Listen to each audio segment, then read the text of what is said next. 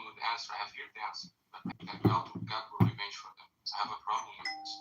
So Muhammad, that makes, I'll throw it to you right after Justin. That makes perfect sense, but it is in an eternal perspective, like me yelling at my children is the same amount of disgusting to God as me killing my children. And I know this is kind of a weird way to say this, but there is no amount of sin that God can accept. So, it's God is a much better arbiter of justice than we ever could be. So if your idea is everyone who's ever killed a child should be beheaded publicly, then I'm sure there's someone in your life who would look at you and demand that the same kind of punishment occur because of something you've done. And so humans aren't... Yes. If I did this, I will accept it. Yeah, okay. But if you killed a child, you would... Right. So, but that's not the point, right? So the idea here is that, like... I'm sorry, hold on. My kid is... Justin.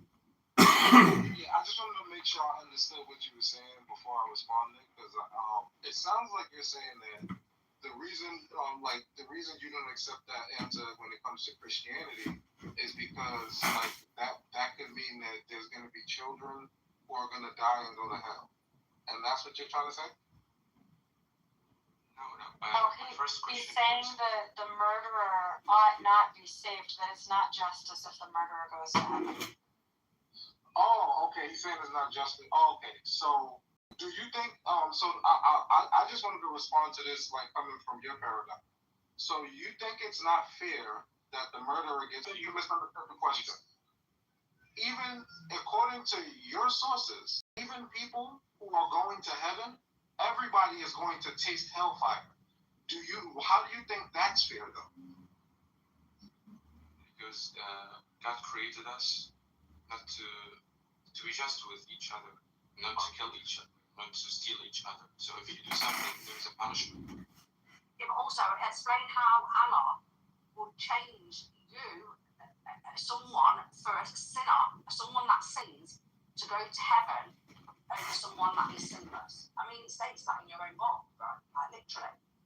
Well, I think it actually says he creates who he wants for heaven and he creates who he wants for hell. So that's what makes it even scarier. You remember, there's a hadith that says Aisha said to Muhammad he was so happy that this young baby who didn't have a chance to sin was going to heaven. And Muhammad responded, on the contrary, because we don't know who's going to hell and who's going to heaven. So according to your belief, babies who didn't even have a chance to sin can go to heaven. So that's why I'm saying, how do you have a problem with this? Even though I don't agree that babies go to hell, I can point to the verses that seems like it says children are automatically going to heaven. And just to point that out. But I just wanted to say, like how do you have a contention with a murderer going to heaven, but you don't have a problem with a baby going to hell who didn't commit sin? Yeah, I'm not sure if I understood your question, but actually you can just answer from your religion first, and then I'll answer in my religion, because I'm not sure I've got the hadith you spoken about correctly. I don't remember this hadith. In Christianity, no one deserves heaven. No, sorry, my kid. No one deserves heaven. Nobody. So wow, nobody deserves all Jesus' hard work. Steph is such a fucking whack job. And the only way you get to heaven, good person, bad person, sinner, wonderful grandma who knits hats for babies, all of these people sin and require the blood of Jesus Christ, no matter how good or bad they are. So they can kill and they can go to heaven, right? In the same way I can yell at my kids and get to heaven. No, yelling is despicable to God. Christianity, God is immensely, incomprehensibly, unendingly good. In Islam, Allah responds to the goodness and badness of humans, right? Even, let's assume that your grandmother is like a wonderful person and done wonderful things. She has still done wrong things in her life. So in your religion, without any kind of reconciling, Allah is able to tolerate your grandmother's sins because she was also very sweet, right? Yahweh is not that way. Yahweh is the embodiment of goodness and cannot be present with sin. How does he solve this problem? He cleanses us with his own blood so that no matter how small... Explains you well. My religion, we have good actions and bad actions. If you do so many good actions and few bad actions, if you make like few small bad actions, like you listen. For example, listening to music is not allowed in Islam. You listen to music, okay? This is okay. But if you kill someone, even if you have done so many good things, you will go to hell. If you steal, you will go to hell. Right, okay, so I don't mean to cut you off, but I fully understand that. What I'm saying is, let's say your grandmother did wonderful things her whole life, but she's got like 10 sins that she did. She was mean to your grandfather, she listened to naughty music because she liked it, whatever, right? Allah is a small enough and impotent enough God that he can tolerate your grandmother's sins because she was also really sweet. She was also really good. Okay? The concept here is that Yahweh can tolerate zero sin. So if murder is bad, Yahweh cannot tolerate it. If me being impatient and short with my children is a sin, Yahweh cannot tolerate it. He is the very embodiment of goodness, right? So the problem is, there needs to be some divine action that cleanses me of murder and infidelity and yelling at my children and lying about why I'm late. All of these things require some cleansing, and Yahweh does that himself. Allah is just... We have two kinds of sins. Is tolerable to a good God. Yes, I think he controls it. I think he's ignoring it, to be honest with you. It's because it's not the answer. It's because Right. The answer you're giving him is not the one he wants to hear. That's why it's being ignorant. It's fine. Our religion, Human-related sins. We have human-related sins. We're going to hell, but Jesus is saving us. That's what she's saying to you. Okay, understood. We have two kinds of sins. Human-related sins, like killing, stealing, and God-related sins, like listening to music and ignoring prayers. For the second type, God-related sins, God has the option to forgive us. But for the... She kicked me.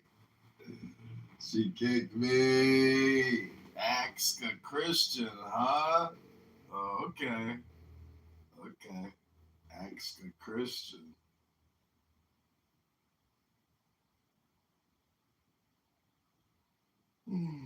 Grand Rising. Grand Rising.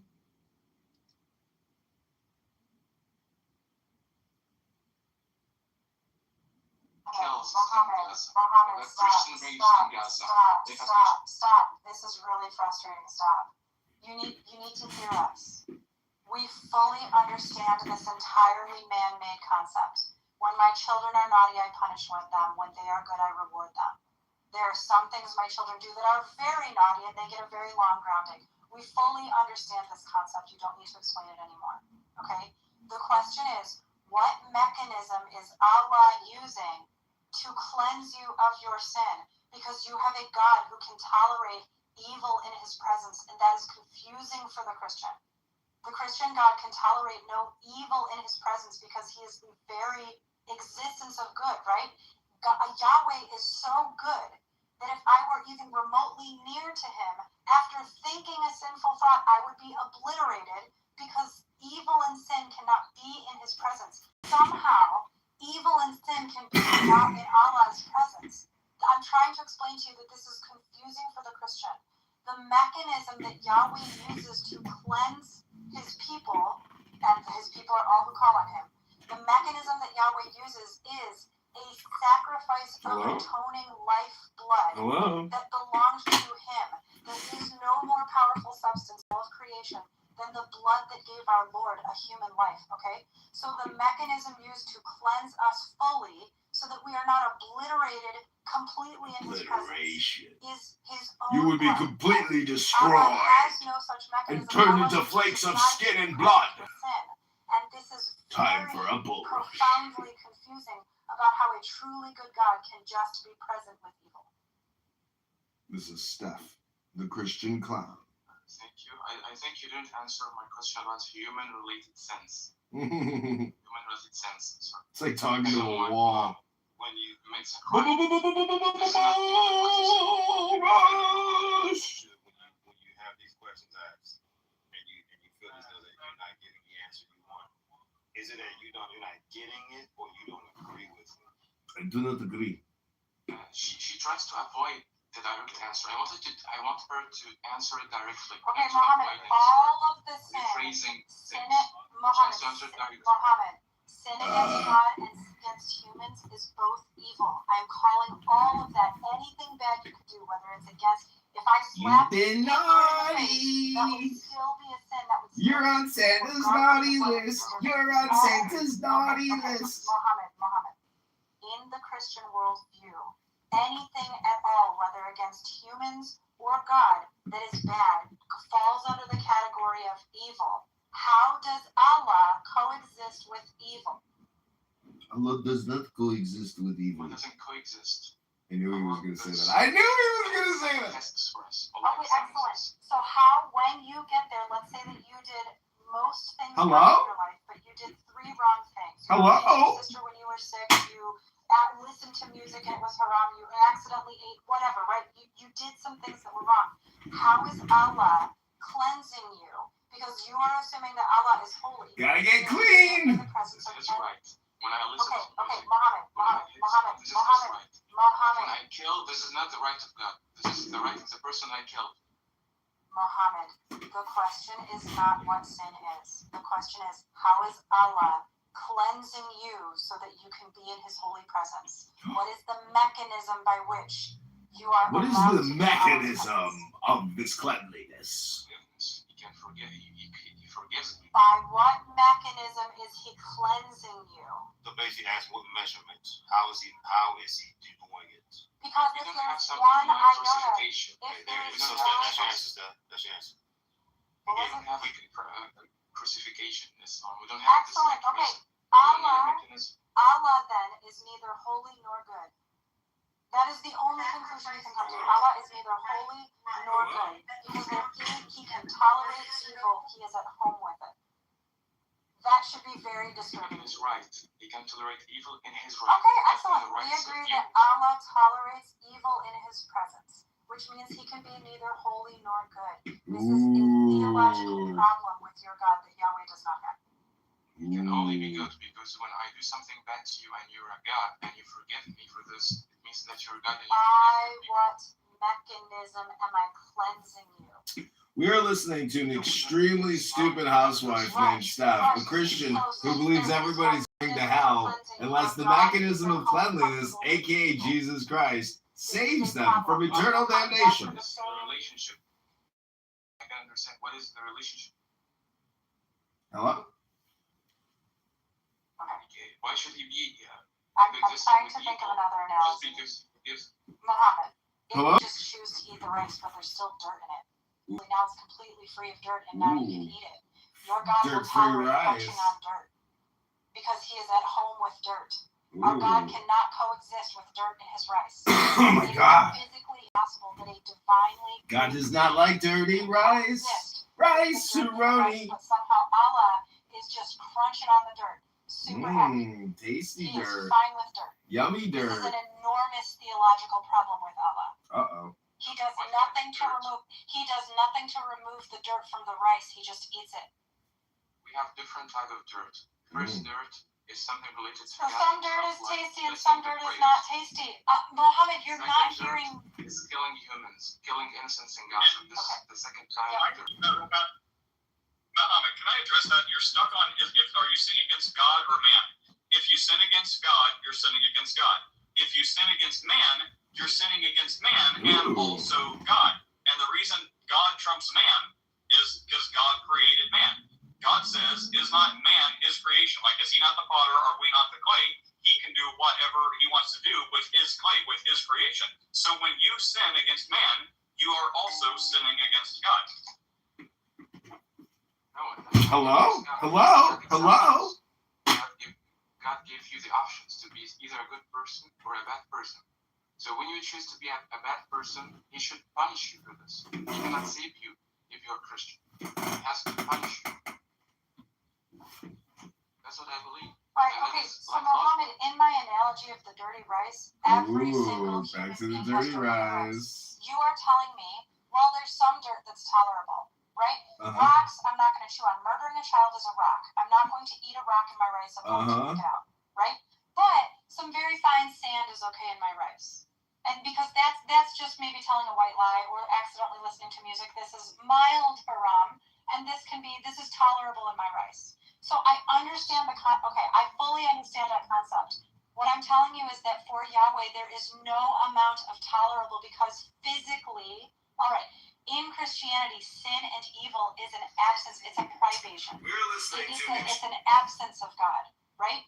So it's like anywhere that evil is, God is not, as evidenced by the evil existing. Any dirt in the rice proves that God is not in the rice. So as the dirty rice, we are all dirty rice. There is dirt in all of the rice. Some have rocks, some have very fine silt, but it's there in all of it. Physically, it is impossible for that dirt, for that uncleanness to be in the presence of a truly holy being. It's not physically possible, because you can't have any dirt in the white rice. Otherwise, that being is not a supreme holy being. Allah is not good. And so Allah is not good. Okay, again, Allah is not good. Allah is the dirt in your rice. Theologically, here, what you are telling me is that he can comfortably eat dirt. Okay? Oh my that God. Means that oh my evil God. Is not the absence dirt of Allah. comfortability. Evil. Allah is comfortable with the dirt. Yahweh cannot be present with evil. Like it does out of place in the whole universe. Just zip it. Zip it. You told me that someone, if a Christian killed, then he repents, he might be in heaven. Muhammad, stick to the dirt on the rice. Stick to the dirt on the rice. Why can Allah crunch on dirty rice without cleaning it? You're saying that because it's his right. When I listen to music, I'm not hurting someone else. So your God is at home with sin. That's fine. That's what we've both just agreed to. If I'm a good person, if I pray, sometimes I do mistakes, yes, he will forgive me. You are never good enough to get rid of all of the dirt or any of the dirt. Everyone comes with dirt. We got the dirt. The germ theory. So I'll go to hell. Even if he is not, this man is not like I'll go to hell. And go to hell, and I'll be Maybe very happy with this. Okay, Excellent. Muhammad, Yes, you will be in hell with your God, yes, if that's what you're saying. Muhammad, you know, no one's saying that everyone gets on free life just because God forgives you. Hello? Start over. You've been in the Matrix. Hello? Oh, wonderful. How about now? You're good now. Great. Maybe this point's been made, but Muhammad, you realize no one on the stage is saying God just forgives you, there's no consequences for your sin. Do we realize that? This conversation is about your eternal salvation, right? So whenever we say we repent and ask God for forgiveness and Jesus saves us and gives us eternal life, we are forgiven in the eternal sin and we will be in heaven one day with our Lord. No one is saying if you kill someone, there's not going to be punishment and consequences of that action. Like this may be too obvious, but we have covered the space, right? So if you do sins, even against humans, you will have penalties, you will have crimes and stuff like that. But God will forgive you eternally. For those who kill and don't repent. And they're Christians, they believe in Savior, Lord Jesus Christ. Cleansing you. We're listening to an extremely stupid housewife and staff. A Christian who believes everybody's going to hell. Like, yeah, if you're a Christian, right, and you're a legitimate Christian and you have a vision of rage and you murder someone, and you're like, I don't care, I'm not going to repent. Maybe you're not a Christian, but if you have a fit of rage, murder someone, commit sin, and you're like, oh, God, what have I done? Oh, Lord, help me, I'm sorry, and you repent, just like many people in the Bible, by the way, then yes, you are forgiven, you will be in heaven. So, to ask the question, if you're a Christian and you don't repent, well, if you're a Christian who doesn't immediately recognize the need for repenting, then you're not a Christian. The energy here is incredible. Look at this architecture. Wow, this market is amazing. My husband used to ejaculate. That's not what I said. Yeah, We are but going if to you follow make many people disbelievers now. Hold on, Mohammed, wait, because Steph has explained this carefully, but the point is here, we believe if you truly follow Christ and the teachings of Christ, he will lead you away from sinful behavior and sinful things. That's what we believe. Samson, let me ask this question to the brother real quick. We have Christians who kill. This Muhammad, is not my question to you, this is where I was going to ask you. You actually kind of answered it just now, but I want to just ask this. I think, again, this kind of reminds me of earlier conversation. I hear something, I don't know. Do you have any friends or family or associates that you feel were killed or removed from this earth by Christian? Yes, the warring guys. Yeah, so there it is. Okay, so your main issue right now that I'm hearing as an underlying theme is that the guise of Christianity, how can then they be justified and repent and be able to go to heaven? Is that what you're asking? Yes, of course. Hold on, Neil. Hold on, because you're going to turn this around after. Ask him when Al Qaeda and ISIS. No. We don't do it. No, Saxon. So it's not as well. No. Because I don't want to do what about it. Because what about it? No, because what he's going to do. No, because what he's going to do now. No, Saxon. Just hold on for a second. I understand where you're going. I also hear something else that again, I think that. Hold on for a second. We've given him the answer. He does not, and that's perfectly fine. Because Steph, you, Justin, everybody on the stage gave him sound doctrine. He did not understand it, and also, no, I think he understood it. He just did not agree with it, which is fine. I just wanted to get a clarification on this because I understand where he can be emotionally attached to the statement. Muhammad, I get it. I just want you to understand. We understand and we get it 1,000%. That's why I asked this question. I don't have either problem I don't have with this who repent to heaven, maybe God will forgive them. But what about this who don't repent? I got you. Just and Steph answered that question for you. Again, I hear you. Steph answered that question for you directly. She gave you something. We don't know. But we might not be okay. But I understood her question. Yeah, just like Allah, we don't know all of God's moves. We are not the God, the Father, the Son, nor the Holy Ghost. We don't know what tomorrow will hold. And just like in your religion, you don't know what tomorrow will hold. You want to know the answer that none of us know. But Steph gave you as much biblical doctrine as we could possibly give you. We don't know where else we can go. Anyways, I'm gonna leave. Thank you so much for this. I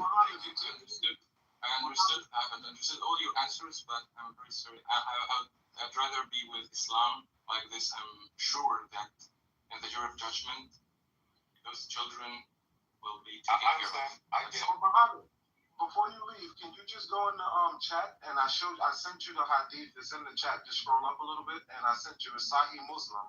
It's authentic hadith that is what I was talking to you about. Yeah. Well, what is the content of this? Like, what does that mean? What it says? I can't Oh, so now you're a politician? Scroll up in the chat that's at the bottom. If you just scroll up a little bit, I put the hadith in there. It's Sahih Muslim. Hold on, I'll tell you this right now.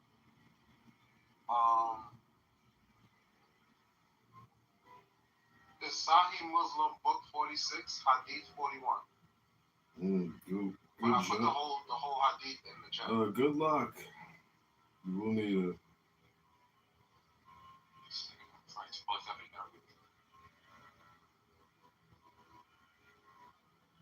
Thank you very much for taking your time to speak. I hope you at least understand what was what we talked to you about today. Oh, so now you're a political organizer? Good luck. You will need it. When are you launching your campaign to run for office?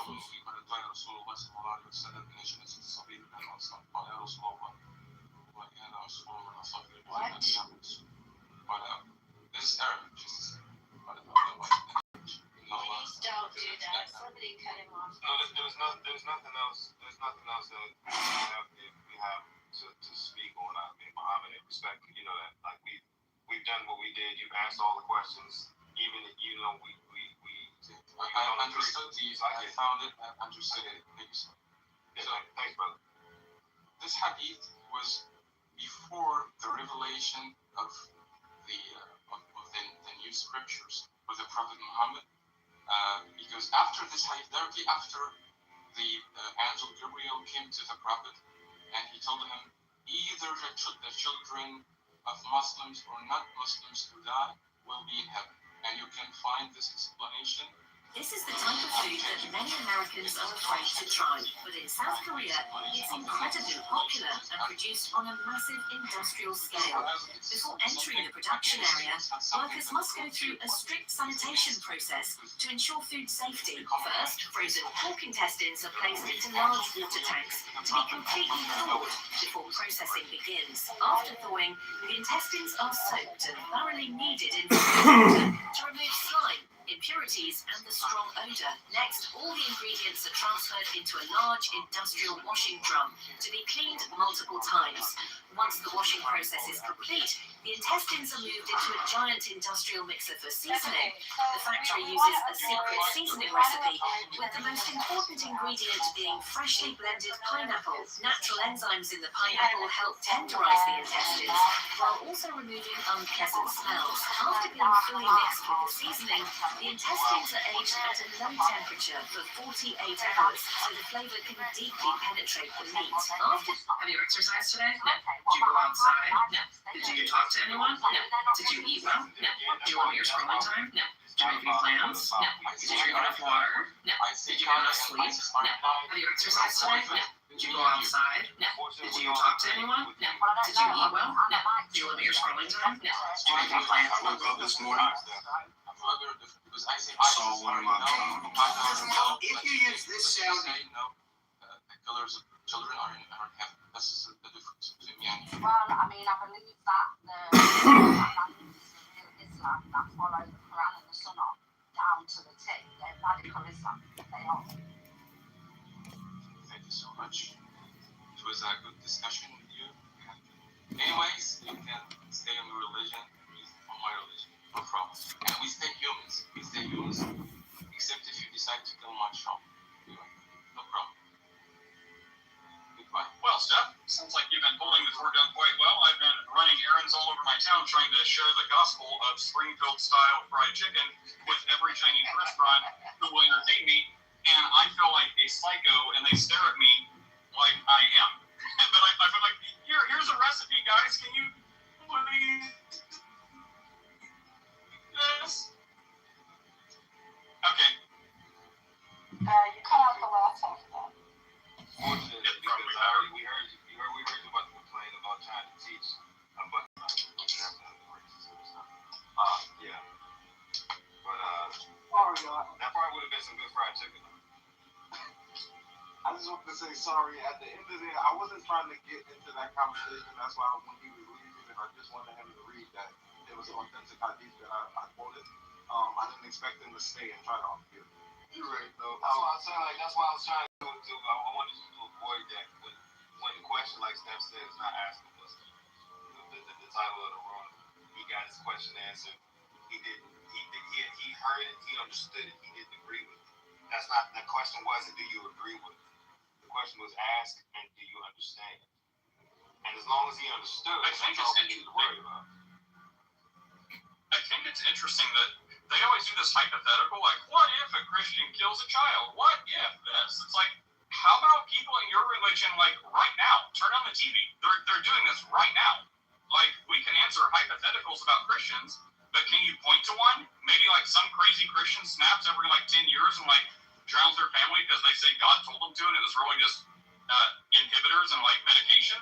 Like, we can talk about hypotheticals. Sure, here's the answer. But now will you do your religion? Yeah, it's not even just that though, Nate, right? People in when he's talking about Palestine and Israel, most of those Israelis, one are atheists or two don't even believe in Jesus. So it don't make sense. And also, I do believe what Israel's doing is wrong. I do believe they are obviously down to the team, right? They think they're making way for the Messiah, they're making way for the Antichrist. It's as simple as that, right? But this is all in scripture. This is all scriptural, it's all prophecy. So when he sits there and says Christians are killing children in Palestine, actually, no, they're not. Most of them are not Christians. They're atheists or they follow Judaism. So, and they don't believe in Christ. So when you hear that, they correct me if I'm wrong, when you hear that, you hear people say, well, Christians do this. The Bible says, tree by the fruit, by the fruit it bears. And when you see that, does a Christian do this? Does a Christian's behavior, or this person who killed someone, is it based on biblical principle? Is the person who says that they're a Christian, are they actually doing this out of that? You know, it's easy to put a mirror to someone and say, yeah, well, what about this? What about that? That's an easy way, but it's also what we call a debate. It's just an easy escapable fallacy. Like, you can't deal with it, so you have to do the whataboutism. And so that's why I'm saying, hey, to stay away from the whataboutism, stay directly on topic, even if he does not agree. Remember, Steph's point was to get him to understand, which he did. He just didn't agree, which is perfectly fine, because everybody's not going to agree with it. As long as they understand, I want people to go to a sense of understanding, because it helps them to get to a point later if they choose to then agree, and it can possibly change their mind. Yeah, that's the entire, hopefully the entire purpose of this room. Like, it's not to make converts. I mean, they should convert, but the main thing is, like, to just explain what the Bible really says and what Christians really believe. Like all this other time. Except they've never read from the Bible. Christians believe in three This is a horrible education seminar. Nobody learned a fucking thing. Good luck. Congrats. Certainly not. Oh, these people are the worst. One of those for sure. But let's just take the question. This Hello? is what we really think about three gods.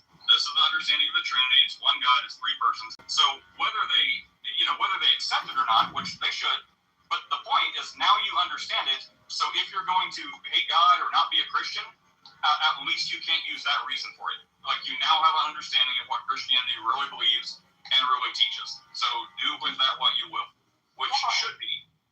With their data, they simply click it and hit continue. Oh, yeah. So I kind of think, the average person is not going to give it any more concern than they already give to the way the data is, putting them into demographic silos and feeding them advertising and information that goes with, that falls into what they've already displayed to systems. I honestly don't think there's going to be a big layman's concern about it, unfortunately. Does anybody else have any thoughts on this? And of course, as always, everybody down in the audience, please come up and join us. Be bold, brave, courageous, and get your fresh five. You can share your point of view about this or anything else that's on your mind, and we really want to hear from you. So come on up.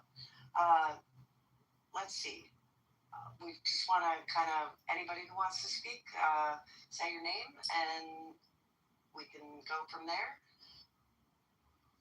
Man, this AI discussion, interesting. Very much so. I feel like I do a lot of following of at least AI news stories, but and I'm a pretty smart woman, I believe, but this is a very deep look into AI and where it might take us. So I'm, trying to put on my college student hat and listen to the professors. Well, if you guys want, I can play a little clip, which is a recent headline on AI, only if you guys want. Ooh, clip on AI for Dummies clip? Is it AI for Dummies? Not quite. Let's check it out, and if it's a couple of minutes, and if it gets a little boring or someone else wants to speak, just mute me up. Here's some recent information on AI. Welcome back. Welcome to the Conversation Corner. Pope Leo has released his first encyclical of his papacy that focuses on humanity and in part warned about the risks to humanity of artificial intelligence. Nick Thompson joins me now. He's the CEO of The Atlantic, someone I talk to frequently about technology and the technology space. Nick, it's always great to have you here. Get to the Pope's encyclical in a minute, but I want to play for you something that happened at two different commencement ceremonies. First speaker here is Gloria Caulfield. The second is Scott Borchetta. But what links them is the audience meeting, the student graduates' reaction. Play. Artificial intelligence is the next industrial revolution.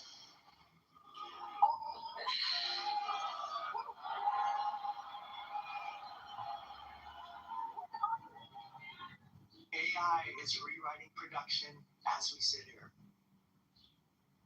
I know it. Deal with it. Like I said, it's a tool. Evaluate that. Young people don't like AI. It's actually really interesting. You can see it coming in the polls, and they're worried, about their future. They're worried it's going to cause a lot of disruption. They're seeing how it changed their education. They may have used it to write their homework, but they're really concerned about what it's going to do, and they don't like the environmental costs. They care more about the environment than people who are older.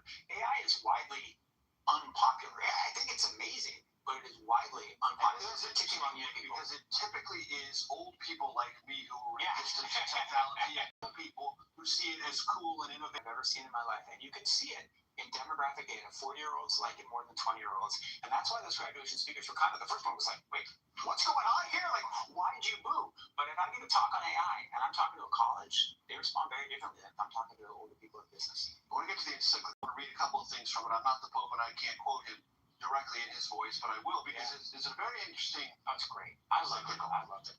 First one, control room. The pervasive technocratic paradigm in which we are immersed, and that is amplified by the digital revolution and AI, threatens to normalize an anti-human vision. In that vision, the fullness of life is equated with having more, reducing weakness, eliminating uncertainty, and exerting total control. Graphic 2. Thus, intelligence, when absolutized, overshadows other essential dimensions of life, such as affection, the will, commitment, and relationships. Similarly, technical power, if left unbalanced, does not make us more capable. It makes us more isolated and more vulnerable to being dominated and excluded. Yeah. Thank you, Steve. We'll go back to JCC and Violet for another 5 minutes or so, and then I'll run the ship again. But go ahead, you guys. Awesome. What'd you think? That was pretty cool. We got Joe B on stage. Joe B, would you like a fresh five to talk about something new and different, or maybe add to the AI convo? Well, I worked for 6 years in Navy intelligence. I think I know a little bit about AI. It kind of progressively has been creeping into every facet of our lives. I would love to be challenged and be wrong. Oh, I'm not going to challenge you. Yeah, AI has been a part of our, digital world for a bit, and it's getting more and more useful. So yeah, if used properly, I think it's a good tool. I do think we need to be aware of, like Kathmandu and Ben were discussing, giving it prompts that could be detrimental to us. So I have a related question on that to anyone, Kathmandu or Joe B. It's a simple question about artificial data. I've heard that AI companies, when they're training their algorithm, they're running out of natural data, whatever they can crawl on the internet. So they're generating artificial data, and then using that artificial data to train the algorithm. The confusion that I see from there is that we rely on OpenAI or other companies that are using natural language, LLM, right? And literally what humans have said or used, and then the AI will learn how to, pretend to be a human voice when it's being prompted by a future, like a user, during the inference.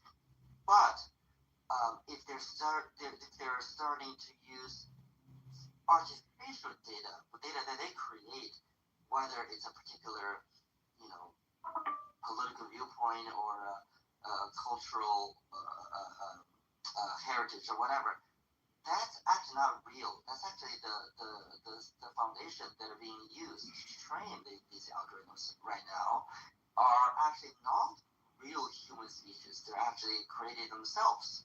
So it creates, to me at least, apparently, a bit of a, fake data in, fake data out, or garbage in, garbage out analogy. So I was wondering if anyone could shine some light on how, for example, the artificial data is being used in the training process, and whether there's any concern that future users, when they are using the algorithm trained on artificial data, they're going to be led astray, if you will, because of the data was not real human produced. Well, the data can be gleaned for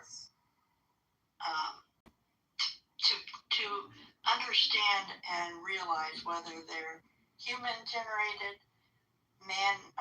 not man, but electronically, and what their source is. You can actually go down to the source. Everyone in this room can be tracked. Everyone.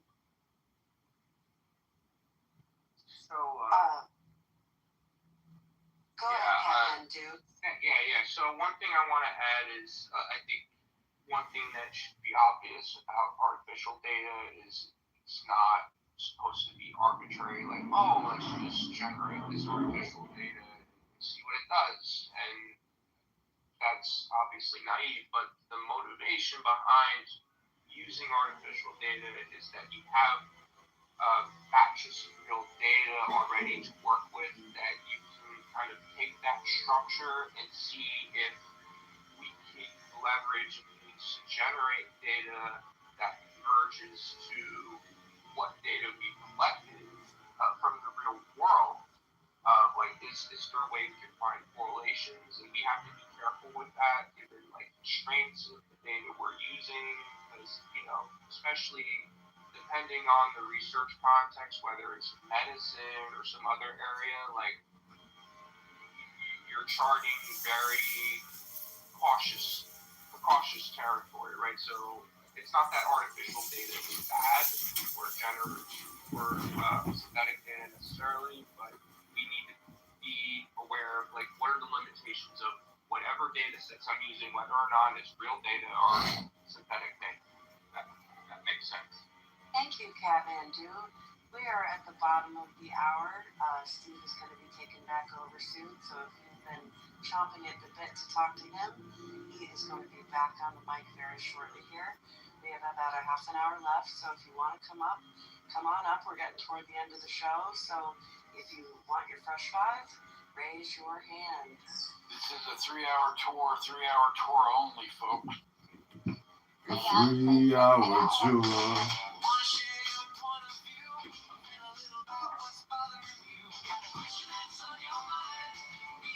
If you got a random question on your mind, don't ask Google, ask Stephen Bell. Hi, everybody. It's your best resident troll, favorite troll, Stephen Bell. I'm going to yell at you.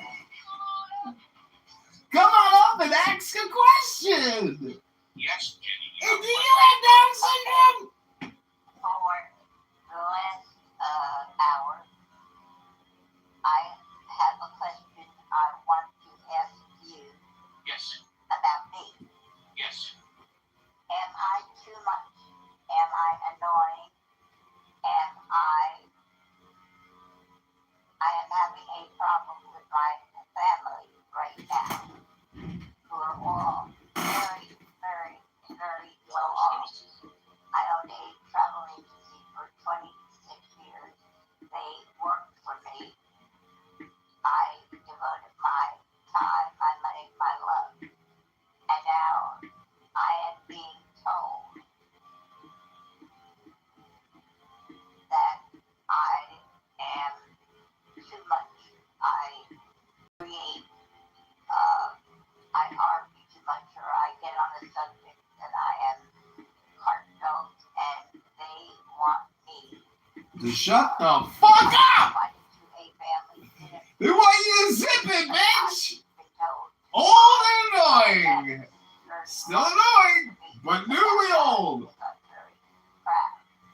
I have joined group therapy, which is going to cost me $150 a day. Oh my goodness. 4 hours a day. This bitch hasn't heard of Clubhouse? To find out if I've done my due diligence. If at 88 years old,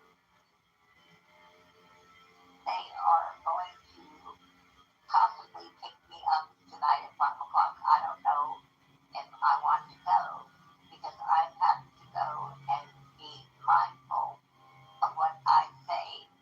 My grandson, they're all got all kinds of degrees, they've got all kinds of money, but they find me annoying.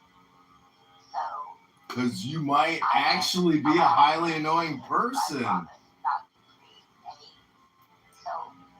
I don't know. Am I annoying? Am I Yeah, Jimmy.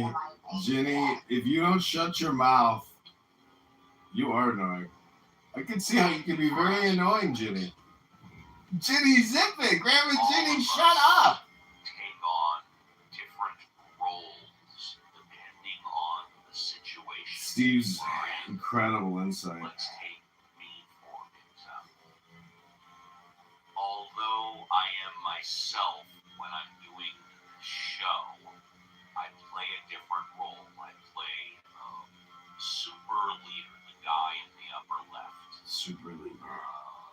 I am the creator, the leader of Ask Uncle Steve on Saturday and Ask the Atheist on Sunday. Wow. The show is mine. I take full responsibility. The show is mine! I have a tendency to interrupt. Steve is the show! Tendency to interrupt people. I play a different role when I go to family functions. I'm a lot more low-key. I'm a lot more blend in. I'm certainly not the leader because I don't hold the family functions at my home. I normally go to my brother's homes. But I'm still myself. I'm still the same person. I am concerned when they tell you we're inviting you to the family function, but mind your manners, what they are referring to. Have you acted inappropriately when you've been in family functions before? What do you think? So I'm listening to a room with Steve Appel talking to an 88-year-old grandmother whose family is now calling her very annoying, highly annoying. And it's funny because it's Ginny. No, it's Ginny. Steve is now explaining to him how when he goes to family functions, he zips it. He shuts the F up, unlike his clubhouse activity. But Ginny, an 88-year-old grandmother who raised her family off of her hard labor and love, is now being told to zip it. You're highly so and I need you to read the link of this. This is what we're talking about right now. This is the information that I got in this very put together information from a few books. I'll give you all the PDFs if you want. And I put them into ChatGPT and pulled it. I want you to read that at the top, please. This is where we're headed. We're not taking this in. Oh, look at the Muslim left. Uh-oh. Don't worry, there's always another one hanging around. Okay, camera. Very interesting stuff. This is great. I love this stuff. I want this stuff to stick. Must be a lot this morning, by the way. Did you? What did I do? Because remember how they had that room and then they all invited me and then they all ganged up on me and they were like, you're not a real Muslim. Well, this morning I was like messaging Dr. Ann about it because everybody's harassing him and they're like, why did you do that to Angel? And he's like trying to say something to me and then he was like, well, Megatron, you know how Megatron feels about, because they said that you wanted to convert everybody to Christianity and they were like, oh, how could you hang around someone like that? And then I was like, bro, I want to convert everyone to Islam. Like, what's the difference? You know? So anyway, I was defending you this morning like a trump. Oh no, what you guys should be doing is studying like the Rabbinics that says in chapter 378 says practice the religion and God's words like the Rabbinics. The Rabbinics, the studied people. God's people, the one who studied the scriptures. Rabbinics.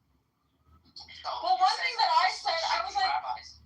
Yeah, I mean, sure, but what I was saying is like, why, like, if you want someone to be like a Muslim, because I told him, I was like, look at Umar ibn Khattab, like, he was straight up an enemy of Islam, dude. Like, I think he murdered people. Like, did he? He massacred a bunch of people in Gaza. Yeah, like, he was like a super enemy of Islam, and he's like one of the holiest people in Islam. So I was like, bro, like, I don't like your guys' attitude. Umar is part of the XLR, a part of this system at the top. Go ahead and kick it anytime you want. I'm sorry, Angel, my love. my sweet little angel. You know, I'm not trying to convert you to Islam. I mean, to once a Catholic, always a Catholic. Oh my God, girl, that's kind of true. Yeah, it's kind of true.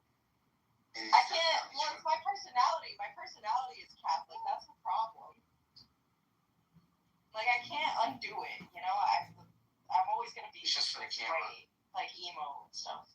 Just doing it for the camera. No, I'm just doing it. I work upstairs. I'm on 5. I just do it because, as in the sky.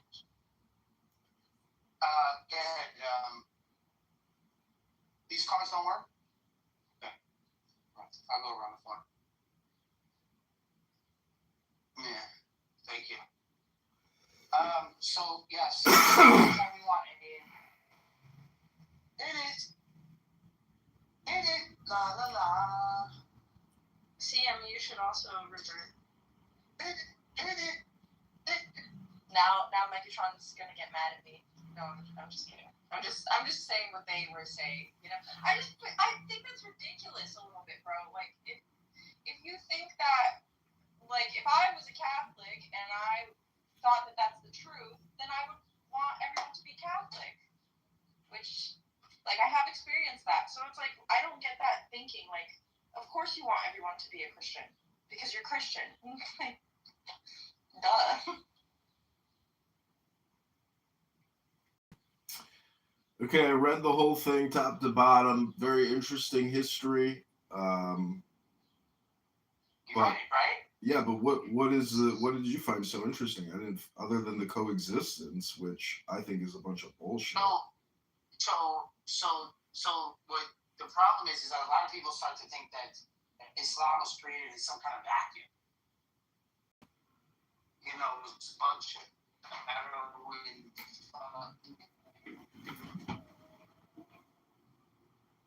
I think you're in the Matrix, but yeah, that's a good point about the belief that it's like an isolated thing when it's actually, you know, an army on the march. It says that Umar is the key individual in terms of the Persian conquest and Muslim takeover.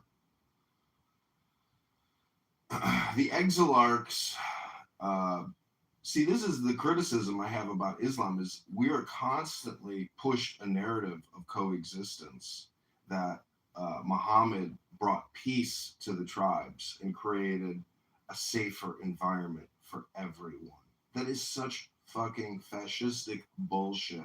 It's such propaganda. And your ChatGPT proves in many ways that, you know, this is not like some kind of friendly takeover. Like, oh, wow, there's a new religion, a new prophet, a new way of doing society. No, this was a military conquest of blood, of rape, of savage brutality, destroyed an ancient culture, re-enslaved the Jews in a way, because it's really not coexistence and peace. It's really, ChatGPT is so politically correct that you will never really understand the brutality of human history through reading this generic garbage that what's his face's AI product puts out. Sam Altman, the lover boy, the man that sucks another man's tongue every day and puts out lies, probably raped his sister, probably murdered his former co-worker. That's the man you're relying on for your information.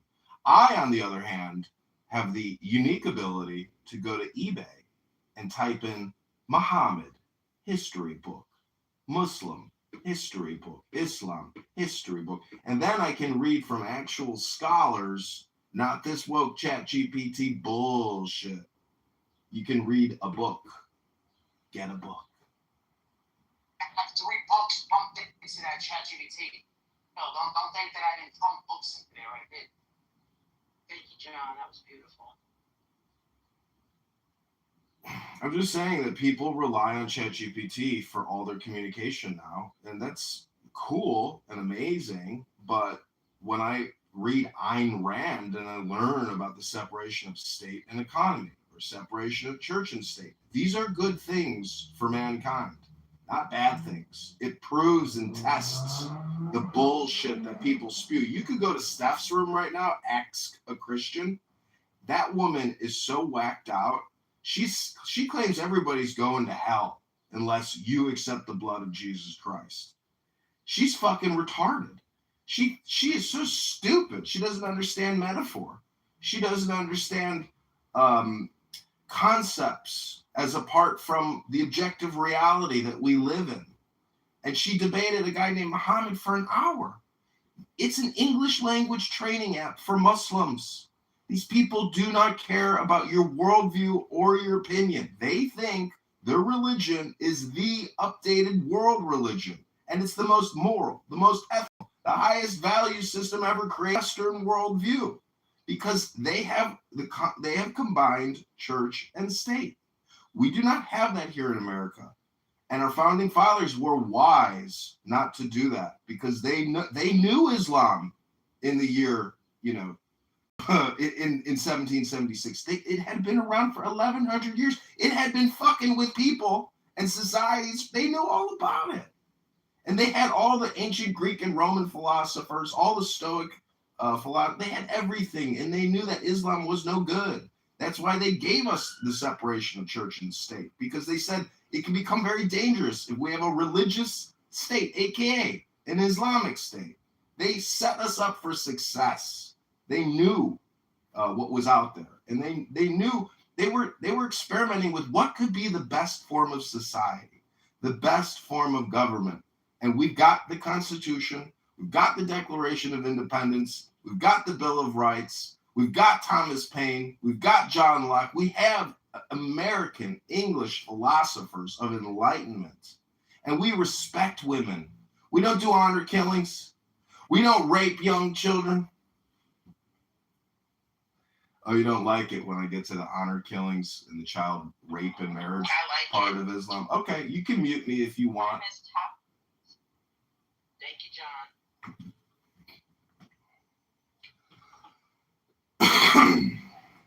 Just imagine John hypoxia. I do apologize. I do suffer from R word, and I fully admit that I'm fully R worded and brain rotted out.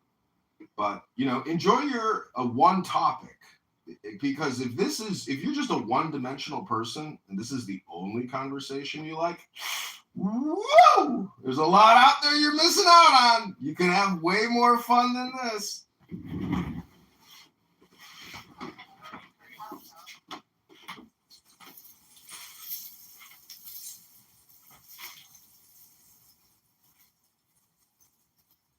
Go to John's YouTube and see his topics.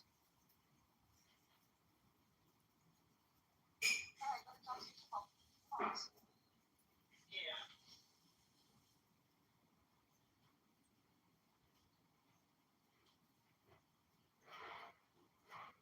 This is the main topic, the Islamic culture and belief system versus Christianity.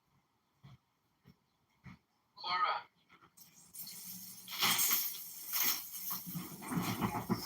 I'm not going to ask you personally, but you're no longer going to monitor Steve's room? Oh, I got tired of the sausage fest. Of the what? The sausage fest. Sausage fest. Got it. Well, I'm glad you're here. So that how's your kitty cats? He's adorable. Oh. Mine is named Gigi. My son named Gigi. Cute. Now, I told you he likes a treat. And I'm not talking stuff out with this treat. It's like this stick, and then you squeeze out the stuff inside. It's a treat. Mm-hmm. Yeah, the churros or whatever they are. Yes, the churros. Oh, he knows it's 9 o'clock. For some reason, that's the time he chose for churro. See, I think it would be interesting to actually become an Islamic state. It would take it to the highest level of insanity that Islam has ever created or produced. And I could go to the park right now, and there's 5 women sitting in burqas having a good old time while their kids run. Have a love for justice and God. See, not all of Islam is bad, but it's bad in terms of the American experience. For many people, if they were to experience it, they would be so upset, but yet they will defend it all day, every day. Women in burqas in the U.S. What are you talking about? I go to my park right now. I live in a. I live in Chicago. I'm in a sanctuary city where we have a lot of Muslim refugees. In my complex from Senegal, The type of dress confused. so you could say maybe not burkas, but covered fairly well. No, I used to wear it. I used to wear the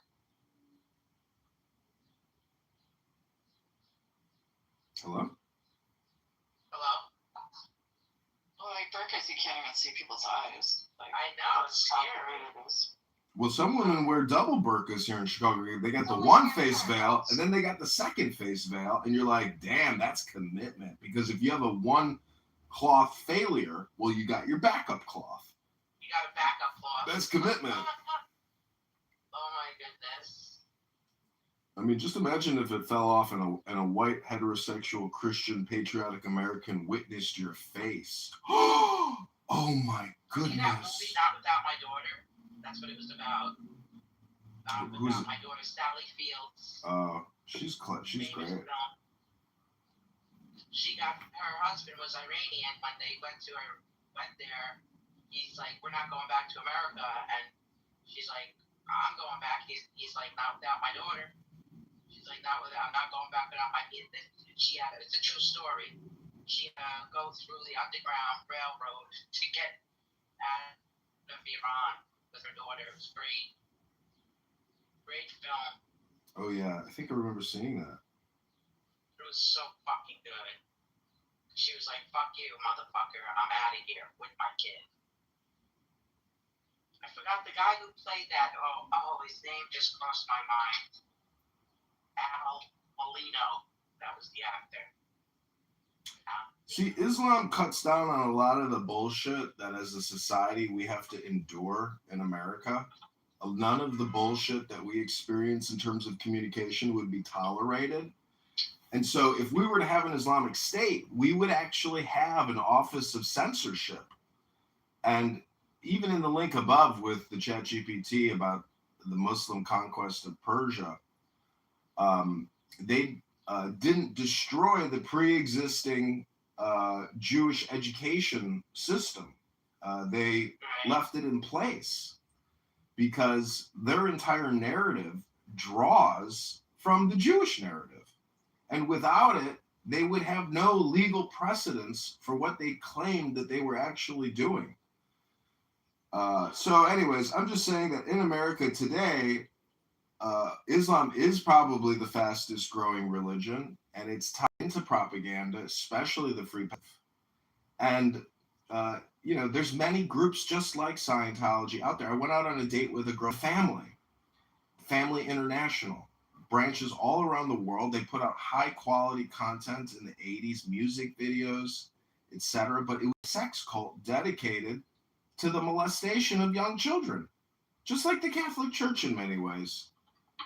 People are organizationally bankrupt, psychologically ill, sexually deviant, and that's not projection. I'm just trying to accurately describe what I view in terms of people's behavior. Prior to the internet, people did real shit. They didn't just come on here and pick their toes in Poughkeepsie. They were actually creating reality outside of the internet. They were creating networks, social networks without the internet. These are closed communication groups. And anyways, I just think that, Barth eventually... Alternative history. Yes, Alternative History Day with historian and professor, politician, magician, and musician, John Kitover.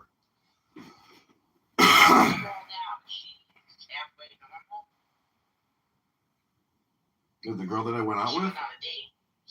Oh, I'd say she's got some issues. She can't stop sucking on a vape pen. She's 31 years old and sucking on a vape pen every 5 minutes. That could be a health disaster just waiting in the making, you know? Formaldehyde. It's like, have you tried air? Why don't you just get a straw? Suck through a straw. Air.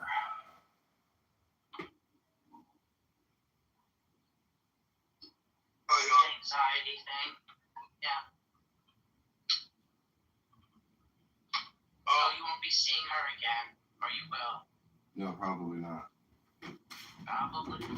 We have a lot of dates, and I'm pretty impressed.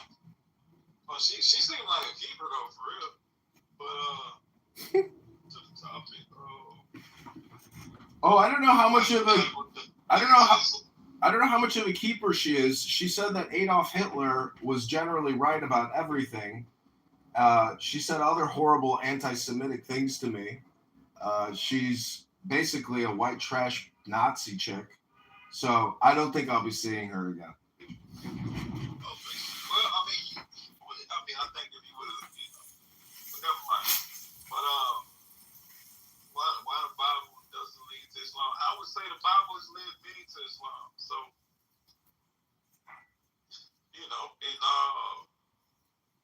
in majority Christian countries, they have a high, conversion rate to Islam. So they read the Bible first, then they read the Quran, and they become Muslims. That's considered a high rate.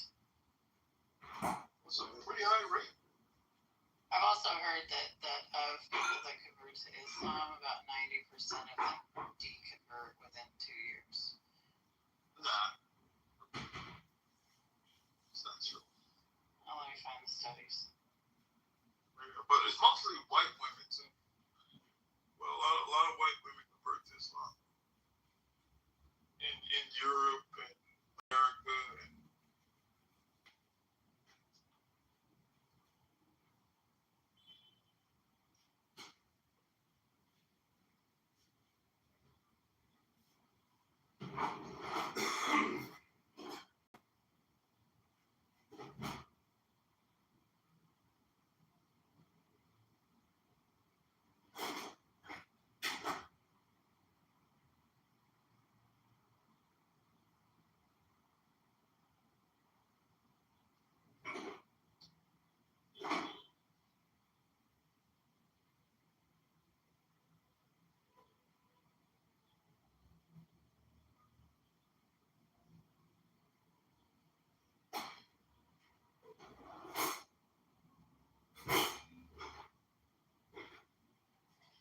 I'll be right back.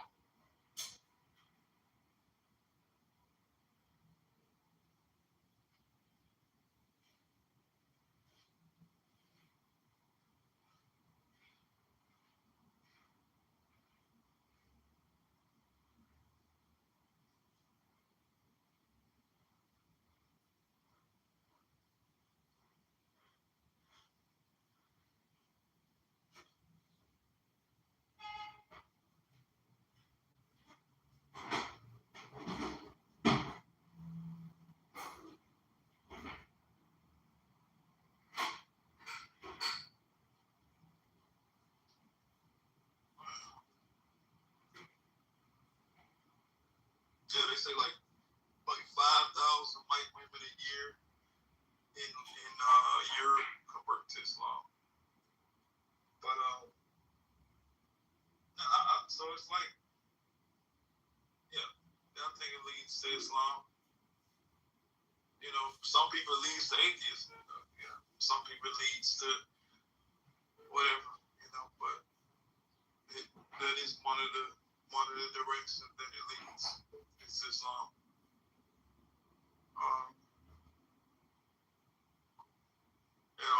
My father, he was, born and raised in a Christian household. Then he became atheist. Then he became Muslim. So, my mother, she was born in a Christian household. Then my father became Muslim. They've been Muslim for a long time. They raise their kids Muslim. So, you know.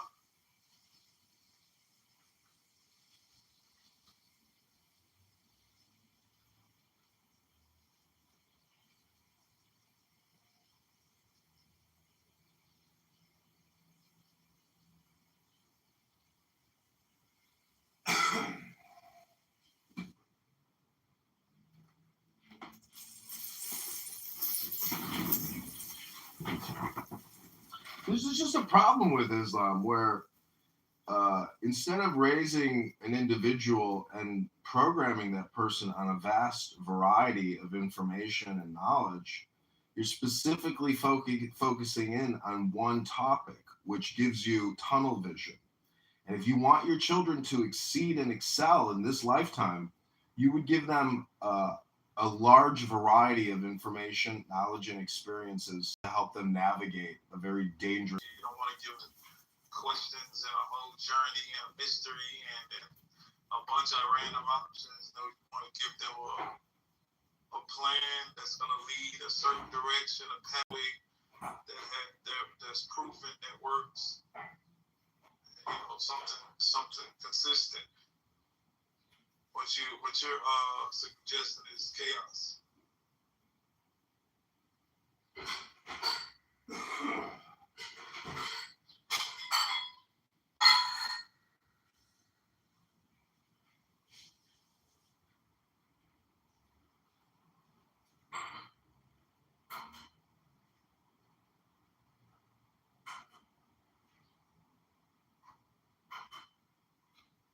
What's chaos?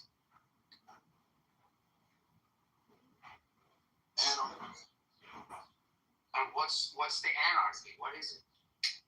No, he's talking about raising kids with just search for purpose, find it yourself. Whatever you decide, there's no right, no wrong. Discover it. Well, what is Islam? What's Islam's opinion on Sigmund Freud or C.G. Jung or Albert Einstein? And that's why I say Islam produces tunnel vision. It's anti-scientific. It's barely mystical. It's a rather ridiculous culture. Wait. I don't need that many bags. Hold on.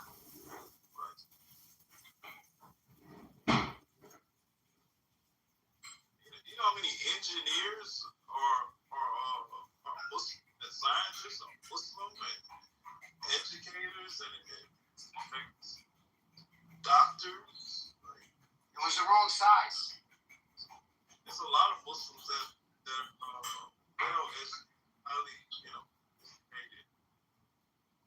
That's crazy. Just that Muslims are just Islam.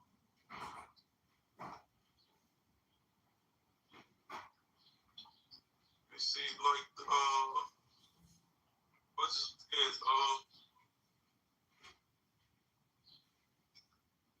major these by Muslims. You can just Google this. Major discoveries by Muslims.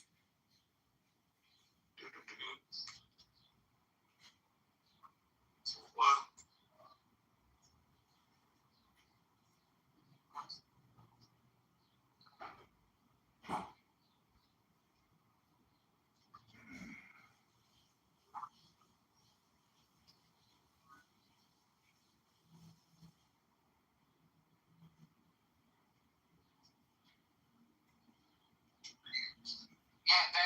That argument's not going to work. It's not gonna work. Because you say it started from Adam. So now you're giving it a different starting point. You gotta make up your mind. Did it start at Adam, or did it start when everybody thinks it started, like the rest of the world thinks it started? Or are you saying it started at a different time? You gotta make up your mind. I don't understand your premise. No. The one that I opened, it doesn't even fit in there. I'm not feeling it, no.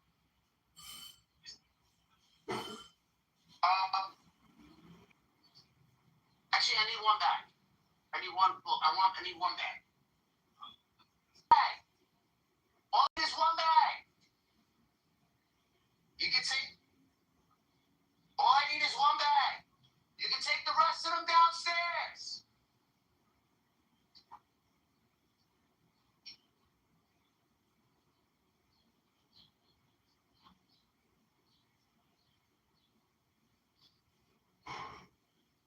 Bro, if it started from Adam, then you guys invented everything.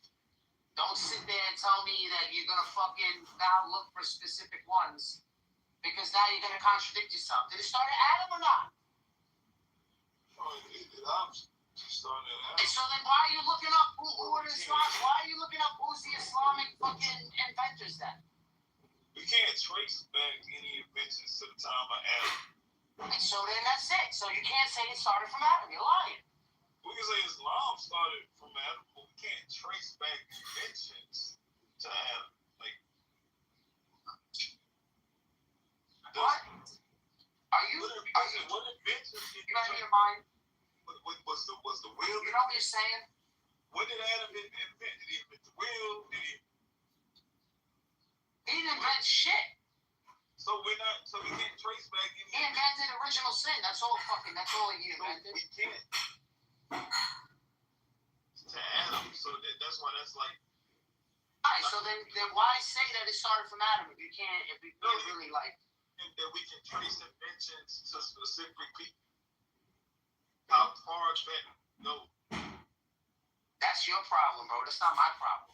I'm saying your argument just don't make sense when we talking about who invented what.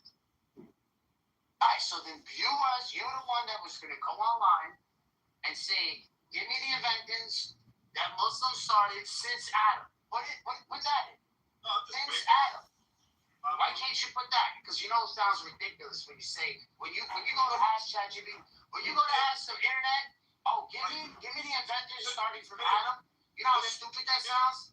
What did Adam invent? But yet you want me to take you serious when you say dumb shit to me like that. That's the cognitive dissonance that I'm talking about with you people. Tell me what Adam invented, then we could go from there. No, alright, so he invented original sin. Don't show me the evidence. Not an invention. Not an invention? No, so then what did he create? What did he invent? He didn't invent shit. That's a choice. That's a choice to be. That's not an invention. That's innovation. But you look at coffee, was invented in Yemen. Yeah, but what date is that? It's got to be before 600. No, they said Yemen, where ubiquity started being in the 9th century in its early days. So then that's when it started, bro. That's what I'm saying. Stop saying Adam then. The flying machine. Stop saying dumb shit like Adam. Leonardo da Vinci is associated with early designs of flying machines. It was Andalusian-born astronomer and engineer Abbas ibn Farnaz who first constructed the device and technically flew the 9th century. Algebra, the 9th century book Kitab Algebra by Persian mathematician and astronomer Muhammad ibn Musa al-Khwarizmi. Hospitals, 9th century Egypt, the very first medical center. So like 870s, Ahmed ibn Tulunqul, modern optics. Around the year 1000, the 5th century. Yeah, man, that shit is too late. I need like 12. This is like 300. This is like 300 years after Muhammad. All these inventions start. Yeah, that's too late. So Muslims invented a lot, basically. Well, no, they didn't. Yeah, they did. Yeah, are they taping the inside too? No, right? So they're not taping the inside, right? Yes, I mean, Muhammad. I just said he wasn't Muslim. He just was another Muhammad. Come on now. Al-Zawahiri, one out surgery. The universities. Fatima El-Fihiri, a Muslim woman from Tunisia, in 859. The crane. A hand-operated crane is thought to have first been used in ancient China. The device emerges in 1206 of the revolutionary crank and connecting rod system, which converted rotary motion into a reciprocating, first documented by Ishmael Al-Saleh, inventor and mechanical engineer in what is now Iraq. Like, so yeah, Muslims mean of, you know, but Alright, so claiming from SM is just dumb, man. Thank you. So unless you can show me some adventures that go back to Adam, yo. Have you heard of the wheel? Have you heard of the fucking wheel? Hello? Did Adam invent the wheel? Yeah. He also invented modern horticulture, gardening. Don't you know why God created Adam? What was the purpose? Why would God, in all his infinite glory, say, you know what? I'm going to create this little fucking guy. He's not even a guy. He's actually like a trans creature of some sort, just waiting to pop out Eve. You know, I mean, God was so merciful. And he said, Adam is like, what do you want me to do? What am I going to do here? He goes, what do you mean, what are you going to do? I gave you a garden. Garden it. There's the roses. There's the moonlight. There's the sunlight. Here's the water. Have a good time. And then this fucking multi-level marketing schemer known as Muhammad comes around and says, I am the messenger and the final revelator. Listen to me. Here's the new law, the Charter of Medina. Everyone will work for me now. Everyone's got to work for me. You got to pay your jizz. You don't pay your jizz, well, you're going to die. You're going to be compelled into war. You have to fight with us to the death.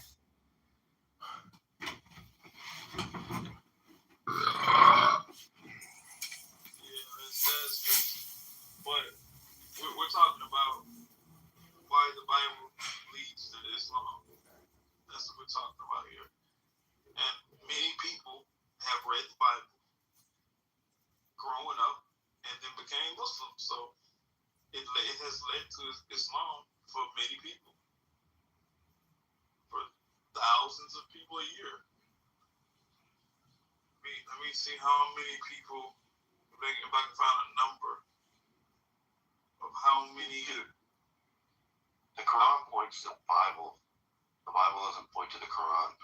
Yeah, but people read the Bible and become Muslim. Because that's the only way that they can become Muslims, to first understand the Bible. The Bible does not point to the Quran. The Quran points to the Bible. That's not controversial. It's just the way it is. In the phrase, he didn't say points to. He said leads. Lead. Well, whatever. It points, leads. So if you read something, they said about 70,000 Christian rebirths to Islam each year. So 70,000 people are led to Islam after reading the Bible. Yeah, that's fine. Yeah, so it leads to Islam. Oh, and okay, yeah. Well, in that respect, I guess, yeah.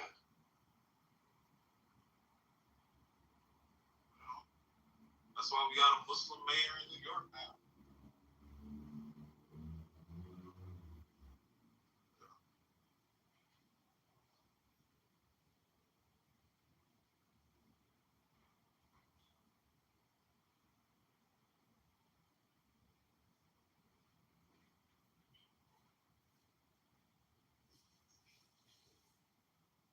I think that's very significant to the fact that the mayor of New York is Muslim, especially seeing as we went through a time in America where, especially in New York, like it was a lot of Islamophobia in New York. No, dude, he's a Shia Muslim. If you want to say, yes, it does. Yes, it does. He's still Muslim. Weird. You don't think he's Sunni Muslims That's a weird. radically different trolls I mean, about how the world. It was weird. No, it wasn't fucking true. It's actually just a really nice. I think that's just the culture now, Michael. I disagree. I feel like it's the culture. You don't know what you're. It's not the worst thing. Like, it is a little weird. There's other Muslim people who have become mayor in America who are Sunni in different other cities. The city I live in, where? Georgia, there was a. Tell me what Sunni Muslim is in the leader of the United States. Sunni Muslim mayor at one point. Where? In Georgia. In Georgia. Macon, Georgia, yeah. Hold on. Let me look it up. So, Macon, Georgia had a city local mayor. Well, I'm looking up here. And I'm in the call. You're just on short, so like, yeah, I've been on my tippy toes this whole time. Have you actually? Yeah. Are you on it right now? Yeah. You want to see me off? Yeah. I'm up here. This was years ago.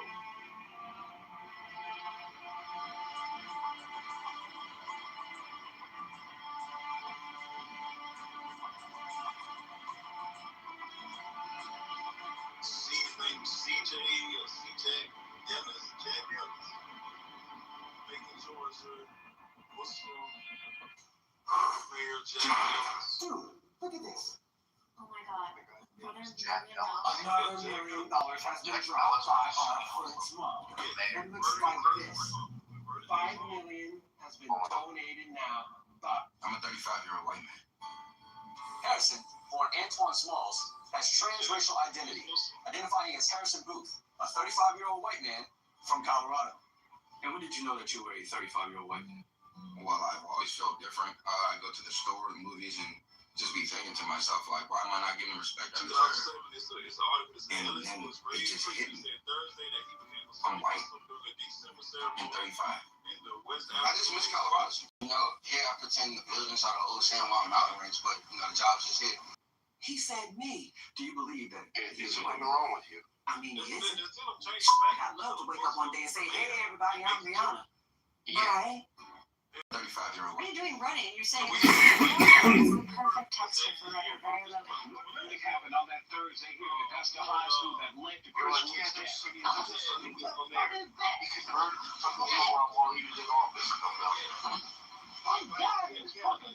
grade did you complete high school?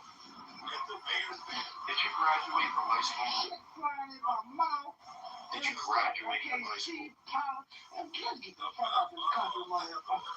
I've studied the best, so let me save you the time. Here's my top 3 advanced concepts for the social media content game. Number 1, you want to master the concept of indirect selling, selling directly at. You were homeschooled? What are you going to sing for us? I'm going to sing Friday night. Did you get a high school diploma or did you get a GED? It's about Friday night. All right, What have some fun. degree do you have? Accreditation. I was working on weed. Nothing exciting. You have a I was working on weed. Wow. But tonight I'll go because it's Friday night.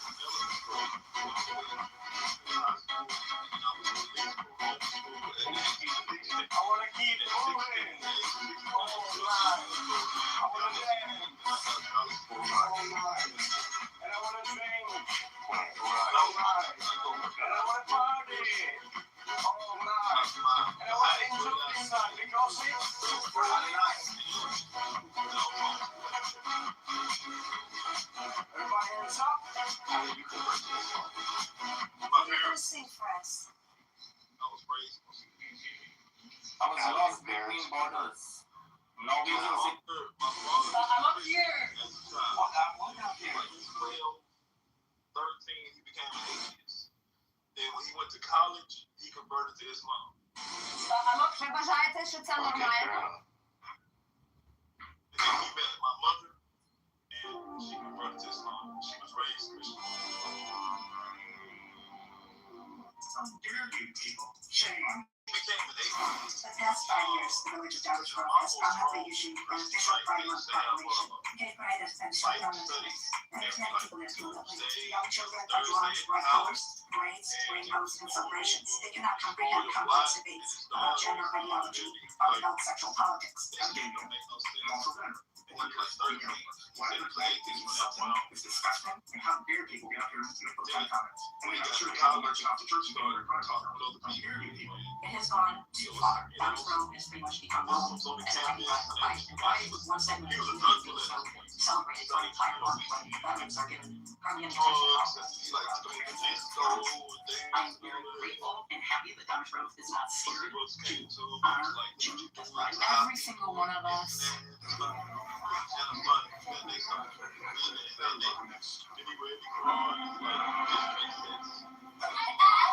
you going to do? But when you read the Bible, it's like, this shit don't make sense. Here's my grade. Why should I do that? This rate will be here all day.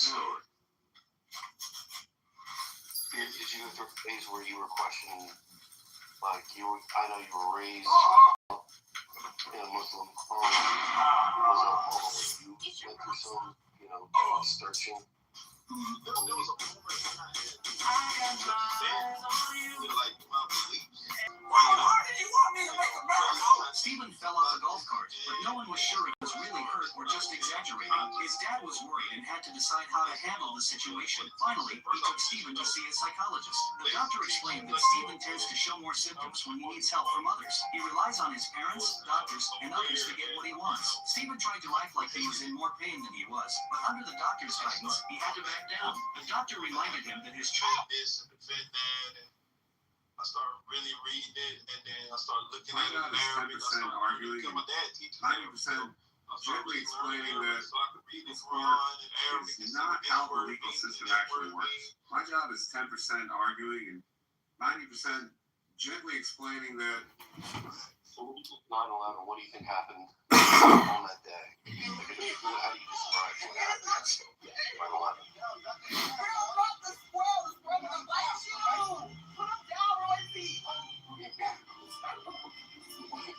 Wait, guys, back up.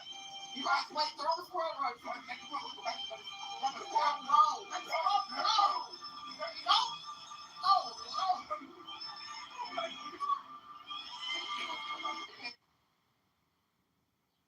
I think I sexted one time. Anyway, I always like pussy after lunch. What do you say?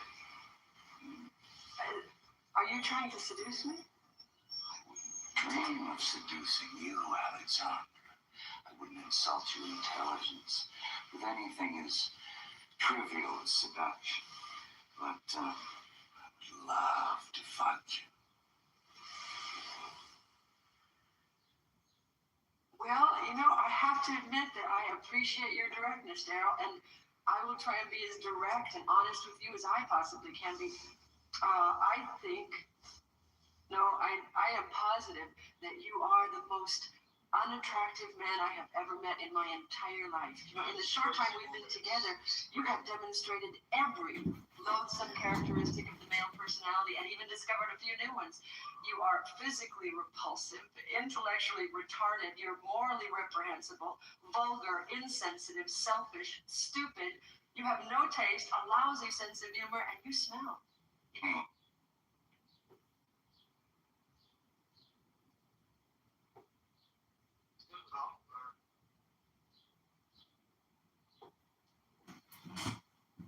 Hello? So, Baghdadi, let me ask you a question. How do you separate political Islam from the faith of the Muslims? What's the difference? Exactly. The problem comes down to the debate and the categories of questions, because Muslims make superordinary claims that fill multiple categories, and they're incapable of sticking to one topic. And so we have a problem where your political ideology and your philosophical ideology are united, aka state and church. How do you rationalize that in America, being, non-conformity with regards to America's cultural, historical precedents of separation of church and state?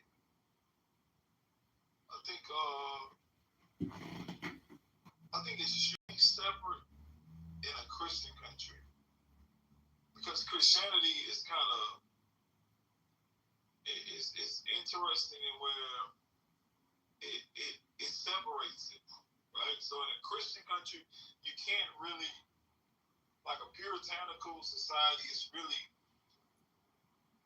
it goes against Christian values if you impose Christianity or even if you rule with Christianity, because it's, y'all have Jesus saying, give Caesar what belongs to Caesar, whatever, something like that. But it creates a separation.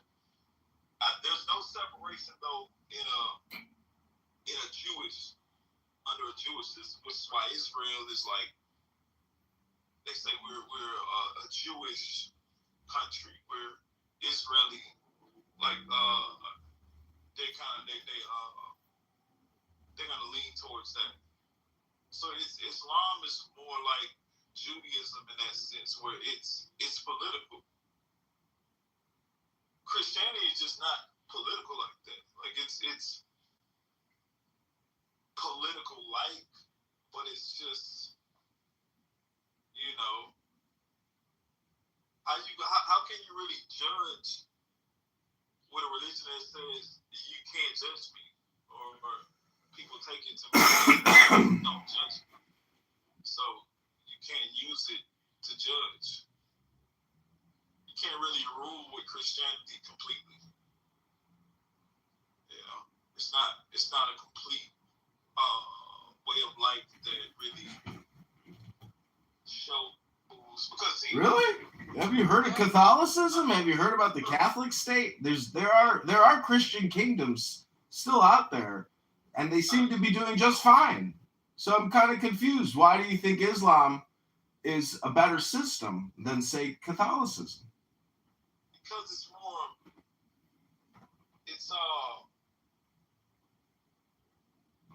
we have a whole, like, because schools of thought are really schools of think. It's jurisprudence. It's just ruling. Recent polls have shown a fifth of Americans. Regulations. So Sharia is all about. Recent polls have shown a fifth of Americans can't locate the U.S. on a world map. Why do you think this is? I personally believe that U.S. Americans are unable to do so because some people out there in our nation don't have maps, and I believe that our education, like such as in South Africa and Iraq, everywhere like such as, and I believe that they should, our education over here in the U.S. should help the U.S. or should help South Africa. And too much feedback will kill your scripts faster than bad writing. Hi, Daddy.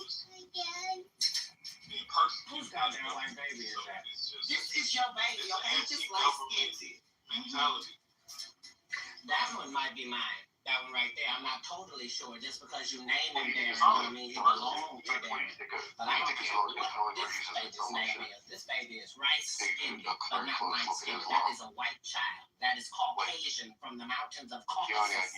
That is a Slavic baby, a Viking from Iceland. That's a good. That baby got 730 as a credit rating right now as an infant. The only one I've been with, Darren. Let me explain to you the math. I've been in here 16 consecutive years. You know how long consecutive is, don't you?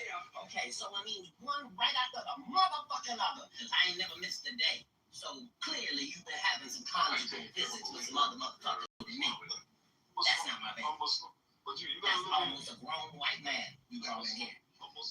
His glasses are certainly grown. I've never seen a baby with that type of prescription. And why does that baby look like Officer Joshua? Bitch, you been fucking the guard? Hey, Darren, don't look for my mom like that, man. You expect You're absolutely right. I apologize for that. This bitch, your mother, a nice white gentleman, and you for you one day when I get out. Come on. There's no ambiguity right here.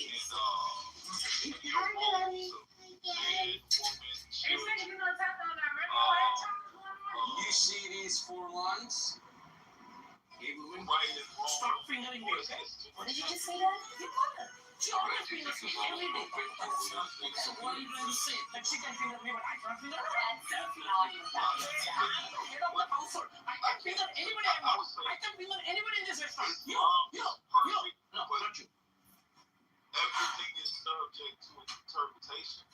So the quality of my Hey guys, it's Chris McLaughlin with Smart Wealth Newsletter. I'm also an operating principal coach. Quality of expression.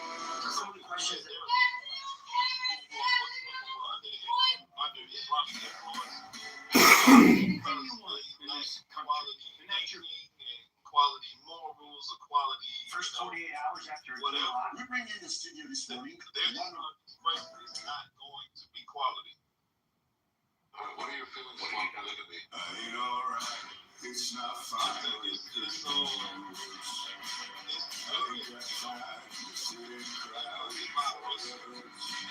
What are your feelings about apostasy?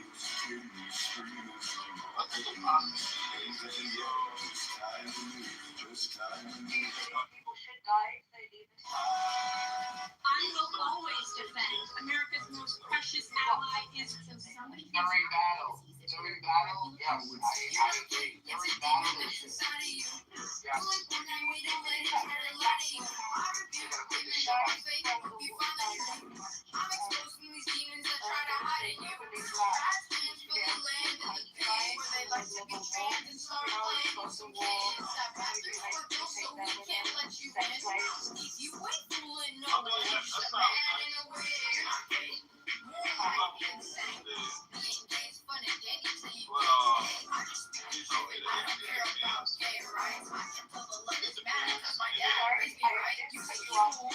So now you're going to have your moment. Top 5 ways for you to spend 10. What are the crimes that you could be sentenced to death for? As little as, so in North Korea, every room has a portrait of kings. And the inspector comes out of nowhere in the middle of the night and then touch the portraits. If they see any dust, they say your royalty is not high enough. And then you can get executed and sent to prison camp, 3 generations of your family. And so if the picture is dusty, you get executed. Yeah, and if your house gets on fire, the first thing is not you run with your family or your children or parents. You have to protect the portraits of your life, otherwise the 3 generations gets punished for that. Even murderers and rapists in North Korea don't exist. We don't even know what rape is. I mean, they have pleasure squad. Right, every year they go around the country, pick up the virgin girls, bring them back to Kenya, make them for the satisfaction groups, train them to become sex machines. Every year they do that. So these officials, now the guy who's in the second power in North Korea walk down, the guy's then doing rape you cannot go to police, you got raped, this is your fault. So this country, I mean, every wife get beaten by a husband in North Korea. This is not a crime, but if there's a newspaper, there's a post. What do you think about the people who are dying today because they have left? I don't know about that. Do you think that should carry on? What do you not think? You're a musician. But that's why I'm here today, so I can't tell you. So I'm a musician. What the fuck that mean? Make magic or something? What is musician? I think you're confusing that. Yeah, I'm not a musician. And I make music. That's not all I do. I make music. I act, I'm a TV star too. Like, just really quick, I think you're confusing. I'm not confusing nothing because you don't know. You thought that all I was a magician. You see? See, that's what I think you think I said. I said musician. I don't think you said I was bad. Let's get I know. So you think, I didn't say magician. See, I said musician. How does it run? And I think you are a musician. The most I do music. So you just really quick, for the record, could you say you don't think you're a musician? I'm not doing that. But then after that, you just said I do music. Yeah, I do music. So, in other words, you're a musician. No, I'm not. Okay. What led to that war with everybody. Except Russia. People should stop complaining.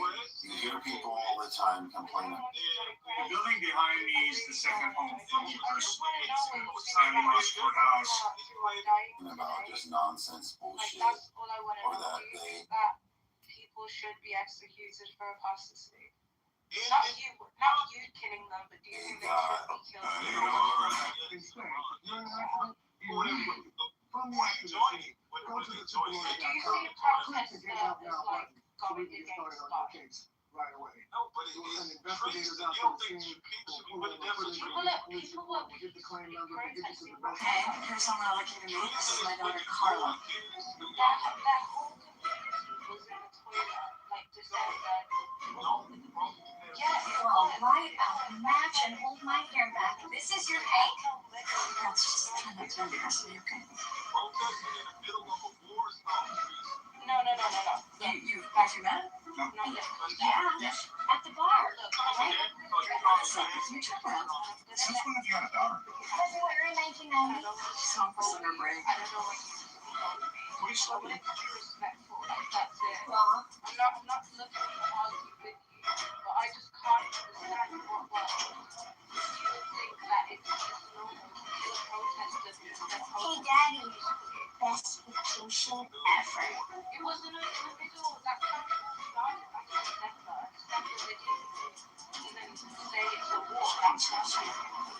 Instead of people exhausted in the streets with guns. He grew up in the city, and he's a farm boy from Utah.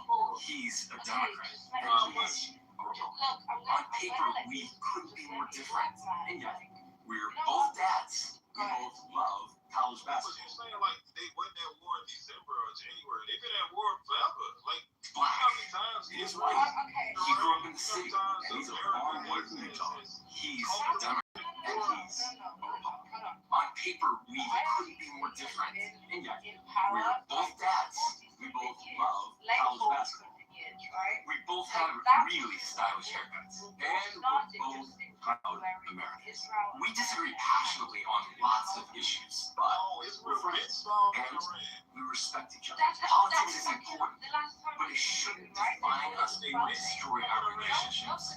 His name is Spencer Cox, and his name is Westmore, and we approve this message.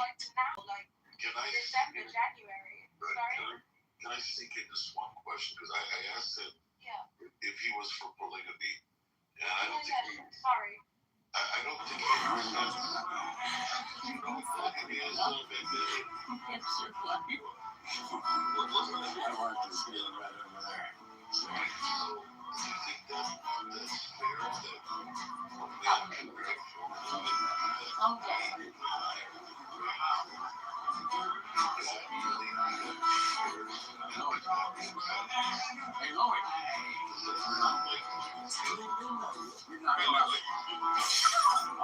You're not answering my question, but you're not willing to. Sometimes, you know, that my dad was just pull his pants down.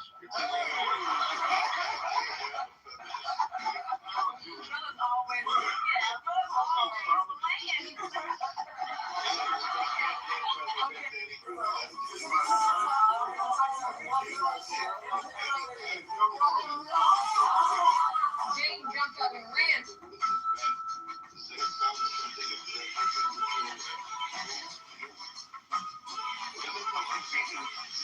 I don't know. Mom said he wasn't trying to kiss me. What? After he said he was trying to kiss me. So, what do you think? Is Jane still too old? If you reward Oh, y'all, we're cooked for real. What the fuck?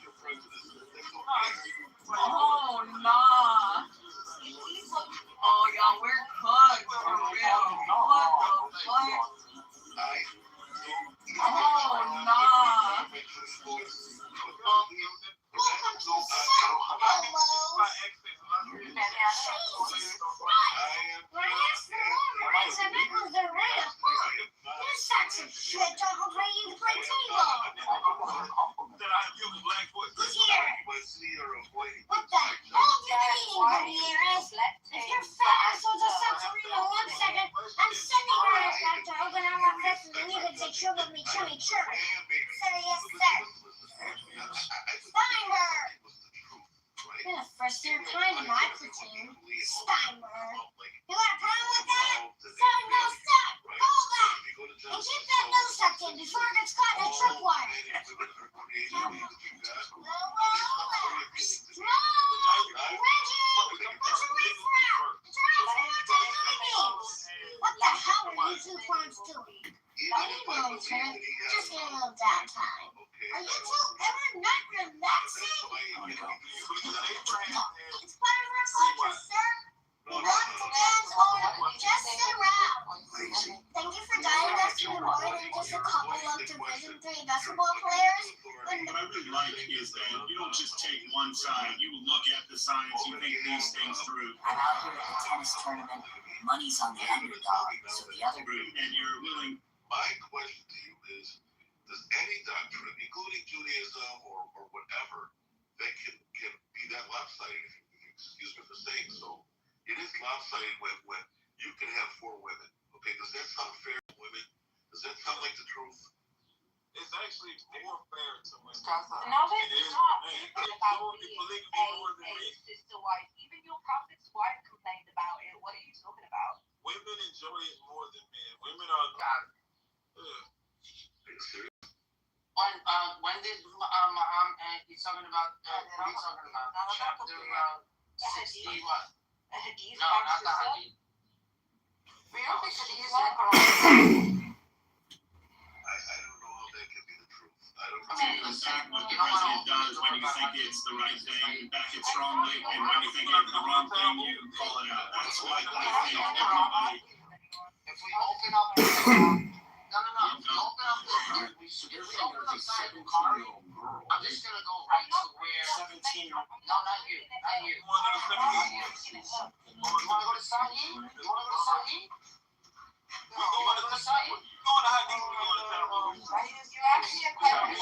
Yeah, that sounds legit. If we go into the hadith, we're going to the Quran. Yeah, true that. Okay. And I want to go there. And we can go child marriage for child marriage. If you want to go there.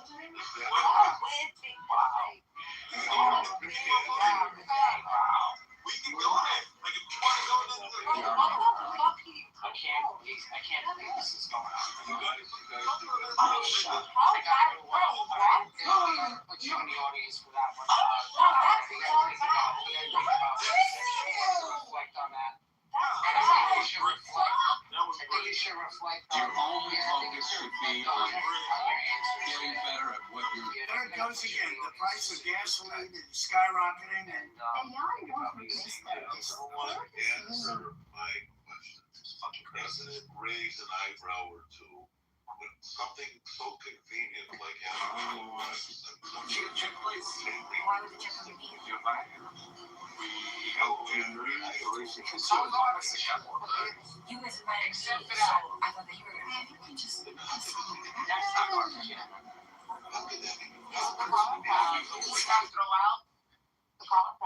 With all respect, I am trying to be respectful here about someone else's religion. So if I say something offensive, please. Okay. Does it make sense that after you leave this world, your highest spiritual level is to have an orgy with someone who See, why do you say, Eitan, why do you say that you're not going to question people's religion? You're questioning their politics. You seem to not be able to differentiate between religion and politics. I'd like to just know a cognitive psychology question. How could someone believe that this is divinely inspired? Orgies are amazing. What? Orgies are amazing. I didn't hear that. Can you say one more time? I said orgies are amazing. I think they're trying to show like a heightened hedonist state of like existence, right? So in that sense, like they're trying to show a state of like bliss, enjoyment, etc., etc. So it could be like a comparison to that, like state of. Okay, but the whole idea of polygamy when we're on this earth. It was very common, Ethan. It was a very common practice that simply became protection. It became accepted. I mean, we can't, like, we shouldn't mix it up with, like, today's outlook on polygamy. No, but to be honest, the thing is that, like, what happened in the Old Testament, the lesson that Christians learn from it is that it's not a good idea. Because if you read the stories of the Old Testament, really, like, kids coming from that and stuff, like, it's not a good idea. Yeah, correct. Yeah. Just like the Shem from the very beginning, be adamant about, like, yeah, so the evolution happened, right? Well, I mean, there was an evolution, I believe, in Christianity. Jews continued to practice polygamy until far later, right? Until a couple hundred years ago. The problem is that Islam came with not a progression, with a regression, with this regard. It went back to the old, like, Testament ways of doing it, which is like that. Perhaps it was a solution at the time. You can make the argument that in today's times, polygamy may not be just, it could be problematic, etc. However, because perhaps Islam does not allow or give leeway, right? Yeah, you can make an argument from Islam to refute it, I think. If you have So, what do you got at least, at the very least? if a woman is against her husband getting a third or fourth wife, let's say a second wife, can he go behind her back and like not Yes, he really can. listen to what her say and just go ahead with the marriages? Yeah. Like that, I don't agree. Yeah, that I don't. She should have Most of them, like, see, we'll tell you that in order to maintain, like, the peace of the family, right, and to maintain, like, I don't know, some kind of harmony within the system, he must tell his wife, because the idea is to create perhaps a bigger family where there is, like, I don't know, people can coexist in a beautiful setup, that kind of stuff. He's not obligated. Yeah. He's not obligated. Yeah, so that's something you can call out, obviously. Yeah. But the reasoning for that. Many, like I spoke to, like there's a guy called Abu Talib, right? Who I spoke to in real life. He has about 3 wives. Bro, that family is like quite functional. Like if you see in an awkward way, that they are the sister wives work together, much like the freaking what are those the Mormons. Very nicely they work together. Like one of the other very advanced women too. So few of them have really good jobs. And so when one isn't working, she's taking care of the children of all the children. There's a way as far as I'm concerned, this works better when like to say that somebody was from the same family, so either the sisters or the cousins would marry the same man because they knew that all their kids were going to grow up in the same family, so on and so forth. Your brother's wife is now, like a widow for whatever reason. You marry her because his kids are now your kids because you have the same name. So it's just, doesn't, and I'm not so sure if they have to say that either. Is everyone fucking everyone? That's what I'm saying. I don't think it's about sex. It's not about News to you. But it's not about, no one here, all these never-ending conversations are not about God. They're not about theology. They're not about real.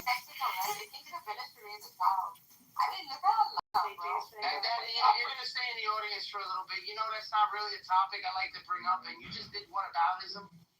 You want to bring up, you want to justify why it's okay to do that stuff, then just stay in the audience, bro. I'm okay with that. You don't have to defend that here. Nobody talks about that stuff here. You're the only person that brought that up. We're going to move on. I kind of agree with Ian, though, because, like, our politics, our beliefs, what informs our values and how we conduct our affairs, public or private, and then that reverberates in the political system. Whether it's democratic or not, it's still going to reverberate in the political system because, like, the laws are meant to be a guide for the people and what they believe is right. So, Well, the problem is with your position, because I've heard you in Amir's room, Benny Adam, and when you can't actually get into the now. That's your problem, is you're a historical hypnotist that likes to do revisionist history. Whether it's accurate or not, it doesn't really matter because the now, philosophically, is all that there is. And so until the Muslims or the Jews or Christians, or the Buddhists and the Hindus for that matter, or the Taoists, or the Zoroastrians, until they can stop with their bullshit history, revisionism, and hypnosis, and get back into the law now, and stop violence and terrorism, and, that's the problem. Violence and terrorism, but then the propaganda that comes out of Islam. It's so absurd. And if you were to study Muhammad and the Charter of Medina, you would realize that it's a multi-level marketing scam and not an authentic religion. Muhammad was a fraud, a murderer, a terrorist, and he set in place one of the most destructive human activities and behaviors ever, which is the art of bullshitting and murdering people. Allegedly. Well, I mean, I can make the argument that Moses was a terrorist to the Egyptians, you know, or at least God was a terrorist to the Egyptians because of all plagues and everything like that. So it's not unfounded. I do like to focus on history because I think history informs us of like what's going to happen. I think violence and terrorism, as you would call it, and you know, wars and all of that, it's just very much a part of us as people. We will inevitably fall into these patterns, and we can come out of them for periods of time as well. There is also stability, progress. There is a time to talk history, and there's a time to talk politics. But again, I'm not being polemic, or I'm not, asking for apologies. I just cognitively would like to know, how can someone believe things that are lopsided and not fair towards everyone? Can someone explain me? That's normal. Every religion has one. Yes. All your religions, I'm going to call you out. All your religions have lopsidedness. There is no place for anyone to point a finger at the other. But I think there's Jews that still don't have enough. These are old time traditions. If they keep repeating, that means they're lopsided. If they don't go with the time. No, but I don't. Explain to me how cognitively Jews still, in small numbers, do Brit Milah. What's it called? Did you forget that I'm an atheist? No, I didn't. But I'm just saying that, like, I'm not saying that these things are right. I'm just saying that you should. Maybe I believe this, but somewhere along the way, they don't. That indoctrination. Indoctrination? Yeah, a lot of people don't break through that indoctrination. So, yeah. I mean, and then there's also like a contextual thing. Like, right now, in the modern day and age, in the Western world, we're fairly tolerant to, like, the LGBTQ community. That would have been seen as barbaric and, like, unthinkable for the vast majority of people throughout the vast majority of time. LGBT. So there's a contextual thing. Contextual? Yeah, depending on the society that you live in. I understand that. Okay. Basically, from anybody's perspective, somebody else is doing something like erratic and like erratic. Okay, so what do we do with the LGBT people in Islam? What do you have to do with them? The same as in Judaism. You throw them off the highest. No, it's not true. It's not a sin to be gay, but it is.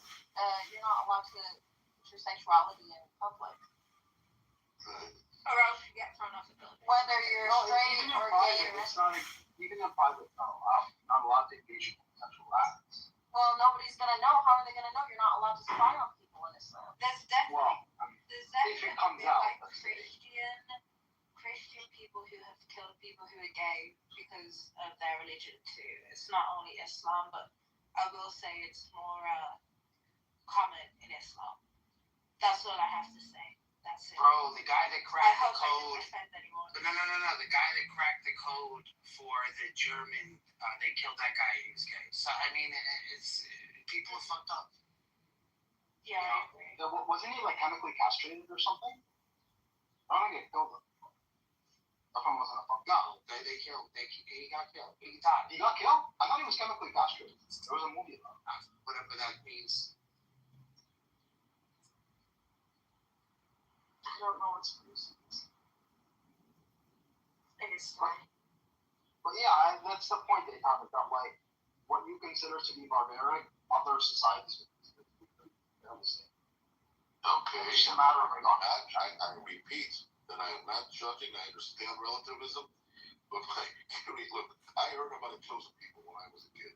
Something sounded wrong with that, and eventually I let it go altogether because it can't be the truth. If there's a hierarchy or something, I just can't see that. So I let it go. And of course I could have said, well, other religions have this kind of hierarchy and so on and so forth.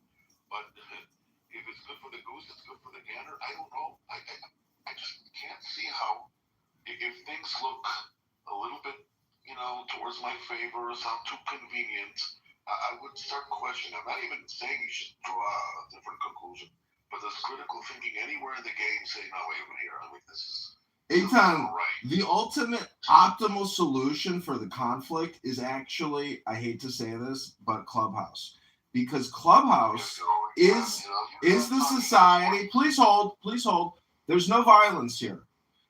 We have vigorous debate. We actually have the society we want, according to Ayn Rand, on Clown House. We have the separation of church and state and the separation of character in their behavior, their demeanor, what they say. It's violent. What that one piece of shit Resistance from New York City, guess where he's at right now? He's in prison, because that's where violent reprobates end up. And they come here, they serve out their slop, and then in the real world, the slop that they served up here plays out in their real life. If you project hate and you project violence and you project evil words, those types of people are the dangerous people, because they're still Hitler. They go around, they think their shit don't stink. They think that they are the law. They're the final arbitrators, because that's what Muhammad taught them. That when you got a legal dispute, you don't have to go to a Western court. You go to the Mohammedan court and you get a ruling by a Muslim mystic. You know, there's no jury trial. There's no Bill of Rights. There's no preponderance of evidence. There's no pre-existing statutes or process and procedure. It's at the whim of a religious mystic Muslim. Is that fair? Right. You know, that's a mischaracterization. They definitely have a precedent. Is that fair? And they have like rules to follow, guidelines at least. Those aren't just at the whim of the guy. But like, yeah, he does have a lot more leeway than the average judge. Yeah, talk to these Wahhabis in the other rooms that will just kick you out of the room. If they just kick you out of the room like that, right, and they have no care, they don't even treat you like a human being, what would make you think that they would treat you any different in the real world? Yo, that's a fact. So, by the way, what's up, Bart? Oh, yeah, what's up? Yo, what up, bro? You gotta add me. I thought you Add me. No way. Yo, you know it's me. It's Megatron. Hey, y'all. Hey, what's going on, guys? Sorry, I didn't want to interrupt. I just had to say hi. As long as you're back, I'm coming out of retirement. If you're back, I'm coming out of retirement for like, I stopped actually talking about the Quran because I've learned so much of it. Like, look at that link at the top. The link at the top is just devastating, y'all. You should really read that. Get to know it well, because that's what I'm running with. I'm not running with their narratives. Their narrative leads to a dead end. So, Just quickly explain it for us, for the ones that don't know what you're talking about. so everybody thinks that Islam was created in a vacuum by Muhammad sallallahu alaihi wasallam. Now, that's not the case. The case is that it was never in Mecca or Medina, and that it was mostly in Iraq and Persia, modern day Iran. So the last of the Exarch, and I'm going to repeat that, the assassinated last emperor was the one who transitioned the Jewish Exarch to the caliphate. They were equal with one another. So nothing was created in a vacuum. It doesn't say that they were equal. They used the court system. They used the court systems of the Persian law. Exam question. Surah, S-U-R-A. You know, if you follow the Quran correctly, godly people, which are the Rabbiyin, which are like the scholars or rabbis. So to say that the scriptures are corrupted, they were in charge. They were under the Exarch was under the ruling of Islam until the Mughal invasion, which is about the 1100s. So you guys are fucking cooked. Well, you make an interesting point that Islam really developed in Persia. It didn't really necessarily develop in Saudi Arabia. That could be its origin story, but the actual cooking, the development really took place in Iran. And what's remarkable is that right now, Donald Trump is waging war against the remnants of Muhammad. And so it's my opinion, and Muslims might not like this, but Donald Trump is the last and the greatest prophet of Islam, far better than Muhammad, because he's revising Islam real time. No need for constitutional convention. I will send an F-35 and a JDAM bunker buster to destroy everything you have. And then we will see what's left when you are starving to death and a siege has been laid against the last great Islamic state. They don't like the truth! Can't stand to hear the truth! Rabbono Shalom. The truth stings. The truth stings. The truth is hard for Democrats to hear. Sorry, yeah, everything's the same, Darwin. Everything's the same. Oh my God, so lovely to see you back. Gotta clip that one. That was a good one.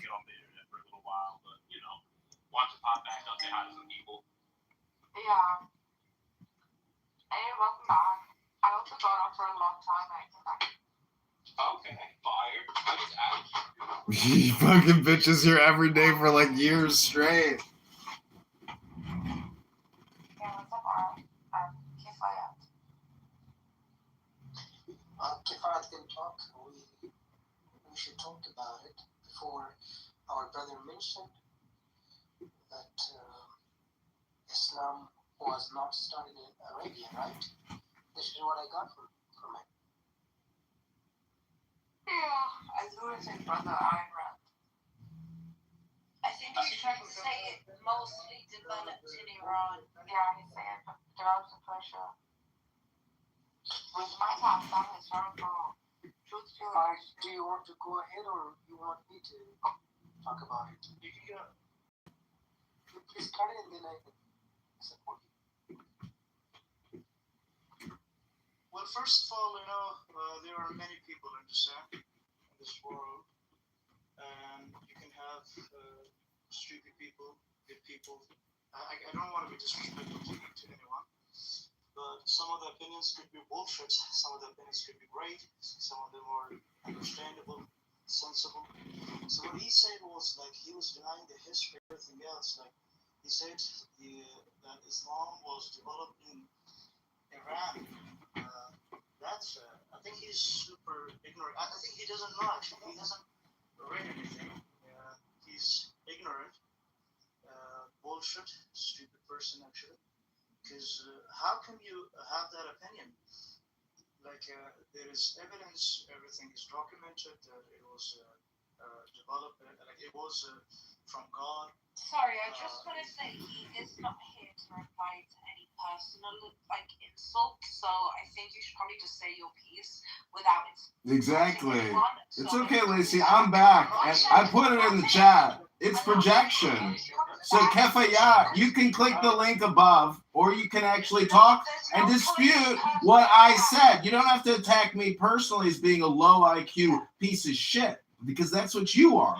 You're projecting your own inferiority complex onto Ayn Rand. So go ahead, click the link and dispute it, but don't attack me personally. Thank you very little. I'm now muting up. Okay, I'm going to just keep talking, because apparently a Muslim here doesn't know how to have a real conversation where you mute the fuck up when somebody else is speaking. You just keep talking, because you're the fucking moron that you claim that I am. And now I'm just going to keep talking because you keep talking. That's the way it works. Hello?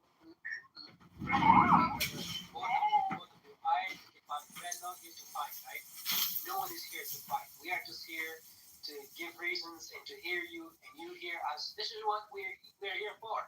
If you fight and we fight, then nothing. We can get nothing, right? My brothers and my sisters. Look, we should. Kifayat, you also. I'm sorry, Wazir. I'm sorry. I want to tell you. This guy says you've got low IQ. Actually, this is he's the one who's got low IQ because he Please, no attack. Please. Just get to the point. No attack. No insult. Whatever you say, no personal attack, right? No personal attack. Yes. No personal attack. It was not just personal. I think since people can have opinions on Just go ahead. Talk generally. He said it was general. I want to hear what you have to say. Go ahead. Ked Fayad, sorry. Go ahead. I have dyslexia. Go ahead. I'm sorry, but I think it wasn't personal. There was nothing personal. I said that there are people can have opinion. Some of them are stupid, some of them are right. You said low IQ, stupid, idiot. You said all those things. just leave it. Sisters and brothers, leave it. Now, if I go ahead, and what was your reason for that? Yeah. This is interesting. Like, whoever talks, right, here, they must have some sort of, they should have evidence and information, right? This guy has no information, actually. This guy doesn't know, he just doesn't know the basics. He says that, it was developed in Iran, and Donald Trump, what a bullshit. Like, he said Donald Trump he's a good prophet for Islam and all these things. I think this is what we call a low IQ person. Right? This guy actually has a low IQ, so he's not professional. Like, he says it was developed in... Don't ad hominem project on me. Don't attack me. You should learn. Learn it now before it's too late for you. Because you could go the rest of your life insulting people, and then you're going to end up with a strawberry nose, just like those J6 attackers who hit Supernova and killed 1,500 innocent young people murdered. It's not personal. When he says it's general, it's not personal, understand? If I just scroll up, Megatron had something linked to back his statement, so maybe you can read that. I don't know, I'm not in this debate, but he did link something for you. Okay. Kifayat, you please be silent for a while and let me talk. If you're talking about Islam, let's go to history. Let's talk about history, and you should study the history of jihad, where it started. Like, Iran was not conquered when Islam was growing. It was spreading around the world, right? So this is what was happening in that time.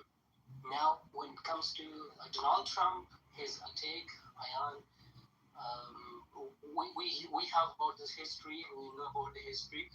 Lots of kings, they have been, they have gone, they have killed, they were killed. This is the world, and this happens. And the ones who are on the right side, they are the winners. They will win all the time. So you mentioned the attacks of America. That is, even I've heard some Americans regretting they are not happy with what Donald Trump does in Iran, what Americans do there. So this is not something that we should be proud of, and we should mention them in front of Muslims or in front of the ones who defend Islam or other religions. This is what hurt. What do you think about the people who support the war, who are Iranian and live in Iran? I'm sorry to interrupt, but I really am sorry because I took Waziri's turn. It's so but yeah, like the Iranians, you say that they are supporting the war on there Iran. There are a fair few. I'm just saying. Yeah, of course. There are only 20% or 30, maybe just 10 to 20%, right?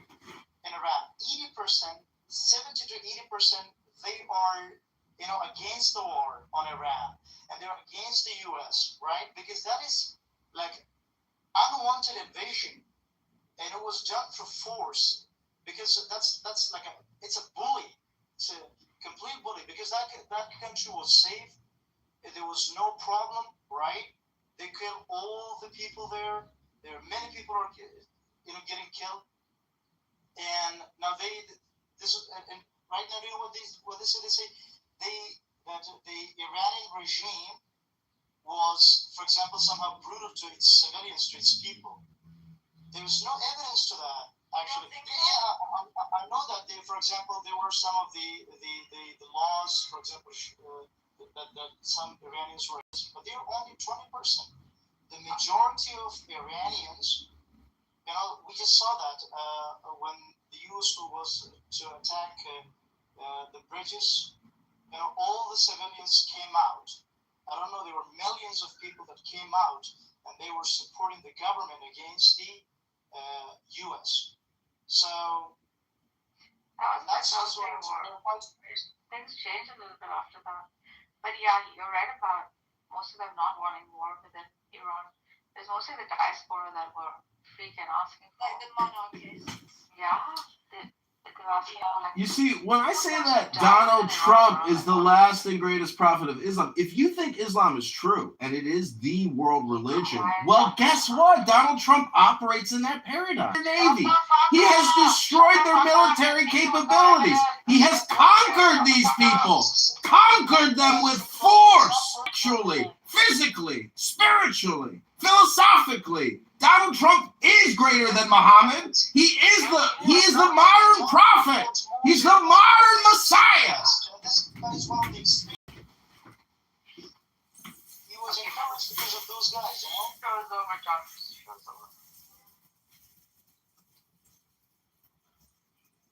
Not many, if I had not a lot support government. Maybe it's more than how the guys outside. But as an Iranian, I can tell you that the majority does not support the government. Hello, connection? Yeah, go ahead. Okay, I'm turning this. Before did you have my voice before when I was talking about No, we didn't hear you. But the funny part is nobody supports their government globally. Isn't that ironic? And please listen.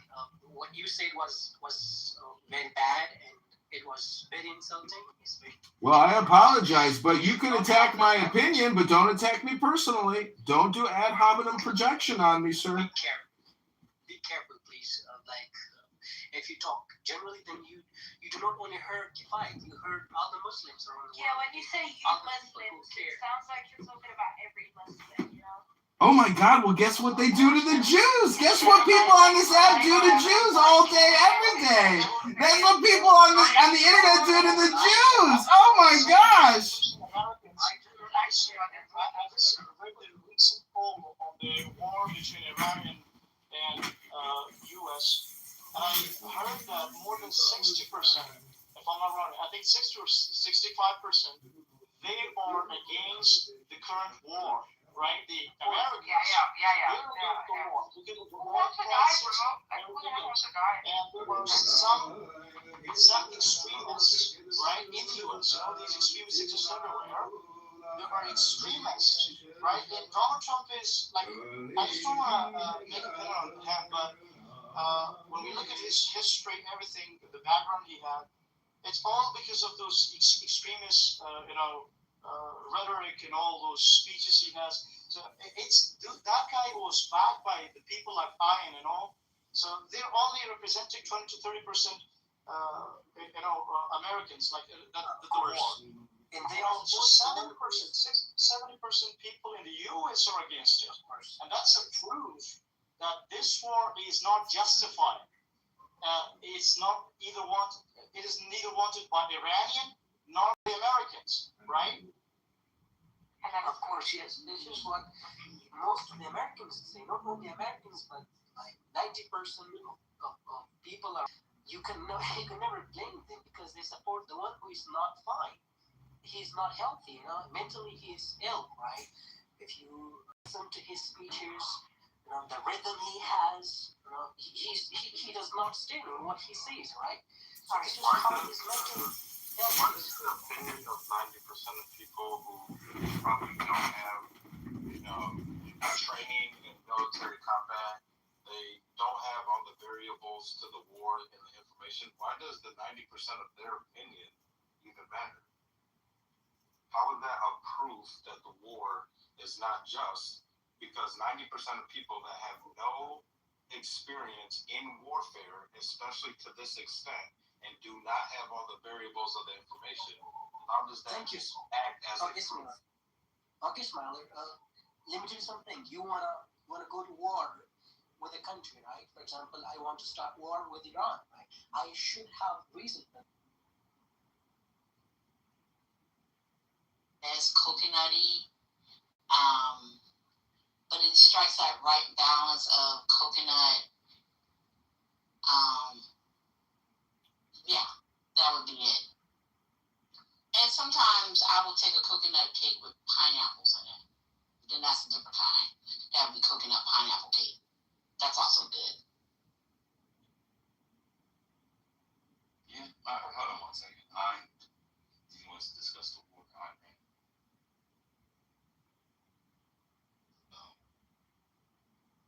Hey Ben, can I give you the entree equivalent to your tiramisu submission?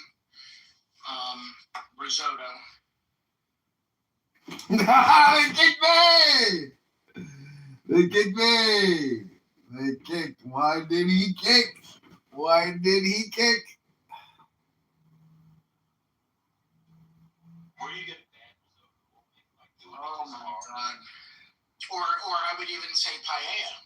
And that thing. But So rice dishes. No, I've had bad risotto, and they've called it risotto, but they didn't even put in the work, and it was terrible. But I've had phenomenal risotto, so it's a 1 or 10 scale. My submission is that you put it up and never let them talk about food again. God bless something. No, he's your new body. That's your head. Now he's the new body. I know you've been obsessed with the chicken wings, chicken thighs for a while now. You'll make it the new body, but If you don't eat risotto, that's brother. Yeah, he on that splash pad. No, I just wanted to say it. Bad. Yeah, I was just saying. Bad. Wow. Bad. I recently went out with a girl who responded by a text message with bat. She doesn't like it, bro. She doesn't like bat. Bat. John, the other day I want to try to get your attention because I want to talk about those fucking black bitches. They're so stupid. Like, women are not capable of loving you. Is that your projection for the day? Not projection. What? I'm talking to the Sangre. Talking to Sangre. Basic Psych 101, dude. What women? No, I mean, I'm not trying to make it sound bad. Women are not capable of loving a man. It's just women. No, they're not. They are. No, women only love their offspring and themselves. Yeah. That's not true. They don't love you, bro. See, that's projection. That's projection. That's your internal. Those are. It's not an accurate. It's not an accurate analysis, Sangre. It's not an accurate analysis. You're not accurately describing the situation. That's a projection, sir. It's the way you're feeling. It's the way you're feeling on the inside. Look at Bow Wow. Bow Wow. Hey, look, if Chris Brown walks around your girl, she's gone. That's not true. I met Chris Brown. He's like 5'4". I played basketball with him at Equinox in Beverly Hills. People with a rich man. So they have like a massive dick or something? No, it's just that, or they can buy their wildest fantasies. And it's just women love money. They love big dicks. They love la novela. You know what I'm saying? Every man thinks, yeah, my woman loves me, and I'm not protecting again. Yeah, that's projection. Yes, I've had a rough past, but women are not people who love you. They'll nurture you. All right, you just confirmed the projection then. You just said I had a rough past. You just confirmed the projection analysis. Your analysis is going to be inaccurate, but. Women can make you better, more successful. Oh, like a book. Like a book. Okay. Because I went out with a girl last night who could never make me a better man. Only a book can make me a better man. That chick, you think a 33-year-old obese chick sucking on a vape pen is gonna make me a better man? No, sir. It's called the book. It's called the books. Now you're projecting. Now you know what projection is, and you'll catch yourself projecting all the time in the future. And he'll say to yourself, that guy Alistair, he gave me the insight that I never knew was there. Oh my God, everything I'm thinking and saying is a projection. I feel on the inside. It's all projection all the time. Laundry is dating girls with children. And they're not loving him back. Because, of course, they're going to prefer things. Well, Rabbanu Shalom, Shabbos is still going on. And I'm such a unicorn. I'm so rare. I love so deeply. Oh my God. Such a friend. See, that's a healthy projection, unlike what Sangre was saying. Oh, that's a healthy projection? Yeah, she's living her life in love. She's living in joy. Let me get this straight.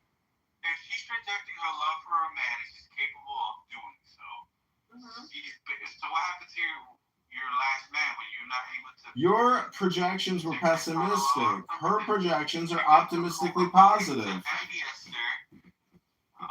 A woman is capable to love, so wait. Just check your negative projections at the door. That a woman is capable of loving a man. Just check your negative projections at the door. That's all I'm saying, sir. So you're checking a positive projection that a woman is capable of loving a man. Is that what you're saying? Rabbono Shalom. Good Shabbos. I could still love somebody and get away from them because they Hello? are dangerous. Hello? Hello? Listen. Men cheat, women betray. There's a difference. Hello? He didn't cheat. He's just fucking nuts. I can't be around a guy that is dangerous. Exactly. You know, I love him. Exactly. I'll choke you, Cindy, if you like. That's called cognitive security. That's the same thing that the Israelis have to deal with all the time. They never relax. Never relax. If you're on the train and you're sitting next to a certain guy, never relax. Never turn your back to somebody who can knife you. Never. Because when you get knifed, you'll be like, fuck, I should have been more careful. What was I thinking? War mentality. I don't like Israel. Stop talking bad about it. I will do business with Israel. What are you saying? Are you coming up, Narges? Let's read some poetry. You know what's amazing, Narges? I put in the chat in that other room that if you think I have a crazy, insane opinion, but then you give me your crazy, insane opinion to debate my crazy, insane opinion, it turns out that you got suckered because you don't know that I'm just projecting the maximum, the min-max. But your response is also cataclysmically, insanely polarized. So how do you get around that? You heard them in the room. You heard how they are not basically meditators of peace. If somebody comes in like a Viking warrior and is ready to fight to the death, they are ready to fight. They're not ready to flee.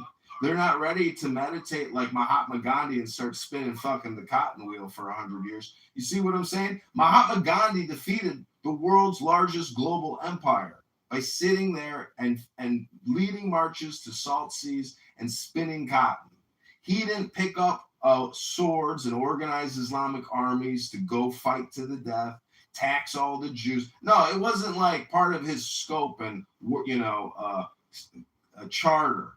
So, if you want to look for peace, you can go to India. If you want to look for war, go to the Middle East. Hello? Bow wow? Oh no. Bow wow!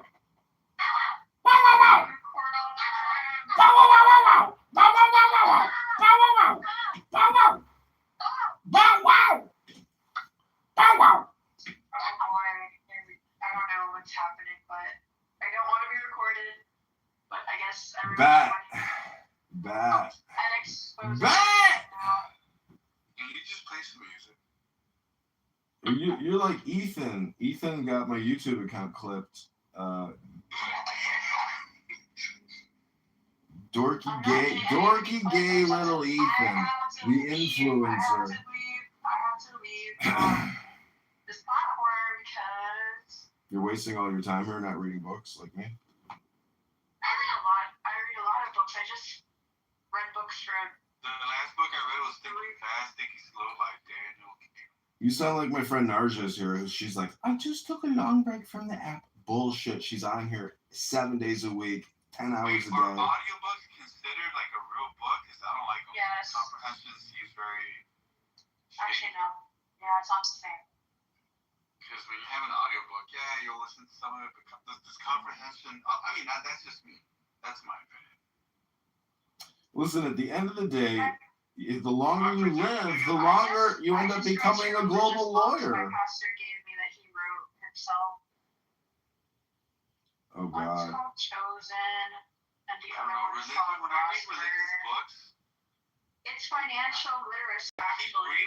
they keep rewriting. Financial literacy. I'm tired. No, it's financial literacy with scripture. Books. They keep rewriting. Listen, it's how to prosper with scripture. So there's scripture within financial literacy. You're right. But there's so many different types of interpretations. It's like, I'm lost. Well, this is a good book. Oh, shit. DJ Pooh's in the house.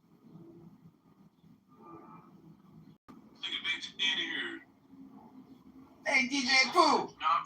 I'm making a motherfucking sandwich for lunch over here, DJ Pooh.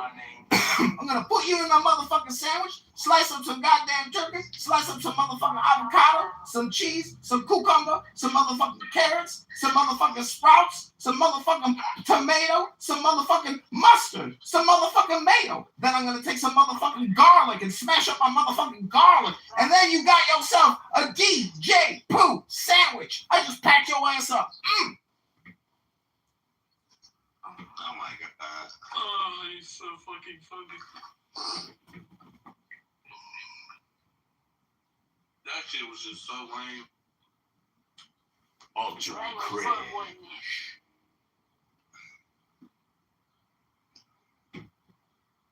Ultra cringe room killer. You got your TV? Yeah. Okay.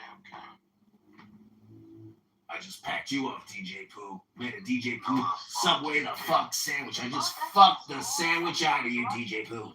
Got the Subway sandwich out your ass. Okay. You can't pack me up. You can't pack me up. I'm unpackable. I'm a motherfucking smorgasbord, bitch. Motherfucking medley.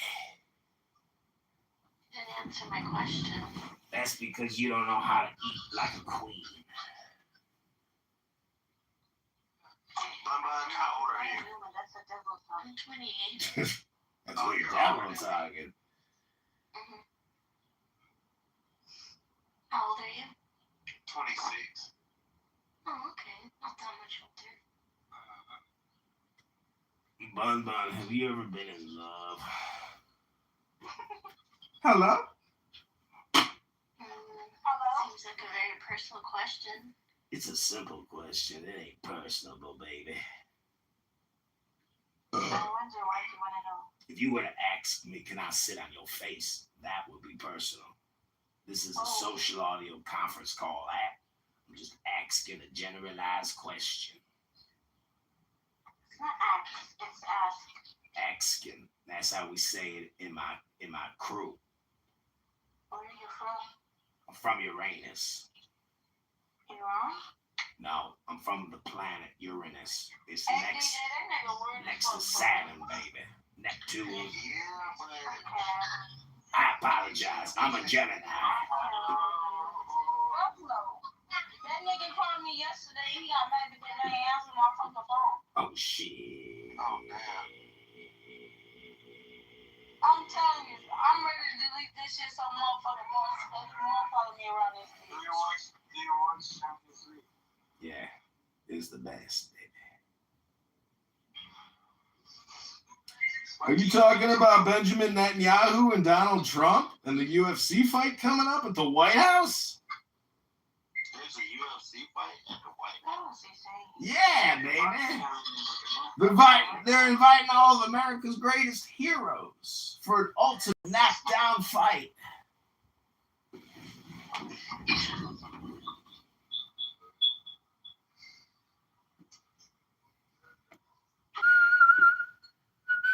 next little song to my good friend DJ Pooh, who showed me how to suck my own dick doing yoga.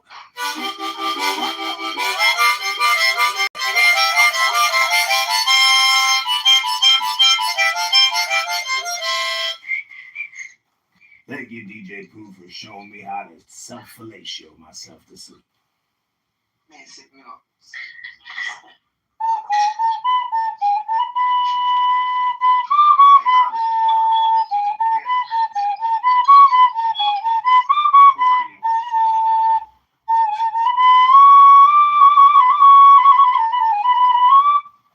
I'm a musician, a magician, and a politician.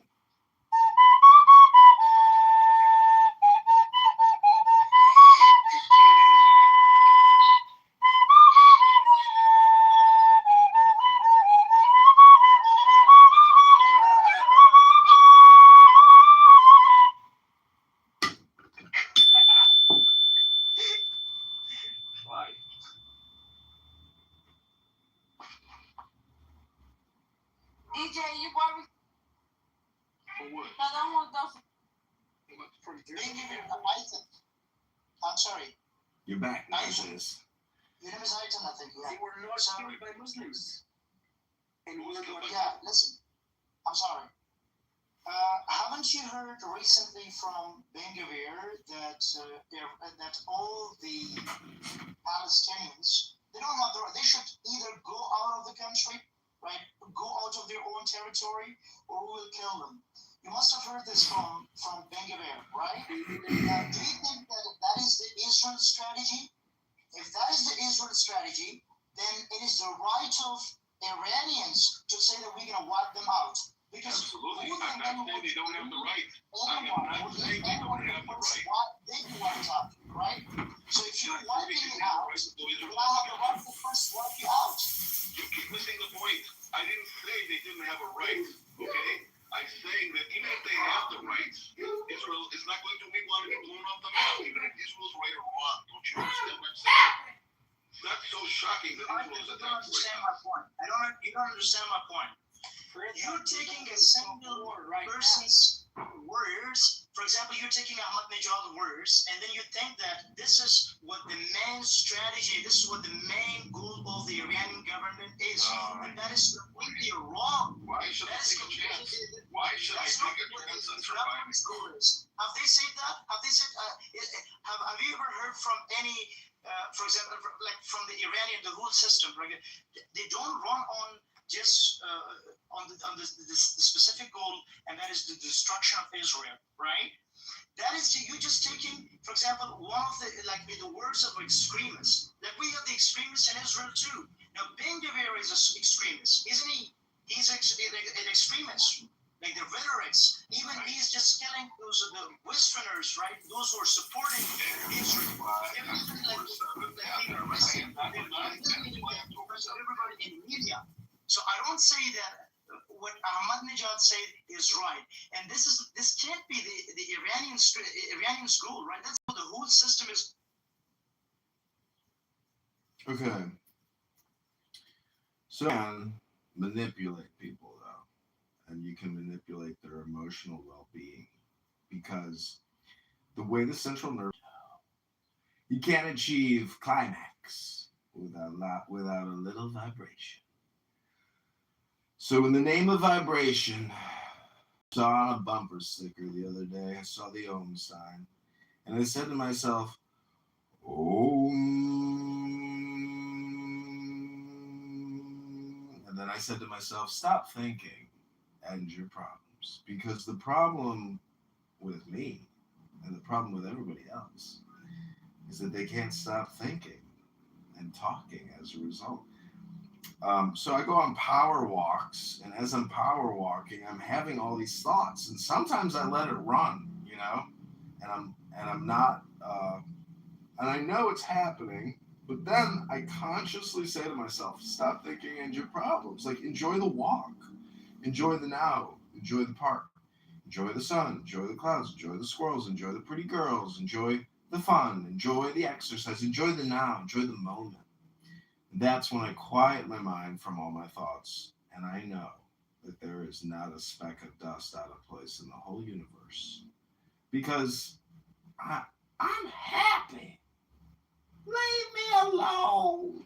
I can't argue with you. I can't argue with you.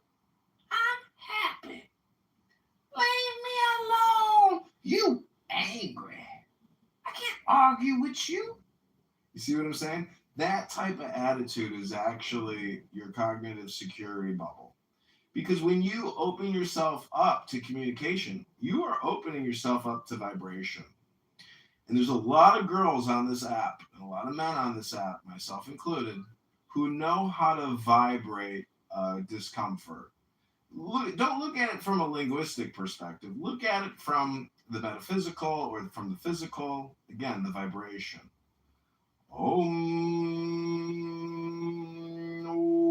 Somebody told me once I should move to India and just become a guru there and retire in heaven, in paradise, with thousands of suffering servants to make my egoism complete. And there is a guy here in Chicago. He also has other colonies in Australia, etc., etc. His name is Adida. Adida.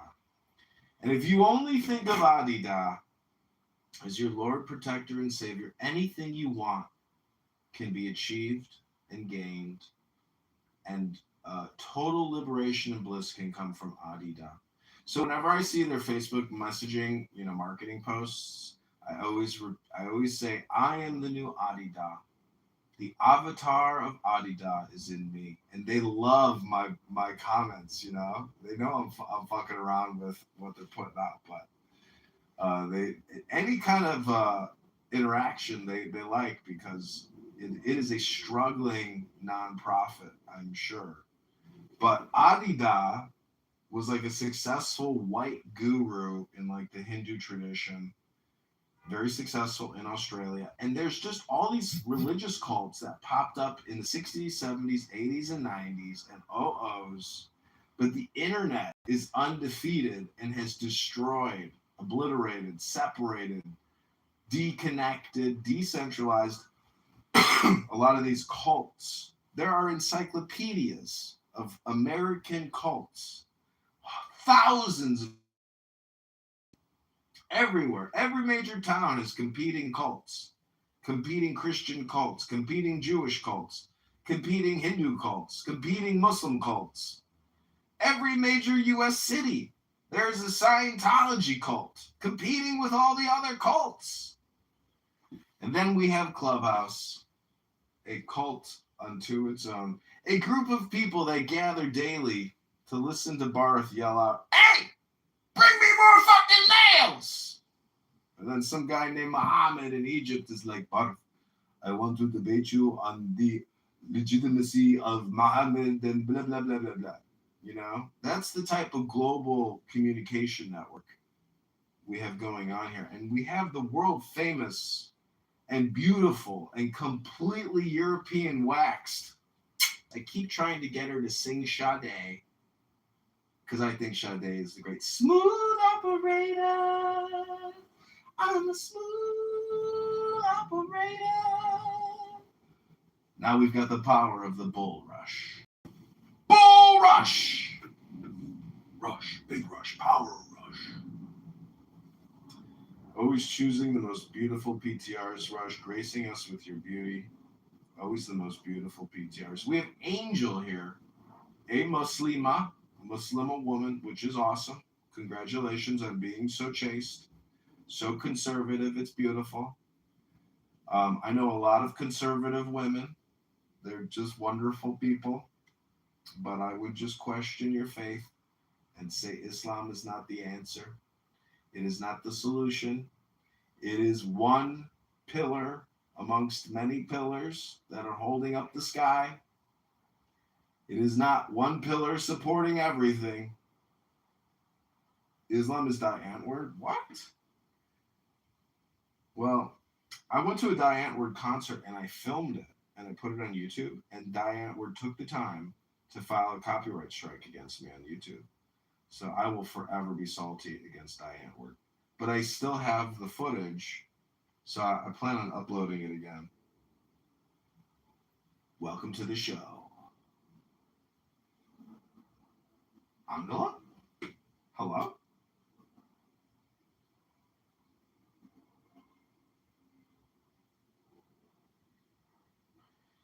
Hello?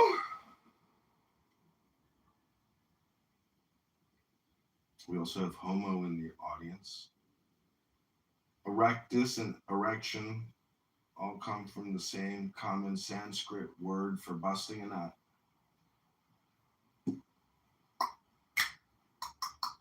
Because, you know, we didn't used to use words. We just used to make tick-tick sounds.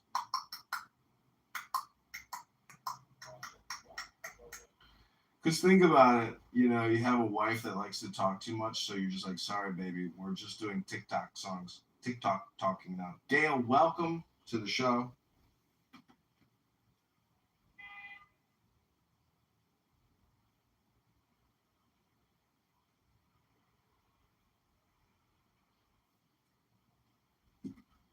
Ribono Shalom. What a day. I am going to an EDM concert at the beach in approximately 2 hours via Uber. With the click of a button, I can have a chariot pull up in front of my house, take me from point A to point B, click the button again, and a chariot comes and picks me back up at point B and takes me to point A.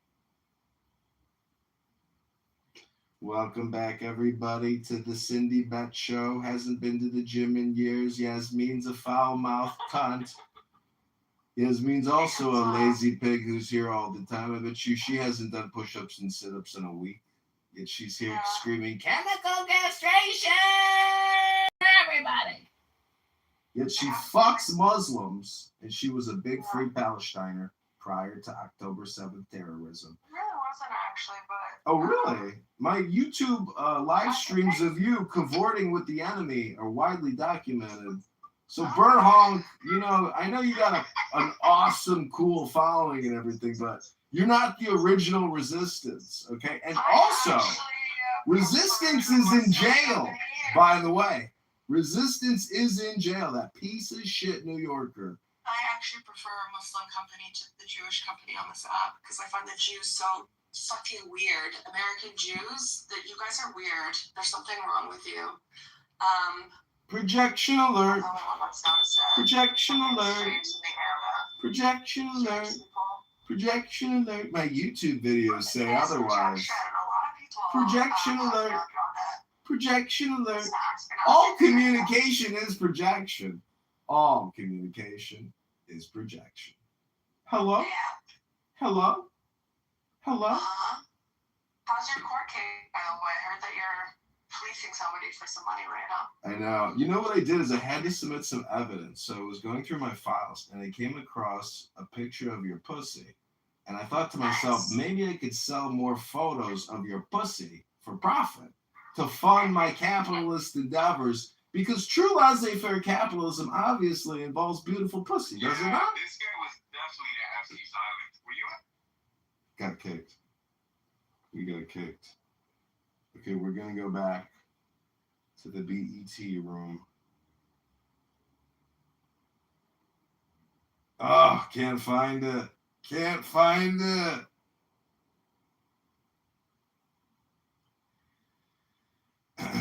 That room was called BET. It's a public room.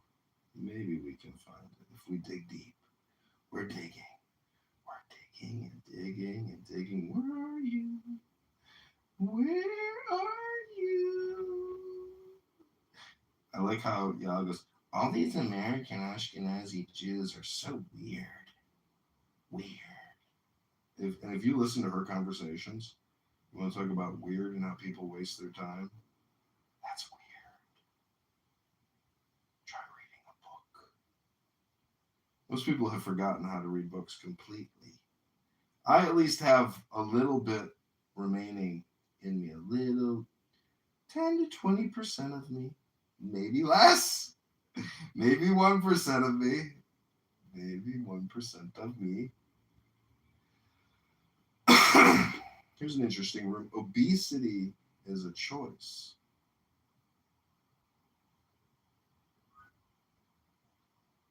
And we've got Grace. She's gracing us with her presence as always. Shabbos is nearly over.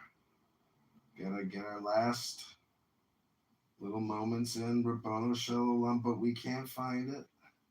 Still digging. We're trenching.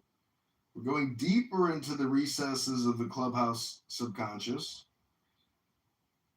An incredible number of rooms, hundreds of rooms, still cannot find the BET room.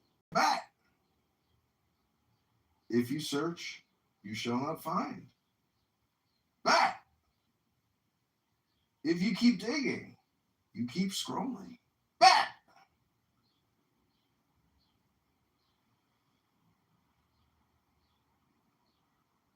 Oh my God. We've reached the end of the Fizz. She runs Ask a Christian, but it's more like be yelled at and be talked down to by a Christian. She claims fire and brimstone and everybody's going to hell unless you get the blood of Jesus Christ to save you.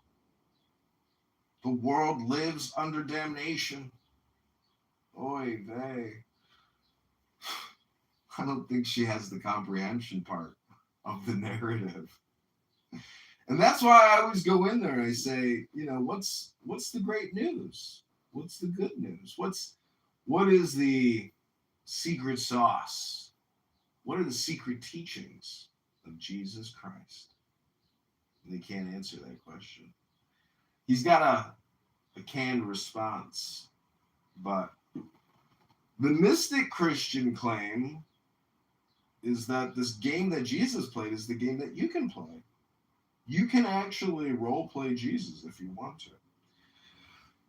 You could call it Jerusalem complex. You could call it Messiah complex. You could call it bipolar.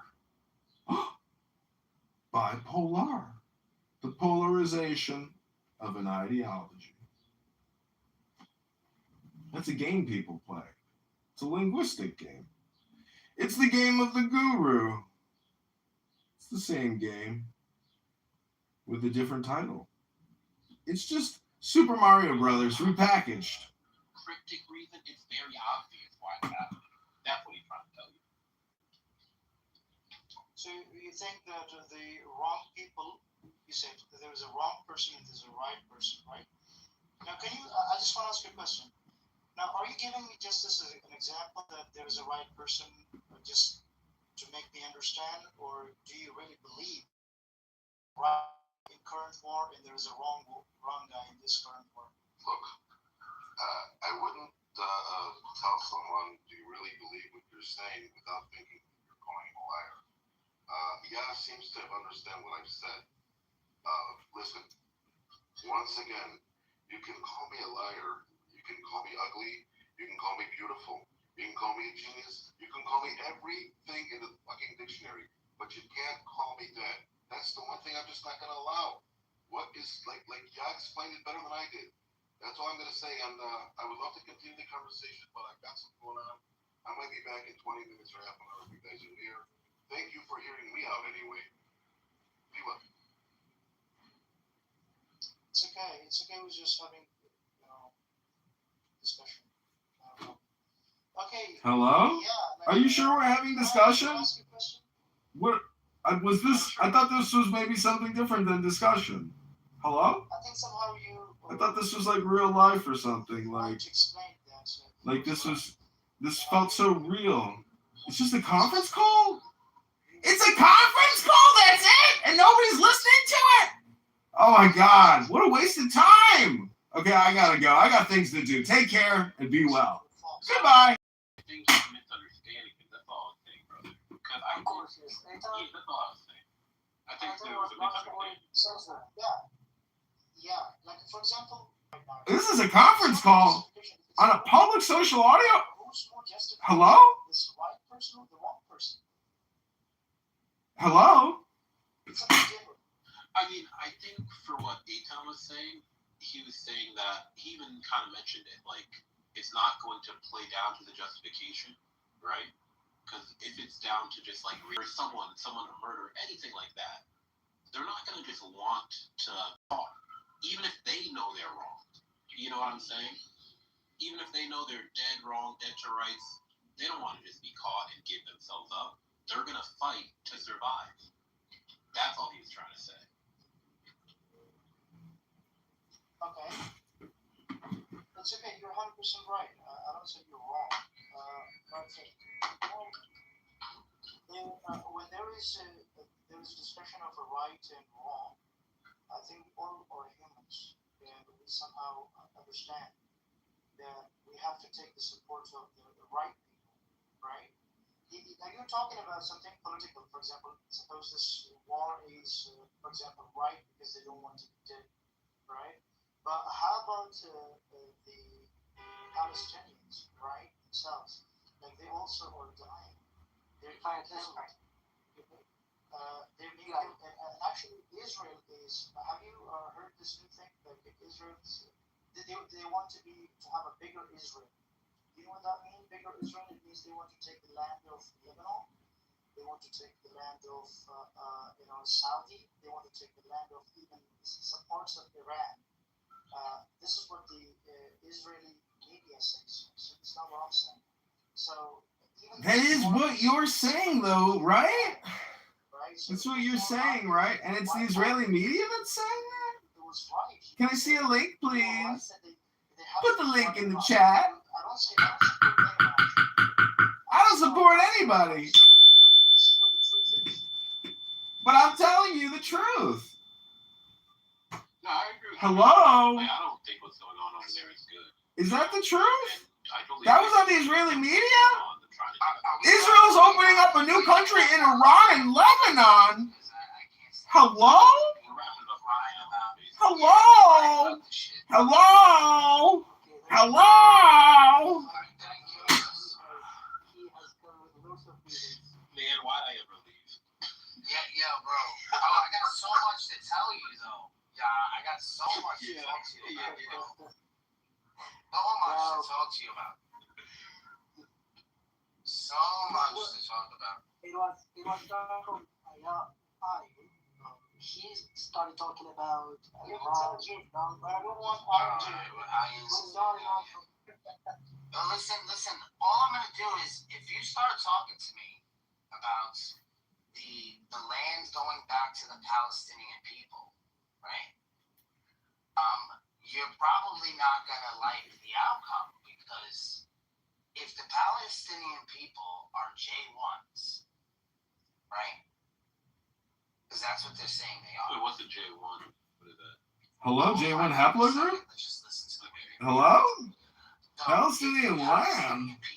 J1? Now, why don't you give the land back to the J1s? Why don't you do that? How goes this guy? Keith?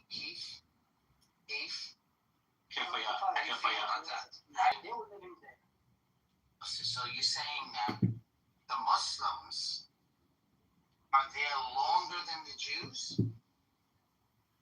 Absolutely. Oh! We got him! We got him! Click the link above! Click the link above! Click the link above to learn the historical timeline! Click the link above to see the historical timeline! I've been told that these are the original Israelis that were in the land. Before it was called, whatever it was called, the Philistine. They were trying to make fun of the Philistines, sort of thing. Now we're talking. Wait, is J1 like a haplogroup? We're talking. Yeah. They're saying that the J1s should be the people. They should give the land to the J1s. They're saying they believe them. They believe that they should be. So I'm like, all right. So if all the Palestinian people are J1, then what is the problem? Why don't you guys just, whoever's not J1, leave? Doesn't matter if they're Muslim now. We just know that their bloodline is originally from them. And if you're saying this haplogroup is Jewish, they just happen to be Muslim right now because they were invaded Oh, okay. No one wants to end Israel from that land, from that piece of land, right? Well, no, you would be going against your own terms by saying we should give it back to the Palestinian people. That's what I'm trying to tell you. Of course, yes. So we are not talking about the whole land should be given to just Beit al-Muqaddas. What's Beit al-Muqaddas? I don't know what that means. Wait, why are we picking and choosing parts? Why not the whole land? Yeah, like Mount Sinai, the whole thing, like that whole region. That was controlled by Muslims before. By Muslims. Muslims. Wait, but Muslims aren't J1 though. Because it's not for the J1s. I thought you guys were doing it for the J1s. I do not know what J1 is. If I do know J1 is a haplogroup, brother. It's a haplogroup. Like what do you want to be Arab or what are you a Pakistani? No, I think they're like Bangladesh. No, I'm from Afghanistan. Yeah. Oh, okay. So you're Persian. No, I'm not Persian. I'm Pashtun. Pashtun? Okay. Yes. Afghan. Afghan. Yes. I'm Afghan. So are you more like you're from Mongolia, like that sort of? Mughal. You're talking about Mughal and those parts. That stuff, right? Well, I'm saying, they were invaded. You were invaded by the Mughal Empire.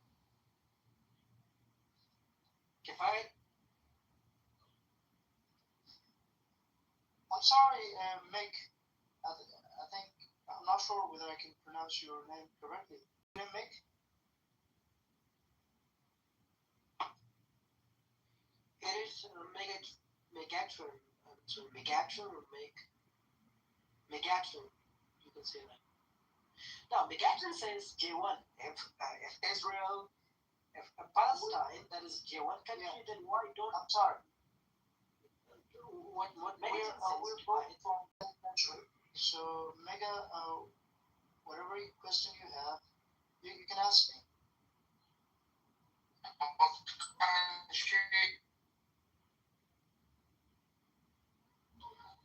Megatron says it goes to Mughal and that part of the history, and then it talks about the land, the history of it, and who it really belongs to. This is what he talks about. Like the Afghanistan belongs to Mongols? No. He talks about Israel, Palestine, and Israel, Palestine, Muslims, one name, right? Beit al-Muqaddas, other parts of it. Now he says that this piece of land belongs to Israel because that's their belongs to Israel. Could he give me, I did not understand. I didn't get to the bottom of what he was saying. So you can repeat your question, brother. Okay, so before the 1st century, was there Jewish people living there during the time of Jesus? Yeah, of course. Okay. What about the Maccabee period? From like 300 BCE to 100 CE? Not CE. We're not talking about the Common Era. We're talking about before the Common Era. Yeah, 300 years before. There was a Maccabee before period. Christian, right? 300 years before Christianity. Oh, yeah, there were Jews. Right? There were Jews in Israel. No. So we're talking about. All right. So we're talking about 1,000 years before Islam. There was Jews in Israel. Of course. Not Palestine. So during those times, what was called Palestine? Why are you laughing? No, I'm laughing because this is not the question it belongs to. Of course, if you say that the Palestine is the country or is a piece of land that belongs to Israel, if you want to defend that, then that's something else. But if you want to say that it's really the land of Israel, we do not support that because history. Loads of changes. I'm saying both. I'm saying both. You should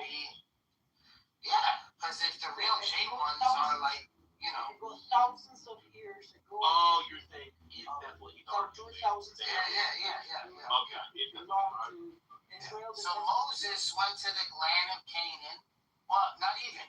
Abraham was there, and then Moses was exiled, and then he brought his people to that place, right? So, and then they had the Babylonian exile, right? And then that's after the first temple was destroyed. Then we're talking about like Ezekiel, and there was no temple, and they're talking about building a new temple, right? So the whole time from Solomon, right? Because Solomon was a book. He was just straight up. Hold on, I'm trying to explain this to you. No, let me explain this to you. No. Exactly. I'm going thousands, yes, because there was the first temple, which is Solomon, which I think you guys agree that Solomon existed, right? No, they were many religions. Once Christianity was the real religion, right? Forget about Christianity. It was accepted by Allah. We're talking about. But no, brother, I don't know what that means. I'm explaining to you. No, that's not history. I'm explaining to you the Bible. The Bible. These prophets, like Solomon, that was on that land, on that Temple Mount, right? He built a temple for God, for the God of Israel. And when he built it, he was supposed to fulfill all of God's laws. So he's asked, what do you mean? He goes, I want all the knowledge. All the knowledge. So God said, all right, I'll give you all the knowledge. But with all the knowledge as a man, what did he do? What did he do? His temple was destroyed, and his kingdom was also destroyed. So he didn't fulfill that prophecy that God set out when the temple was, you know what I mean? He was talking about the son of David that would fulfill the throne forever, an everlasting kingdom. So now, since that wasn't fulfilled with Solomon, all of the prophets, we're talking about Isaiah, Ezekiel, Jeremiah, Daniel, right? All of the major prophets are prophesying about the Messiah to come. Because that Solomon couldn't do it.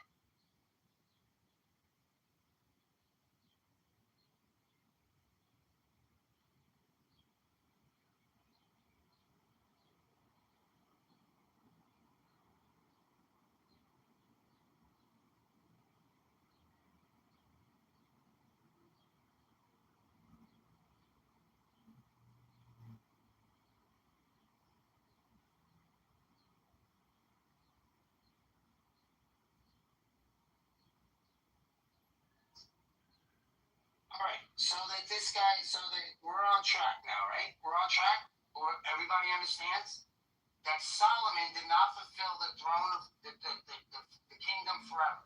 He didn't fulfill it. So now all the prophets are writing about the Messiah to come. All the major prophets from Solomon and on, because this wasn't fulfilled. So Ezekiel and these people are talking about rebuilding. So during what is that, 500 BCE now? We're like 500?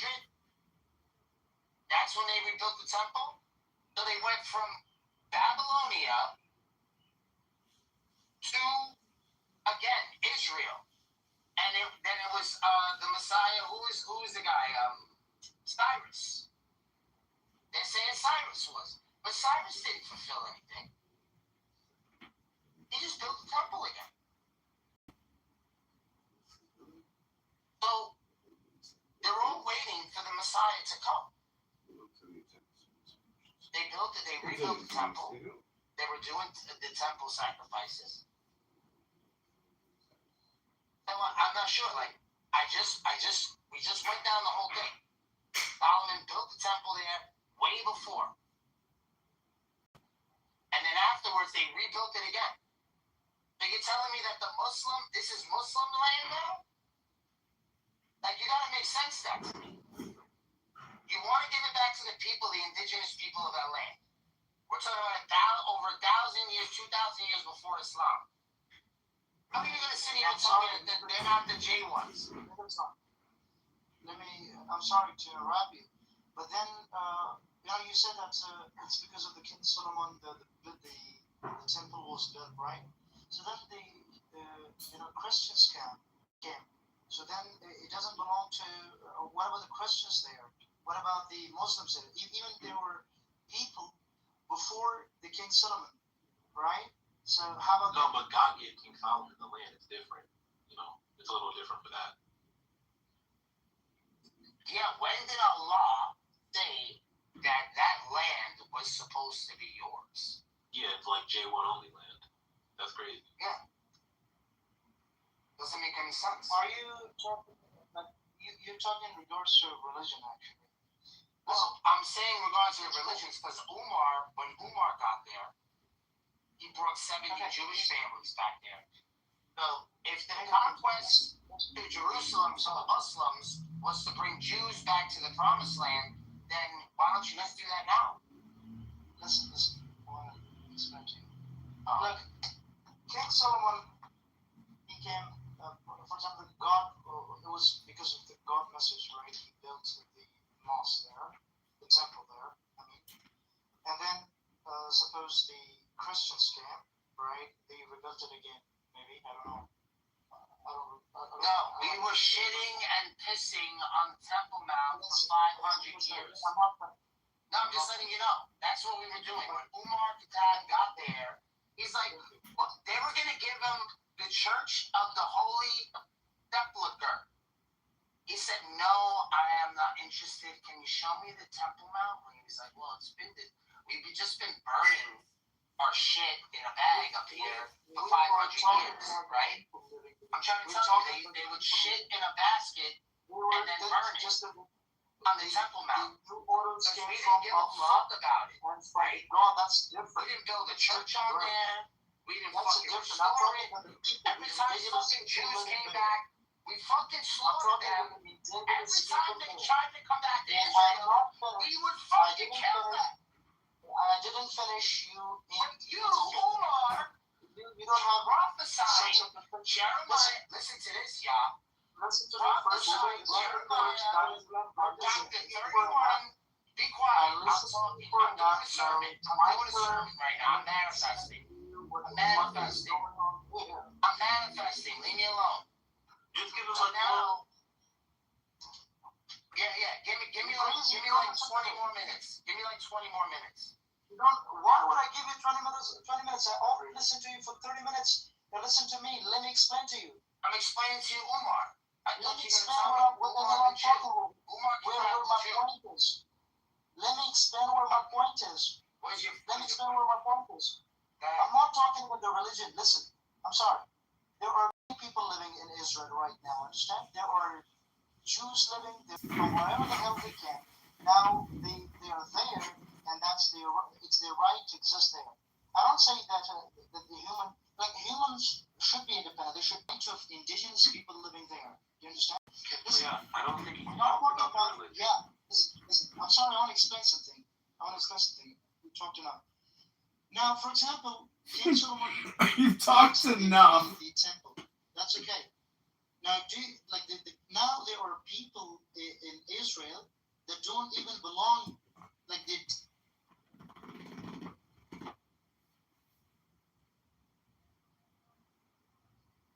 Where are you?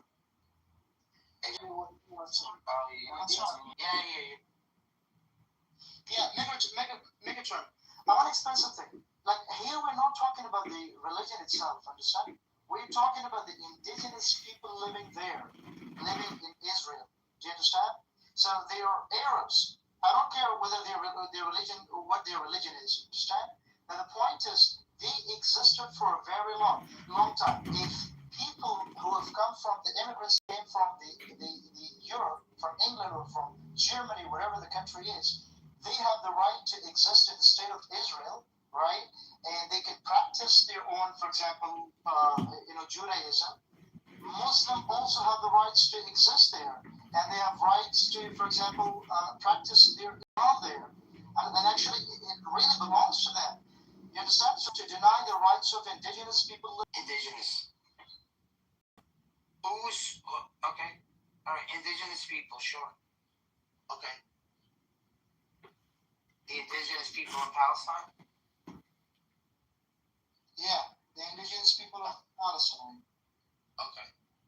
Indigenous, though, they're indigenous. The Muslims are the indigenous people of Palestine. Don't you believe? No, not Muslims. Only some of them are. Not Muslims. Like, I'm talking about humans, bro. I'm talking about humans. Their religion is Islam or whatever. Why would the hell put them out? Because they're Arabs. Why would that happen? But you're not Arab. Because they're not J1s, bro. They're not J1s. I'm not Arab, but J1s. Now we're having discussion. Do you understand? But are you an Arab? No, I'm not an Arab. So then, what the fuck what are you talking about the Arabs for? Because Arabs are brothers. What are you? Megatron, where are you? What are you? Are you what? I'm American. So what the fuck are you talking about? My mom's Jewish. What the fuck are you talking about these bullshits? Don't talk about these bullshit. Israel. Don't talk about Israel. My mom's Jewish. My mom's Jewish. But don't talk about Israel. We're Muslim and Arabs are Muslim. We should talk about this. The house title is called Find Islam in the Bible. It's so awesome. This is the show that goes on and on and on and on. Because there's just so many Muslims in the world that want to come on and talk about their worldview. Oh, we have Roivas here, one of my biggest fans. Roivas has said in the past he'd rather have a splitting migraine and a brain. You gotta chill out, bro. I want to have so much catching up to do with y'all. Hey, y'all, if you guys want to jump in, Mikael wants to come on. All right, chill out, stop. So, I got this one thing I want to go over, this hadith, right? And it's the compilation, right, of the Quran, which I find really, really interesting, right? So, I like, Mikael, can you please? Now, in this link here, it says the hadiths show that Muhammad never left behind a single official compiled Quranic codex. It is that.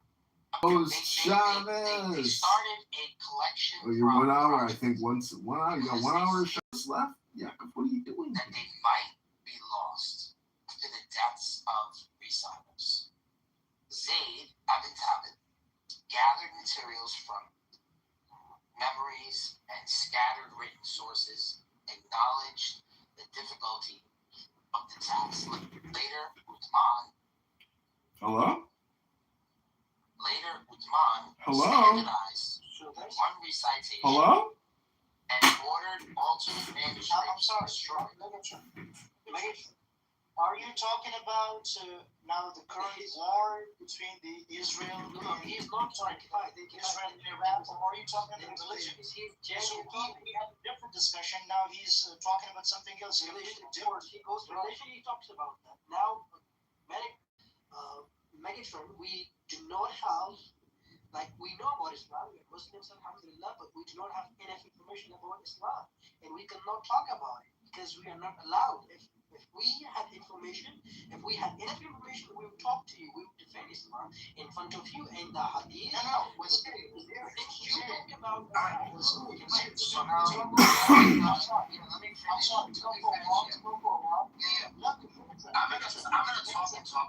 Listen, leave me alone. I want to talk to this. You talk to me. I'm sorry. I just want to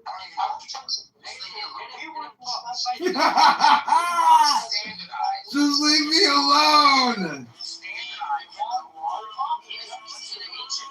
That's different.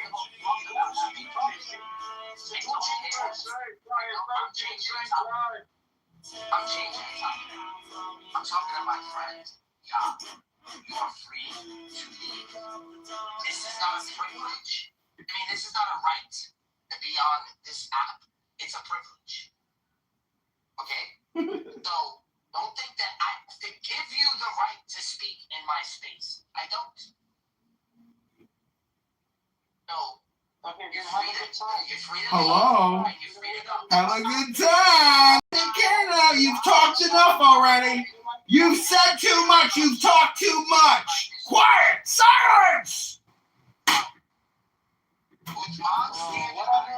One recitation.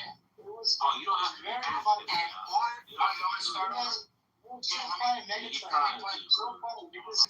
So then why are we talking about the war? Have a good time. Bye-bye. Bye-bye. Bye-bye. Bye-bye. I'm going to mommy. Can't take it. Emotionally upset. My emotions are too much for me. I can't handle that. I gotta go. Bye. And all the other altars were destroyed. Therefore, the first complete Quran codex was a post-Muhammad project rather than a finalized book personally approved and distributed by Muhammad himself. Oh my God. So when they speak, this is the hadiths. This is not my. Hello? This is their tradition. You want to tell me the hadiths? And as a Catholic, Hello? I accept all hadiths. We don't discriminate, nor do we grade them if they are Sahih or Muslim, Sahih Bukhari or Muslim. We take them as this is their religion. We're not here to discriminate. And we use it all. Hello? The death of the prophet, how they compiled it. Hello? They laid his body out for 3 days. Hello?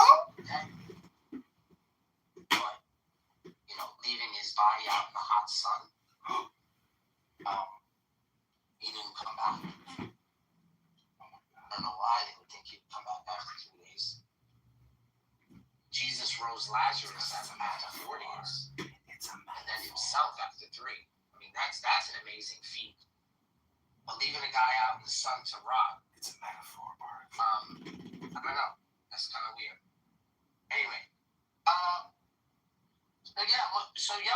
Why do they talk about this verbatim speech of Allah when their own sources are saying there was no, Muhammad didn't standardize a Quran. It was compiled afterwards. So why do they lie? I have no idea. Especially since it's so easy to find. Hello? Hello? It's usually done in that same fashion. Hello? They collect information. They put people together, and then they write the book. And that's what they did with the Quran, just like they do with every historical book.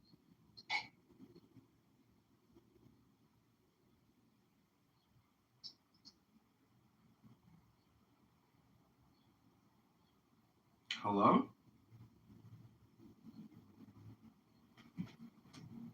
Hello?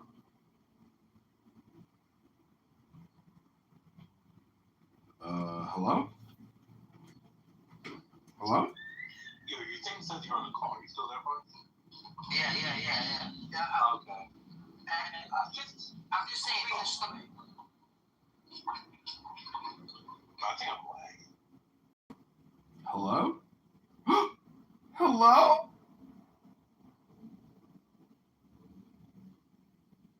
Hello? While he works. Hello? Hello? Big sir. Hi. I want to ask Rasul if I could convert to Israelitism. Hello? Hello? Hello? Hello? Rasul, is there any... Wagwan, the Kitover. Yeah, Wagwan. We're going over the verbatim speech of Allah. Okay, but before I leave... Of Allah. So, Allah. So we're talking about how they say this is Muhammad, that this is Muhammad, but he never approved of any of these verses, right? No, because he never had anything written down. Yeah, he was already dead. Yeah. Even like people that were saving his boogers and stuff, and then they wrote down some shit here and there. Wait, why are you laughing? There's nothing that says that. There's nothing that says that? There's nothing that says that, bro. We got Saki, bro. We got authentic. Bro, it's not just that, it's worse. Yeah, we have to prove everything. Come on, bro. I know they were saving his species. So you think they're not going to be saving his boogers? Stop it. Come on, bro. They cleaned out his him and everything. It's great. So, Nargi on the top here, we have authentic hadiths that are speaking of, Umar, Zayd, and who was the other guy? Abu Bakr. Abu Bakr stents from me after a heavy casualties among the warriors of Yaman, or wherever it is. So Umar said, I'm afraid that a large part of the Quran may have been lost. So Umar suggested that the Quran be collected. So Abu Bakr said, how can I do something which Allah's messenger did not do? So I started collecting the Quran from palm stalks, thin white stones, and from memories of men. Sahih Bukhari states, this is the most important report. Umar feared parts could have been lost. Abu Bakr resisted because Muhammad never ordered it, and Zayd had gathered materials from multiple sources. How can I do something in which Allah's messenger did not do? That's a good question. More importantly, how can I convert to Hebrew Israelism? How is that possible? Become black. Do I need a skin implant? Do I have to become black to be that special? If you're not black, you can't do it. What if I get a tan? No new recruits. I'm sorry. I wish I was special. Top of the dome? That's kind of, She freestyling. Yeah, I'm saying that was kind of fire. She black. No, she can have some black ears. From the waist down. You could get for the Hebrew Israelite. Hey man, don't be talking about her like that. I stuck for the love. Like it like that? Lower your gaze, brother. Yeah, lower your gaze. Find you an Israelite man and let him get you pregnant, and then you'll be like the mother of some Israelites, I guess. Lower your gaze, anyway. I don't deal with gay. Oh, what happened to her? She left. Yeah, I don't. Lower your gaze. People live just to talk to a hot girl on this app, Narjos. It's like they haven't been to a bar and talked to a hot chick ever. Maybe never. Who knows? But if you talk to one hot chick, you find out there's hot chicks everywhere. It's really a question of what do I say to a hot chick. That's important, because if you can't communicate in a way that generates attraction, magnetism, you will repulse your supposed love interest. So you have to be love in order to extract the love. You have to be a flower. You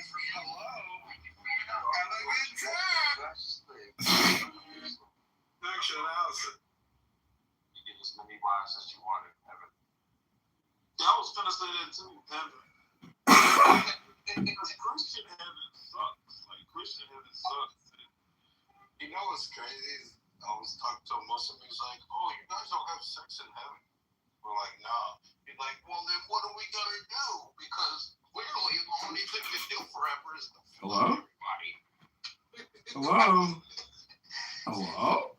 No, but Christian heaven is what, singing and clapping and praying, and you're gonna be eunuchs, and you're not gonna be married anymore or anything. Like, Christian heaven is worshiping God's more. Yeah, that's how we know you got a big God. Right, the reward is like, okay, Hello? you've been worshiping God. Okay, your reward is Hello? It's the best thing for you. Right. Hello? Hello? It's like, okay, God, I'm gonna reward you by you worshiping me forever. With no wife. Yeah, that's kind of the law. You're gonna be like a eunuch, and you just gonna worship me some more. That's like, that's tell me you gotta thank God without telling me. That's not a reward. Right. In Islam, he said for the reward, you're gonna have the best food, the best clothes, a bunch of women. You're gonna have everything you want. It's a party. It's a party. Yeah, your reward is I'm gonna cut your balls off. You gotta divorce your wife, and you gotta pray to me for eternity. That's your reward. That don't even sound like a reward. I mean, even though the Bible doesn't say that's the only thing gonna be going on, but it's not crazy that you would. It really does. Find worshiping God. You do realize, like, just being in the mere presence of God itself could be all tampering for who knows how long.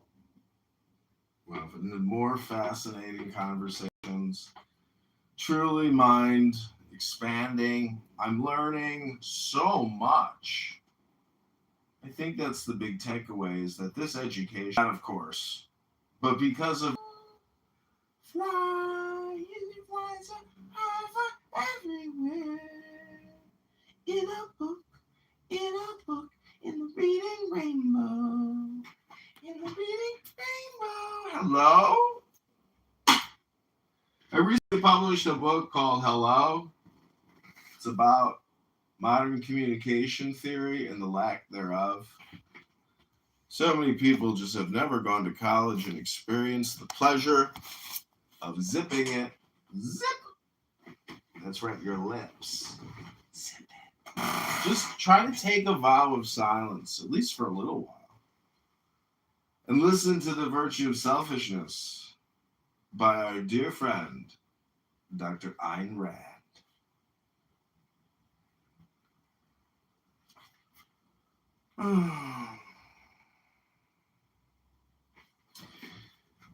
Now consider the sphere of recreation, for instance. A party. Okay, I think I read this. The pleasure of being drunk is obviously the pleasure of escaping the responsibility of consciousness. And so are the kind of social gatherings held for no other purpose than the expression of hysterical chaos. Yep, this is Clubhouse. Where the guests wander around in an alcoholic stupor, prattling noisily, senselessly, and enjoying the illusion of a universe where one is not burdened with purpose, logic, reality, or awareness. Observing this connection, the modern beatniks, for instance, the manner of dancing, what one sees is not smiles of authentic enjoyment, but the vacant, staring eyes, the jerky, disorganized movements of what looks like decentralized bodies, all working very hard with a kind of flat-footed hysteria, projecting an air of purposeless. The senseless, the mindless, this is the pleasure of unconsciousness. Or consider the quieter kind of pleasures that fill many people's lives. Family picnics, ladies' parties, or coffee clatches, charity bazaars, vegetative kinds of vacation. All of them occasions of quiet boredom for all concerned, in which the boredom is the value. Boredom to such people means safety, the known, the usual, the routine, the absence of the new, the exciting, the unfamiliar, the demanding. What is a demanding pleasure? A pleasure that demands the use of one's mind, not in the sense of problem solving, but in the sense of exercising discrimination, judgment, awareness.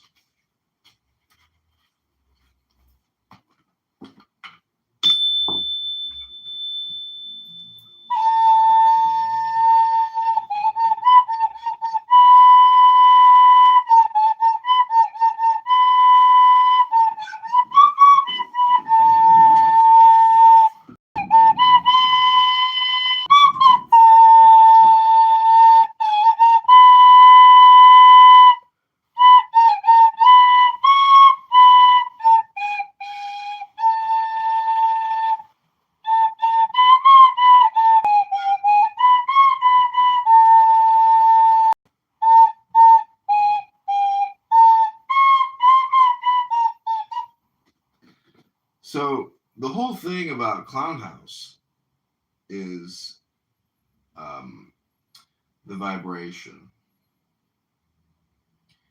And the truth is, nobody likes to chop a forest in the tree when nobody hears it. All that work. And nobody's there to complete the communication circuit. People get very angry. But that's actually part of the show.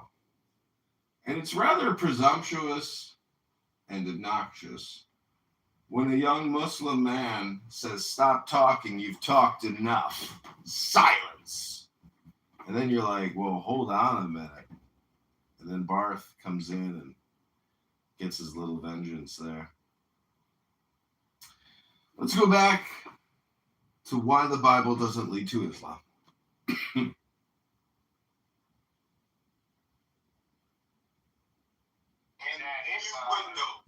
You an idolater, man. Hold on, wait. You an idolater. Back then, there's no place for women in heaven, bro. Where am I supposed to go, bro? All the women. That's what they are. What you mean? Wait. There's no greater privilege for a Muslim woman to be a wife for a Muslim man. Well, you want to go to Christian, so women love That's why all the Christians have these. That's why all these Muslim sheikhs tell these Muslim women to just keep doing dog with women and children. Don't be talking to no man. So you as a woman want to go to a heaven where you can't have a husband. That's your mind things. I want orgies like you. You can't even do it. You're not gonna have any orgies in jail. You're just gonna be in the presence of God. Nobody in Muslim China. I'm a nobody. I thought I was a nobody on earth. Women ain't somebody. You gotta sign up to not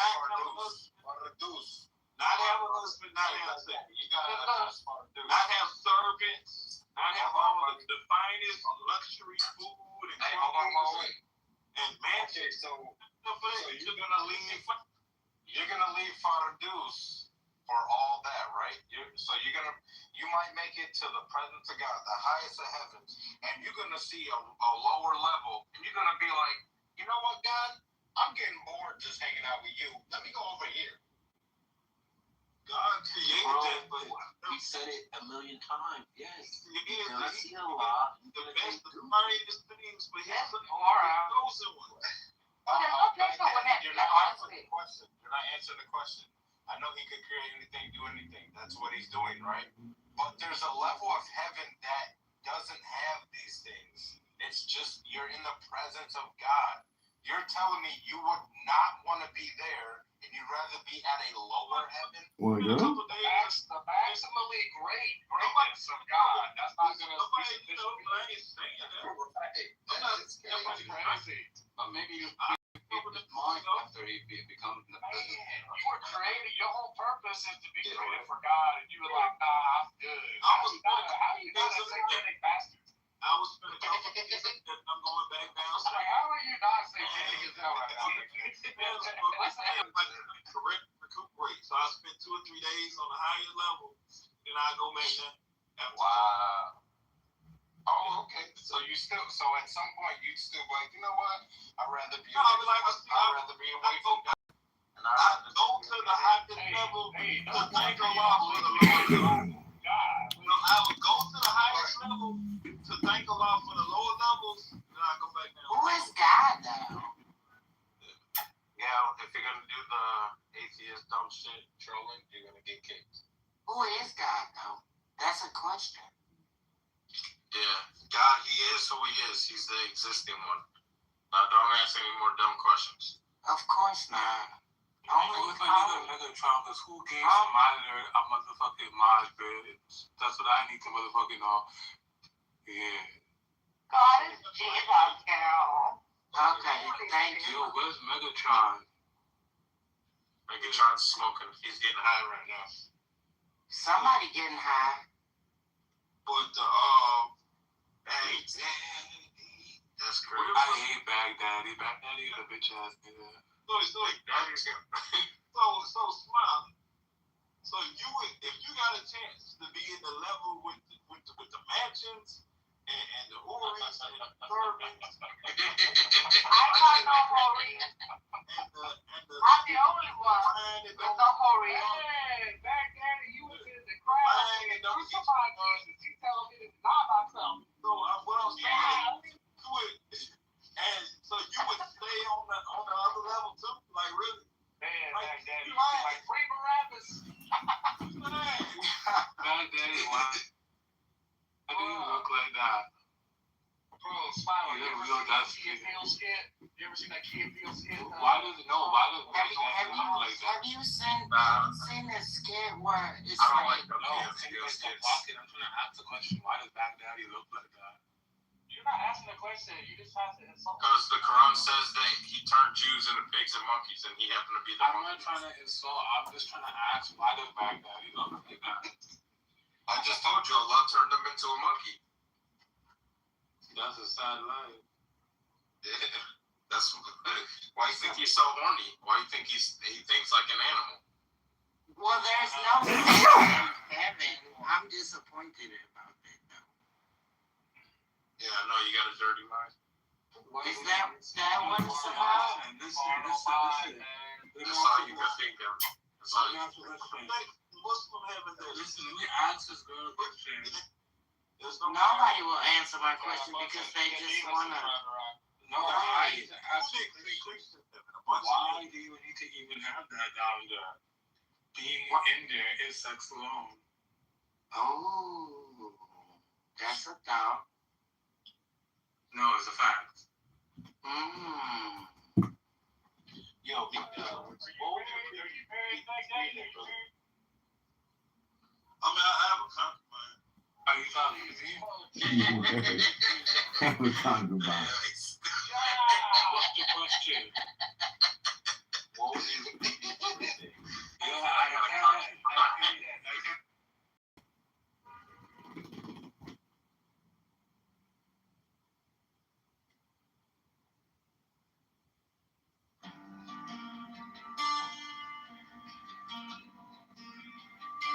Now ye shall know that the chosen priest, the axle of infinite space,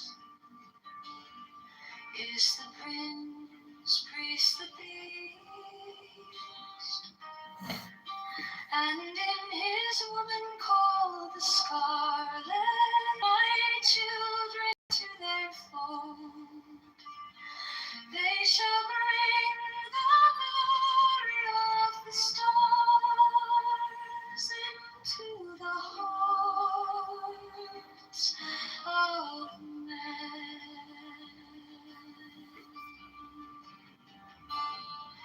16, for he is ever a sun and she a moon. But to him is the winged secret flame, and to her the stooping starlight. But we are not so chosen. 18 births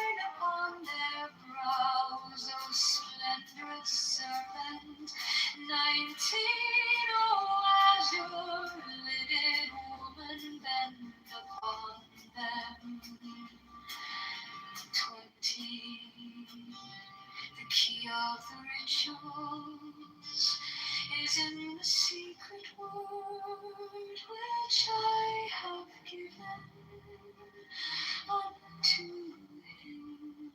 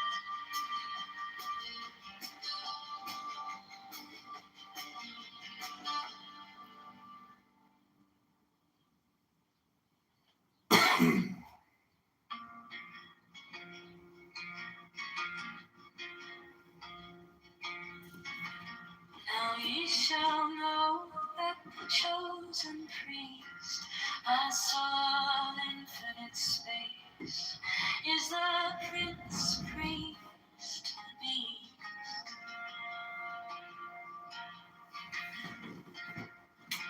And in his woman, called the Scarlet Woman, is all power given. They shall gather my children into their fold. They shall bring the glory of the stars into hearts of men.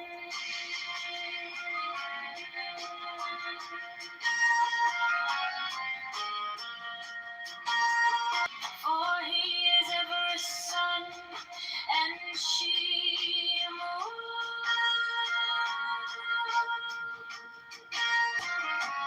But to him is the winged secret flame, and to her the stooping starlight.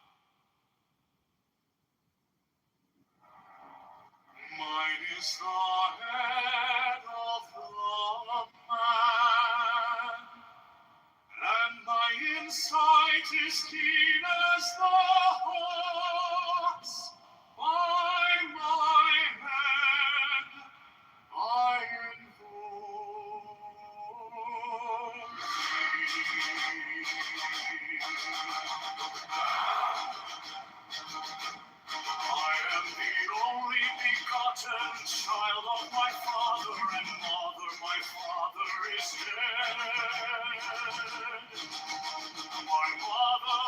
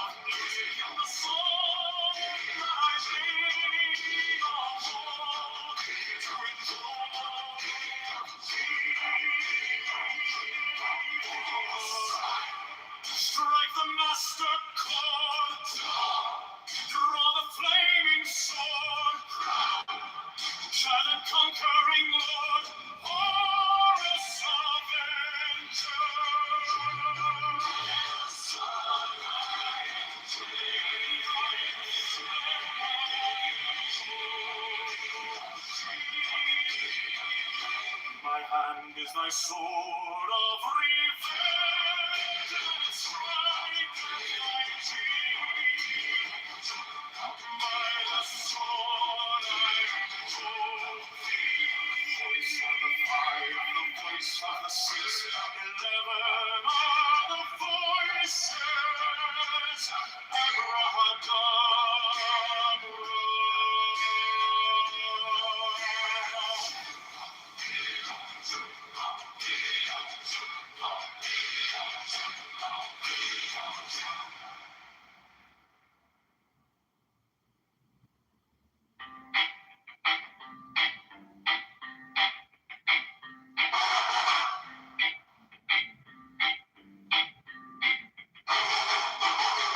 Mine is the head of the man, and my insight is keen as the hawk. By my head I invoked it.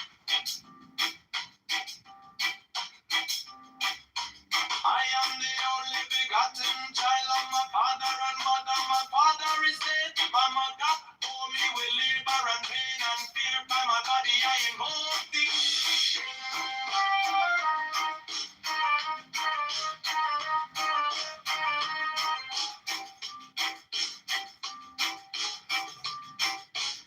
About me shine the diamonds are radiant, white and pure.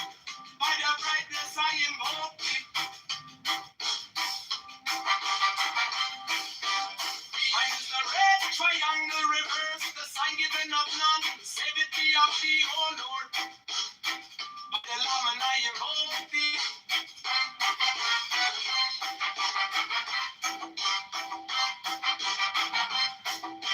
Free mine is the garment of white, sewn with gold. The flashing of eye that I wear by my robe I invoke thee. Mine is the sign of a prophet and typhon. By the sign I invoke thee.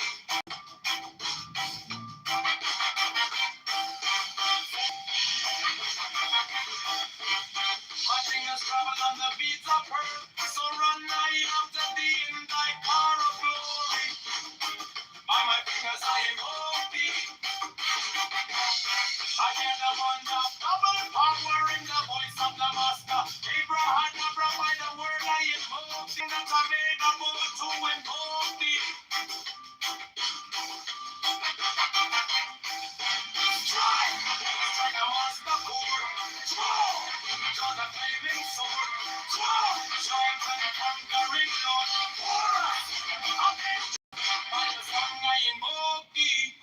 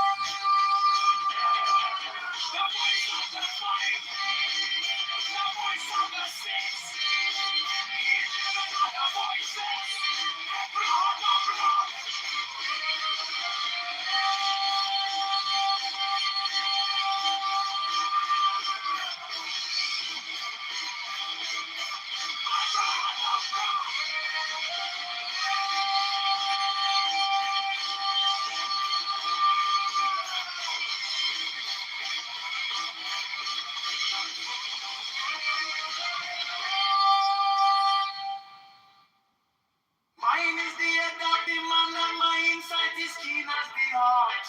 By my head I invoke thee. I am the only begotten child of my father and mother. My father is dead. My mother bore me with labor and pain and fear. My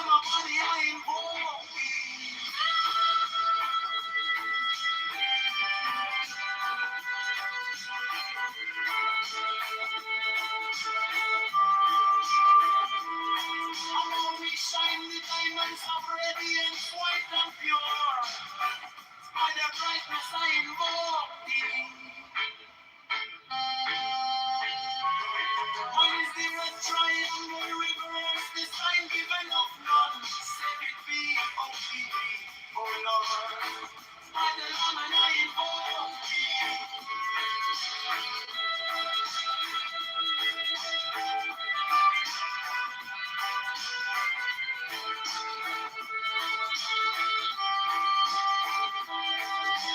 Mine is the garment of white soul with gold.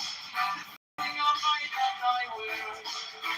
By my robe I invoke thee. Mine is the sign of a office and typhon. By the sign I invoke thee.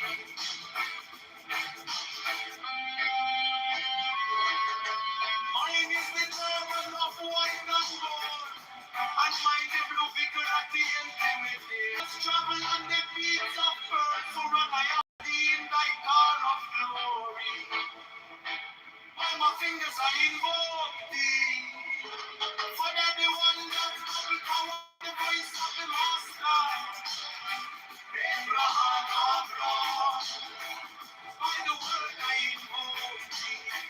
Mine heart is not blue waves of music in the song that I made of all to hold thee.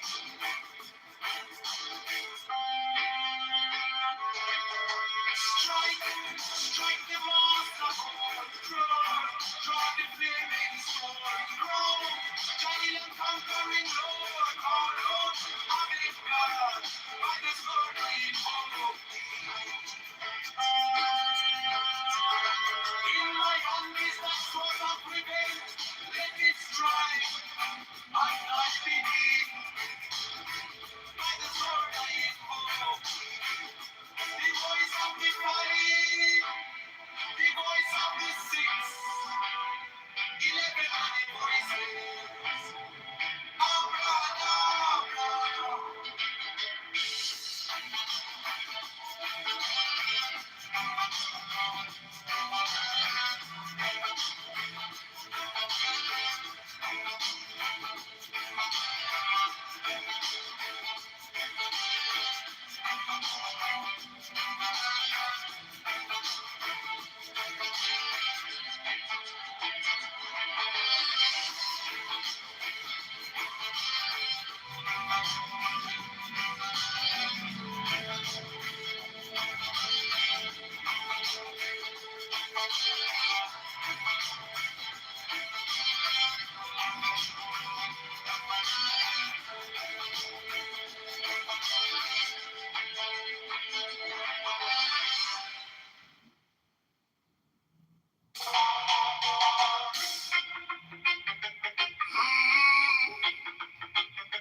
Mine is the head of the man, and my insight is keen as the heart. By my head I invoke thee. I am the only begotten child of my father and mother. My father is dead. My mother bore me with labor and pain and fear by my body. I invoke thee about me. Shine the diamonds of radiance, white and pure by their brightness. I invoke thee. Mine is the red triangle reverse, the sign given of none, save it be of thee. Oh Lord, by the layman, I invoke thee. Mine is the garment of white, so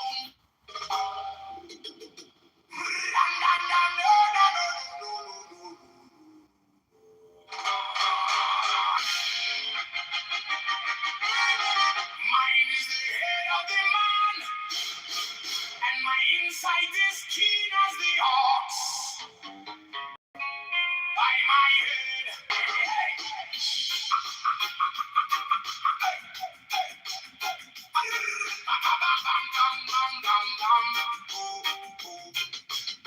I am the only begotten child of my father and mother. My father is dead. My mother bore me with labor and pain and fear by my body. I invoke thee. About me shine the diamonds of radiance, white and pure. By their brightness, I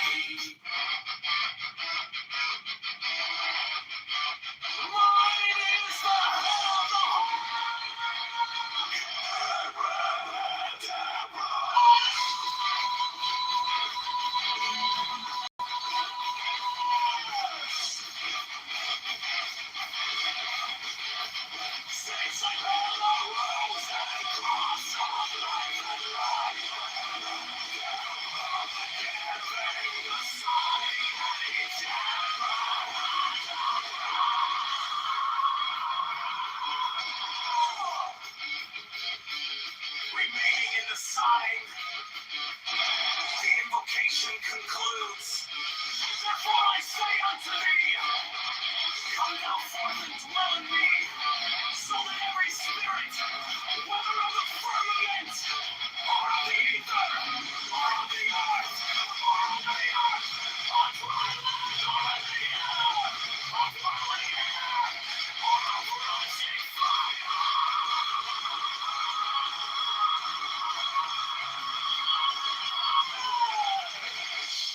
And every spell and scourge of God, the fast one might be.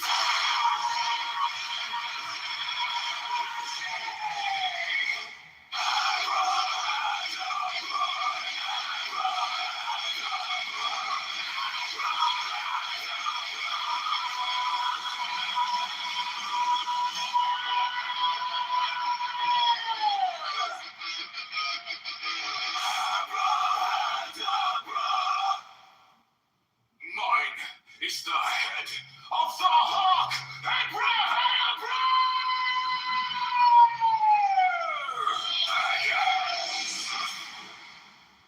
I bear the rose and cross of life and life.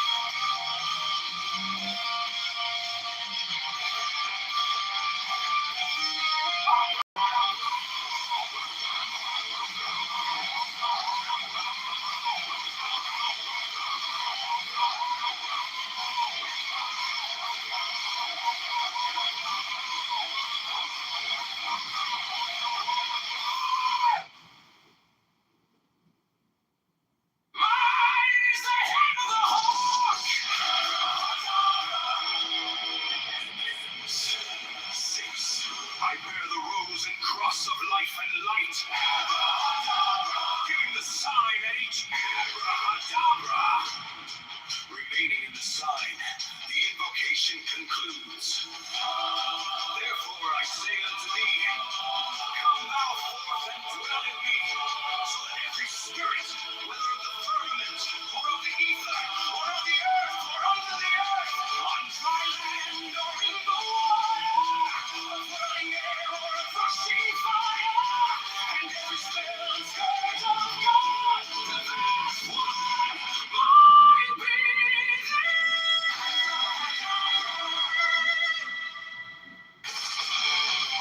Mine is the head of the hawk, and ends 6. I bear the rose and cross of life and light, giving the sign at each and Abrahadabra, remaining in the sign, the invocation concludes.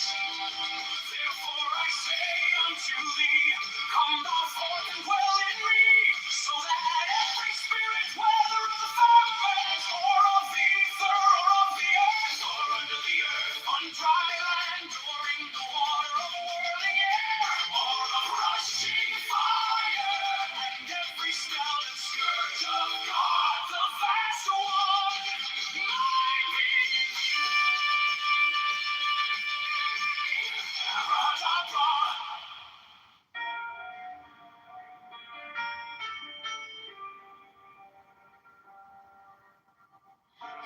came like dawn in my hands, soft but stronger than I knew.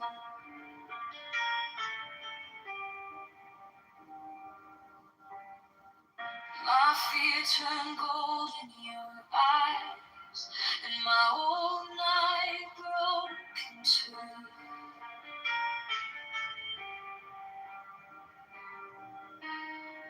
I was lost in the noise, now I'm learning how to stay close to your quiet light in the middle of the day. Stop thinking, let it fall. Take the deepest breath of them all. Hold it close. Don't run from the feeling. One more second. You can't stop believing. Wisdom of God. Now it's gone. Wisdom of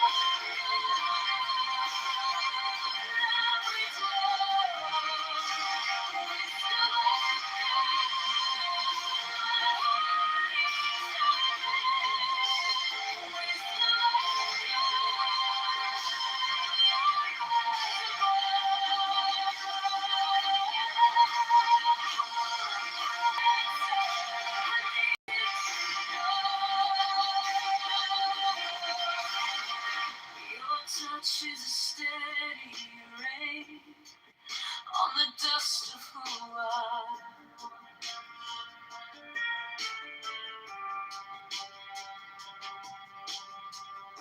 Every wound gets named and it fades in the hush.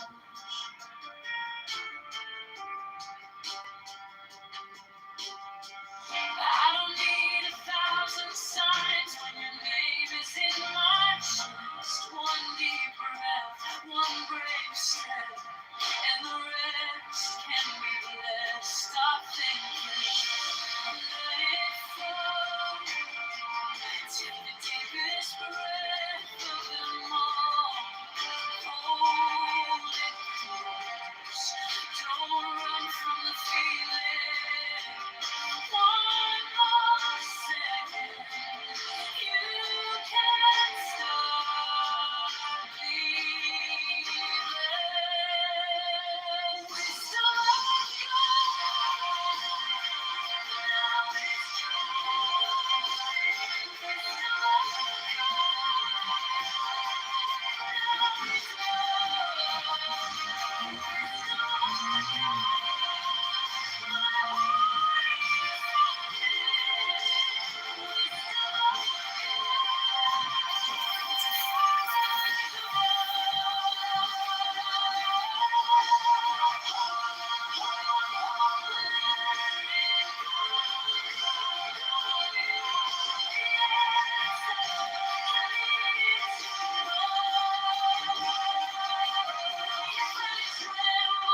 stay near.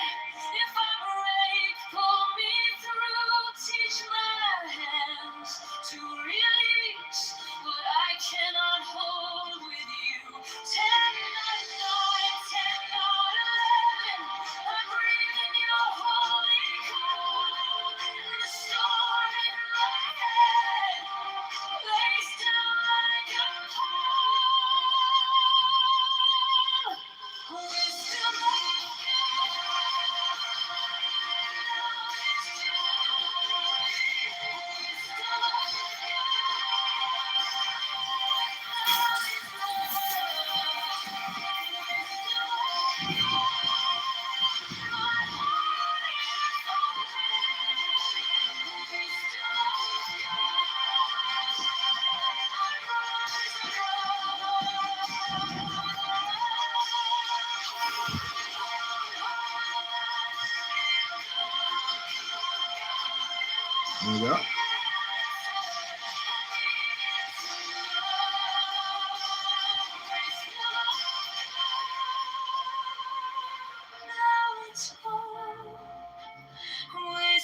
There you go. for it.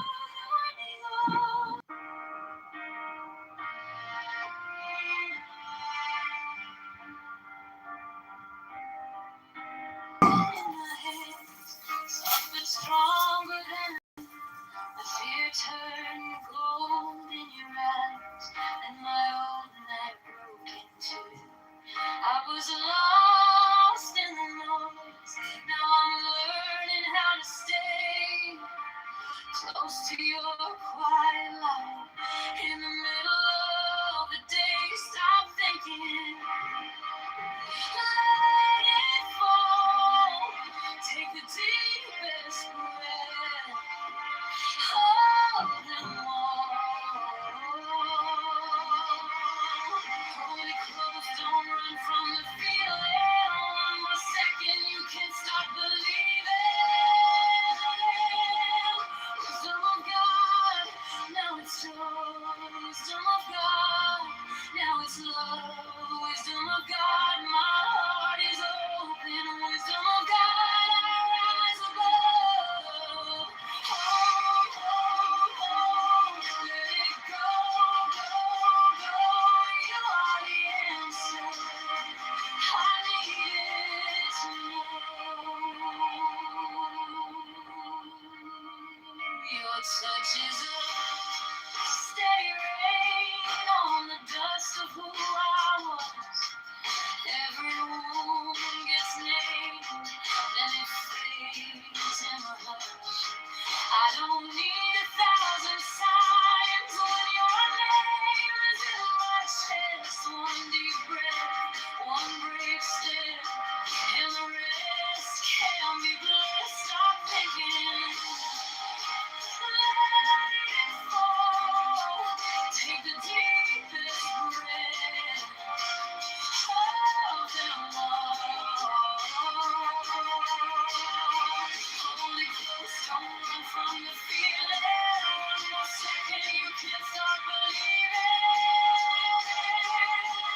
Wisdom of God, now it's joy. Wisdom of God, now it's love. Wisdom of God, my heart is open. Wisdom of God, rise above.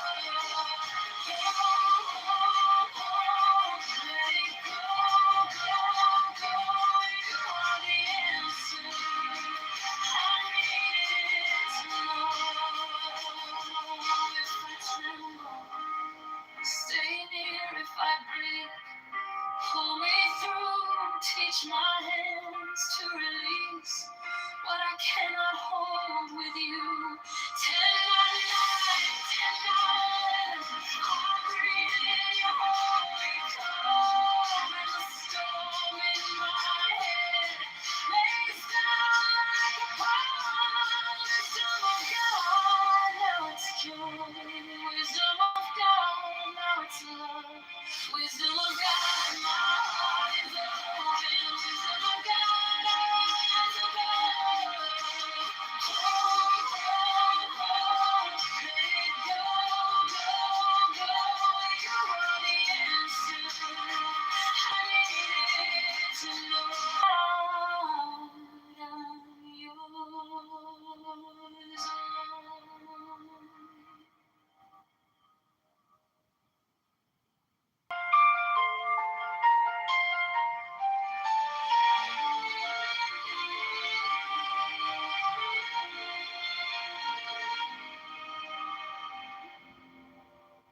Wisdom of God is now joy of heart, enlightenment.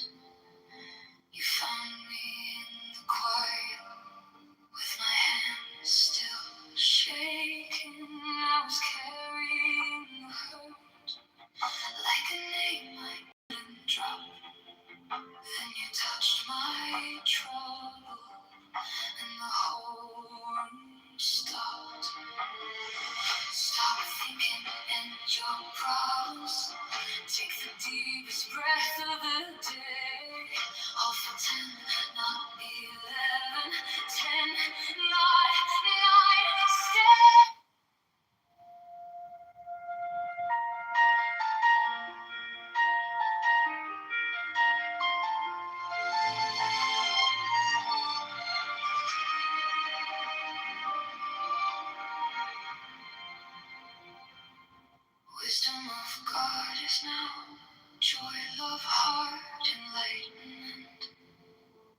Found me in the quiet, with my hands still shaking.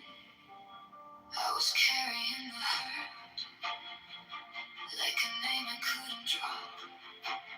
Then you touched my trouble, and the whole room stopped. Stop thinking, and your problems take the deepest breath of the day. Hold for 10, not 11, 10, not 9, stay.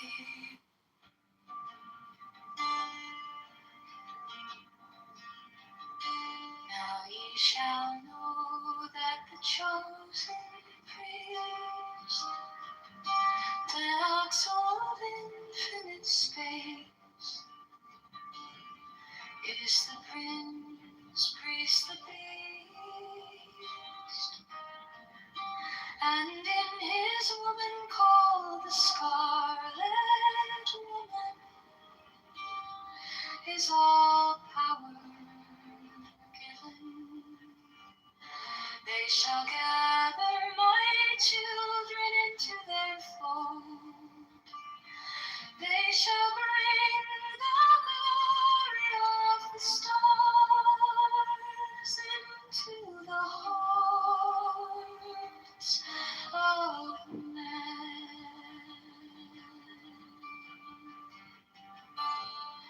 16, for he is ever a sun and she a moon. But to him is the winged secret flame, and to her the stooping starlight. But we are not so chosen. 18 burn upon their brows, splendorous serpent. 19, oh azure-lidded woman, bend upon them. 20, the key of the rituals is in the secret word which I have given unto him.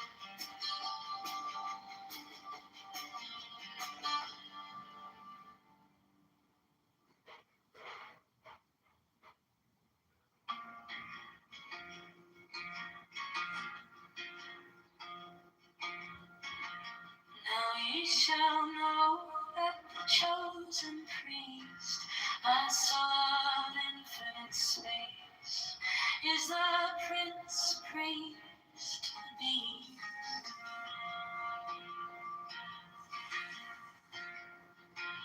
And in his woman, called the Scarlet Woman, is all power given. They shall gather my children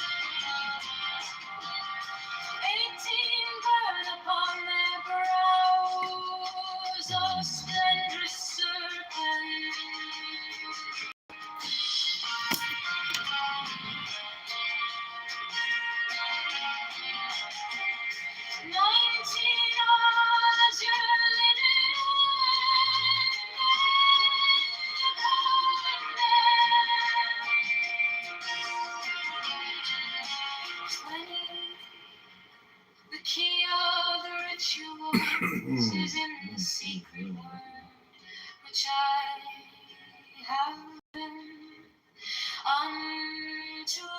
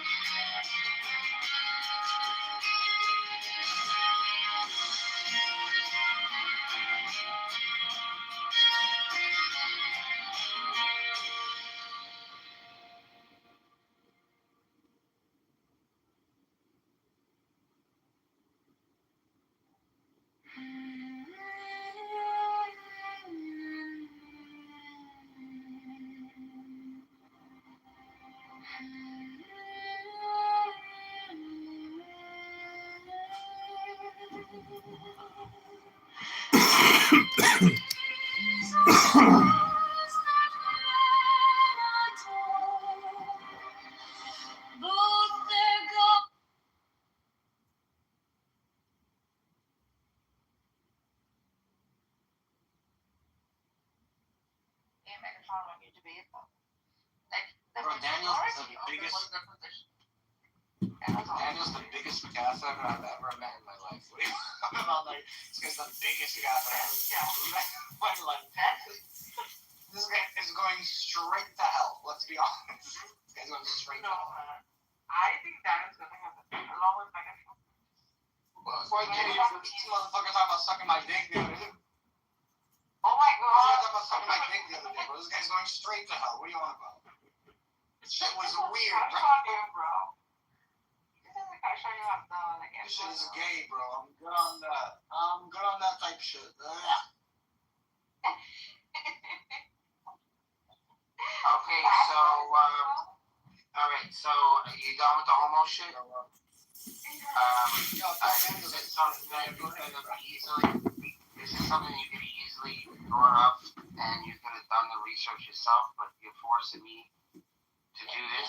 I put all the ChatGPT, this, all the links in here, and it says, and it names every single verse that talks about the covenant, breaking the covenant relationship, and all of those themes following, that are surrounded around the covenant relationship they had with Allah.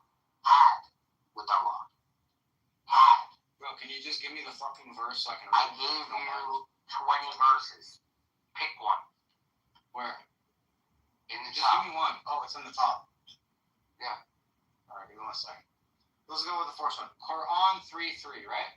Let's go with that's not one. Quran. There's no Quran 3:3. It's the first one. Which one do you want me to look at? That verse is saying that Torah and Gospels still contain Allah's guidance. You don't want to pick 3:3. Okay, which one do you want me to pick? You could go to the strongest covenant verses. Okay, Quran 2:100. Let's go to that. Yeah. And remember, we have a lot of ones on the top too. Let's just do one. Okay. Let's see. Why? Bismillahirrahmanirrahim. Why is it that every time they make a covenant, a group of them cast it aside? In fact, most of them do not believe. What the fuck? You want to go to a different one? Or are you laughing at your book? Because this is your book. You're laughing at. Don't try to put this on me. Your book is written like a fucking like a 12-year-old. 1 second, Mike. Get the fuck out of here, bro. 1 second, Mike. Everything's. Should be written in crayon, bro. Everything's a joke to me. It says they broke the covenant. So what are you on about? Alright, keep reading. Okay, you want me to go to 100? Go to every single fucking verse. I don't give a shit. There's plenty. Okay, bro, give me the fucking verse, bro. Listen, it's not my fault. This book is written like shit. It's not my fault. Are you trying to make me research, bro? Because you're wrong. You don't have to read it in Arabic. It's written like fucking garbage. That's not my fault. I'll give you fucking verse. What are you fucking on about? I'll give you 20 fucking verses. You're gonna read it in the English. The English corrupts. Okay, let's go to 4:155. Let's go to. Okay, look. maybe I'm wrong. Let's go to chapter 4, verse 155. Quran. Yeah, read 4, read 155. Better way Check to this one out. Chill out, man. Okay. Okay, so that's 4-1. Let me go to 4-155. 1 second. What Quran verse is 4-155? Surah An-Nisa. 54. It's not even so close. Quran. And who says Christianity would accept you if you're looking to fucking convert? Like, you have to be accepted into the group. If you're not, doesn't mean that we're looking for you to convert. We're not like thirsty for you to join the Catholic Church. You can stay where the fuck you are. Talk about the chat. Yeah, well then you can stay where the fuck you are. Don't say anything. Oh, I'm gonna convert to Christianity. Like, hey man, don't worry about it. Now let me read the chapter verse. Really? Let me read the chapter verse. Okay. Chapter 4, verse 155. They were condemned for breaking their covenant. For breaking their covenant. Rejecting Allah's signs. Killing the prophets unjustly. And for saying, all hearts are unreceptive. It is Allah who has sealed their hearts for their disbeliefs. So they do not believe except for a few. Did Allah break the covenant? Or How did Allah break the covenant? They broke the covenant. Why the fuck is you lie like that? The covenant. They broke the covenant. Allah did not break the covenant. Should I go to the next one? Should I go to the next one now? Let's go to 5:13 now. We'll go to the next one, bro. Quran, chapter 5, verse 13. Surah Al-Ma'idah, chapter 5, verse 13. But for breaking again, you're so bad at this, Megatron. But for breaking their covenant, we condemned them and hardened their hearts. They distorted the words of the scripture and neglected a portion of what they had been Wait, who hardened their hearts? You, who hardened their hearts? They broke the covenant. That's right. The people that broke the covenant. The people that broke the covenant. Allah hardened their hearts? But I thought you said Allah was the one. I thought you said Allah broke the covenant. I said Allah broke the covenant. You can change your argument if you want. I did say that. Yo, you can change your... Look, you can concede to the point, and now we'll talk about the next point. It's not Allah that broke the covenant. It's they who broke the covenant, isn't it? Wallah, you get bodied real quick, Megatron. You get bodied real quick, bro. You're bad at this, bro. How do people... I'm just saying, how do people break covenants with God? Can you explain that to me? Who can? Who can?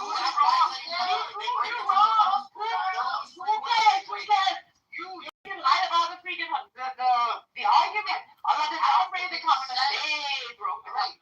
You have to make sense of this. So now, what is it that they exactly do? Why the law enter a covenant that he knows people are going to break? We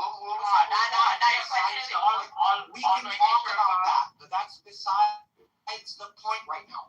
We can talk about that, but that's a different subject right now, bro.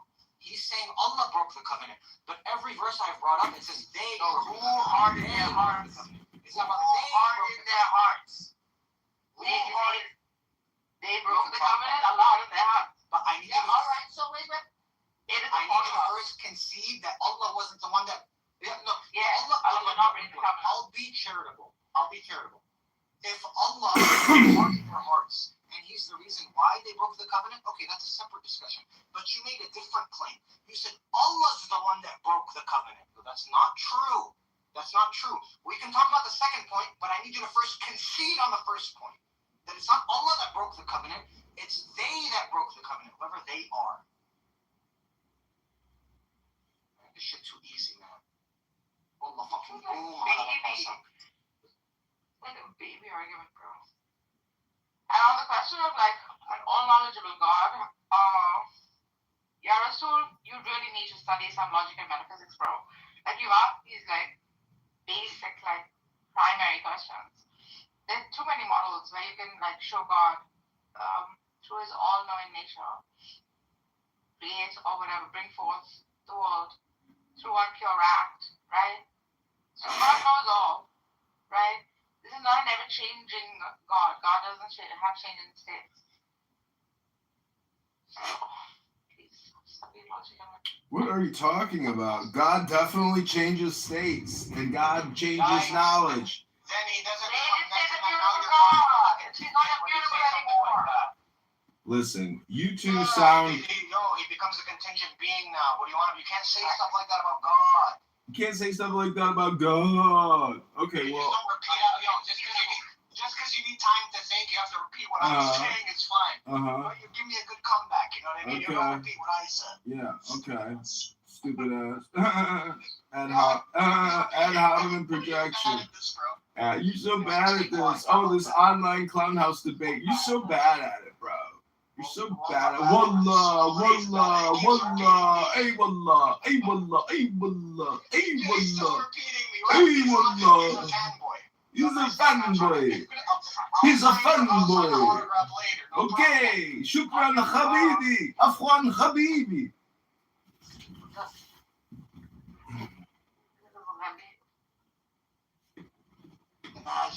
Just imagine all these suckers falling for Muhammad's MLM scam. Could you imagine? Safeway. It's the same thing, except Muhammad's version is, we will kill you if you don't submit to the will of Muhammad. Hello? Hello? Hello?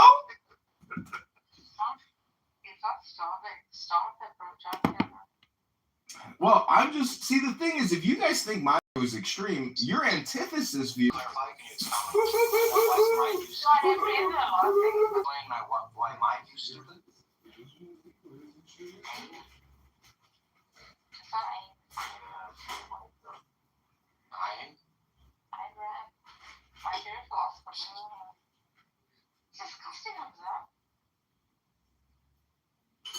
So, what are you going to admit that Persia, that the reason why Israel, they want the real Israel back. They want Persia. They want Persia back.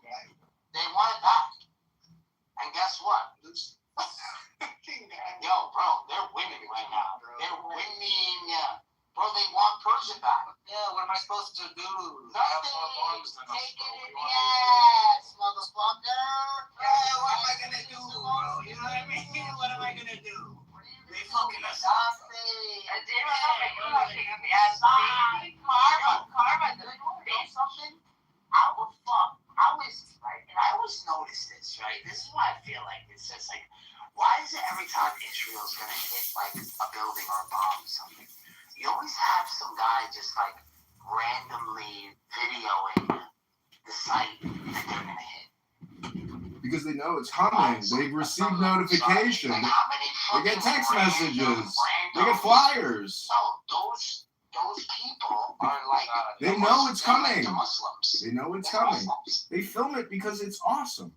They film it because they know when the strike is coming. They're filming it for hours before it happens. That's a horrible thing to say, bro. Wallahi, you're going to say a dozen horrible things today, Hamza.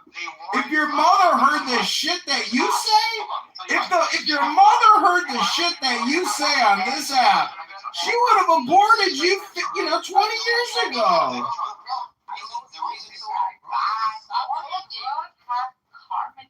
Sorry. Don't invite Alien back up, bro. Let me tell you why, Megatron. Stop bringing this guy back up. Let me tell you why, Megatron.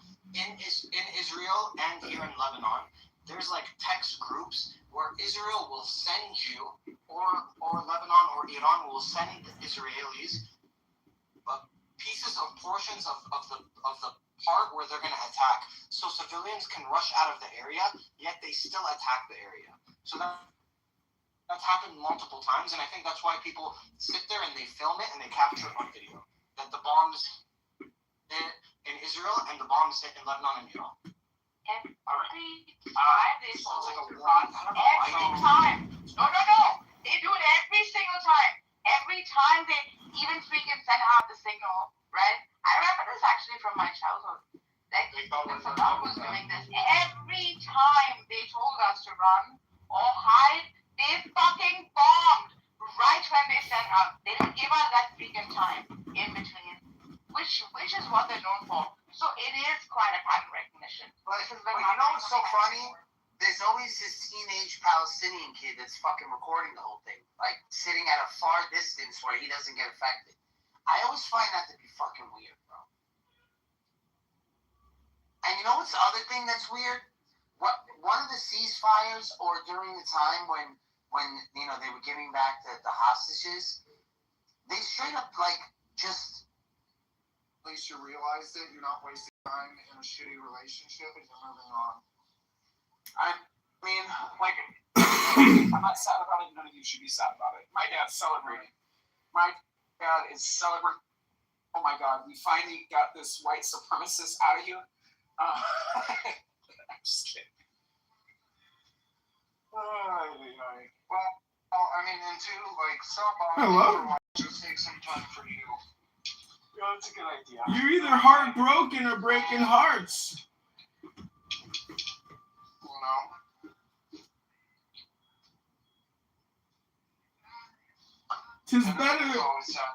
Tis better to have loved than to have never loved at all. Hey, Norm.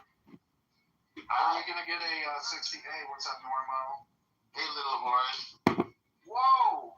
Whoa. Oh, guys, we're not your boy. Coming in strong. Look at your title. It says Aloha Pupitas. That means little horse. No, it doesn't. It means, hey, bitches, it's weekend vibes, Normo. Okay, Puta is a whore. Norm likes it literally. Is a pretty bitch, Norm. Puta means whore. Puta. Puta de I hope you're wealthy and healthy, Normo, on this fine Saturday. I hope you're healthy and wealthy, is what I said. Well, thank you. No!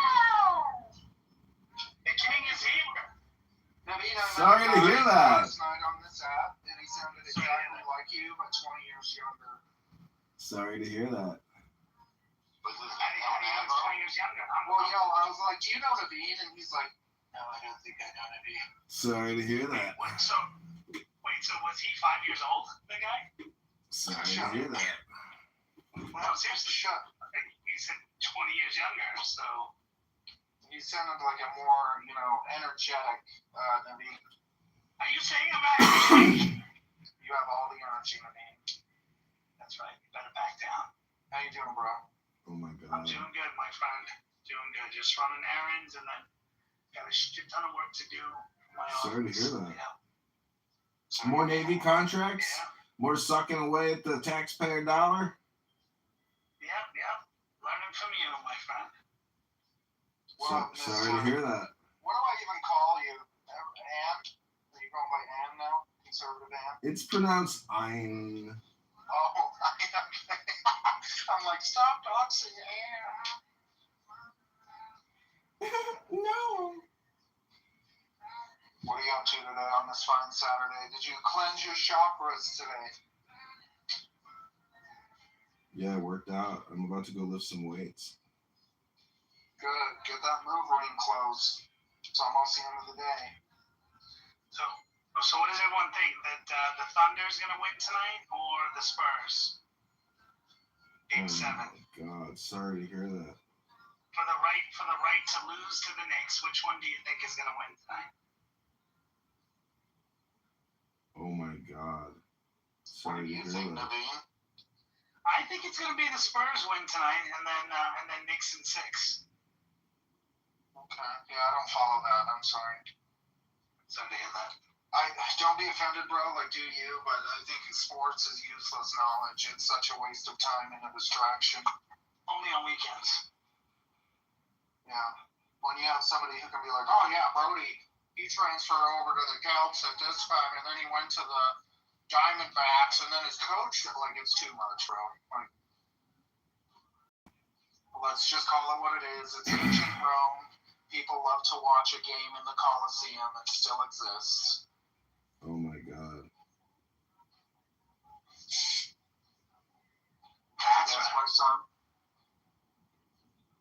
Well. I'm sorry to hear that. You don't do a very good Naveen impression. I'm sorry to hear that. You should be sorry that I have to hear it. You're just being annoying. I'm sorry to hear that.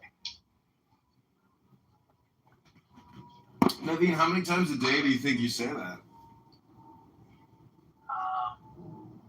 Maybe once every room. I'm sorry to hear that. That's what your mom said. I'm sorry to hear that. You, Kitover. So he's influenced you to say it. I'm sorry to hear that. I'm sorry to hear you say. I'm sorry to hear you say that. Oh my God. Sorry to hear that. Sorry. No, you got to keep the sentence going, bitch. You can't reset the sentence. Oh my God. You have to be sorry that you're sorry that I'm sorry. To hear you say sorry to hear. Oh my God. I'm sorry to hear that. Do we get a poetry today or no? Yeah, I can share a little poetry. Everybody sit down in a comfortable. How about a little neuro-linguistic programming? Oh God, let me guess. You want us to go into Iran and fight? No, that's Peter's responsibility. I am just a simple engineer living in Berlin. I can't possibly So be did you go expected. into your race still as an independent? No, not yet. I haven't filed the nomination paperwork. Dude, why not do it? Your name's already out there. Did you advertise yourself already? Yeah, I'm advertising myself, but you can't do it until they issue the candidate paperwork. Yeah. It's a pamphlet they put out. Okay, this is your neuro-linguistic programming. Repeat after me. Spread your wings and fly. You got to say it to make it work. Spread your wings and fly. We're doing it on mute so we can hear you. No, you got to say it back to me after I say it. That's the way neuro-linguistic programming hypnosis works.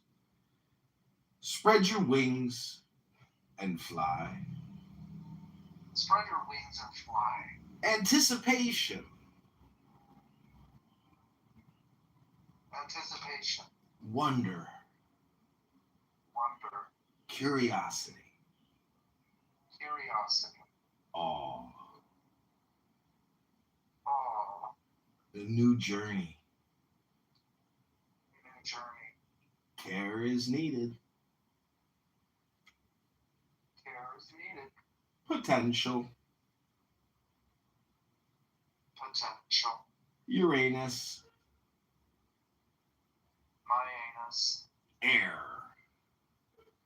Air. Beginnings. Fire. Oh my God. This is so fucking weird. Endings. Trying it, I feel more peaceful than I did before I started. Innocence. Innocence. I feel more peaceful. You guys are just pissed because you're stressed. So. Naivete. Naivete.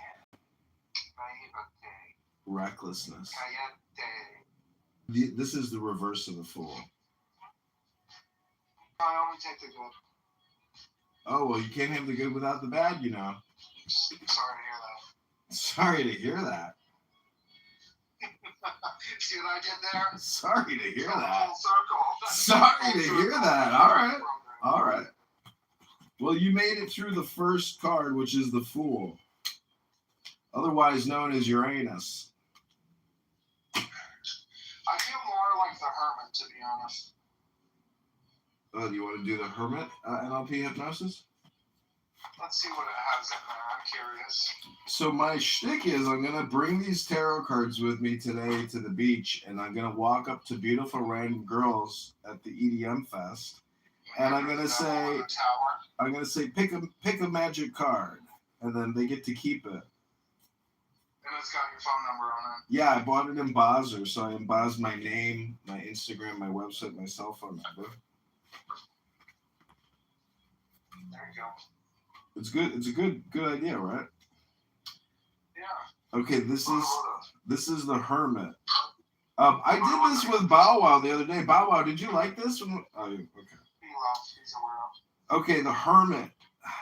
Repeat after me. All life's answers are within you. All life answers are within you. You got to say it. I'm saying it, but I'm doing it on mute. Just keep going so I can keep my flow. Well, then mute Bow Wow and you stay unmute so you can repeat back after me. All life's answers. Let's go. Say it again. All life's answers are within you. All life's answers are within me. Wisdom sought. Wisdom sought.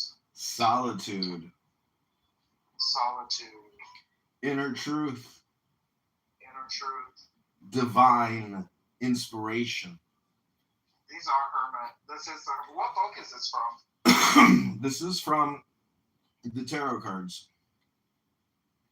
These tarot. Does it tell you, is this the words that it puts out there? Yeah, let me just take a photo for you. You can go on eBay or Amazon and you can. I like that book, yeah. No, it's not a book. It is tarot cards with words on the tarot cards. Let me show you. Let me PTR for you.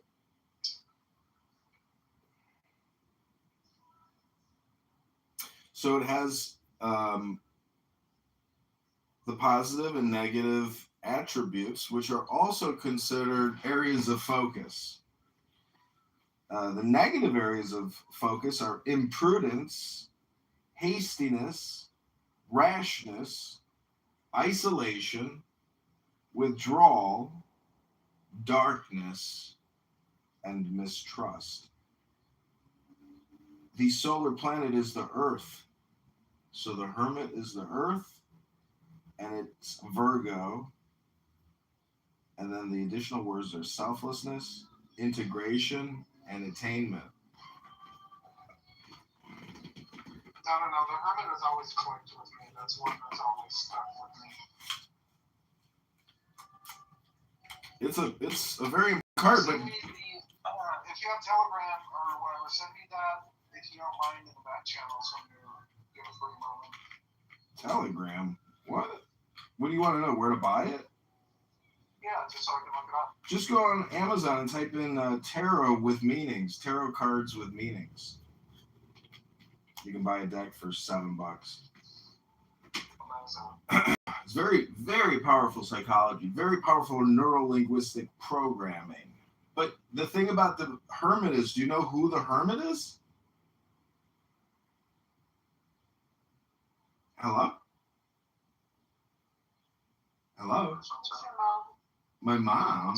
It's, no, the Hermit, the Hermit. I have an Aleister Crowley card. So do I. The Hermit is the magician, but with a cloak on. The Hermit is just the magician concealed.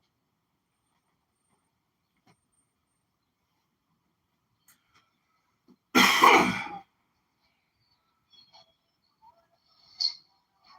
the magician, it is a time of mental rumination where they're just kind of revisiting the self. Let's see. What's your, you have an Aleister Crowley one, you said. That's cool. Yeah. I've got books about the interpretation of the cards. But again, it's nothing. I don't think it's anything to like take it too seriously. I think it's all really just neurolinguistic programming, large language modeling for people to learn, positive English words. And it's also important to know the negative English words because to know the positive and the negative is to really know, not, superficial knowledge. Right. Because you can be your own worst enemy, and if you can detect, it's all one. Exactly. It's a balance. It's a balance between the two words because you can say that you're in that mental rumination, but if you're doing that so frequently, it's a result of isolation. So it's like that fine balance between. You want to stay right in the middle of it. Mm-hmm. Yeah, it's using the words to create balance. I didn't know you were a witch. No, I'm not a witch. I'm a wizard. A warlock? I'm a warrior wizard. You need to have a warlock account then and come in and do readings and have a house. I did. I had some pretty big tarot card readings. Readings with Warlock John. Well, I've already the Wizard Conference. You probably make some cash out on these people.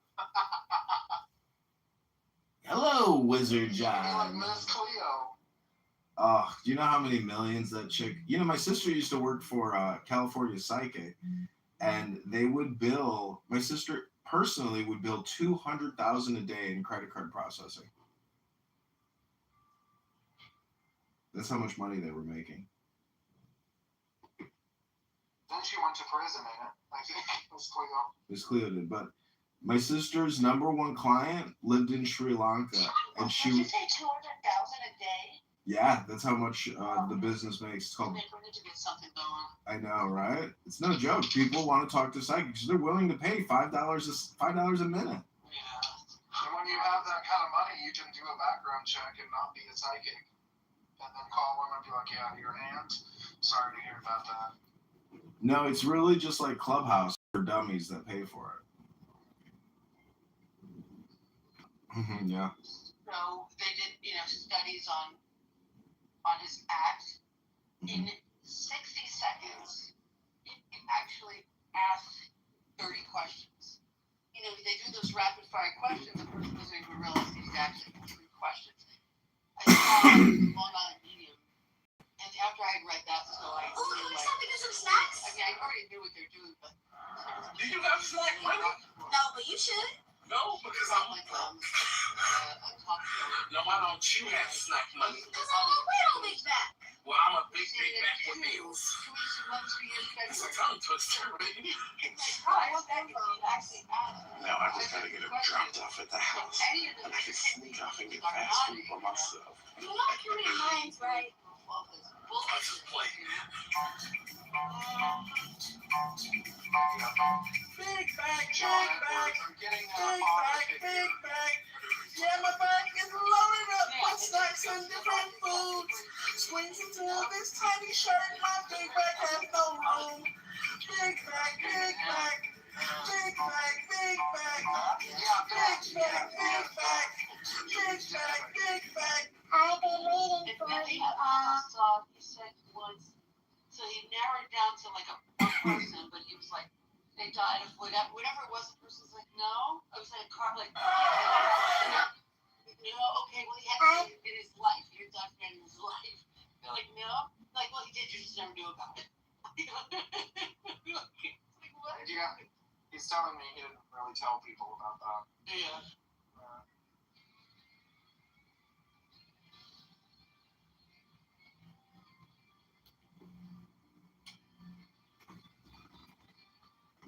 The other thing about reading the tarot card words is that, like you said, I already feel more relaxed. So this app transmits a vibration from my central nervous system to your central nervous system. And if I start screaming, well, you're going to receive, that vibration, that friction. But when you mix, positive neurolinguistic words, it's hypnosis. So I'm transmitting positive vibrations through my phone to your phone, to your brain. Never heard you transmit a negative vibration.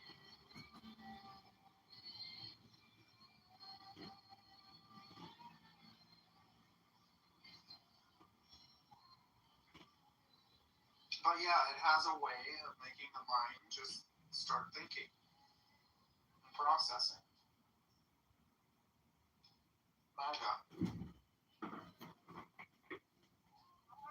To show the world that what we want. Nobody wants to hear that. We are chanting. And let me clear, Iranians inside Iran risking their lives, chanting his name, bringing up the pictures of him, his pictures and his father's pictures and his grandfather's picture to show what they want. You know why they risk that? Because all the journalists all over the world want to say, no, Pahlavi doesn't have support. They're all coming out. They have different opinions. No. 90% of people want him. They chanted. They risked their lives because of your silence, because of your censorship, and and this is shame on Europeans. And I thank you. I was shocked that I saw that some non-Iranians are talking about us. I really appreciate it. I thank you. There's a quote-unquote journalist with an IRGC fucking flag thing requesting. Alright. This fucking faggot. I know, right? Europe-based, of course, you know. Why is we were talking about it? What was I talking about? Yeah. What I also found was really interesting is that a lot of people tended to, whenever you talk about Iran and what the people are facing, a lot of people bring up, but there's like human rights agencies, blah, blah, all this that are like helping there. Actually, they're doing absolutely nothing. And I would even argue that most of those are controlled opposition, if not all of them. Because when these protests were happening, nobody said anything. None of them said anything at all. They were completely dead silent about this. And only after there was an immense backlash, millions of like dogpiled on these like these orgs, only after that did they say anything. And what they said was abysmally, like it was nothing. It was basically nothing. It was meaningless. It was empty. I think in some ways this was a really good thing because it showed people that they are not to be trusted. Right? It's not that, like, a lot of these organizations, especially the human rights organizations, they only care about human rights if it conforms to a very specific set of policies that themselves aren't even necessarily beneficial to anyone, not even the people that they're just supposedly defending, or even the West in that case. A lot of these are just chaos and noise and hippie bullshit. So it's like, you know when Elon said we are the media, that's kind of like what I saw as well, because I saw all this bullshit and I was like, bro, what the fuck? You know, you have a government that's like actively killing its own people just because they say we don't want this government. It's not even a government. It's just an occupation. It's just a regime. It's not even really government. Like people are rising up against that, and this is not being covered. It's not being talked about. I mean, you gotta at some point just sympathize with the plight of the people. I mean, aside from the fact that this is relevant for the rest of the world in many ways that people don't entirely understand, you know, you gotta have a little bit of empathy at least. You know, if you have suicidal empathy for a bunch of people that are willing to kill you, why don't you have empathy for a bunch of people that are legitimately suffering? I mean, can't you like muster up just that much? Do you not have a spine? I mean, like mammals are supposed to have spines, no? And I'm really surprised that a lot of people, even though they're supposedly mammals, are remarkably spineless. Like, it's crazy, man. A bunch of people.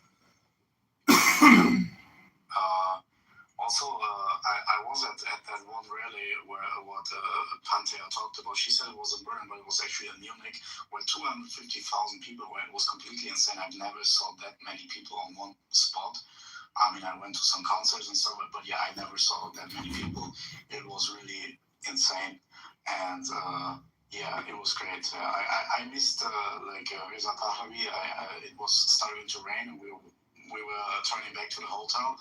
But like, and 10 minutes afterwards, he went to the stage. It was like kind of weird, but yeah.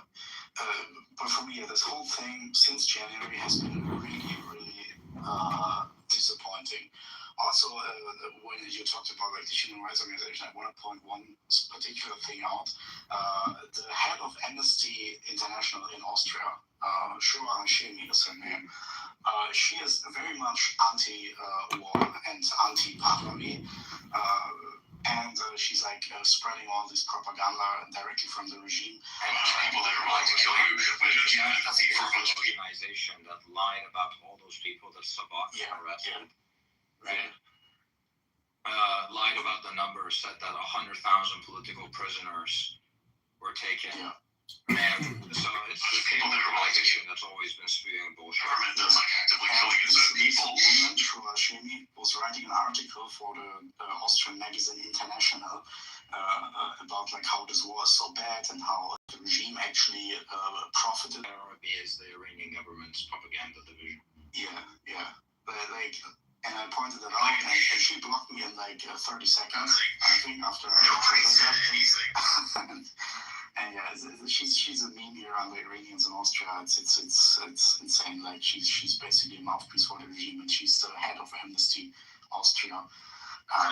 Yeah, and you have so many people in all these organizations. It's completely crazy. And I always knew like they were fishy, and I always knew like they were all a bunch of leftists and communists and whatever. But I genuinely I had the hope that like after January, after we saw what happened, that we would all come like to the same table and be like, yeah, this is actually bad, and we actually have to back these people. But yeah. Yeah. Yeah. I can ask if we wanna let some IRGC guys. Yeah, let's let the IRGC show up and just see something. I might have some noise for us.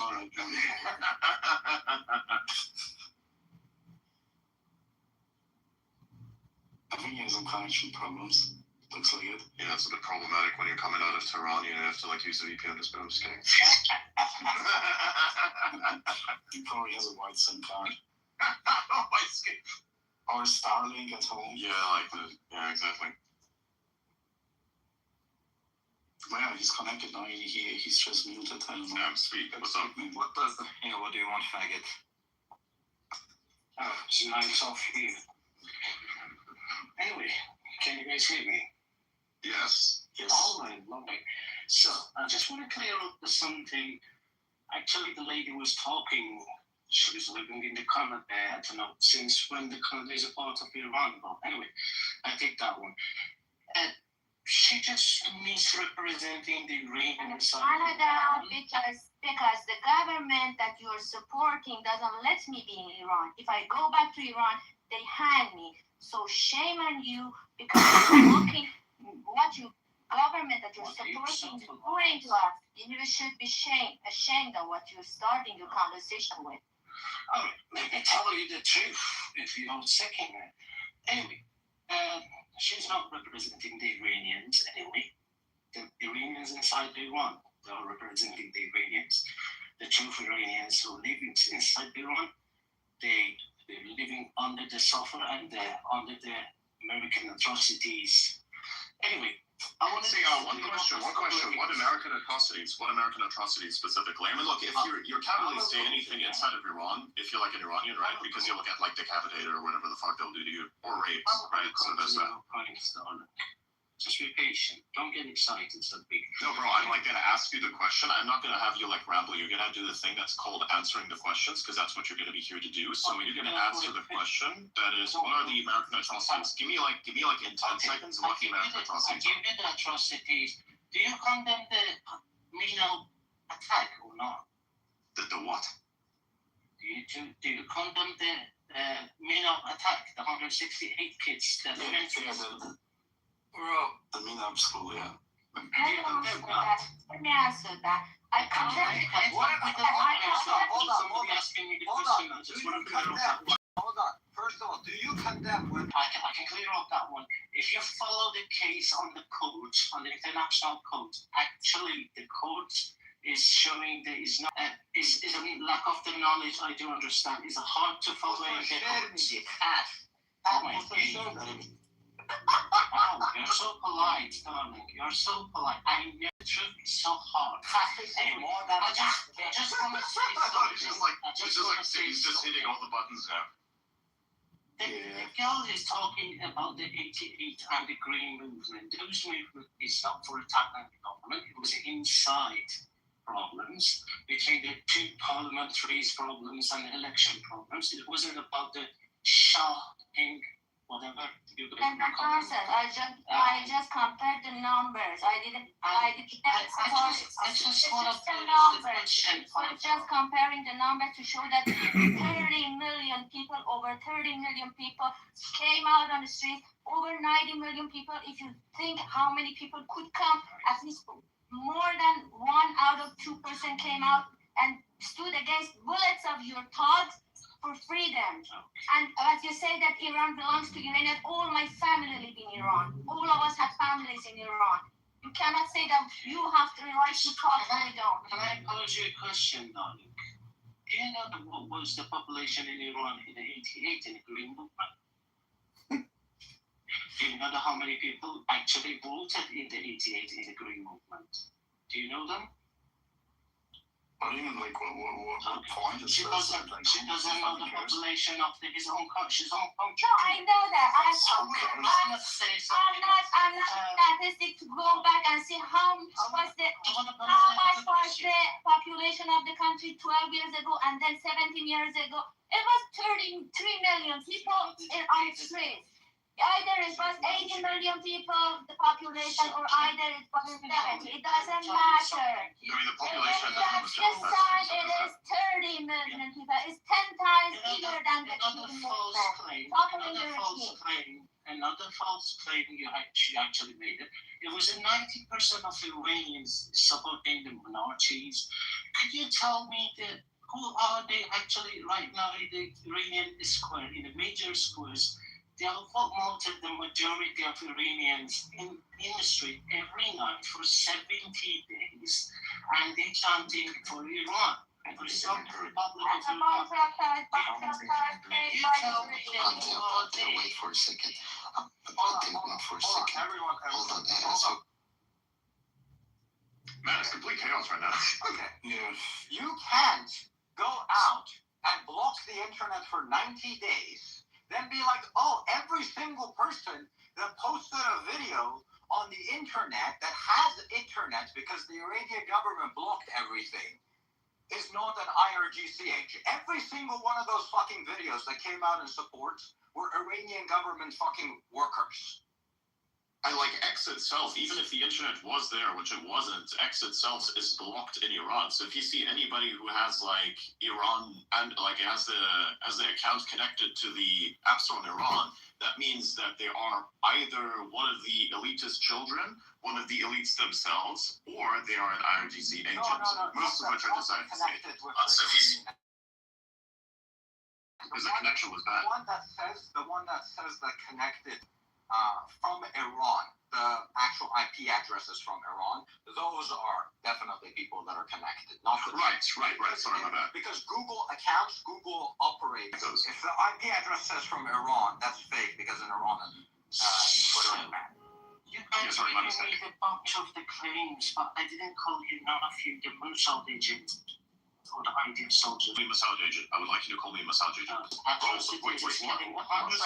One second.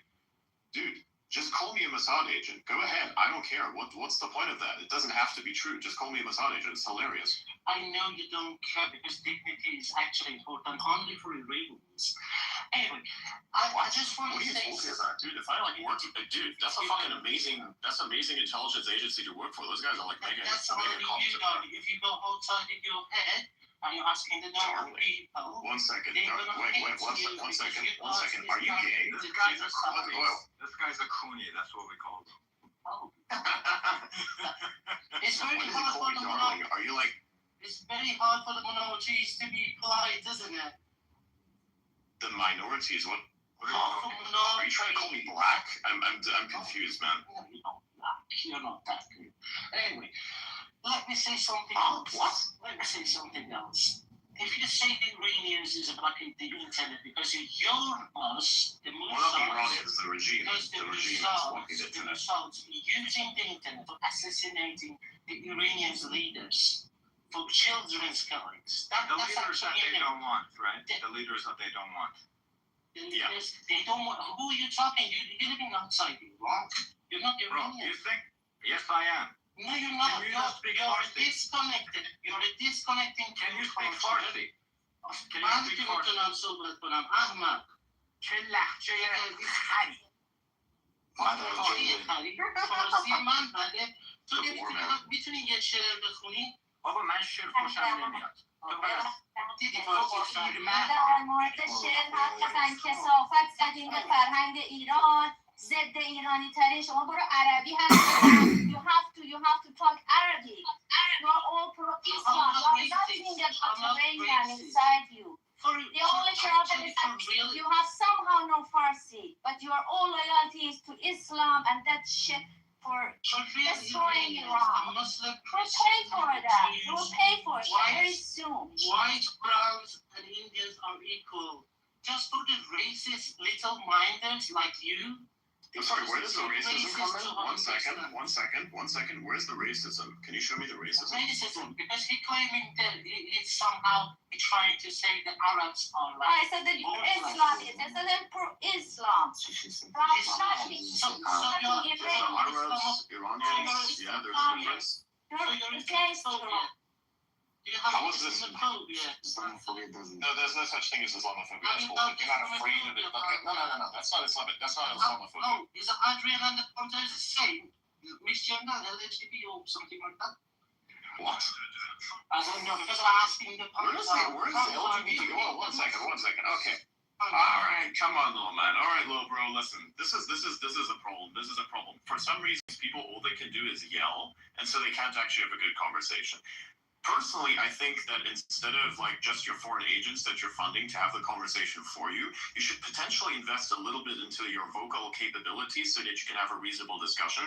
Because if you're going to shill for what is a murderous regime, you may as well speak in a manner that is, and because I just want people to chill. Like I want everybody to like, this is what this is like, you know? At least get the training from a guy that's not gay, right? Your English sounds like I know, right? Faggot. I mean, like, the first thing he says is darling, so I'm like, maybe there's, like, some sort of sexual obsession with me. Do you have any problem with the Muslims? Are you Islamophobia? I don't have any problem with Muslims, but I hate Islam. That's the difference. So Muslims are right. Muslims can have their opinion to themselves, and until they don't oppose on them, they don't force us to wear hijab, to ban us for drinking. I mean, we don't have to make this about Islam. Like, just stop killing people. Yeah, it's quite simple, isn't it? Muslims don't kill us and don't impose their opinion on us. They can have their opinion. My father was a Muslim up to the last minute of his life, and he was respectful to all of us, and didn't impose his opinion. He was a Muslim. I loved him, but there are Muslims who don't care. So their ideology, Islam, is either dangerous or has the potential of being dangerous, and it's up to them to practice either way. So I don't like Islam, but I'm not against Muslims. They can be. As far as I understand, you don't like any postmans. How many years did you visit Iran? Why are you interrogating me? So you have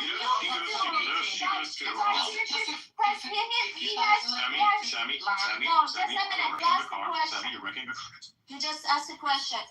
I answered this. I haven't been in Iran for 10 years because of these thugs that I can't go back because they kill me because of my opinions. The only thing I have is my opinions, and they kill us because of that.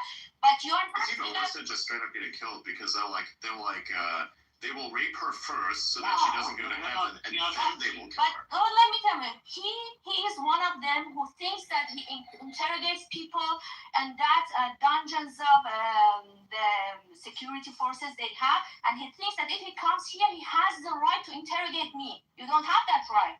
You are here to answer questions. My friends here, why they let him ask us questions? You have to ask his question. Why are you supporting? I have a question. Why are you supporting the regime? A regime that is killing his innocent people in 2 nights, in less than 10 hours, he killed more than 40,000 people. Why are you supporting that regime? Is there any bit of humanity? Is there any bit of rational in you to not support that kind of brutality and barbarism? I don't think so. I don't think that if you speak English, you have the kind of civilized mind. No, you just speak languages. You are not civilized. You are living a barbaric life. You are a barbar. Thank you for your question. Let me answer if nobody interrupted. That was actually a statement, it's not really a question. But can you ask? But there was a question. Why is interrupting? Can I have 2 minutes? No, you can't have 2 minutes. You're going to tell us in 30 seconds or less why you support the energy. You can't explain. The truth is going to be harming you. Anyway. Your accent doesn't say I can literally say anything. And I do. You're thinking like, oh, the little translator. Look, what are you talking about when you say that? Can I answer, Panta? Let's let the answer, please. Oh, yeah, I'm sorry about that. Okay. You're asking me why I supporting my government and my leaders. Because they're actually working for my peoples, for my actually for the kids. If you see Okay, this, so what you are we doing? cannot What else? even shut. You cannot even shut your mouth for the 10 seconds, darling. All right, little bro, we're gonna start this again. So you already answered the question of why you support the IRGC. Now you're gonna answer the next question. The question was for two things. Why am I supporting the Iranian government, and why am I supporting the government's what she's saying killing their own people? So let me answer just for 30 seconds. What you're giving me, okay? Thank you. Oh my God, it's so hard to talk in with the Mossad agents. Anyway. Nice, finally called me a Mossad agent. Neat, I like that. You asking me to do that? Anyway, Panther, I'm supporting my government. I'm supporting my government because if you see the story of Iran, before the revelations, we don't have even a school. Revelations? Did you just say revelations? Revolutions. You're so Western. I'm Iranian. It's so hard for you to understand. Okay, little bro. Listen. You having shit English and him having good English is nothing to do with him being westernized. It is everything to do with him speaking a language properly. You should try and do this. You live in a foreign fucking country. You live in Europe. You do not live in Iran, which I think is hilarious. You live in Europe. You live in a foreign fucking country. You should probably take up the initiative to master English. By the way, I am German, and I have mastered English to the extent that I'm better than most English speakers that have grown up their entire lives in English-speaking countries. So if I can pull this shit off, now I know I'm a bit special potentially, right? If I can pull this shit off, why can't you pull this shit off? You're literally being literally, it's not exactly grammatically correct in the context, but you're basically a mouthpiece for a regime right now. You may want to master English and pronounce your words properly and use the right words. And if somebody corrects you, don't be so triggered about this, okay? Don't be so triggered about this. It's okay. Just like correct it, be like, oh yeah, I'm sorry. Revolution, and then continue onwards like as if it is no big deal. Because it is no big deal, unless it is a big deal for you, which I don't know. So it's nothing to do with us being westernized or anything. I was literally born in Iran and fucking lived the majority of my childhood in Iran, and this motherfucker's like, oh, you're too Western. Yeah. I have like half a dozen friends in Iran right now, and they're all like telling me, fuck these people, I hate them. Like the people who like go to these government rallies and who like until 3 a.m. blast some Shia chants and some Shia like nasheeds or something. They hate them. They want to run them over with their car. I mean, they're not doing it because they're not fucking terrorists, but you get my point. And everybody hates you. Like everybody hates you. They're like they have the inside your head. Inside your head. Yeah, sure. Inside my head. Yes. In your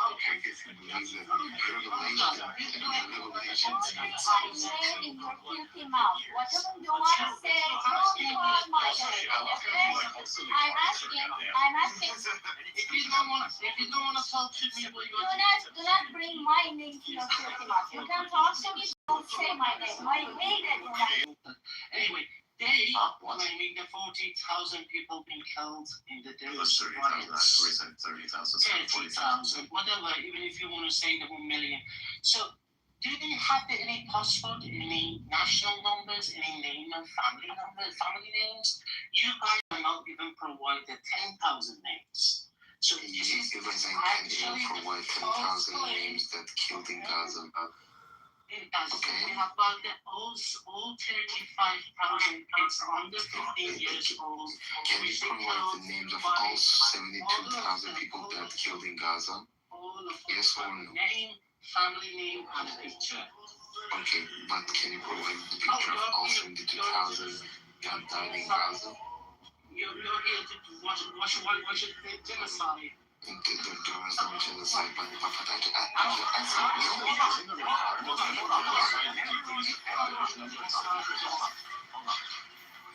How do you support Palestine when those fucking people help Saddam attack Iran?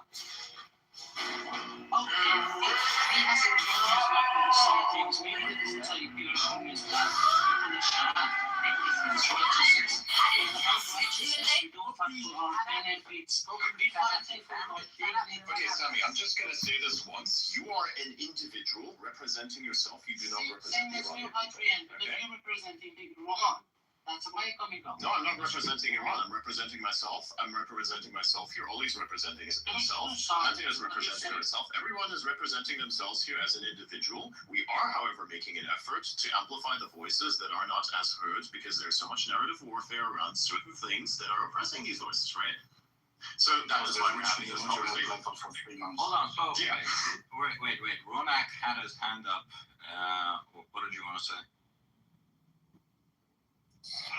I just want to say, well, I was wanting to say plenty of things to dispel disinformation, but first off, I want to react to the most recent comment of you cannot provide 10,000 names. I know people who had to pay to have their bodies returned, and they had to pay for the bullets put into that body.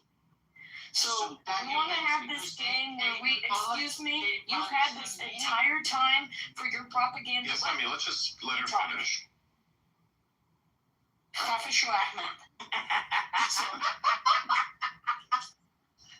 I'm sorry, but I've seen too many people near and dear to me die because of this fucking regime, that just so some of these people can go and say you cannot have names when this is a totalitarian regime where when they knock on the door, that's it. You will never see your family again. It's no wonder that all of those families aren't coming forward with pictures of their loved ones who were killed by the regime because they know the state will go and kill everyone else in the house. Why? Because in some cases, what's been happening is if everybody in that house has been killed, the state goes and takes that house and gives it to Afghan Shias, Iraqi Shias, and other non-Iranian Shias because they have a plan of a demographic change to import Shias who are more loyal to the regime than the Iranian people inside Iran are. How do I know this? My family, we've had land confiscated by the Islamic Republic. There was a man when my aunt came to try to get out of everybody who doesn't agree with them and labels them as undesirables. So when we talk about names not being listed, yeah, it's because these with Dushka machine guns, after they've murdered and gunned down certain members of the family, they come back to the house where that family member was killed, and they try to either arrest everyone else so that they can torture them in Evian prison, or they try to kill everybody else there right on the spot, or they kill them at the checkpoints. And I imagine when they kill them at the checkpoints, it's not like someone can just go and retrieve the body right then and there. And so when we add up all these separate different reasons, add up the fact that some folks were denied medical treatment in the hospitals in January, doctors were threatened at gunpoint when they tried to treat protesters, and I have family who are medical professionals who were absolutely scared for their life during this winter, and they were afraid if they didn't do what the regime ordered them to do at the point of a gun, that they'd be shot and killed. I don't know how they're still working in the medical profession. I don't know how mentally they'd be able to. So these are all the reasons why the family members of those murdered in January, they're not all coming forward and parading their names because guess what? They'll get shot and killed, and their homes will get taken away, and there will be men just like the one who threatened my aunt who will go and say, if you come back here to claim your land, I'll kill you. That explains why we don't have more names, because of the mercenaries of the regime and the regime members who will go and kill these people. And for the folks who want to claim that none of this is true, open the internet fully without needing any filters, VPNs, or nothing, and let's see what the people of Iran have to say. Because I know for a fact this week, when I tried to contact my family members in Iran, guess what? The regime was lying when they said that internet was fully opened, because I sure as heck couldn't use those messaging apps. We had to wait until those VPNs were installed. And they had to, before that, figure out where to find a neighbor who had a way to help them get in touch with us. And before that, we were looking for my cousin for 6 weeks, wondering if she was in the morgue in the west of the country, in one of the major cities there, because we had no news. We had no way of getting any information because this regime blocked the internet and the telephone lines. I could not call into Iran for weeks, months. Only people from inside could call me and the folks I knew. All right? That was not the case for Dubai or Israel or anywhere else in this region. Only for Iran was the case that only folks from inside the country could call out and we could not call in. That's not a regime that's telling anybody the truth. That's a regime that has something to hide. Now, if anyone has any questions, I'll answer them. Thank you very much. Nice. Can I pose any questions? Yeah, sure. I'll take questions from Ashes as well. Story, it was in fact. I'm not going to be telling them to folks like you because I don't want my family killed. I'm smarter than that. Yeah, it's like, please run away from something really short. Oh, I didn't forget my story. I'm not going to be going around showing pictures of my family to Ashes like you, who will make sure to ensure that my family gets shot and killed. So you believe that you run away from the Iran and we're gonna chase you and... Oh, hell no, nobody ran away. Are you lunatic? Chased away at the point of a gun. Safisho Pedasuchte. You're not an Iranian. You cannot even talk Iranians without the accent. Yeah, no shit, dude. My family was chased away. We've been away for quite a while, but I still keep in touch with the folks inside. Unlike you, I'm not defending these murderers. Accent, you know, the part Iranian Kurdish accent, so you mark Kurdish accent. Bro doesn't even know what a Kurdish accent sounds like. He's talking out of his ass. That's true. Can I talk? And the folks that go around talking about Mossad agents, believe me, my group has had plenty of practice with it already before the entire bunch of Iran was labeled as Mossad agents. No one, you can't practice this shit. You've been trading by the Mossad to infiltrating the Iran peaceful. Yeah, if I'm apparently a Mossad agent, I deserve some pay. Like, seriously, I'm just getting, like, mentally, I'm doing so much work for them. Like, I actually want to get paid at this point. They don't pay the dumb people. Huh? Can I say something about the bullshit you guys threw out for the numbers? Is it okay if I say? Okay, so let me ask. These guys killed tens of thousands of people. They have control of everything. I'm not Superman, darling. Shut up. Shut the fuck up. Why do you need to cut the telephone? I'm talking. Why can't people just call to Iran if what you're telling is the truth, as is she? Contact just right. Don't call my name. Shut the fuck up. I'm talking. Let me say, after they killed, the same day they butchering people, tens of thousands of people they were killing. You've seen some of the videos, some of them are brutal. No, some people cannot tolerate that. They're denying even the videos that exist. People, they butchered people and then they shut off the internet, they shut down the telephone communication, everything. And then they started to erase all the documents. They confiscated all the camera, the security cameras, everything. They tried to erase everything. And they now asking us for the ID numbers of the killed and the names. We have over... Shut up, I'm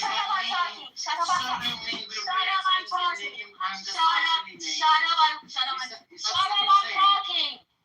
Okay, we have over 6,000 names, and if you compare it what happened in China and Tiananmen, it took decades, and still they don't have the exact number. They don't have exact names. And now that Iran is under control of these thugs and they're erasing all the documents, we know in Iran every person knows at least with one connection or two connections that someone has been killed. Iran is 90 million. Just calculated if someone with one ton, when you're erasing that's the all brutality. The killer which has all the videos Okay, for Sam. killing so many people is debating us for the numbers. So, Santa, you claim the Iranian government's erasing the name, family, passwords, and all No, I the said national erasing numbers. the documents. They're confiscating cameras. They're shut down in I didn't ask and you threatening people. I know people who are threatened and talk about their loved ones. Hold on. Before you hold on. Sam, if we should Don't get excited. I didn't ask you for a video. I didn't ask you for any documents. Just very simple. هیجان زده شدی از اینکه همین آدمایی که کشته شده let him talk. Let him talk, and then we'll dispute him. You're not that clever. Anyway, I didn't ask you for videos. I didn't ask you for documents. I just asked you a simple question. Names, family names, and passports. You mean There are over 60. They have over 6,000 names. They have over 6,000 names. Hold on, let him finish. You don't have to like 24,000. Are they real, or you see them in your room? I just explained that when everything comes down by the government, when you have 6,000 names, it means that it's over 60,000. When you have in shutdown of everything, it still have 6,000 names. When people are under threat, when internet is shut down, the telephones don't work, when government is confiscating cameras and everything, still we have 6,000 names. It's tens of thousands that you kill. Shamefully, shameless. Relax. Yes, Okay, hold on. Hold on, wait. Let me ask you a question, Sam.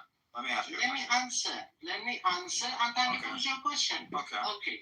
I didn't ask you any video and a document. By the way, between that 2 days riots attacking the normal civilian people and the blocking of the internet right now 3 months is a 6 months period. You mean it is 6 months period? You can just provide the 6,000 names? Hold on. How dare you call the machine gun people rioters? How dare you? Let him finish, and then we'll dispute it. Okay. It's so hard today facing the truth. No. Listen, Sammy. Let's not do that. Hold on. You're just so retarded that everyone has to jump in to correct you, but we're letting you finish. Exactly. Please don't interrupt them, guys. We'll explain that later. Okay. Go ahead. Okay, in that 2 days, in the Iranian medias and actually the hospital results, within the 3,000 people were butchered by the Mossad agents. What the Adrian said that he's working with them in earlier on. Anyway, and if you see the Pompeo's tweets, Even your own foreign minister, Arab. Okay, wait. Come on. Continue. I understand it's a very touchy subject. It's a very touchy subject. I'll let this guy finish. As painful as it is to listen to this, to whatever that is, right? We have to let it finish, and then we can dispute it, okay?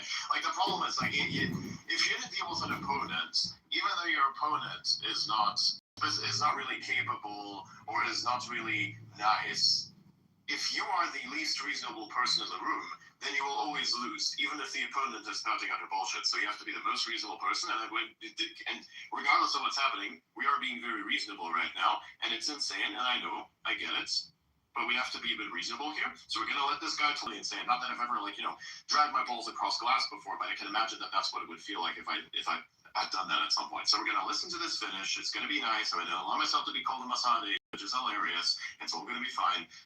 Let's have Sammy continue, then we can dispute him individually. Okay? Just a little order. Just a little bit of order. These time boxes, so 2 minutes. I feel like this is just going on for Yeah, he talks a lot, so let's give him 2 minutes. 2 minutes of no interruption. I'll even pull up the clock. Okay. That's all. After this. I don't believe you guys can shut for the 2 minutes, man. See, the riots actually. See, I told you, Adrian, you cannot sheesh. Anyway, I'm laughing. Continue. They're so funny. I didn't get you a joke. I know, right? So, Ponto, you're claiming the 40,000 people been killed. And meanwhile, you can have the proof of the Pompeo tweets. He claiming the Mossad agents and the CIA was walking inside Iran streets and infiltrating the peaceful protest. And it was lots of people. Hold on. And other people cannot. It's a 6 months experience. You keep a 6 months experience. 2 minutes. And if you see that tweets and the videos we have got, and I can post it on and on, like I've got like over 100 clips. The Mossad agents in Iran, they're burning alive. They beheaded the Iranian soldiers, police officers, and killing them. And if you go right now on the streets, you're going to see the million people every night in every square in Iran, in Tehran, in Mashhad, in Isfahan. Is as a what's the actually the Iranian TV said, and if you go outside, then right now in Iran today, last night Friday, the people in Tehran is a 10 million people rally around the flag, and they loving the countries and the government. So I do understand to be disconnected from the culture, and you want to be accepted in the West community. You want to hate the Muslims, Arabs, Iranians, and your own culture, but that's not it. It's not as country. We've been talking about it. Okay, it's time's up. Hold on, his time's up. All right, your time's up. Danny. Sam, your time's up. Okay, 2 minutes is very different. Okay, this is like a dog when he starts to pee and it just doesn't stop. It just keeps going. Okay, Like so picking him up, starts let signing me him ask you this. If what you're claiming that the government did not kill that many people, why don't you have an independent international organization come in and verify? How do you do the math? Don't bounce it right back. Okay, so one second, Danny, one second. Hold on. We don't really go by hands necessarily. We go by it's at our discretion. We'll get to you.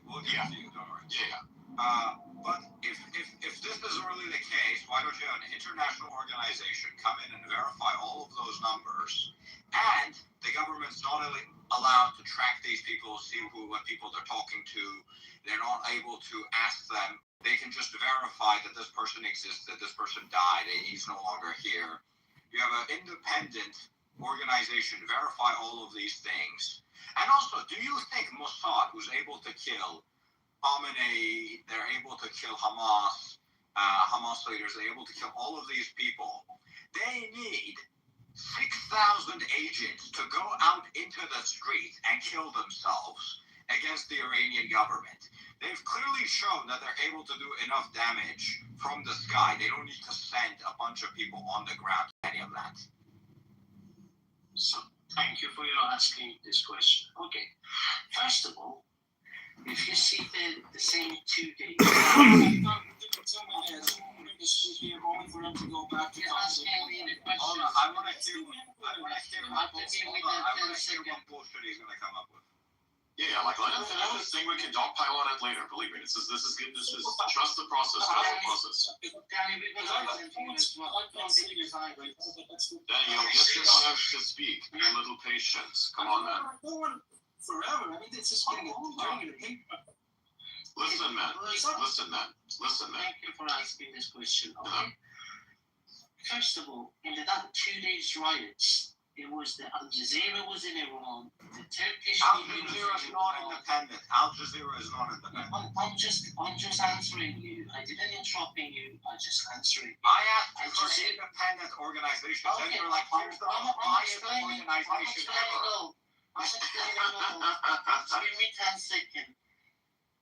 In the meanwhile, in Iran, it was Al Jazeera, Turkish TV, Azerbaijan TV, Kuwaitish News, and Dubai News. So why we don't allow the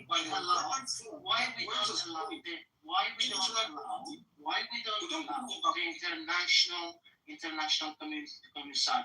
If you read the Green Book about the Libya, you're gonna see that they claiming that the Libya has the Gaddafi's. I'm answering that. Hold on. How old are you? Just be patient. Danny, if you keep interrupting, we'll remove you. Okay, why we don't allow the international organization to come inside Iran? Because the same organization, they went to the Libya and they claiming the systematic raping under the Gaddafi time. And when the Gaddafi gone and been butchered by the Mossad agents, they find out it was a zero. It was nobody getting raped in the Gaddafi time. So you mean like with Sabak, right? You mean with Sabak and international organizations, right? We are not trusting any Zionist organization. American. Really?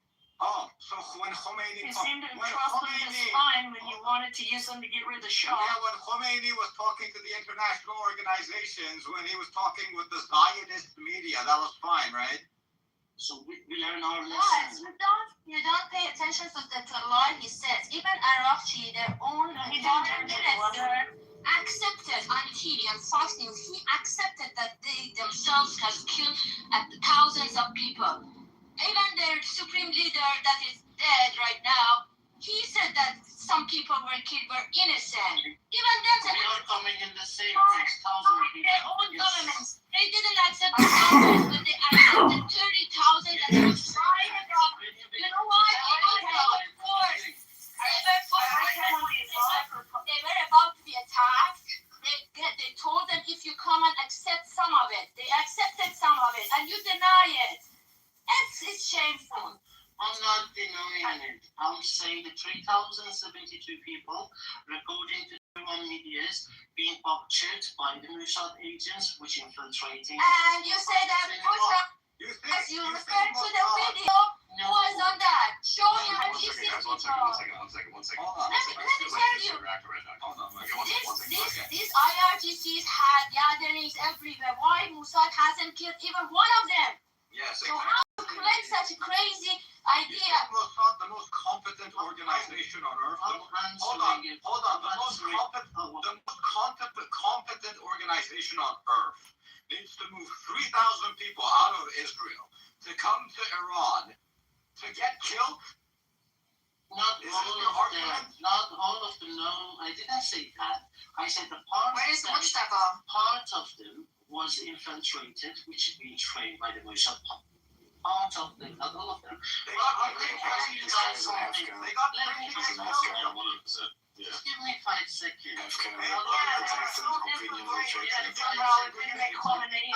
gonna give you lots of training. Your mission is to die.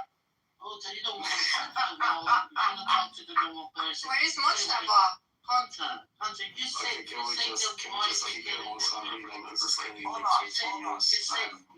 why we kill. You want to hear somebody else or you want to talk with yourself? You say why we kill it. If you go right now in your country outside and you putting the gun in the police officer, what are they gonna do with you? They're gonna put you down. Even if you're living in America or any other country.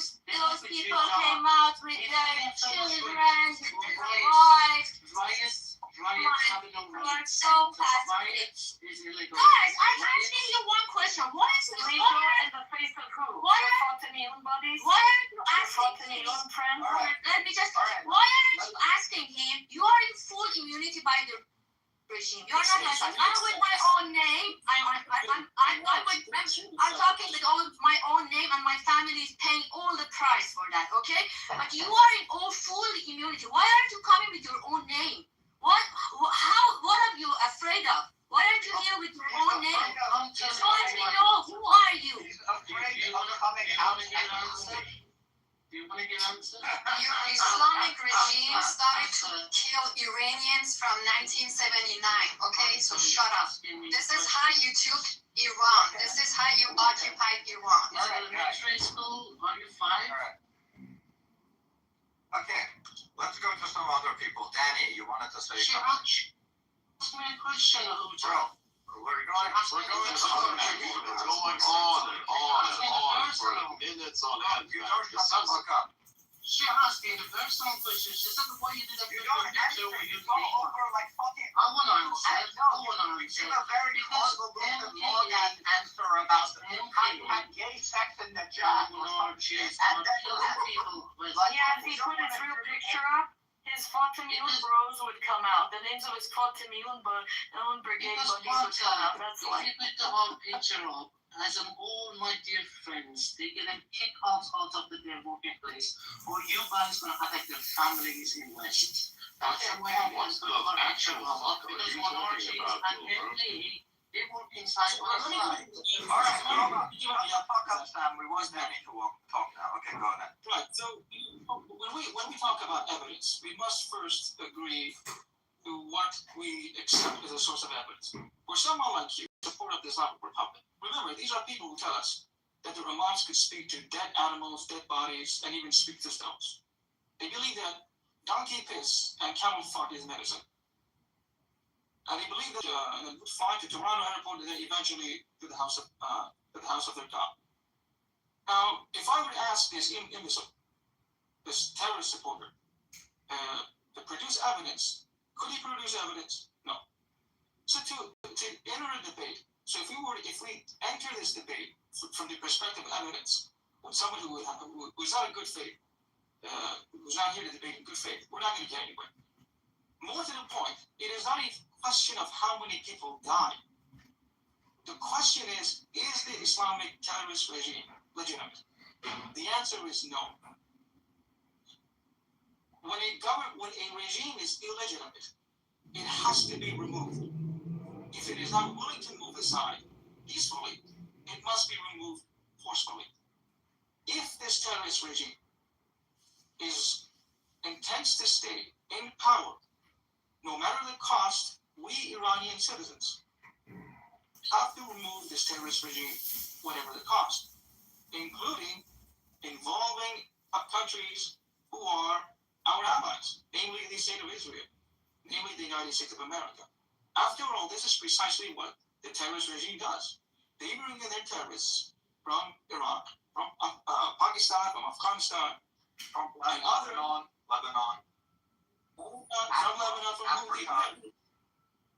precisely from any country there are shitholes. Fundamentally, the Islamic Republic, in its very constitution, is un-Iranian and anti-Iranian.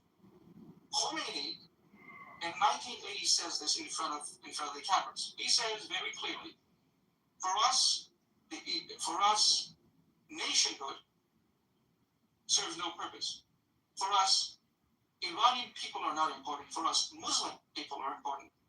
Furthermore, since this person asks for evidence, and also mentioned this Khomeini Nasrallah literally said that Khomeini defeated the Persian civilization and he took it over and made it a Muslim civilization. He destroyed a Persian civilization. This is what Nasrallah, leader of Hezbollah, which is backed by Iran, says. Mm-hmm. Now, Khomeini also said this in one of his books. He says, we're preserving Islam in the Muslim populace. You are not only allowed to lie, you are obligated to lie. To lie, to steal, to cheat, to engage in homosexuality, to drink alcohol, and to abandon your prayers. He even goes so far as, for Islam, you can even murder your own imam. Now, when you have a constitution that is founded on such principles, which are not even principles, there is nothing to debate. It doesn't even if the Islamic Republic had not killed a person, even if they had provided prosperity for our country, which of course they have not, fundamentally the Islamic Republic is illegitimate. And anyone who associates with an illegitimate regime has forfeited any and all rights. That is to say, if I were to come across you, Sam, by virtue of you being supportive of an occupying regime, I have every right to do to you as I please. I have this. What's interesting is people like you, people of your religious inclination, you don't even know who your parents are. Or you may know who your parents are because they are your mother could be your father, or your father could be a pet, or perhaps both. I am not trying to insult you. This is an accurate description. Your mosques, your Husseinias are brothels. And you know who pimps out your mothers and sisters, your own fathers. This is in your religion. Yeah, the imam, the temporary marriage, the temporary marriage. Yes. It is mind-boggling how someone could know these things and still and choose not to distance themselves, to come onto a public space like this and talk about what are you even talking? You should be hanging your head in shame. You should. If I were you, if I don't know if your father, if you knew who he is, you would actually attack me. It's not personal. No, it's not personal, Sam. It's personal attack, Danny. You can talk about the normal civilizations. Your oldest civilization is the planet. I'm trying to help normal. You don't get excited. You get to some good points. Actually, I want to answer. I want to answer. No, hold on. I didn't ask you a question. So, hold on a minute. Let me teach you, my friend. Let me teach you. I said my friend. Yeah, bro, don't say that. I was going to say, don't call this guy your friend. It's slick. It's just a habit. You know, it's just a habit. We've already decided he's going to get edam mission, you know? So, Sam, precise, yes. Why don't say English? Are you ashamed of your English audience? I will tell you. I said when this is all over, you're going to get the death penalty. We're going to give you the death penalty after this is all over. You want to play? You said you want to play? Okay, thank you. So why don't you translate the other part to English as well? You want to tell the audience what I will do the translation for him. I will do the translation for him. By virtue of associating with, listen, we are in a total war. Listen to this carefully, Sam, so you understand the gravity of the situation. The Islamic Republic has declared total war. Total war means every and any resource is used to fight the other side. The Islamic Republic has declared war on the Iranian people. So weapons, propaganda, lies and money, sex trafficking, drug trafficking, you name it, anything, any action they take, any word they use is considered participation in total war. You, in fact, are participating in this total war. You are an enemy. You are a terrorist. You may not like it.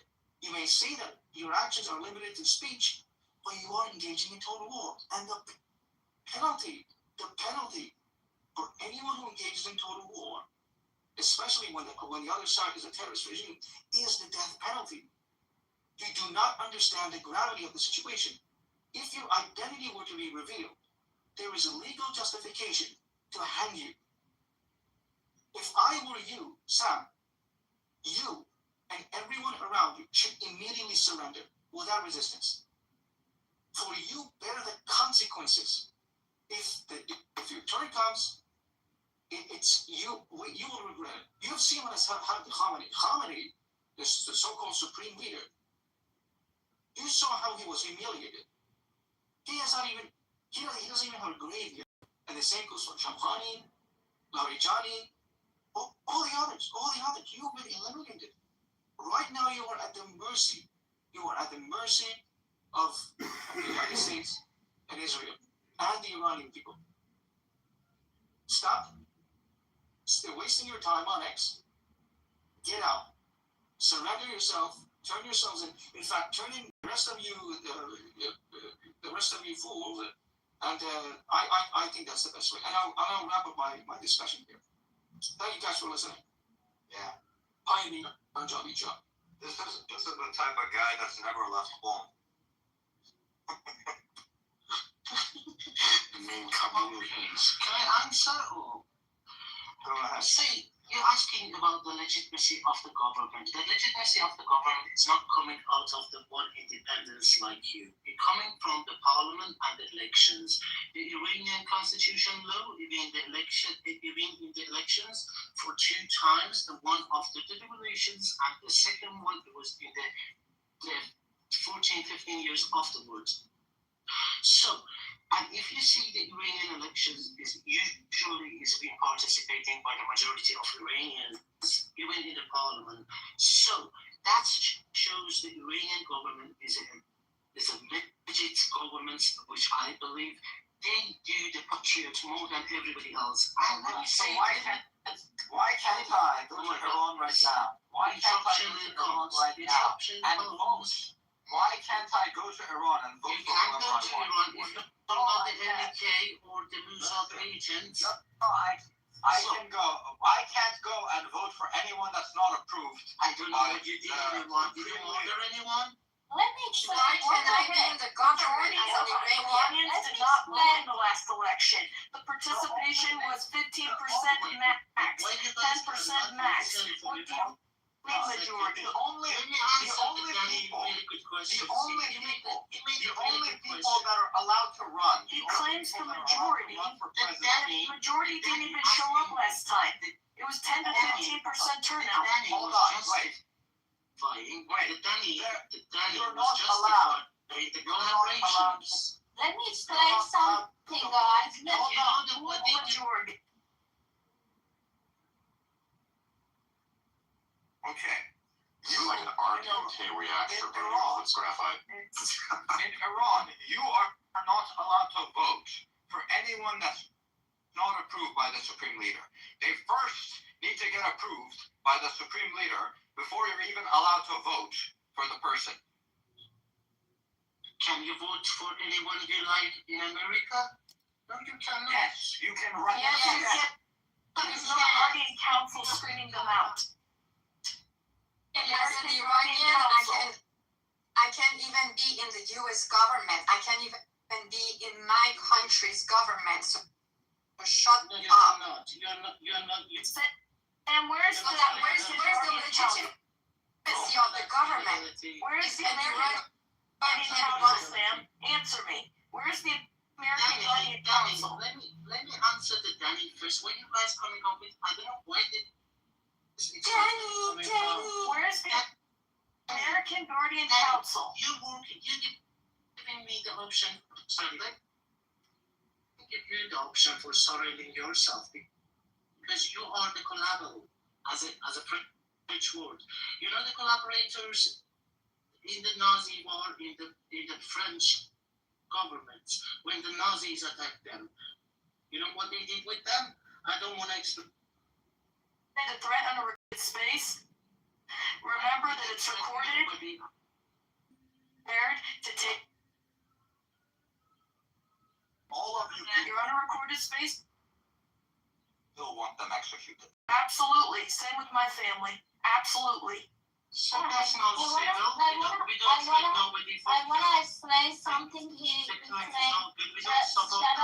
up a minute. I want to explain something because you're very polite. Because you are. Listen, Sam, you're being very zesty right now. Everything you say is just sounding exactly like this. I don't know why you do this to yourself and everyone who listens to you, but you start to really get on my nerves. Like, seriously, man.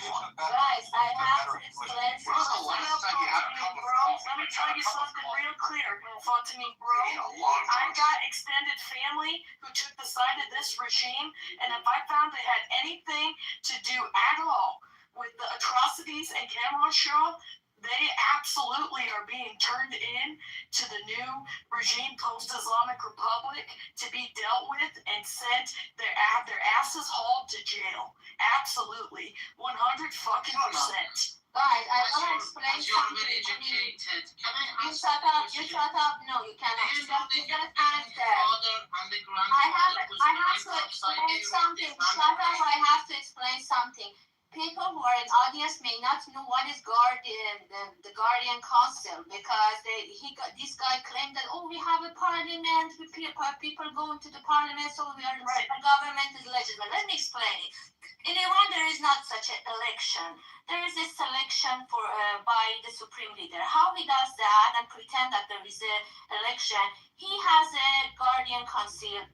Some bunch of clerics and some talks of IRGC who are selected by the supreme leader go in a room and they decide who can be candidate, who cannot be, and only the people who are loyal and prove to be loyal to Khamenei and the regime, they can be candidate. And even after that, when they have this kind of selection and some people go and vote because they don't know what's in politics and they want to have a bunch of people don't know, and they don't. It's like You claiming Papa, that shut the fuck up. people who And actually after actually and break after the that, claiming exactly and that. after Yeah, she's and claiming after all that these you're full of and shit. after all these things that they put the guards, that nobody comes to the government, only the loyalists, and after that, even less than 10% go to the ballot vote, and the government only multiplied them.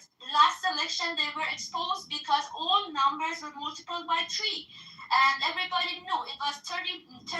They multiplied all numbers, and they were 39 and something like that. So they are full of bullshit, and you've heard them.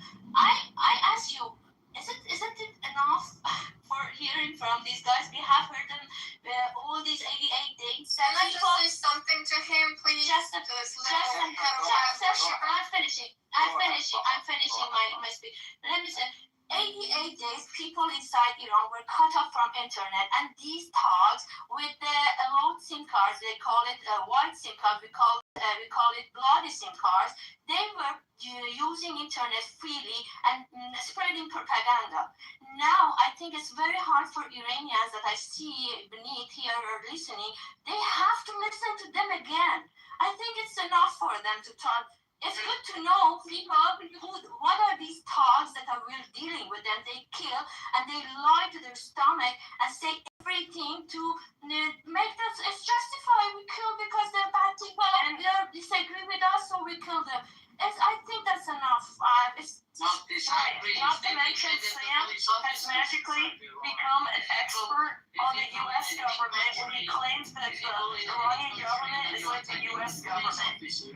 They're gonna execute you in any country. You cannot. No, America is not. Can I ask you? In America, the police officer also can't fucking rape you before they kill you. Where's the Guardian Council America, Sam?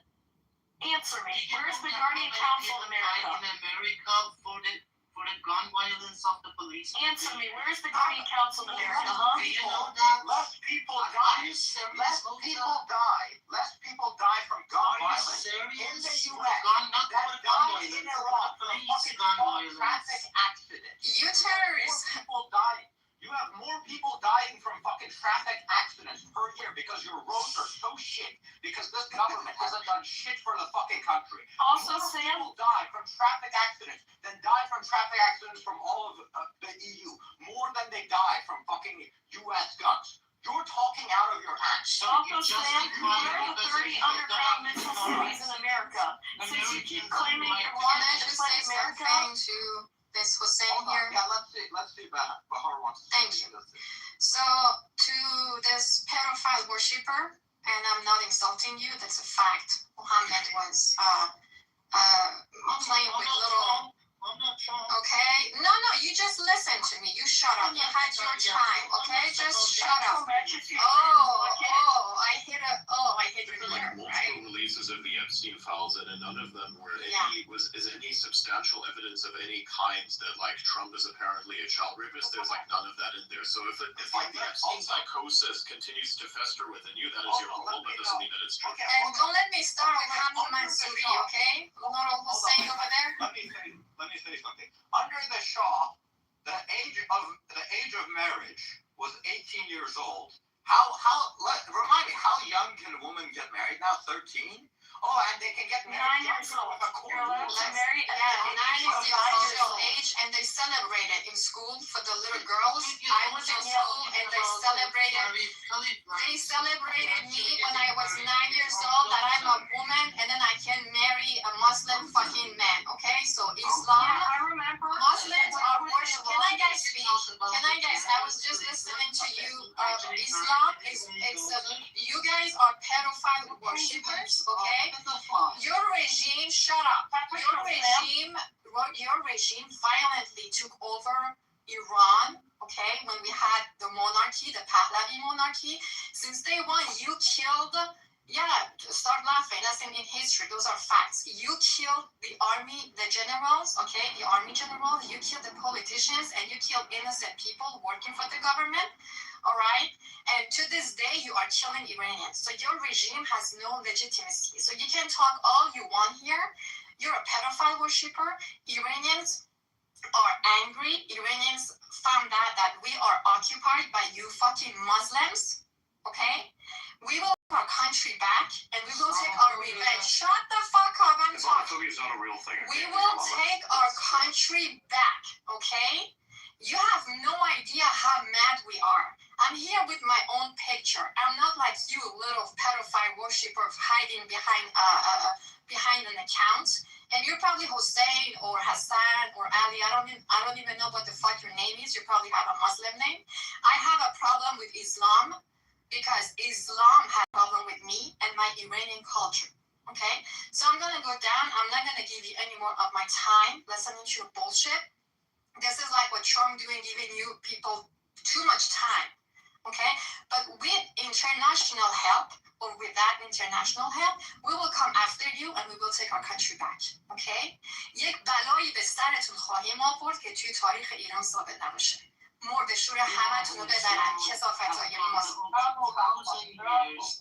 histories, so you cannot divide the Muslims and the Oh, shut up. Islam is dead in Iran. Islam is dead in Iran. All the mosques will be destroyed. You will see. Oh, yeah. You will flee to Saudi Arabia or you will flee to Iran. Where your family comes from, okay? So he's gonna flee out to this side. Yeah, and do bachi over there because that's how they are. Okay, hold on, let's see. Sam, Fatima Sapiri. What about her? How do you explain Fatima Sapiri? Why is she sitting in the jail while the fat ass Nargis Mohammadi sits free, huh? Fatima Sapiri is a Muslim? Hold on.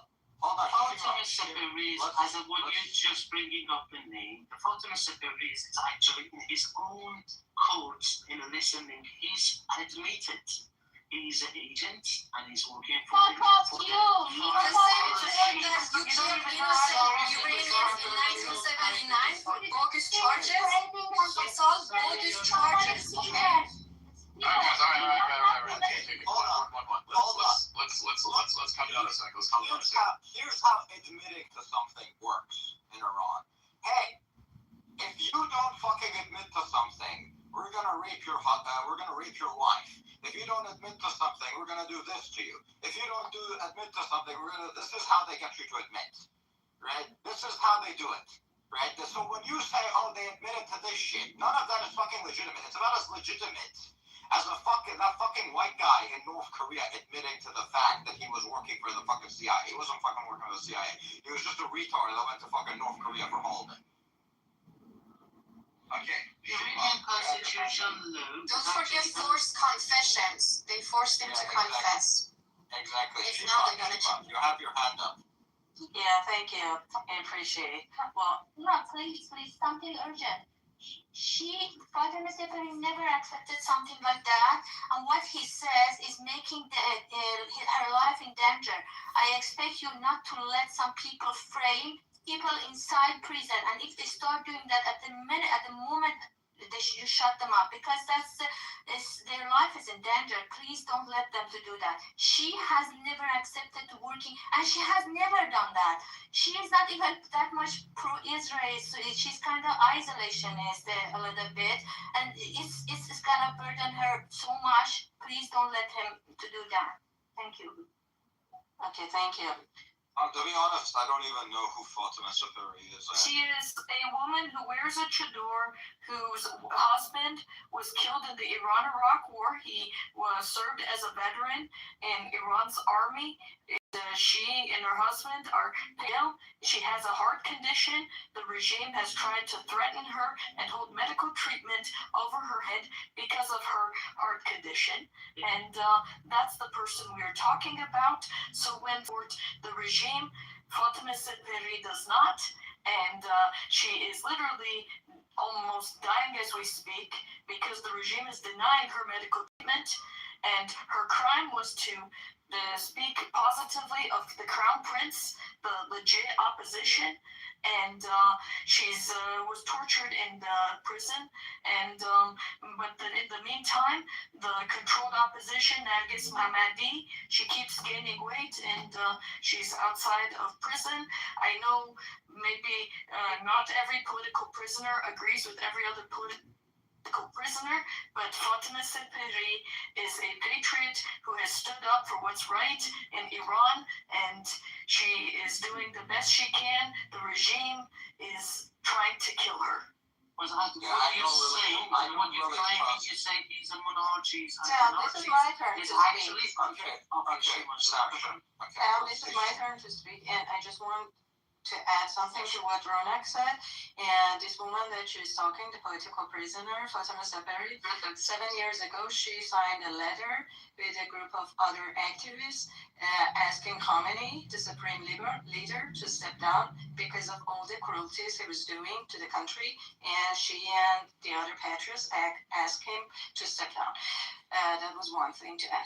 Another point, Sam, you were claiming that we couldn't collect the name of the people who were killed in Iran massacre.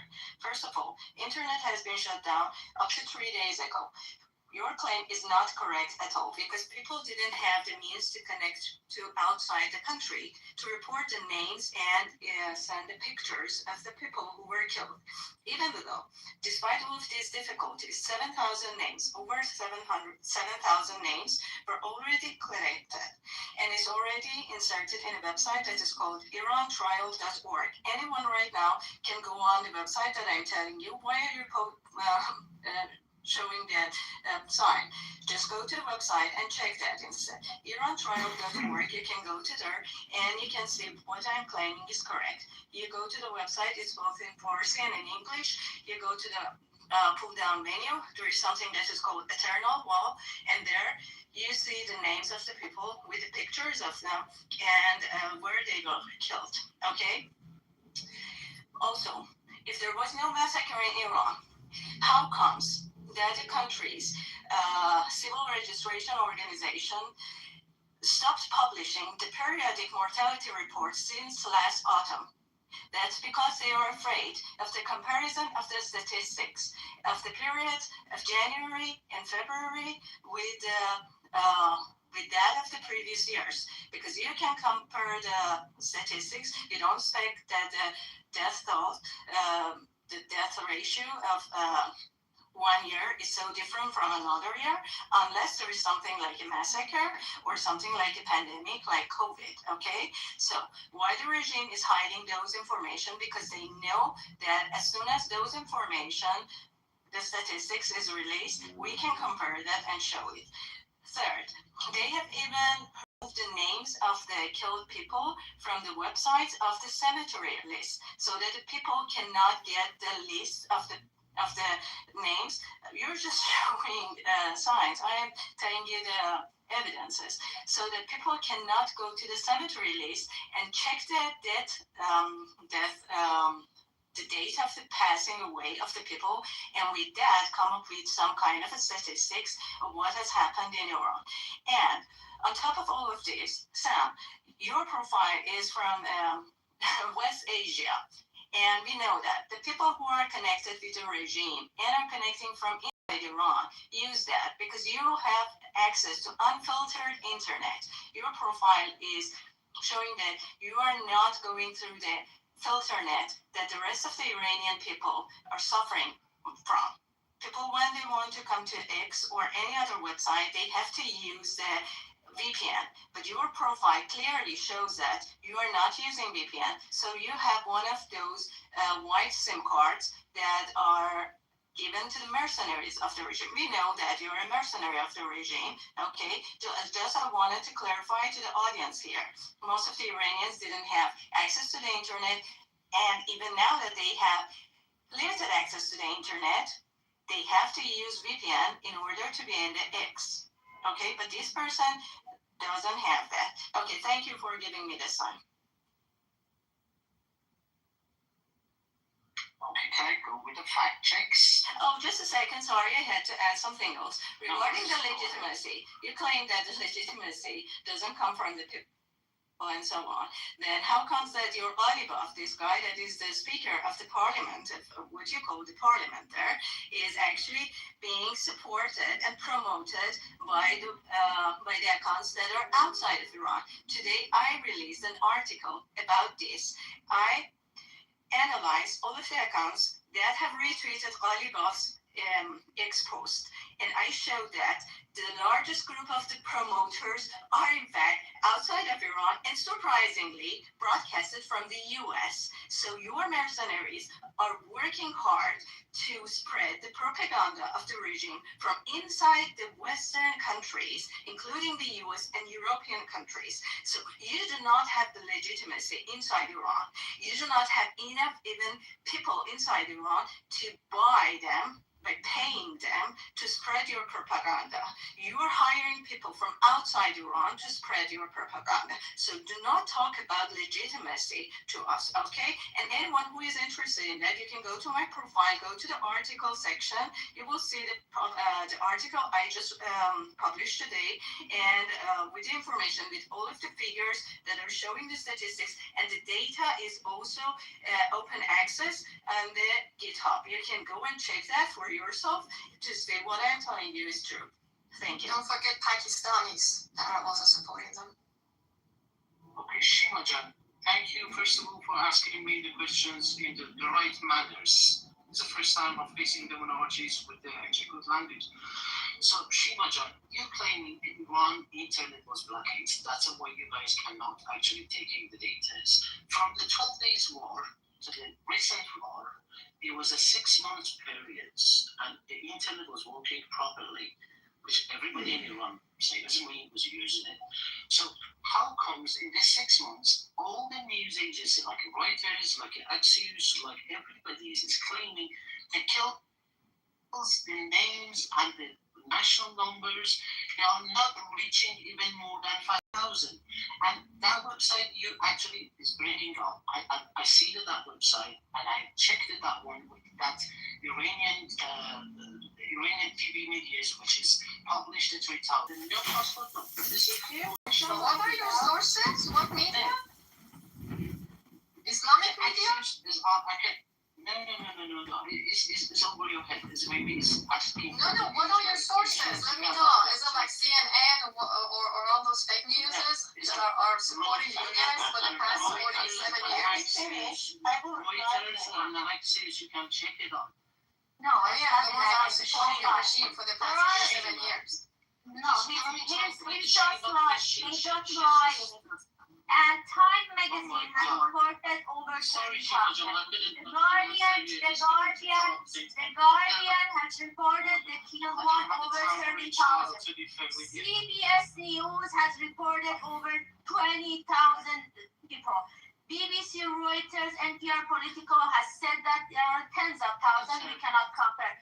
We have over 20 different outlets that confirm with their own sources there are tens of thousands of killed ones. There is no report in Axios or CNN, any of the claims you have that this says that this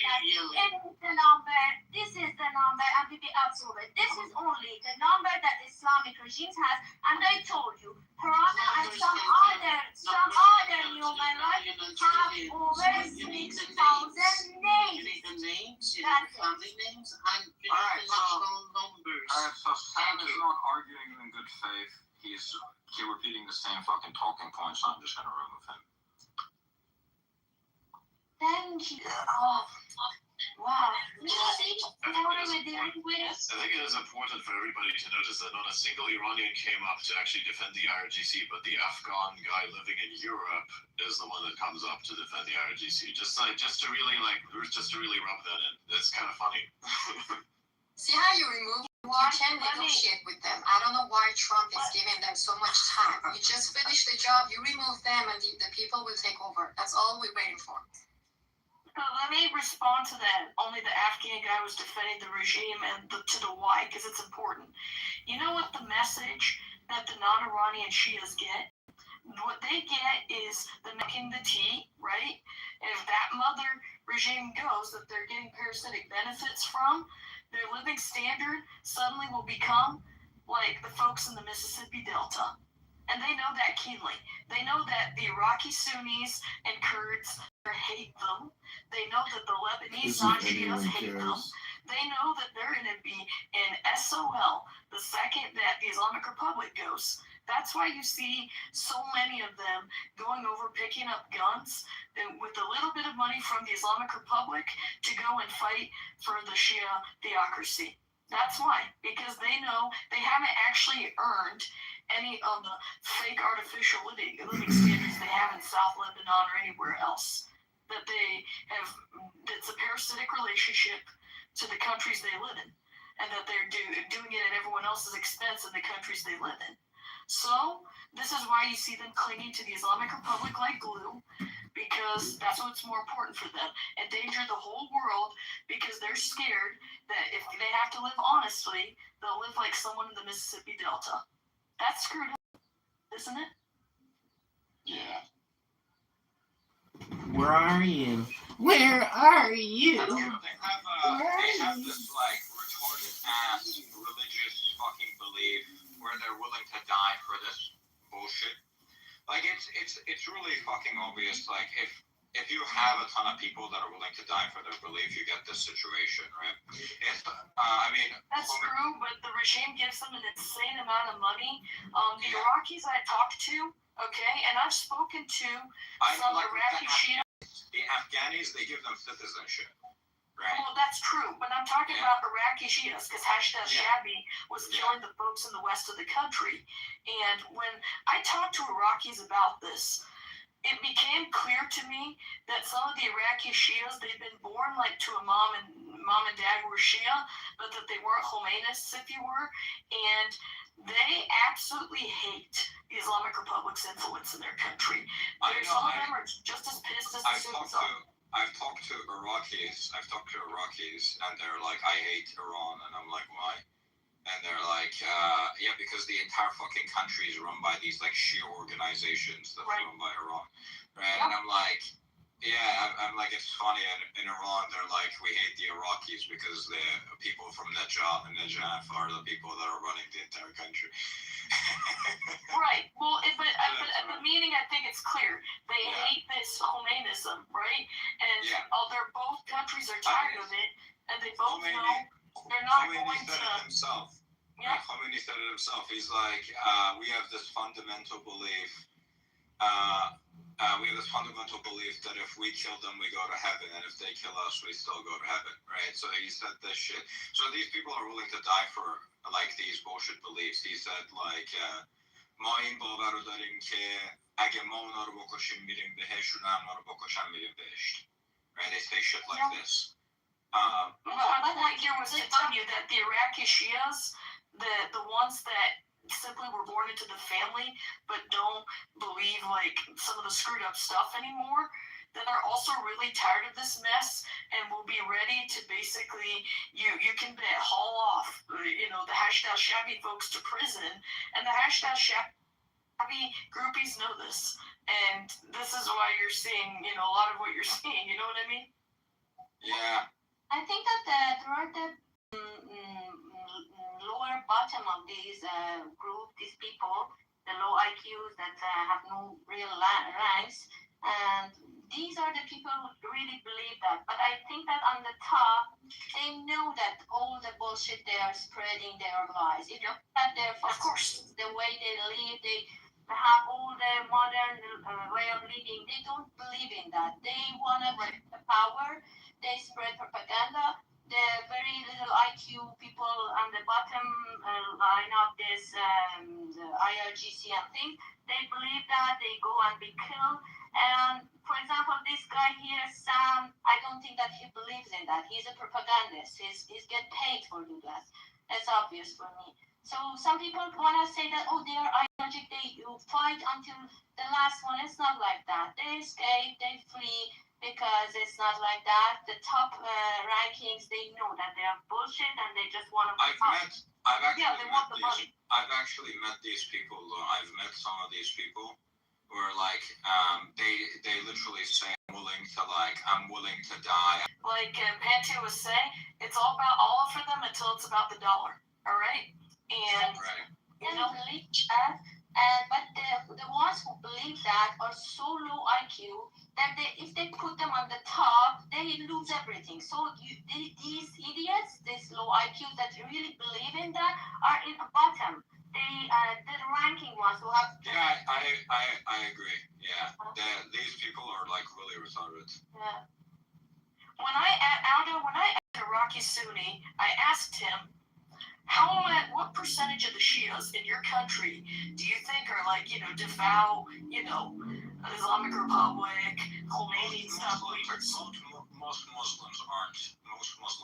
No, I get it, but I asked this guy, hold on, I asked him, in your country, among the Iraqi Shias, what percentage of them do you think are devout? They say Khomeinis. The Iraqis call them Khomeinis. This mess, and the minute they stop receiving the money, our situation. You might have even said 7%. It's all it's a minority position. It has been a minority position. And so it's like someone like Ali al-Sistani was a Grand Ayatollah, and he was like basically the top authority for the Iraqi Shias, and he's rejecting that very openly. The Khomeinism. Even in Iran, even in Iran, they couldn't get Khomeini couldn't get another Grand Ayatollah to take his position, right? I think there were 4 Grand Ayatollahs in Iran at the time, right? 2 of them outright rejected it, and the last guy accepted it, but like a few months. Khomeinism is retarded, and it changes the requirements for like someone who's destined to become a Grand Ayatollah, right? Which was like they picked Khamenei for that. Yes, because Khomeini disowned Montazeri. In a letter, if my memory of the details is correct, Montazeri had objected to those prisoners in 1988 being killed off. He voiced his objection to Khomeini, and that's when Khomeini was like absolutely like pissed off at him, and he goes and basically tells him, okay, screw it, you were in the line of succession, you're disowned now. That's the backstory there. And that's like a few months before Khomeini dies too. And Montazeri himself was not opposed to killing other groups. He was not opposed to killing the general. Yeah, I'm not saying Montazeri was a good guy. He was a shitbag as well. No, I'm saying for the audience because they may not all think, searching for Montazeri, he was against the killing. No, he was only one group that NDK knew. He was supporter of them, and then he started being against. But before that, they were killing masses, thousands, and he was pro that killing. So. From the fact. There are no good Shiite clerics. Like they're all like. I agree. They're all complicit in this. My point is, in Iraq, it's unrealistic that they're going to turn into atheists overnight. So just the fact that if the Islamic Republic in Iran goes, that at least some of the folks stand a chance to, flush out some of the, really terrible actors. That's still a big step forward. That's my understanding. The moment the Islamic Republic goes, I mean, the Middle East enters a new age. Enters a new age of stability, of progress. Most probably. In Iraq, though, I am concerned that the remnants of this regime will just kind of flee to Iraq, right? They'll try to hide among the Shias, and in my view, it's going to be in the best interest of the future Iranian intelligence agencies to cultivate these relationships with the Sunnis, kind of almost recreating, right, the Shah and the Ba'athist coalition to make sure that the Shia dirtbags don't mushroom out of control again. I think what you need to do is you basically need to set like a bounty, be like 10%, right? So any money collected and without like a stable source of income where they can basically ransack the country and steal the fucking money, their money is going to run out soon enough and it's going to continue being confiscated, right? Well, so if that happens, you don't really have a problem with them doing anything in Iraq because they won't be able to fund any of these things. But I do think if you wanted the ultimate security, you need the folks I think who you could trust the most to give reliable intelligence to keep these bad actors in check would be the ones who have a blood feud with them. And you know pretty well that the Iraqi Sunnis are going to kind of, have this blood feud with them and be more motivated to make sure. Lebanese, you know what I mean? Lebanese too. Oh, of course. Well, Lebanese Christians and Sunnis will again have a blood feud with these bad actors. And again, if I'm focusing on the Shia, it's because well, which one was the biggest danger to Iran? It was the Shia theocracy. Obviously, in other countries, it'll be a different brand of Islam, the Brotherhood or whatever, that's going to be a threat to them. Muslim Brotherhood, yeah. Just right, but I'm talking about when it comes to Iran, it is in our interest to make it to, at least in a transactional way, use the Iraqi Sunnis to keep the dirtbags from trying to come back into Iran and stage guerrilla attacks and car bombs, and you know what I mean? Yeah. I think you just need to give them all the death penalty. Like, it's really, I think the solution is kind of simple. Oh, of course. The problem is these folks breed like you know what. You got me? Yeah, I know. Guys, thank you, and go because I haven't did anything. It's 7 p.m. in Eastern time, and thank you very much. I came up when you were few people here. I wanted to thank you because you were mentioning Iranian people who came to streets, and you mentioned the victims. You criticized the journalists, European journalists, their hypocrisy. I really thank you. I appreciate that. We won't forget that some people without any benefit stood by the right side and the history, and they stood by us. We won't forget that. Thank you very much. Long live Iran, Shah. Good evening. One last point I wanted to make was like, when this regime goes, it's not just that all the resources that are now being invested in all these like Shia causes and all these terrorist organizations are just gone.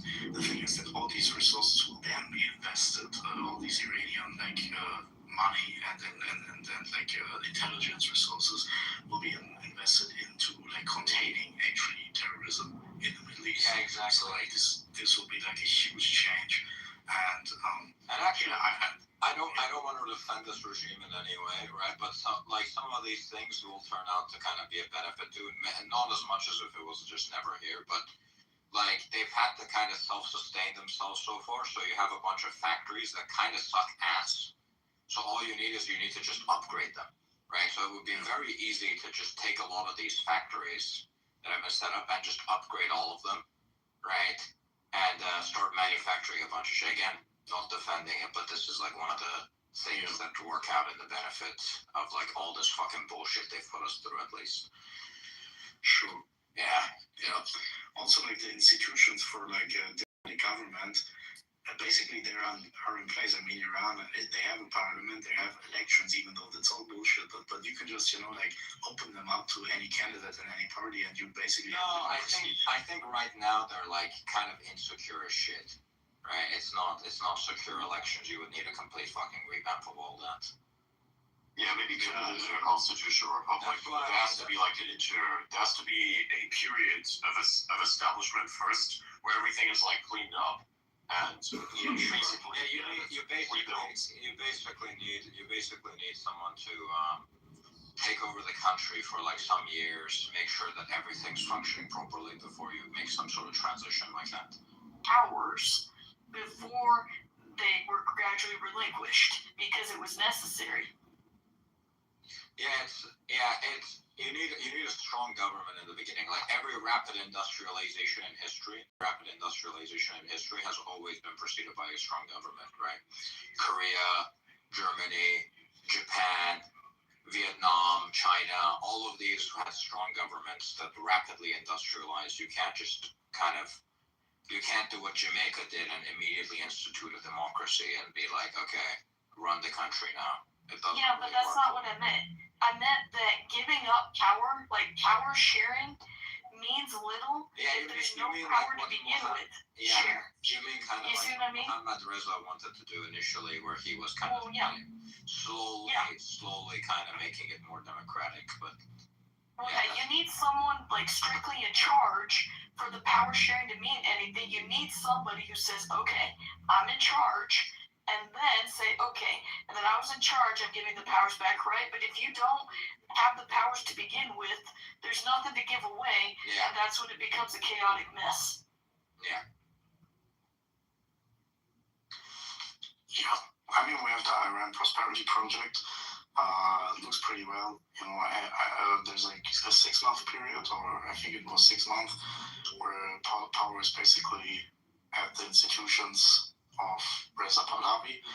Then there will be like some referendum between like a constitutional monarchy like in Europe or a republic, and some 6 months other. is probably too short. I think he's going to realize that once he gets in. We'll see. I mean, my guess is you would at least need 2-3 years. Yes, realistically, yes. At that point. Because the reality is, to be able to, the logistics of setting up polling places in a country like Iran with that terrain, with stuff getting destroyed, right? And you have to have security. With no verification system, well, no proper verification. Right, that's what I'm getting. And then you have to train poll workers, right? I've been a poll worker here in the United States. I've been an election official at the local level, and everybody has to be absolutely schooled in the procedures. It's no small matter, and to do this nationwide, we have enough trouble here in America. Imagine in Iran, you know what I mean? Like, you have to import all the different, like, security measures, metal detectors outside of these places, right? You know, because you know that there will be guerrilla groups who will try to threaten folk who show up to vote, right? So you have to account for all of that, and it's not going to be as smooth as America. There's no way you can logistically do that in 6 months and train everybody. Yeah, exactly. It'll take at least 2 years, and that's me being very optimistic. Yeah, but what I want to say is, if we get at that point, we'll already have won, because that means that the regime is no longer in power, and like all these discussions about like how long it will take, eliminated the biggest problems already, you know. Oh, absolutely. And keep in mind with Juan Carlos, it took a couple of years before they had their referendum on what type of system and Spain's new constitution. It did take 2 to 3 years. And even after that, the Spanish military tried to do a coup 4 years after that. Yeah. Yeah. The benefit that Reza has is that he has like the monarchy, right, which was like several thousand-year-old monarchy. Right, it has some historical legitimacy, so I don't think there's like a risk of any coups or something unless you still have a bunch of IRGC people inside the Artesh. Well, and that's the thing. That's going to be the sticky part, because the IRGC put its people in command of key parts at the top of Artesh after the 1999 student protests, because they war gamed it and realized back then Artesh could take back Tehran in 12 hours if needed. That scared them. They felt Artesh had too much power, so they went and got rid of some of the older commanders in the regular army and replaced them with their own. Now, how are you going to know which ones were replaced, right? And that process, and if you didn't eliminate all of the Artesh commanders, how do you know who you're going to trust, who was a genuine defector, and who was just doing it in order to infiltrate the new system? And that's going to be a sticky thing. What should be discussed is like, maybe we just, you know, like, do a second amendment thing. It's not just about who's the leaders, right, of the Artesh. It's also about like if the people in the Artesh are going to follow the orders, right? If you have a genuine new government and the people know they're not going to get prosecuted, right? Conscripts and Artesh will follow the orders. I think you're talking about Sepah, the IRGC. What are you going to do with those? I'm talking about Artesh. I'm talking about the fact that they're not going to follow the orders of a commander that's ordering them to overthrow the new government, right? Oh, because I see what you're saying. They're not going to get prosecuted, right? If they by the government if they refuse, right? No, that's true. So even if there are IRGC agents in the Artesh, once the government's fallen, I don't think it's going to be a major issue, because then they're just going to refuse. Right? That's true, but those commanders could be talking to Russia and China. Russia and China could stir things up in the army. Russia and China aren't going to do anything. I think Russia isn't going to do anything as long as they're occupied with Ukraine. And China doesn't get involved in any war that's not on its borders. It never has. It probably. I don't see it during Xi Jinping's term happening either in China. I hope you're right.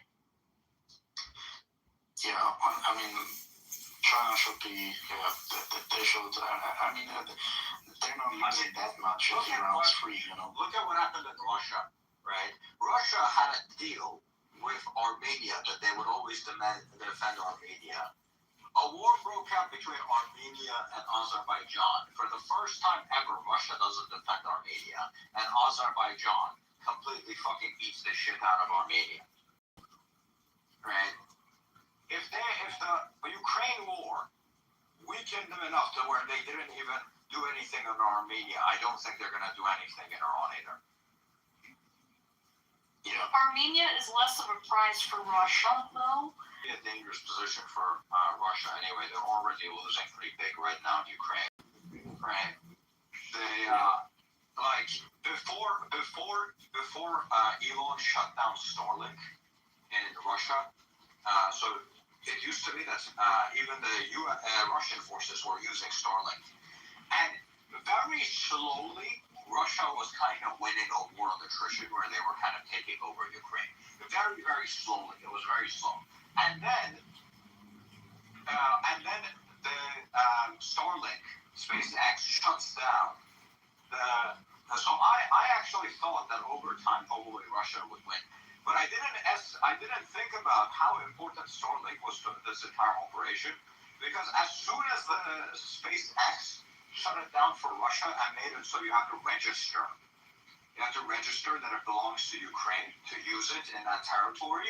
Immediately Russia starts losing big time. Ukraine's like taking everything. I think they're too focused on Ukraine right now, and they're losing pretty badly. And even in like the parade, so Russia has a yearly parade where they basically take around like World War II tanks to commemorate their win. And they didn't have any tanks. They didn't bring any equipment because they had all sent it all. Like even the World War II tanks, they had sent it all to fucking Ukraine. I don't think Russia's doing really that well right now. So I don't think they would intervene in Iran either. Like Speaking of Iran, I don't know if I call this breaking news. I don't know if it's come up yet in our space discussions, but there is a bakers protest in Khorasan.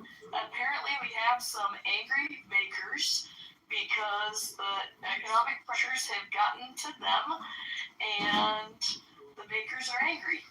And they're gathered in, what city is this? The province name is listed as Khorasan, Tabakorga, Tajamot, Korgali. But I'm not seeing a city name in this hashtag. You have any more information on this? No, my Telegram channels are silent. I don't see anything. I think this is a very, very recent development, and the footage is from today, from what this post is saying. I wish there was like, I honestly, to be honest, I don't think any of these really matter too much, right? Like I remember during the Massa Amini protests, I remember it was happening, and like to me, like it just didn't seem like something that was going to change anything. The protests that happened recently. The protests that happened recently in January, those were the first time where I was like, oh shit, something might happen. Right? But before that, like, every other protest that had happened before, to me, it just seemed like bullshit. I just looked at it and I'm like, nothing's gonna happen. Well, I understand. I'm just giving the news. I'm not commenting on whether it's likely to give an immediate result or not, but I thought it was something worthy of note. I don't see it widely discussed in the Khorasan hashtag yet. So, again, it's probably, you're going to see a lot of isolated cases. Whether the dots get connected and it flares up, we'll see. Adrian, if I might butt in or lay it out to, this has been one of the most entertaining and informative spaces I've been in a long time. You guys have really covered this topic, and it's so great to hear from, Iranians and that claim to be IRGC. That was wild. But I'll go quick. I just wanted to thank you for the mic.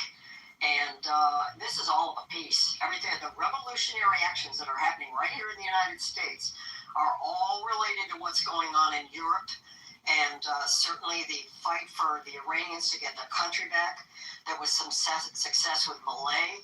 You look at some of these leaders, and I'm just hoping for the best for you guys, for Iran. I really am. And we've got a lot going on here at home. Everything seems to be exploding and on fire.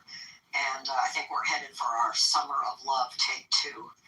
So anyway, thank you all very much. Thank you, Adrian. Ranch Gal, thank you for your kind words. I would make a pitch here. Yes, I'll make a shameless plug here that if Trump can get this done before the midterms, it'll be a boost for you guys. I'm just saying, if I'm not telling voters what to do, but if they want to reach out to their congressman and tell them that they prefer, ideally, that Trump finish the job, then hopefully, I don't know, who knows, he may see some of that and be like, oh, hey, my voters don't want me to, Well, we certainly don't want it to carry on and on and on. I mean, I'm older. I'm in my 70s. I went to college during the Vietnam War. So, we haven't really been successful in the Middle East as a country for regime changes and stuff. But I'm certainly hoping for Iran and that we can get it done quickly. Because, Trump is facing midterms and there's a lot of opposition to, a lot of things in this country. Certainly the war is divisive. No, I understand. And Miss Lou, I want to. We have to. We're in it to win it. We're in it to win it. Absolutely. Something else. A lot of U.S. citizens, they don't actually know a lot of the history of what went wrong in Vietnam, what went wrong in Iraq, and what went wrong in Afghanistan. A lot of those things are very different to what you've been told. Like with Afghanistan. One of the primary reasons that it went wrong is Afghanistan actually used to have a king who kept the country stable for over 40 years. And the U.S., because they had good relations with Pakistan, they didn't want to bring the king in Afghanistan, which was, I think, a mistake. And they tried to do this whole democracy thing, which was a massive mistake. That's not the whole story there. The Islamic Republic regime in Iran. The Iranian government also was helping the U.S. government at that time. Same thing in Iraq. Yeah, I know. But I think the biggest reason probably for Afghanistan, in my belief, is that it was because they didn't put the Shah back, right? They put the other guy. But in Iraq, the primary reason was because they had, in Iraq, the primary reason was that they had a Harvard professor which made the policy, U.S. policy, for Iraq. And that guy went and talked to a bunch of Shia groups that worked for the IRGC, and that constitution that they wrote was beneficial to the Shia groups that were controlled by Iran. Hold up. We want to keep this really simple.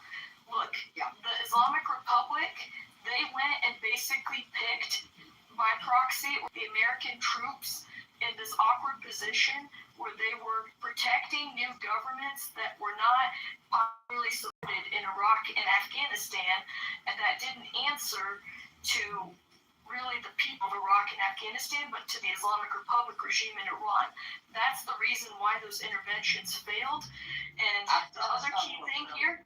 Afghanistan would have failed regardless. But I'm trying to make a point here that the Iranian people have not asked for boots on the ground.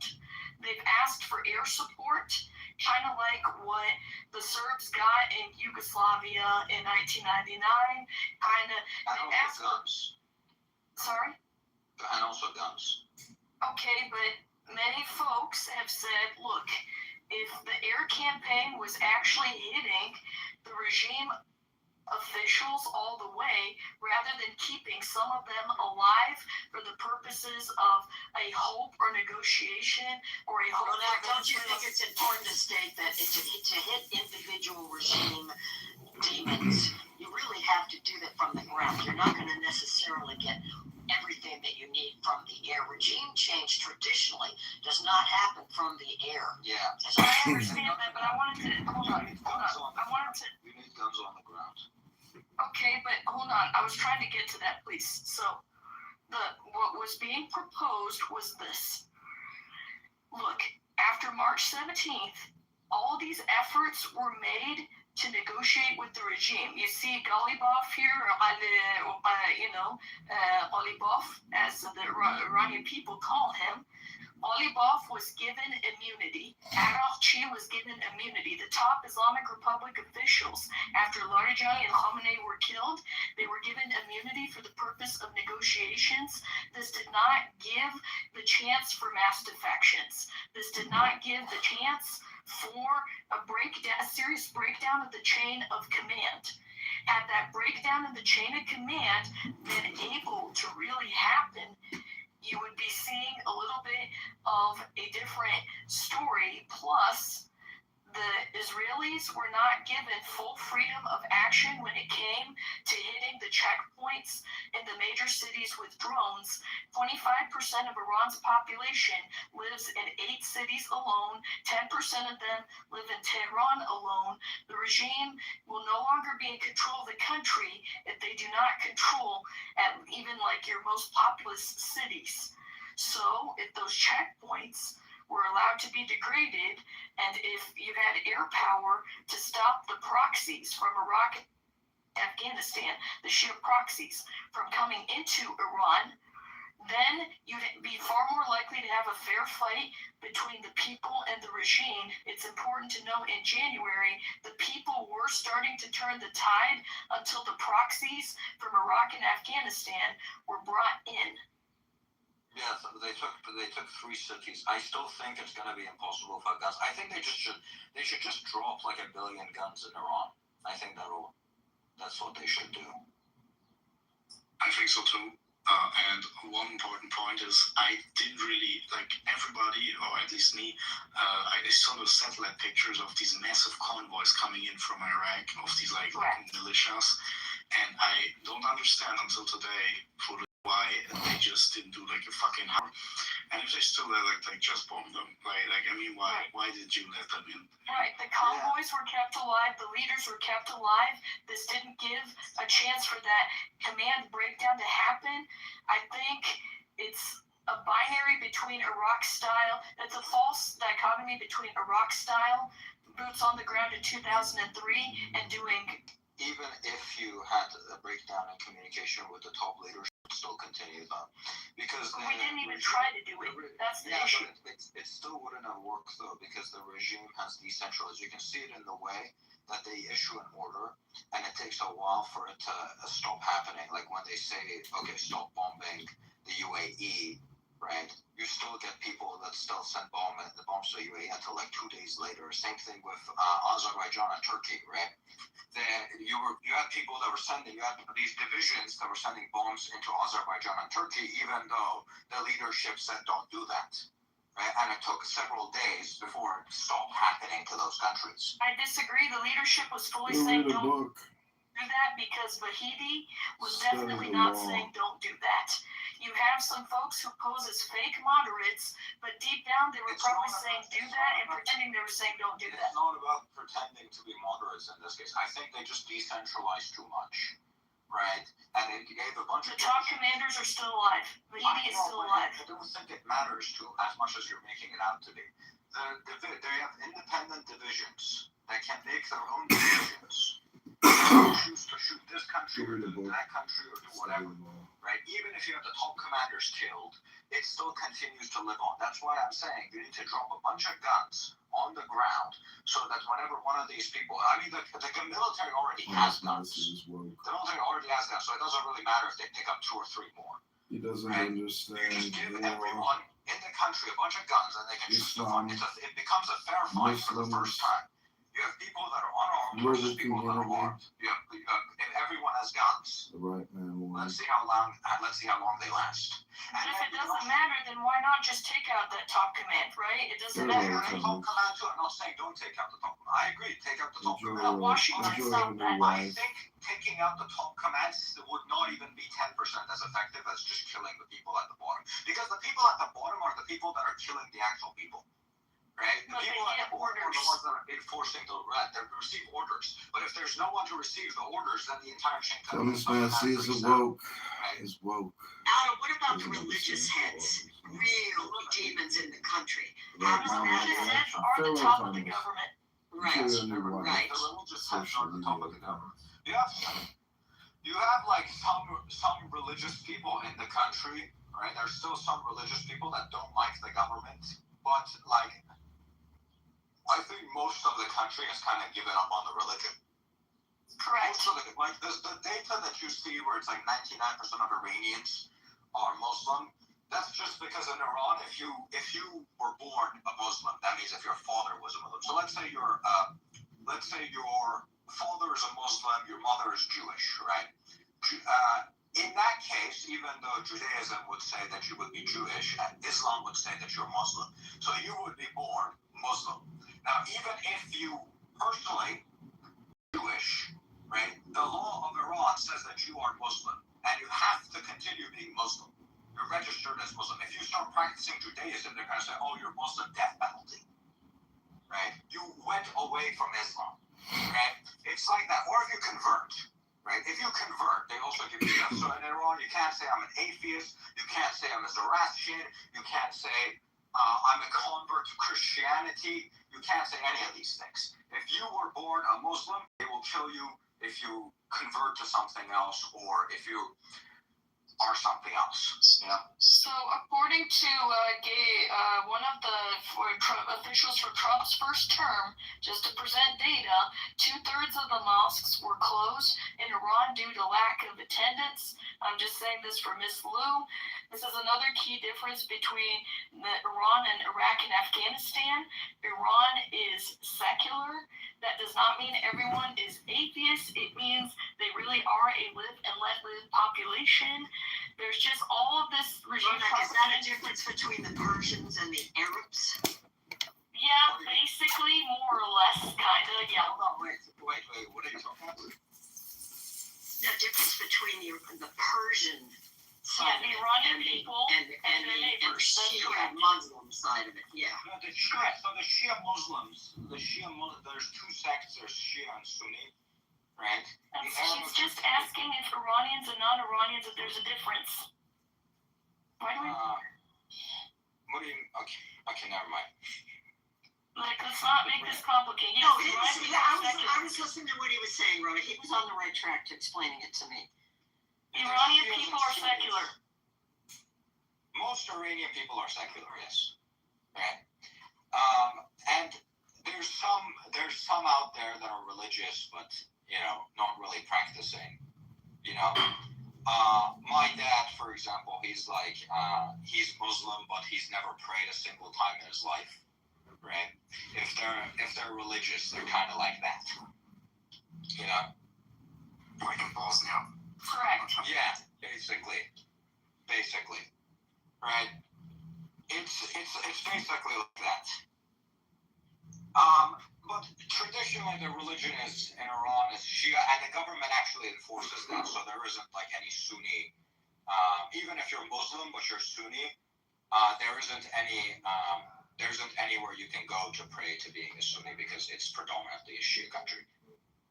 And when we talk about the Sunni Shia thing, we're talking again 95% before they secularized, it was uniformly one sect, and so when they became more secular and non-practicing, you're not going to have this sectarian divide that you have in Lebanon or Iraq or any other Middle Eastern country. Iran is uniform in that sense, so when they secularize, they all secularize at the same time. Does that make sense? Yes, thank you. And so because of that, this is why you don't have folks picking up guns at the drop of a hat. Someone who's not a religious fanatic is a rational actor. So even though, yes, they're not Europeans, we should be analyzing this not as just they're just some other Middle Eastern people, guns and everything will just magically solve this. We need to treat them as rational actors who will be watching to see which military defects, which one doesn't, what is Washington saying, and if the appropriate signals and messaging is sent out, you will have folks come to the streets when they see that the power of the regime. And you get people that don't want to be part of the military, but since military service is mandatory, you have to talk to people that were for the 2-year military service. They sent them to Sabah. But the vast majority of folks, it's mandatory. They go to the regular army. For Sabah, they have to be ideologically screened. The IRGC is not going to just let people in. That part's not true. I know people that are not. They've never been Muslim, and they got assigned to the IRGC. They got assigned to the Sabah for their 2-year military service. I'm just talking about majority of the time. I don't know what the percentage is between people, but I've talked to people that were assigned to Sabah in their 2 years. Right, but you won't get into the upper divisions. I know. For the upper divisions, you have to be ideologically right. Yes. Yeah, you have your hand up, Dr. Gaza. Thank you so much. Hello to everyone here. I wanted to throw a question here. I've never seen anyone really pay much attention to it. The IRGC was actually when it started in 1979. It was called Comité. It was not actually officially founded as Sepah Pasdaran Enqilab Islami. It was founded as Comité Enqilab Pasdaran, and its role was very limited, and it was mostly like a paramilitia. It was founded by Salzgara, right? Yeah, and other elements. Yeah. So the reason I'm springing this question here is that sometimes it is lost in the context that how IRGC became such a powerhouse in Iran, and it became the de facto ruler of the country. It was after the end of the war with Iraq. These elements were back from the war, and then after Saddam Hussein fall, a lot of these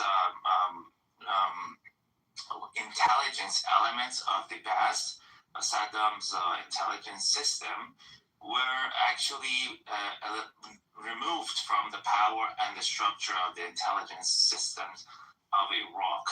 And these people were taken up and absorbed by the IRGC intelligence unit.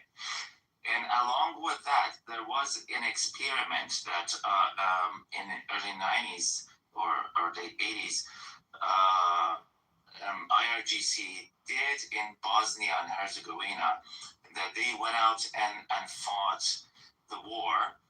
And this was their first experiment of basically that they had some operation done outside of Iran. And along with that intelligence service, they became the node for the development of the proxy concept, that they tried to take up what was left of the Ba'ath system in Iraq, and then expand into Syria and the rest of the Middle East.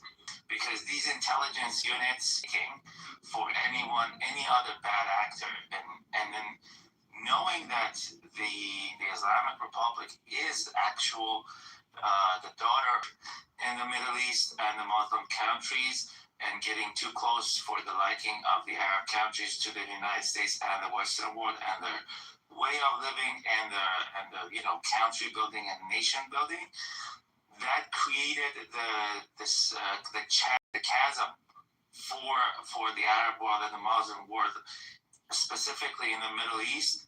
And that's how basically Gaddafi helped and housed the camps for the militia that along with the leftists and then the communists joined forces to topple Shah. And it is basically the second try of 1953 coup that Mossadegh tried to pull off along with Kashani, which Ali covered it really well in his article. Basically, that was the second act of that basically succeeded in 1979.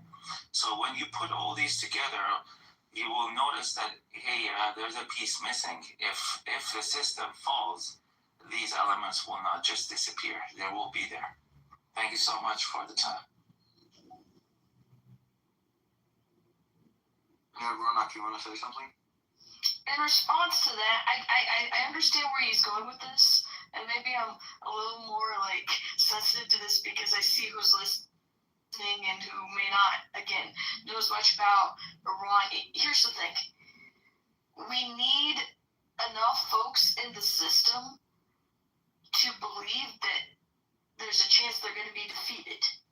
So right now, I think the focusing needs to be from Washington on that appropriate messaging to eventually get them to think that. And when they don't think that they're going to stop getting support from the key major powers, then that's when your would-be defector will cling to the system like glue because they're afraid of what happens to them. And that's a very important thing to hammer home. I think it's also important thing to hammer home just how much this regime is being protected compared to so many other totalitarian regimes. We need to shine a light on that. We need to be honest about this because I feel like, whenever we try to talk to the media here in the United States, that's where I am, I remember very clearly what I said and what reporters covered. And I know plenty of others who had this experience.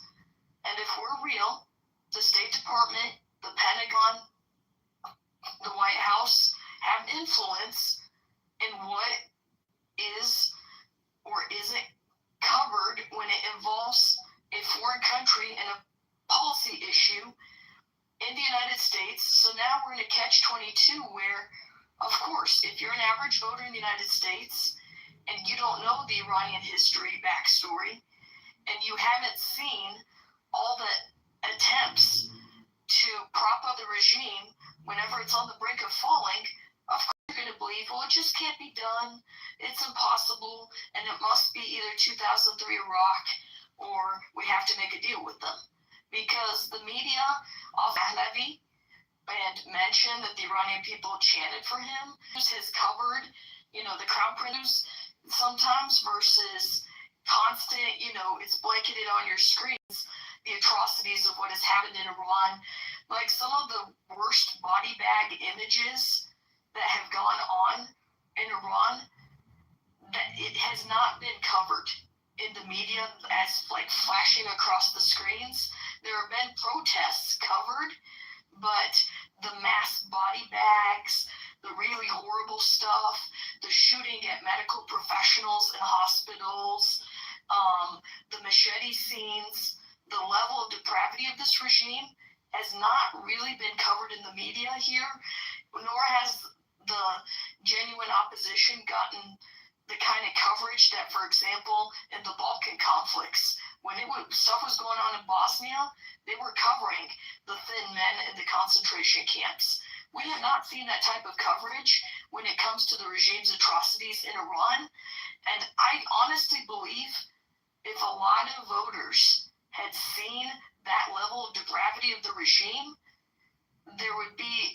Washington would have a lot harder time defending the deals this time around. I think this is one of the mistakes that a lot of people make here, is that they assume like this is like any other conflict, but this is a very different conflict. A lot of people in history, when you look at a lot of these countries, most Soviets were willing to die for their country. They were willing to die for the Soviet Union. They weren't willing to die for communism as an ideology, right? What you're dealing with here is you have so even if the Soviet Union collapsed, even if communism collapsed, they would still they would still think, okay, at least Russia exists, or at least Ukraine exists, or at least these things exist, right? You're not completely losing everything. With a lot of these people that are in charge, you're losing. They feel that they're losing everything. They feel that if the Islamic regime collapses, they're going to lose absolutely everything. And because they don't give a shit about Iran, they only give a shit about the Islamic Republic.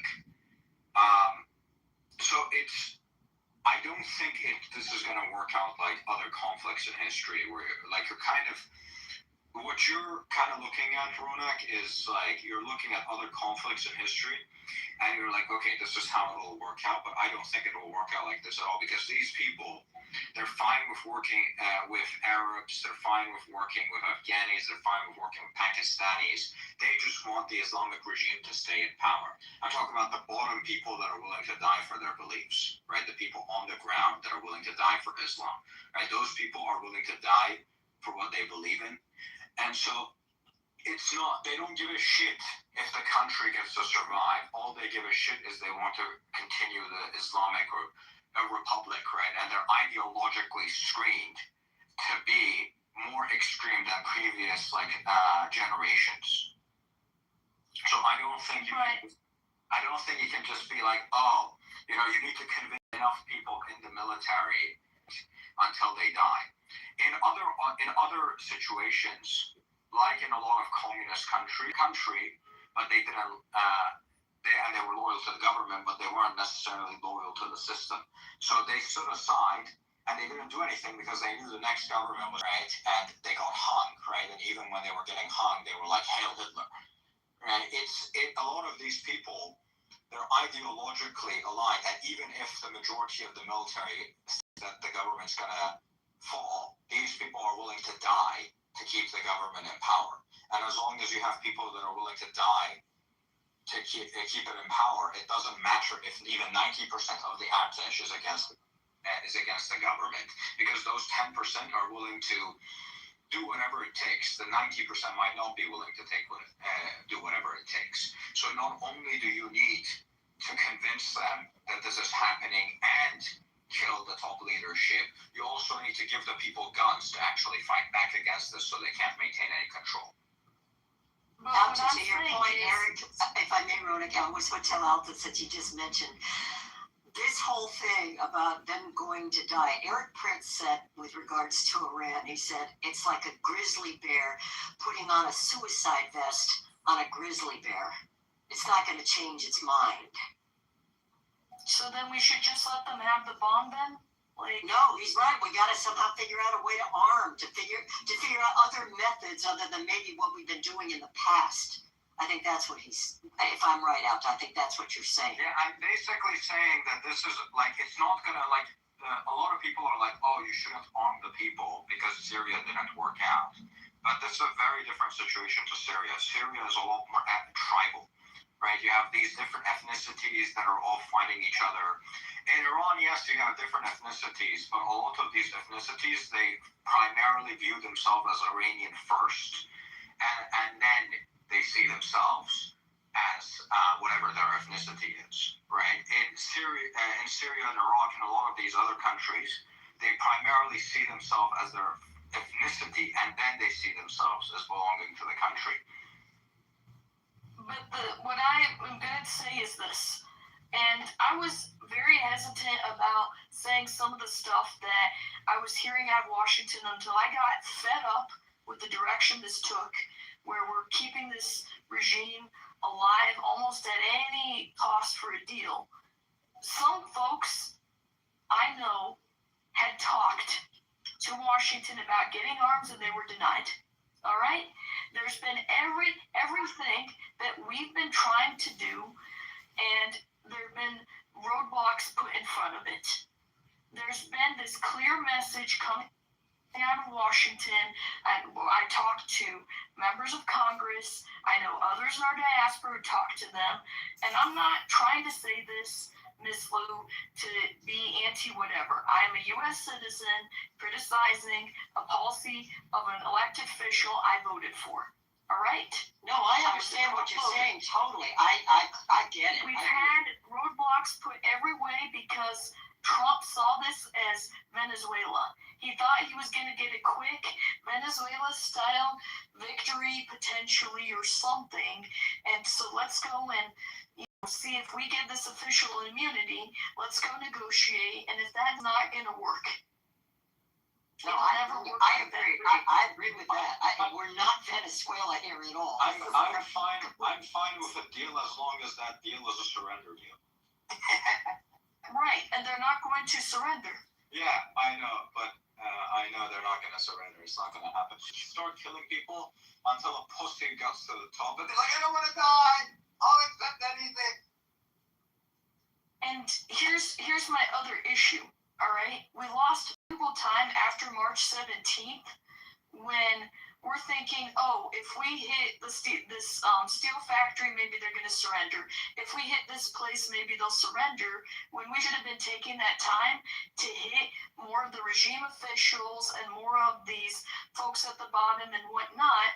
And instead, we just kind of hoped, well, if we take out this and take out this infrastructure, somehow it's going to magically make them surrender.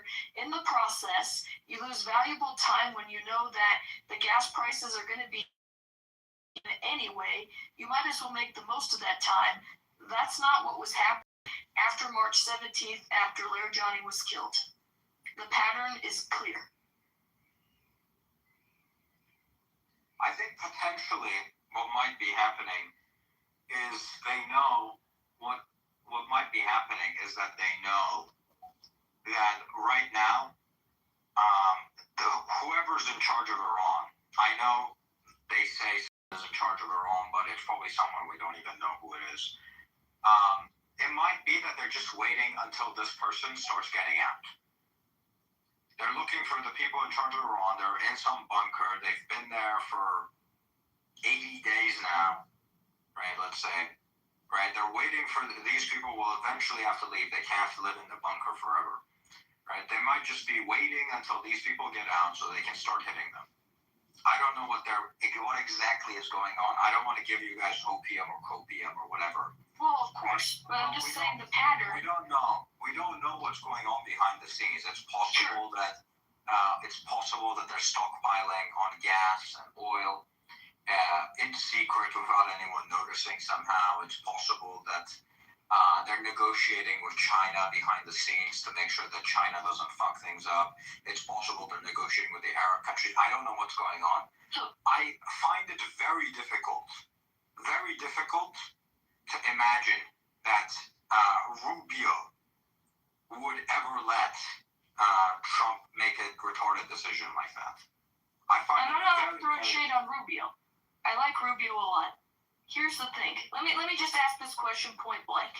Have you ever seen so much effort to either be hesitant in getting rid of a regime or so much effort to protect a regime as this particular regime, the Islamic Republic?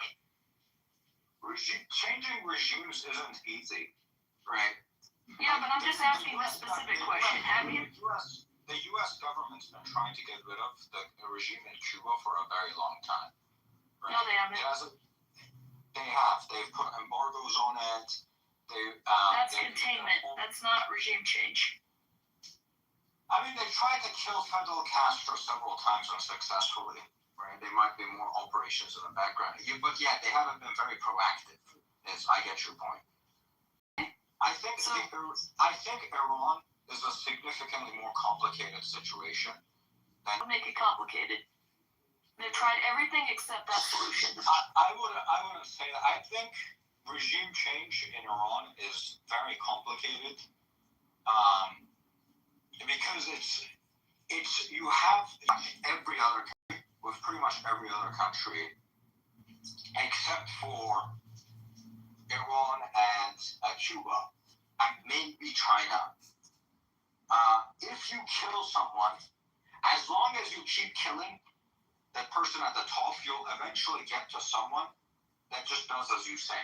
Right? This is kind of like the British method. This is how the British used to conquer other countries. They would take over a country, they would kill people at the top until a guy came at the top that did as they say. In most countries, you can do that without issues. Venezuela is one of those countries.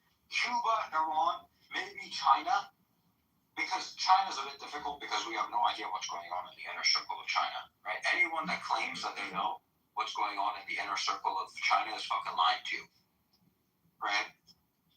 In those countries, because it's more about ideology than it is about the country itself, it makes it very difficult to use that strategy. You can't just put in a traitor. You can't just put in a traitor, then just kill people until you get the traitor in charge, or just kill people until someone does as you say. Right? I'm saying that when we tried to meet with members of Congress, I watched the patterns carefully about who was given access and who was denied access. I've been watching this for the past 4 years at least, and I've seen who got access to Congress initially prior to this year and who didn't. You know who was not getting the access? Folks who had anything good to say about Crown Prince Reza Pahlavi. Genuine opposition. Fake opposition was always getting access to the halls of Congress, while the second you brought up the Crown Prince's name, you were denied meetings with staffers and congressmen ever again. I have the screenshots and receipts and emails. Here's the thing. The MEK has a lot of money, right? They've used this money very, very well to get things passed in the UN, to get things passed in the European Commission, to get everything, to kind of bribe certain politicians in their favor. My point is, if Washington wanted this regime to go, they would have met with the supporters of the Crown Prince a lot earlier than this. It's not about that there's interests fighting against all of that, right? Yes, the Saudis don't want this regime to go. If MBS picked up the phone to Washington right now and said, I want this regime to go, you'd find the efforts would be ramped up. I don't think that's true. Oh, really? Yeah. So what we've been seeing behind the scenes here with the Congress is fake. What do you think about Iran International? What do you think about that organization? Why are you asking me this? Just answer the question. If your point here is that Iran International got some Saudi funding, partially, the Saudis do keep a foot in every stuff, okay? I'm well aware of any potential gotcha questions. It's primarily funded by Iran by the Saudis. But we have Manatul TV, which is national, so there we go. And number two, what do I think of Iran International? Frankly, because they have an English section where Congress people do talk to it, sure, I'll take that as better than nothing. If you're telling me that I'm some monarchist who even bags on Iran International, I'm not one of those people. It's an organization that's losing money. It's not even about making profit for them, right? It's an organization that's losing money. They're giving it $100 billion. It's funded primarily by the Saudis. I think genuinely MBS in Saudi Arabia and MBZ in the UAE, they genuinely want this regime gone. Saudi Arabia wants to take Yemen. They don't want to fight this bullshit war with the Houthis. I think right now the primary issue is that Qatar doesn't want them going, and they're the single largest lobbying group in the U.S. They don't always lobby directly, but they've invested up to $100 billion into the U.S. This is more than every other country. And now to the Qataris are lined with the CCP. Yeah. The CCP is also funding a lot of these things, right? And also, Iran's probably funding a lot of these things too. Now, Yes, the regime funds the reformists who are given access to our universities, halls of Congress, etc. Yes, I agree with that. I don't know what's going on in the background in Saudi Arabia or the UAE, but we saw a Saudi delegation in Washington lobbying against Pahlavi in 2025, yes. Yeah, but that might just be public, what they're making public, right? You need to understand that a lot of what's being made public isn't necessarily what's going on in the background. Why were the Saudi officials tailing the crown prince in London and making the lives of dissidents in Dubai airport as difficult as possible? Why was Jamshid Shahmad kidnapped in Dubai's airport? Right under the noses of UAE security? You're talking about the guy. You're talking about the guy that has the German citizenship, right? The journalist. No, I'm pointing at a pattern. Not one guy or another. I don't want to attach to one detail or another detail. I want to see the pattern here. Why are the dissidents of the Islamic Republic who are genuine not safe in the Gulf countries? I don't know, right? It's probably because it's closer. And look, it's possible, and maybe these countries are working with them. But it wouldn't exactly be difficult to kidnap someone in one of these countries if you got enough resources, take them to Oman, and then from Oman ship them to Iran. It wouldn't be difficult in the airport right under the nose of Dubai airport security. How about someone I know in real life who, with an American manager, was going on a business trip? You think an entire government is not able to do things like that? They do it all the time. I know someone who is Iranian whose dad was in the old Royal Army. Right now, Interesting, I can't even see that. The Venezuelan guy. What was his name again? Nicolas Maduro. Maduro. Yes. Maduro was captured in under 2 hours while being protected by a bunch of Cubans. Right.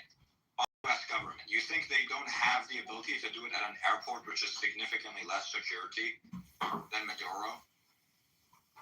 My point is this. I know folks in real life who had ties to the Shah's army, family members who were, commanders in the Shah's army, and some trip that had nothing to do with politics, but somehow now they were getting nabbed by Dubai's airport security. You fit the description of someone who was on our list, someone we were looking for. That's not an accident. They have a list, and it involves folks who had ties to genuine dissidents of the Islamic Republic, many of them affiliated with the royal family. Yes. Did they get sent to Iran? Luckily, this American boss intervened on behalf of his employee so that this person would not be kidnapped and put in jail, Dubai jail, or anything like that. Had the American boss not been there, God knows what had happened to this guy. But the point. Yeah, I don't know. Like, I think these countries, because they're right next to it, they probably think they need to do some type of dealing with Iran, but I don't think they're on good terms. We think the mainstream media has publicized the amount of money laundering that went through the Gulf countries. It's out there in Reuters and the media. Here's the thing, though. These countries, that's kind of their entire business model, right? Turkey and the UAE, they have this entire industry where they do these things. Right? They take money from Libya, they take money from Iran, they take money from African countries. Right? This isn't just something that these countries do, this is also something that the UK does. I didn't say it was limited to these countries. I know, but these countries, they're not specifically looking to do that with these countries, they're just trying to make money. Ultimately, if there was political will to stop the money laundering, it would have happened before February 28th. The fact is, it wasn't happening. Yeah, you know how there was that old saying they don't have political incentives because it doesn't make sense for them to do so. I said political will then, so we're saying the same thing. Yeah, I'm saying they don't have the incentive to do so, so they don't. So they don't have incentive to do so, they're protecting the regime. Here's the thing. It's not about them protecting the regime, it's just they're doing what's in their own best self-interest. They believe protecting the regime is in their interest if the regime is in the region. I don't think so. Because I think Saudi Arabia and look at what's happened with the UAE right now. Look at what's happened with the UAE right now, with the fact that Iran, how many bombs did Iran send to, how many bombs did Iran, drones did Iran send to Dubai and the UAE, right? It completely fucked up their economy. They had to pay a bunch of people their hotel stays. It makes the entire region less stable. It crashed the prices of their real estate. You think the UAE government genuinely wants that? No, now they don't want it because they're actually feeling the effects. Before, they weren't feeling the effects. They wanted the money. They were feeling the effects before though. No, they weren't. I think they were laundering the money. They weren't. They weren't. So the mainstream media's lying, the diaspora's lying. We're just making it up, huh? No, I'm not saying you guys are lying. I am saying that you guys have like a bad incentive to kind of just assume the worst of everyone. I'm saying the Saudis. Or I'm telling you data that I have receipts on. This is not receipts. Obviously, it's in their best interest. GCC lobbies Washington. That's my point. Yeah, the same thing as a country. It doesn't. If Iran was in the same exact position, they would do the same thing. I don't see the point in saying, "Oh, this country does this, so they're bad." This is what. I wasn't talking about good or bad. I'm pointing out that the regime hasn't fallen until now, partly because they're getting protected. Whether anyone wants to twist it into something else is not on me. I don't think they were being protected by Saudi Arabia and the UAE. I think they were being protected by Qatar. But Saudi Arabia, I think actually they were probably protecting them up until MBS. That's what I think. I think MBS genuinely wants a more stable Middle East. He wants to increase tourism to Saudi Arabia. He doesn't want the shit with the Houthis going on in their next back door. I don't think they genuinely, and I know for sure that the UAE doesn't want those things. It hasn't wanted those things since like the early 2000s. Well, some of our senators and congressmen who have been commenting on Saudi unwillingness for this regime to really fall or to really confront it, they may disagree with you. And I think they have intelligence information, and some of them are on the Senate Foreign Relations Committee. Yeah, they were publicly saying don't fucking bomb Iran, but then in private they were saying the exact opposite. Like I'm saying, there's things happening in public that they're not doing in private. Yeah, that's actually a good point. I mean, everything that is being talked about in public by Saudi Arabia or by anyone, we don't know. Saudi Arabia is talking to Trump right now, and they're like, we want you to get rid of this regime right now. You think they're going to go and make those public? So some dickhead senator is going to come out and say, oh yeah, Saudi Arabia told us they want to get rid of this regime. No, I agree with you on that. I agree with you on that. But I'm saying up until February 28th, the pattern of their actions was, and many things have been covered in the media, and the pattern, independent of good, bad, whatever spin anyone wants to put on it, is that the regime was having the finances laundered, IRGC's money was being laundered, and they were being protected, and that was making the sanctions ineffective. That's the fact. That's true. So we agree. Yeah, we agree. But I'm saying that thing is going to happen anyway, right? The UK is the single largest money laundering place in the entire world. The MEK has most of its money parked in Europe, right? Not like if the UAE wasn't available, they would go to Turkey. If Turkey wasn't available, they would go to the UK. If the UK wasn't available, they'd go to Canada, right? Sure. They're doing it everywhere in Europe. I mean, here in Austria, in Germany, everywhere. But I think Washington, if they really wanted the regime to go badly enough, you'd see different things get done. Yeah, I agree. But I think the U.S. is also scared of pissing off their voters. That's also something else you need to. I think it probably made the most sense to go after Venezuela first, and then go after Cuba, and then save Iran for last. Right? If you got rid of Cuba and Venezuela, and you fixed Venezuela, the Latino voters would go crazy in the. Many Venezuelan Americans already vote Republican. Yeah, but we're not talking about Venezuelan Americans. We're talking about all Latino Americans. Well, the operation was done in Venezuela. That's my point. I know, but I'm saying if you get rid of both Venezuela and Cuba, There's Well, a lot of Americans focus. He's always right, vote. Ronak. He's right. There's a lot of focus with American voters on Cuba, and the thing is, if we can get Cuba going and get it, we've got the midterms in 6 months, guys. Yeah, We exactly. can't. Yeah, this is serious. You need to be politically smart with your voters. If you Yes. get Cuba out and you fix Venezuela up, Venezuela's already going in a good direction, although they're taking it more slowly than I would like, but I don't know what they know. But Venezuela, they just opened an embassy. If you fix Venezuela and Cuba, there's no way you're losing the midterm.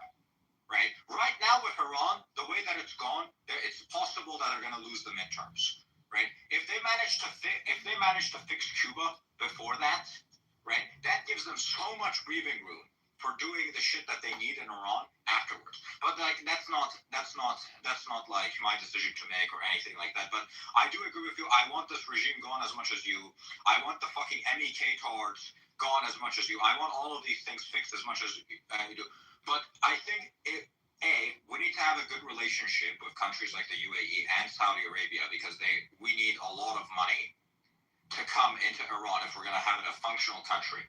There's going to be lots of private investment. You might even need investment from these countries, right? Yeah, I'd rather take it from Israel.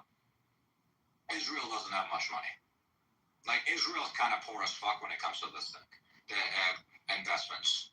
And I'd rather do our diaspora. And, the whole point is we don't want to be Arabized. It's not about being Arabized. This is not like Uber was not Arabized when they took money from these people. This is just an investment. I'm just telling you what our opinion was, because the Iranian people will have to live in their country after this, you know what I mean? How many Iranians live in the UAE right now?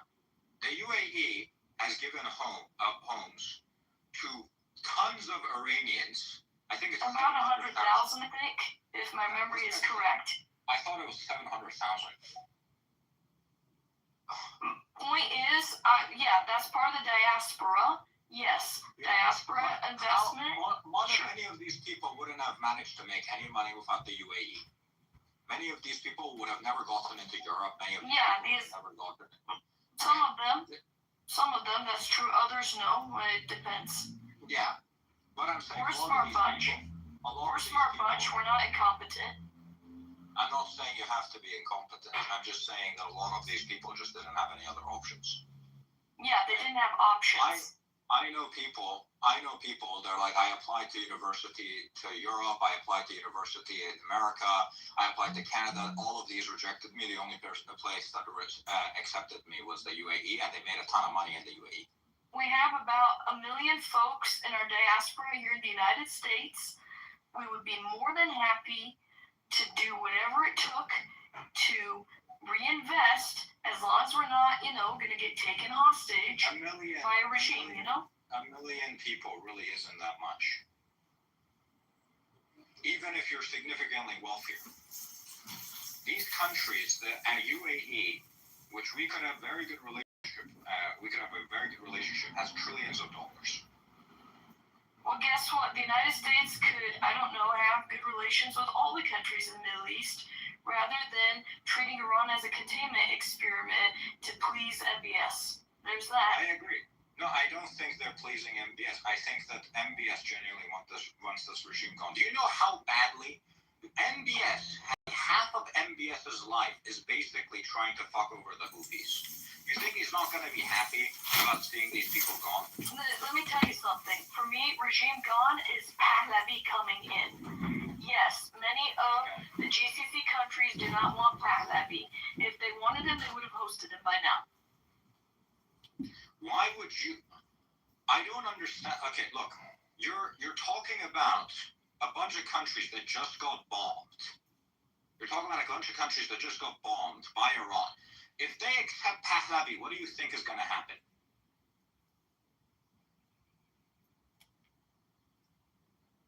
If they hadn't laundered money for the past, God knows how many years and decades, the regime wouldn't have gotten the missiles. UK. What is your point? If you let me finish, I can make that point. Thank you. So the regime wouldn't have gotten the missiles, money for missiles to be able to do this crap they're doing to the Gulf countries. They would have gotten that money regardless. Most of the money is going through China right now. I'm talking before. You know, this regime's been in power for 47 years and everything. In the UK. How does Mustafa own a bunch of shit in the UK? My point is, these countries, since you asked about that, I'm not trying to divert. My point is that if those regimes had not been laundering money, the regime, it probably wouldn't have gotten to this point where they've been able to stockpile so many missiles. Yes, the Gulf countries have a lot of weight in Washington. I don't agree with you. I think even if the UAE and Saudi Arabia and all these countries, they didn't do anything for the regime, they still would have figured it out. But the reality is, they did launder a lot of the regime's money. That's a fact. The shit I've heard, they have money in like the Isle of Man and the UK and all these other countries. They would have figured it out. It doesn't really matter that the UAE is just running a business. Same with Turkey, same with all these other countries. Ronak, you want to be pissed at somebody, be pissed at Obama, who gave plane loads of cash. You're blaming these countries for something that everyone's doing. Lack of sanctions enforcement. You haven't sanctions. You haven't going around the sanctions. Lets the regime get this money. Yes. You haven't look. Here's my problem with what. Let me explain to you what my problem with your statements is. I think out of every country in history for the last 47 years, the UAE has probably done the most to help the Iranian people, right? In the entire. No, the Israelis have, not the UAE. I'm talking. What have the Israelis done so far? What? I get what they've done with Mossad, but has that actually gotten rid of the regime? The Israelis actually provided an obstacle in Washington to making endless deals and appeasement with this regime. Yes, that is help. Okay. We would have been sold out to oil a long time ago. Sabotaged the nuclear program like that. Yeah, I get those. I'm talking about the Iranian people. Yeah, but like this goes hand in hand, you know, like if they wouldn't have sabotaged all nuclear stuff. Yeah, I get, but that hasn't meaningfully helped the Iranian people in any way. Yes, it has, because if the regime had gotten the bomb, no one would have tried to take on the regime. The Israelis offered to send help to. That's not really help. You asked who has done some stuff to offer help. I answered you. You turned it around. I'm not saying that the Israelis haven't helped. And like I agree, the Israelis have weakened the IRGC significantly, right? That is a lot of help, but it's not directly improved the lives of Iranians in any way. You're right. This regime going would have done that. Washington was allergic to the idea because 1979 they'd undermined the Shah. They don't want to undermine their creation. Of course not. Yes, I know. Ronak, the Israelis want the same thing you do. Yeah, exactly. No, I agree. Miss Lou, did I say they didn't? I said they'd help my people. No, I know. That's the good thing. Israelis want the regime gone. I accept all of that. No, I agree with you. But I don't like when a lot of Iranians come out and they start shitting in the UAE. When I think the UAE has done the most out of any country, maybe other than the U.S., right? With the U.S. accepting a bunch of Iranians, right? The UAE has allowed a lot of Iranians to come to the UAE. They've allowed them to do business. They've allowed them to do money and make money. They've allowed them to make money in real estate. There aren't Iranians in Israel? Those are Iranian Jews. You think that Israel's going to let the average Iranian just step up into Israel and just start a business there? When I talk about Iranians, I don't go separating them by religion, all right? Yeah, but if I go to Israel right now, they're not going to accept me. That's not the point. You talked about Iranians. Those Iranian Jews are also Iranians too. Yeah, I agree with you, but I'm saying it's so difficult, man. I mean, like no, you just don't like when I point out facts to you, Uda. I don't think you're Iranian. It's not. I don't think you set foot in Iran. I don't think you speak Persian. I don't think you've been working on this issue and in Washington for 5 years. What's that nana? Go to bed. Get the fuck out of here. You literally told me. Bruh. Yo, let's chill out. I mean, she kind of had like a point with that. Like, Israel did a lot. Also, it's not just because you're like letting Iranians in. I'm not Iranian. She can go kill herself. Yeah, let's just relax. I mean, he was like full on speaking Farsi with that other guy, so I'm not exactly sure what just happened here. We're in like the bad for bad autism phase of this, and then it's like, okay, well now we're telling this guy that he's not Iranian, even though the entirety of the space was like brought up multiple times. Come on, man. Yeah, I think this like took like a weird turn. And yeah, I mean maybe someone else wants to answer the question. I mean, this Howard basketball guy is I know him from my feed. Maybe he wants to comment on that. Who? This Howard guy. Let's let him up. Let's put him up. God, that fucking pissed me off. I can tell. That's like calling me an odd German, but it's like worse.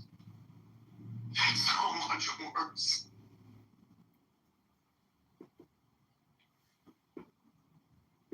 Yes. Can't hear anybody. Wait, hold on. I think I have to leave the space and come back. Please add me again. Yo. So yeah. Oh my god. I have several people that I have fully spoken Farsi to in this full-on conversations. This fucking whore comes in. Oh, I don't think you're Iranian. I don't think you've ever stepped foot in the country. Yeah, I mean, like, maybe there was like some, like she got something wrong or something, you know? Yeah. I think, yeah, so, I don't know. And I mean, she has like a point, and then, you know, just because you're like letting in a lot of Iranians, like, I mean, Germany does that, Austria does it. All of Europe, the US,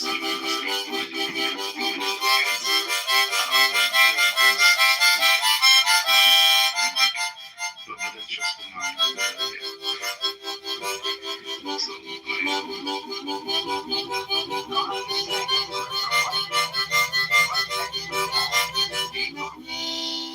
I think they won't. Look, I like the UAE.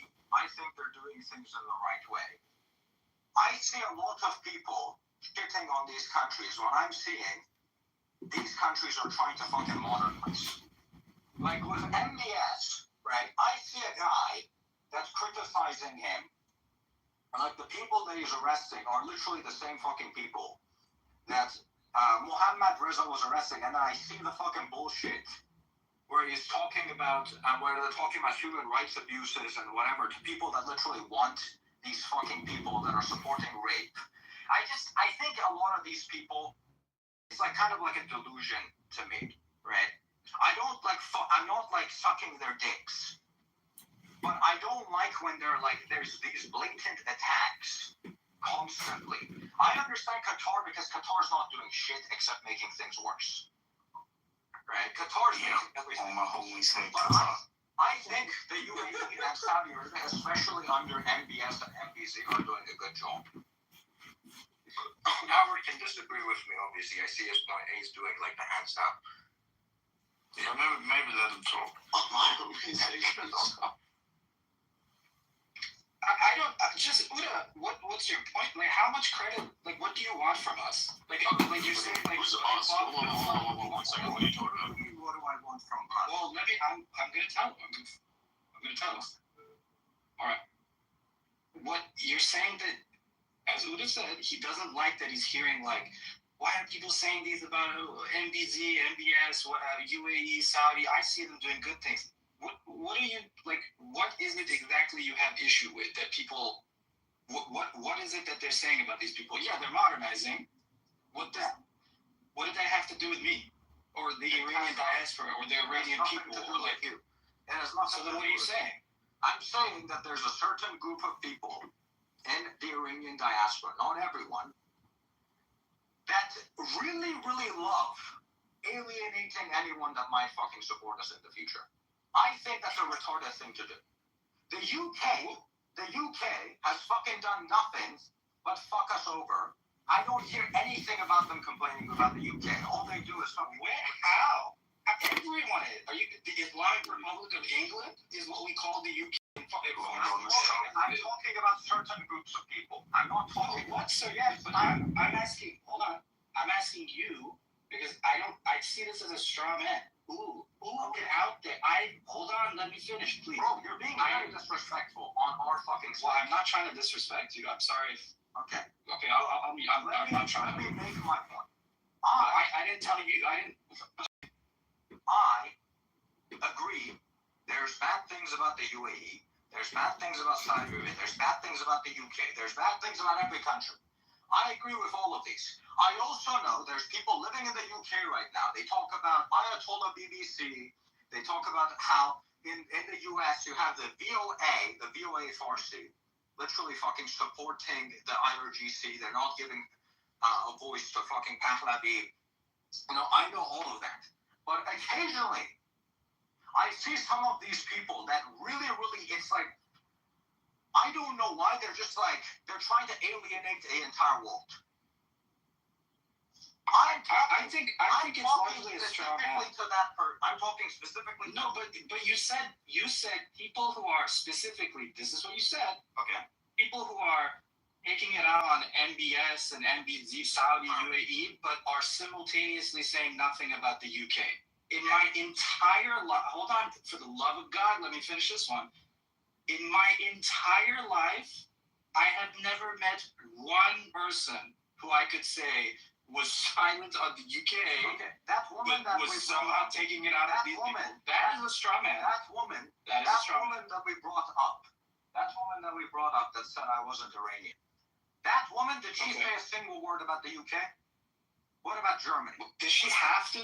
What? I know her. She said plenty about the UK. I don't understand. That's a straw man itself, it's too. Not a straw man because you can't just like throw around. Like you can, but it doesn't mean that you should throw around these like weird things like say straw man, straw man, straw man, straw man. You don't have to keep saying that. I could say the same shit to you. He can say the same shit to you. But this is not a fucking college debate club. This is a space where we're actually going to talk here like men. And if you want to talk like a child out of a college, that is on you. But I'm just telling you right now, it sounds kind of embarrassing. So let's just have a bit of more civilized conversation. I'm not gonna go through her entire account to see if she's ever criticized the UK. She brought up a point. She's like, "Oh, this country launders money for the IRGC." I'm like, "Yeah, so does Canada, so does the UK. Why are you specifically targeting the UAE?" Right? It's very weird when you're like, "Oh, this country specifically is causing us problems. They're a fucking neighbor. Yes, they fucked us over in the past. Yes, they're stealing this. Yes, all of these happen. But this is just the way the world works. This is just the way the world works." Do you know how much money, IRGC money, passes through the fucking UK? I didn't hear a single thing on the space from her about that. All she was doing was she was shitting on the UAE. I was like, okay, I think she's being unfair. I defended the UAE. Then she said I wasn't fucking Iranian. And said I've never stepped foot in the country. What the fuck am I supposed to say? I'm not defending, but I'm not... Well, I don't know why it's called childish. And I gotta be honest with you guys. I joined like 20 minutes. Maybe I didn't catch everything that was said.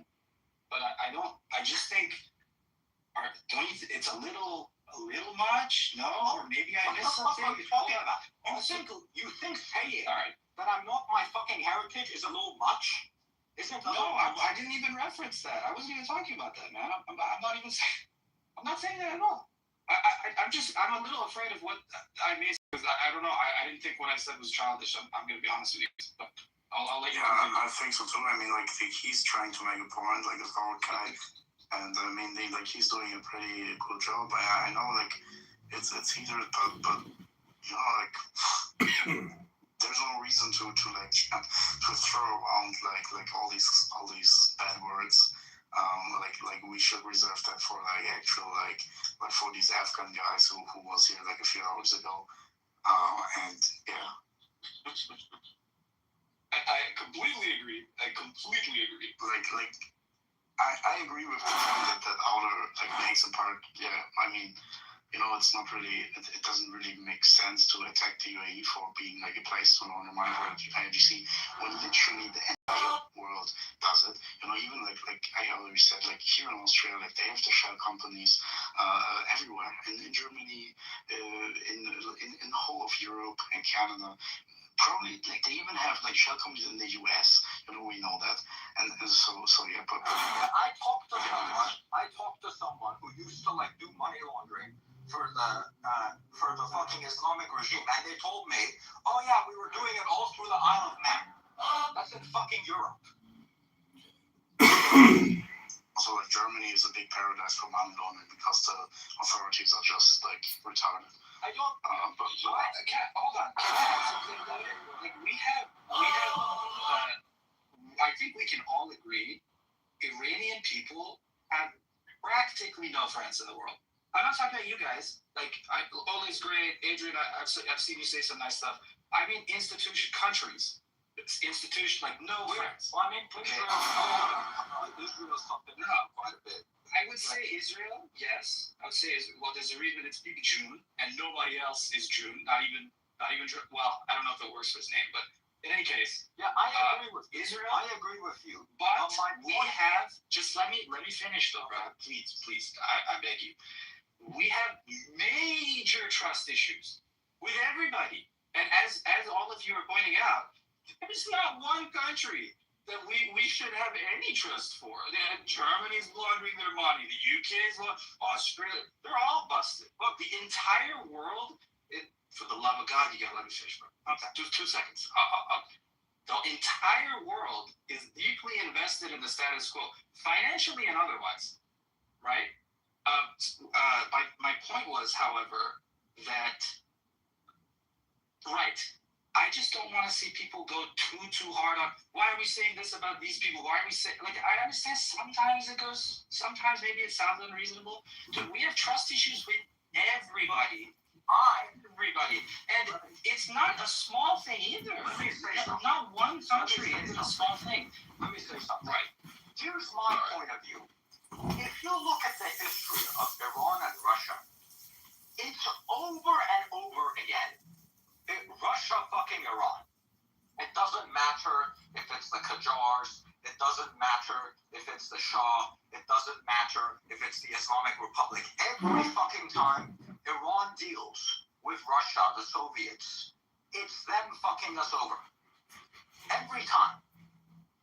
That doesn't mean I want to sit there and purposefully go and fuck my relationship with Russia.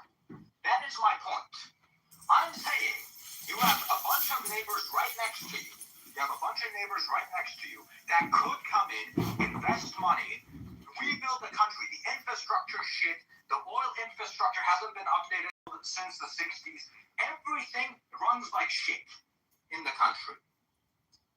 You could have these countries come in and invest, which you need the investment. I get that there's a lot of countries that are going to want to invest as soon as the Iranian economy is opened up. But as much investment as you can get, the better, right? Kind of like the U.S. The U.S. is the world's largest economy. More investment into the country to improve the country. So there's more tech money, more AI companies, more whatever, right? Then I see this woman coming in. She's like, oh yeah, UAE and Saudi Arabia are bad because they're doing what everyone else is doing. And also we don't want their money. This is, whether you like it or not, this is completely fucking detrimental, right? You need to be able to take money from people. You need to have good relationships with your neighbors. You need to have good relationships with the rest of the world. But you need to make sure you don't get fucked by them. Singapore. Do you though? But hold on, you say so many things. I can't address everything that you're saying at once, man. I'm just saying in all reasonableness. Howard is making a simple point that countries who develop by growth benefit politically and economically. That's what I believe Alj is trying to say. And that's what Trump is trying to do worldwide. I'm saying, if you look at Singapore, they don't trust the Americans. They don't trust the Chinese. But they're still taking money with them. They're still taking money from them. They're still doing business with them. They're still having geopolitical relationships with them. But they don't trust either the U.S. or China. They're trying to stay in the middle. And that's benefited them immensely. right? You need to kind of benefit from things like that. You can't just go around fucking making enemies with Russia, making enemies with China, making enemies with the US, making enemies with whatever. Ronak doesn't run the foreign policy of Iran. Like, I don't understand. I get the point that you're making, but like, what? So people are going online and turning every country into our enemy? I completely reject that. I'm not saying that these things don't exist. I'm saying that, like, what? We're destroying Iran's future foreign policy with the comments that we make online, and with the comments that some, as you say, fringe people. Hold on, let me finish, brother. Some fringe people are saying these things. Let me tell you something. Because you don't know what you're talking about. No, I do, because actually, when you say that Russia is only fucked us, hold on. Actually, I want to make this point. Hold on. No, Turkey. Holy, I don't know what we're doing here, man. Turkey used to have good. I don't know what we're doing. Okay, don't listen then. Dude, it's not about listening. The Shah built the iron plant, one of the main steel factories that we have in Iran. The Americans wouldn't give it to us. He got it from the USSR. I don't understand. Like, just because we've been fought from Russia before doesn't mean that we can't work with them. In international relations, there are no friends. There are only mutual interests. Yes, I agree. Work towards that. I agree. No, but no, hold on. But that doesn't mean I don't get to come into this conversation and have trust issues with these governments that have long worked with the Islamic Republic, regardless of whether they've all done it or not. Doesn't make it okay. And it doesn't mean that I don't have any reason to be suspicious of them. It means that if we have mutual interests, we can talk about that. I did not. But I just don't want, like, let's just not straw man, or let's just not. Let's not take this too far. Well, I'm saying to some extent it is, though. Okay, because I don't run our foreign policy on it. Let me tell you why you're wrong. Let's look at Turkey. Turkey used to have very good relationship. Used to have a very good relationship with Israel. Why is that relationship now keeps playing off that to get those people for Turkey? Because the people have developed this ideology. I don't want that shit to happen in fucking Iran with our neighbors. You should campaign in a democratic Iran for having that not happen, and you should do that on X as well. But taking it this far right now, this far is in, like, dude. As I said, although I was called childish for it, I largely see this as a straw man. People aren't retarded, whether it's the Iranian diaspora or not. I'm not retarded. I spoke to you like a human being. I was rational, and I'm still in the same position that I'm in because this is my belief. This is my belief. I'm not being irrational here. I'm telling you, I didn't make that argument. I was debating my position with that woman. Sure. That woman then turned around and said, "You're not even Iranian. You never set foot in Iran." I know. There's some, like, let me address another thing as well. There are some Iranians who sometimes, I don't know if people will get upset at me saying this, sometimes they really suck up to foreigners, man. And sometimes to an extent where it's like, dude, I mean, chill out. Like, I've seen one or two Iranians, that are like, no, it's fine. What if the UAE takes our islands? It's like, whoa! Yeah, I've seen that. Whoa! I've seen that too. That's something they recorded. I've seen. What are we doing? What is that? Or people who, dude, I like Israel. I even like Netanyahu. That doesn't mean he's my God. That doesn't mean I worship. I've seen dudes openly say, Netanyahu is my leader. I worship him. Anything that he does, I will do. And I'm like, yo, look, I agree with you. I have also seen people say that we need to give up our islands. I think I know exactly who you're talking about, actually. Well, not just like, it's just the idea of putting, like, foreign interests ahead of ours. Yes, at the end of that's the day, not what I'm saying, right? I know it's not. Every single country needs to look at for its own interests, right? I don't believe in this idea of, you have these allies that are always going to defend you 100%. It's always, at the end of the day, you look at if your interests align, and that's where you go. I think whether you're American or whether you're Israeli or whether you're Iranian, getting rid of this regime benefits everyone. So it's in everyone's interests. Same thing with Cuba, same thing with Venezuela. That doesn't mean that things are always going to go your way, right? In the way that you want it. right? I don't think anyone was saying that though. I don't think anyone was saying that it has to go my way and how I said though. Yeah. So what exactly is wrong with what I said? Now, because you came out. I just think it's a bit too much because you're addressing it like it's some sort of pervasive problem in the Iranian diaspora. I don't think it is. It clearly was. That woman was disturbed by it enough to basically say I was basically lying. The only reason Adrian right now and a bunch of other people on X are even fucking talking about Iran is because of me.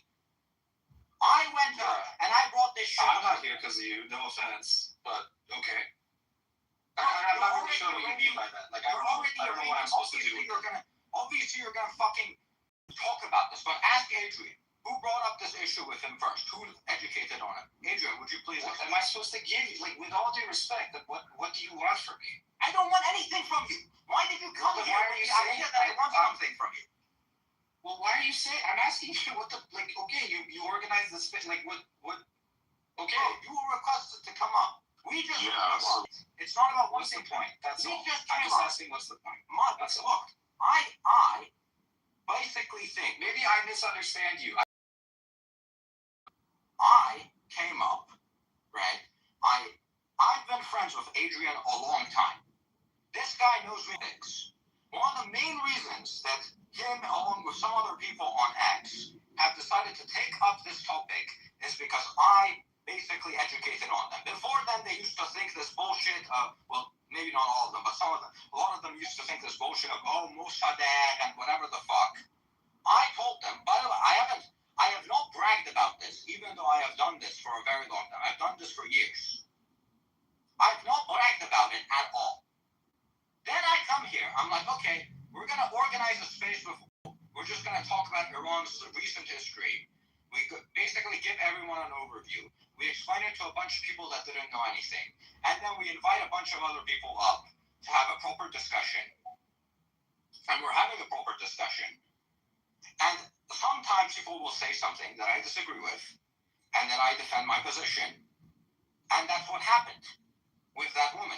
Me and that woman agreed on almost everything. We agreed on like 98% of things. Right?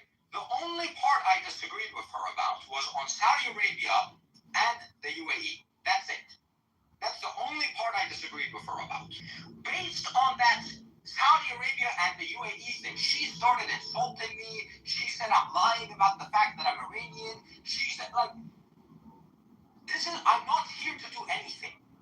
Right? I hear you, man. I last night in a Twitter space, I was told by a foreigner, a non-Iranian, that I have not been raped or tortured enough by the IRGC because I had a disagreement with her on this. No, I'm dead serious. They really said that. Yes, 100.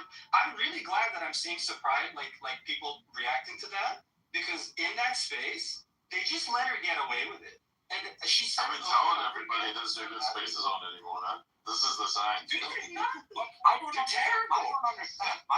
Why did you come up here? Immediately as you come up, you're like, oh, you're strawman. No, because of what you were saying at that moment. I hold on, let me be clear, by the way. I'm not Ronak's lawyer. Like, I didn't come here to, like, I just came here. I wasn't against you or for you or anything. I was just giving my opinion. And then the reason I was relating my story to yours that happened just last night was I was extremely offended that I'm sitting in this space and there's other Iranians in that space and they would allow a foreigner to say that to me. I'm not saying, like, don't take the foreigner word to, like, guys, I'm just saying someone who is not an Iranian did not feel comfortable to say something like that to someone who is an Iranian, to an actual victim of the IRGC. And it's just so, it was so gross to see other Iranians not give a damn, let that person say that, and they just let it go. Well, what did you even say to them to elicit that response? What happened? Okay, so I'll tell you, you won't believe me. Before that, though, what is the point of you coming on the space? Because the point of me saying that immediately because saying I'm like strawmanning. Yes, because I see what we're doing as two ends of the same spectrum. Like your opposite spectrum was you're saying don't criticize these foreigners. I'm not don't criticize. saying, Hold on. Don't criticize. For the love of God, I know you're not. You'll get what I'm saying, brother. In my case, I was offended that, holy shit, is my fellow Iranian really going to let a foreigner talk to me like that? And then we have sort of on the other end, we have this problem of, okay, guys, don't like we don't have to say this much bad shit necessarily to foreigners. Like I see it as a spectrum. And you really do have people on all ends of it. You have people who are really sucking up to foreigners. They love the approval from them. I don't understand what makes them give away Iranian. Like, they feel really strongly. And people who are standing against them, they're really upset about it. Even a country like Saudi or UAE, I hear you, brother. I'm just saying. The point is that these countries, like the leader of the recently, he literally said that if you have democracy in this country, it's going to be run by the Muslim Brotherhood. That's what he said, right? You need to understand your population is a certain way, right? These people are trying to modernize their countries. These people want a stable Middle East, right? The politics of their country makes it somewhat difficult to make those things happen. But I always like people that are trying to improve their countries. I like Lee Kuan Yew. I like Reza Shah. I like Mohammad Reza Shah. Right? I like people that are improving their countries. Right? There's still a difference between Lee Kuan Yew and those people, right? Like Lee Kuan Yew wasn't sitting on top of a shitload of oil and gas and could just do whatever the hell. Lee Kuan Yew had one benefit, which is where it was right on the Strait of Malacca, which is a benefit. Sure. But yeah, what I like about Lee Kuan Yew more than like anyone, right, is out of everyone that I mentioned, even Nayib Bukele, his most important success was that he did a good job of handing over the country, developing leaders that he could hand the country to. I don't think the others did as good of a job, right?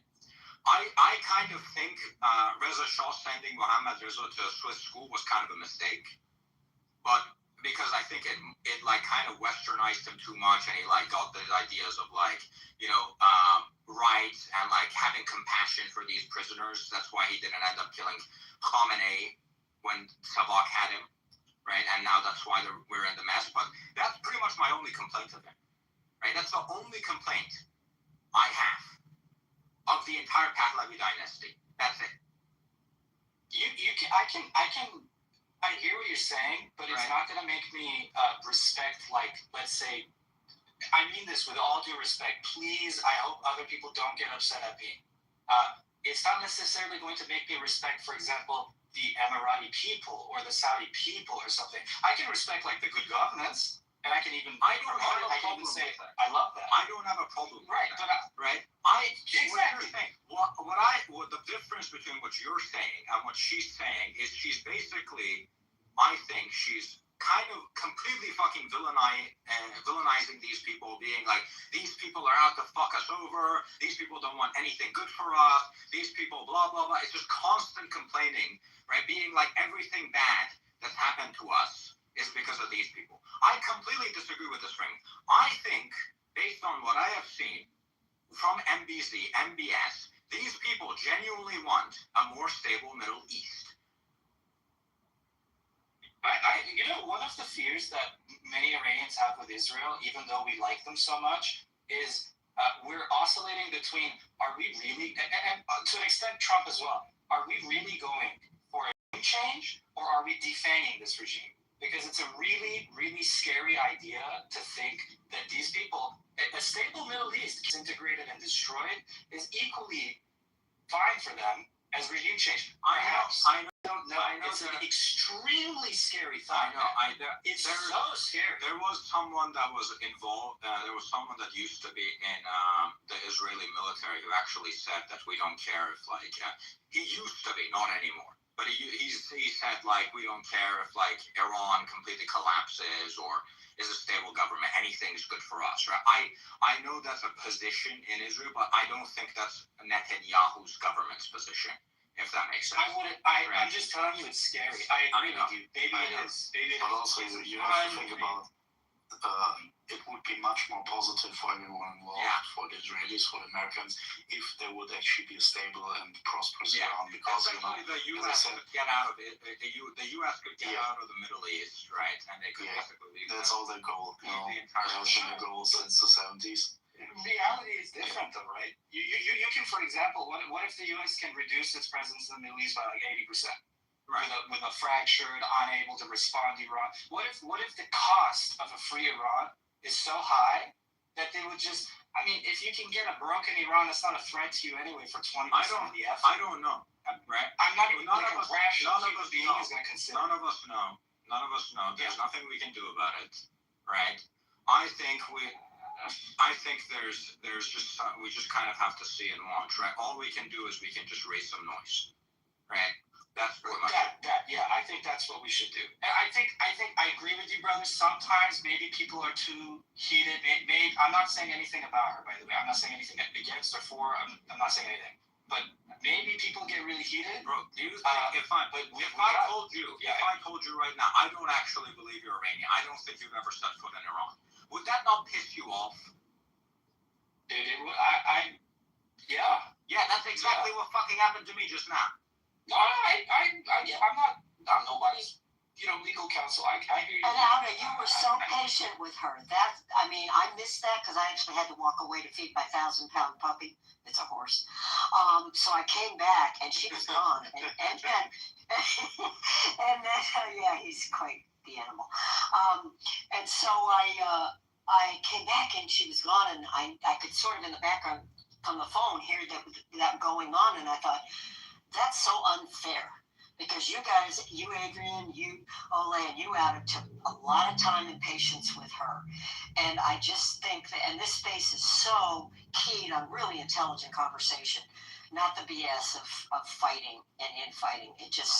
So I'm sorry that happened to you, because I was a witness to the whole, what you did with her, and explained everything, and I agree with you about the United Arabs, and we just have to figure. The UAE has normalized relations with Israel. Yes, right? Yes. Like before any other country. Hold on, they wouldn't even admit to meeting Netanyahu on their soil, though. Let's not. Yeah, it's not that. Okay, look, you have. Look, the dreamy baby, the infant. Here's the thing. You need to understand what you're working with and what you can do, right? What can you not do? Okay, you can't meet Netanyahu. You can have an Israeli embassy. Look, the UAE is surrounded by a bunch of hostile countries to Israel. A significant portion of the UAE population hates Israel, right? They support Palestine. You think, given those circumstances, it's easy for the leaders to just decide, I'm just going to piss everyone off? No, but then again, how did that work out for the Shah? Hold on. UAE significantly benefited from this relationship. It's not like this is a huge cost for them, and it came with nothing. I'm saying you're dealing with certain things, right, in your country. Right? Yeah. You can't go all out, right? I don't even know, right? Like, if let's say you're the leader of the UAE and you're not Muslim, right? You're actually an atheist. Let's say you're the leader of do you think the leader of the UAE can just walk out tomorrow and be like, okay, guys, I'm Muslim. I'm not Muslim anymore. I'm actually an atheist now. I don't believe in God. Do you think the United States president can do that? Yeah. You're right. That's my point, right? Same thing with when Mohammed Reza Shah, he changed the calendar. He got so much pushback, he had to change it back, because there were so many Muslims in that country that complained. You have to take baby steps, right? You have to take baby steps. I agree with him changing the calendar to the founding of Iran. Again, I agree, right?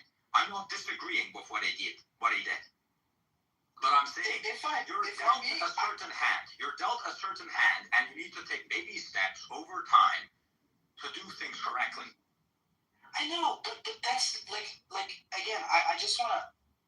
I said I'm not her legal counsel, but in defense of what she said, I'm not saying you're Iranian. I'm not going to insult you or anything. as I said before, there is a real effect of Iranians who will throw you under the bus for a foreigner, for nothing, for a country, for a cause, for foreign whatever. So I agree. I agree. But you some of the things that you're saying, I don't believe in it as much as you though. Like I'm not like as I said before, I don't have a problem with that. I don't have a problem with that. Okay. I might say UAE's governance is great. I might say like all the things that you're saying, I low-key agree with them, but I just don't like baby steps. Okay, but don't ask me to give the credit or the respect that like a giant leap for mankind would give for baby steps. Fine. And I think Ronak's like I think she got heated, and I think in that moment it came off to her as, is this an Iranian? Is this like what are we doing? Like are we just sucking up to the UAE? I'm not saying that's what you did. I'm just saying this is a genuine, real phenomenon, and all of us Iranians are very well aware of it. If those accusations come out, I'm just saying it's not entirely baseless. It's not totally baseless. Maybe to you, maybe about you, maybe whatever, but we as a people are very aware of these things. I just wanted to say that. You have lots of these. You have lots of these like pro-Palestine Iranian people too, right? Oh yeah. Right, like it's like that, especially the leftists, right? Look, I have certain beliefs, right? I'm not willing to die for the UAE or Saudi Arabia, right? I just think that it's kind of unfair when they go out and specifically target these countries, because I think that these countries are actually doing a good job, and I genuinely believe, based on what I've looked at, that these people want the IRGC gone because they want a stable Middle East. Right? May I disagree that this is... If I'm playing a chess game, right, and I've already made a shit ton of mistakes, right? Credit though. Doing that. Like you're saying, if we lower the standard, not lowering the bar. I mean, it is though, because you say the cards that you're dealt with, you play the cards that you're dealt with. Yeah, they were. What happened? The UAE was handed a desert. The UAE was handed a desert with a minimal amount of people, with a barely functioning economy, right? They got oil money. They were able to use the oil money properly. That is more than 90% of countries will ever manage. Right? And on top of that, they managed to build a prosperous economy. They accept lots of Iranians to come from Iran, do business, make money. Right? That wasn't a favor though. Like they took our doctors. I know. I'm not giving a favor. A lot of the things that you're saying, I give them no credit for. Okay, okay, let me ask you this then. When an Iranian comes to America and he builds a $1 billion company, do you not give the U.S. any credit because they let this guy in?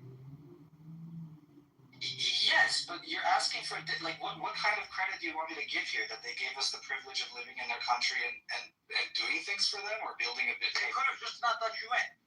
No, they could have also not made money with me. Exactly. I benefited. Exactly. It wasn't charity. It wasn't a favor. Yeah, I know it's not a charity, but it's a mutually beneficial arrangement. And I would say in the American case, lots of Iranians have made lots of money in the UAE, in the US, right? And now they're contributing to the country, right? It's a mutually beneficial, right? There's also, on top of that, there's lots of immigrants that come in, including Iranians, that just come here and fucking commit crimes, right? There's also the risk of that, right?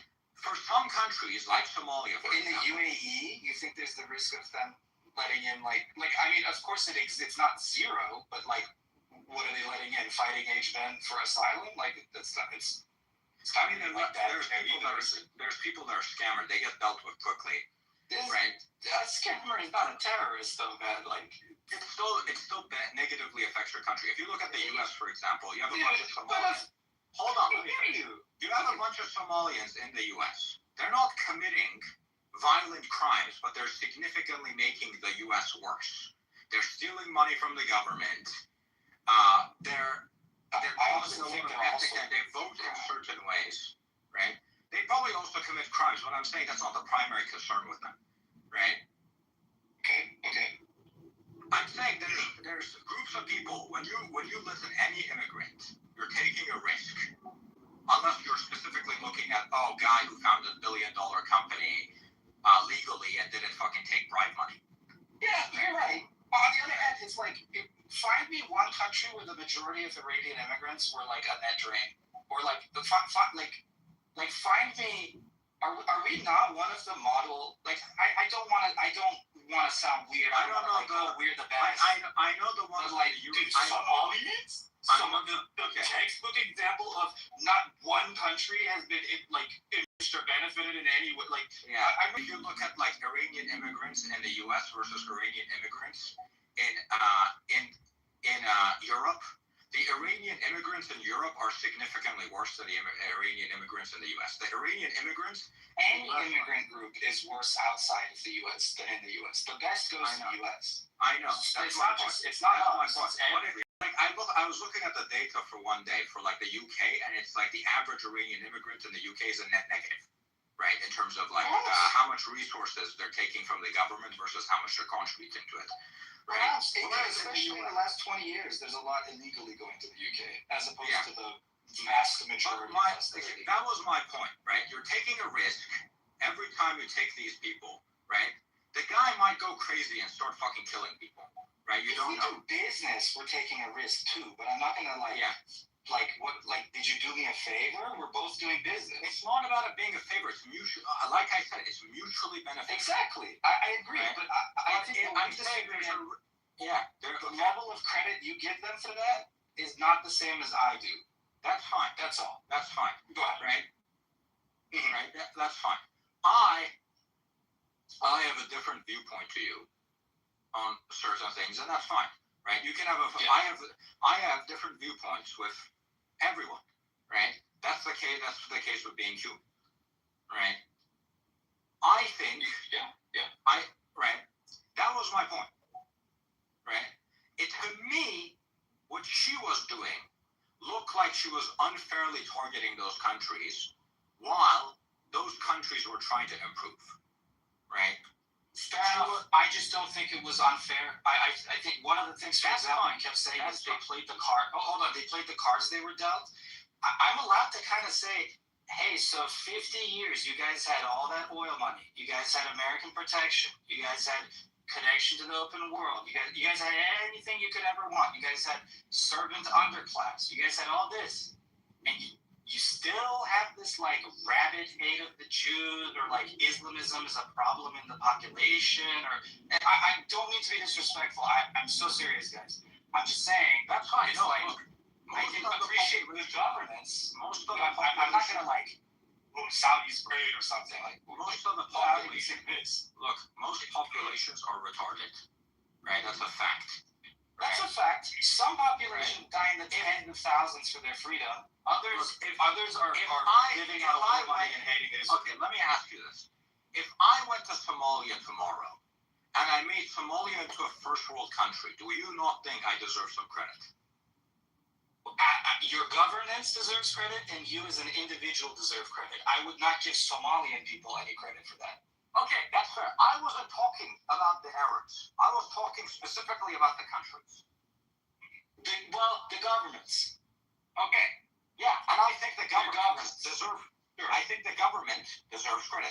I think they've done a good job. Credit for like helping their people, sure. I think in her perspective, it was a bit like, what are we doing on the international foreign policy stage? What are we doing about this Iran crisis? What are we doing about the war?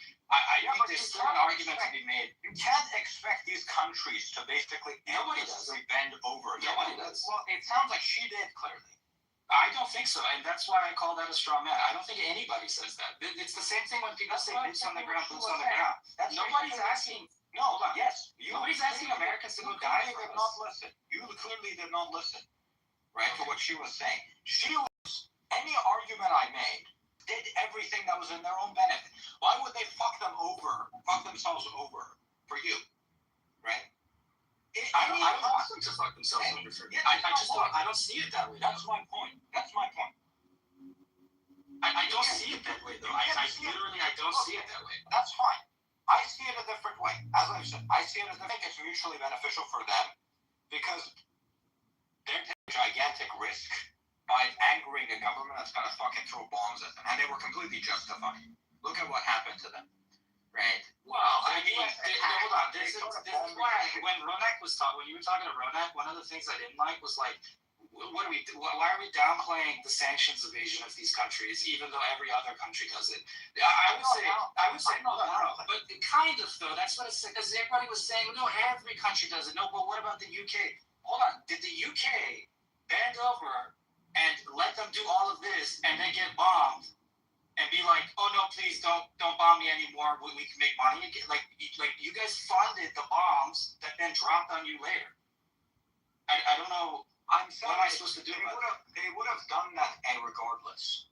Right? Well, I'm okay, but that's dumb. That's bad. That's I don't know why they would do that.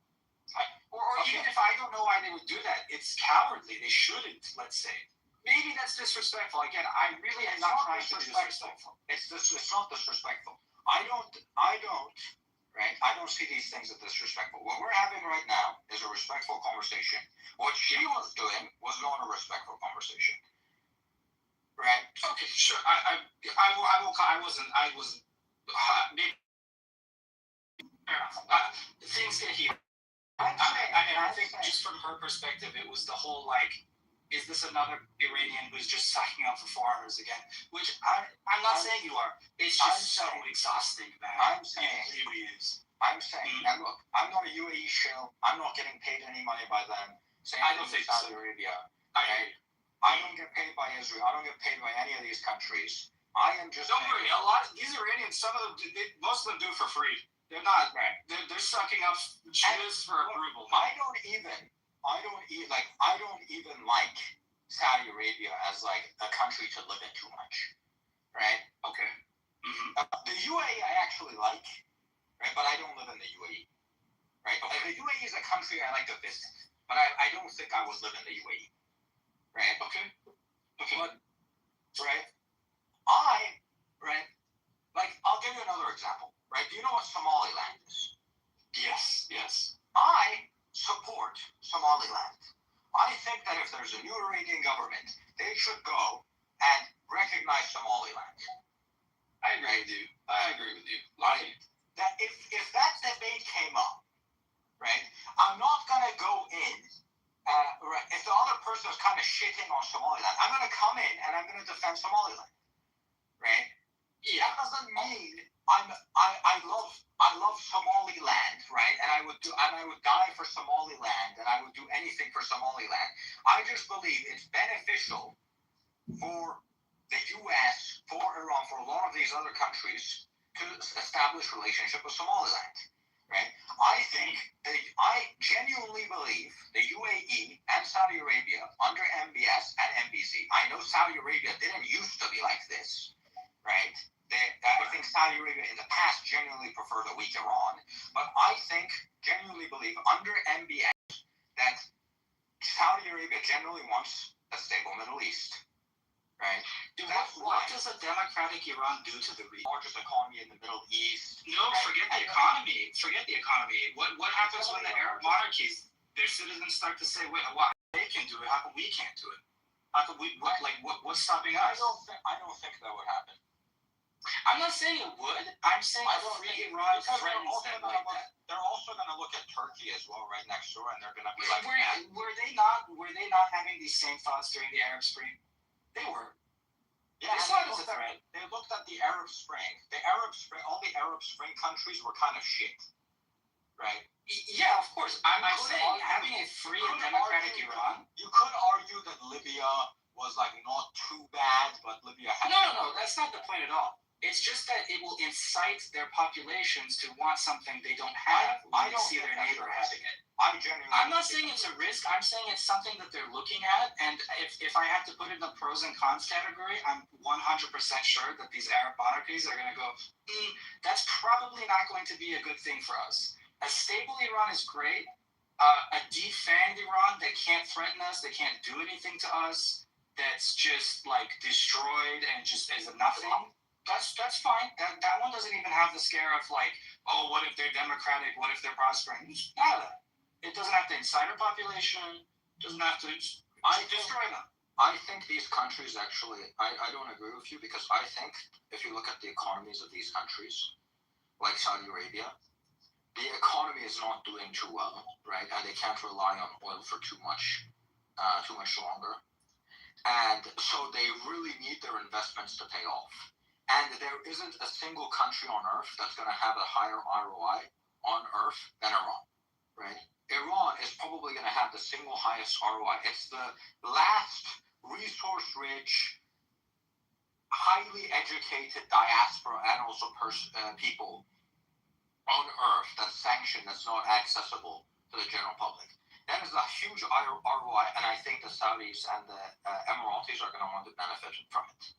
If I may, that argument somewhat, I'm not saying this is what you're saying. I'm saying what I take away from what you're saying is, no, a democratic and prosperous Iran is something that these Arabs could potentially support, or you think are supporting, or whatever, because of the potential future ROI that they'll get from investing in Iran. I don't make that conclusion. I don't go like, dude. They're gonna be fine if Kalibaf stays. Dude, they don't mind. I tell you what, if the IRGC stays and stop funding terrorism. They're not going to be fine. Look at how much money Saudi Arabia is losing right now.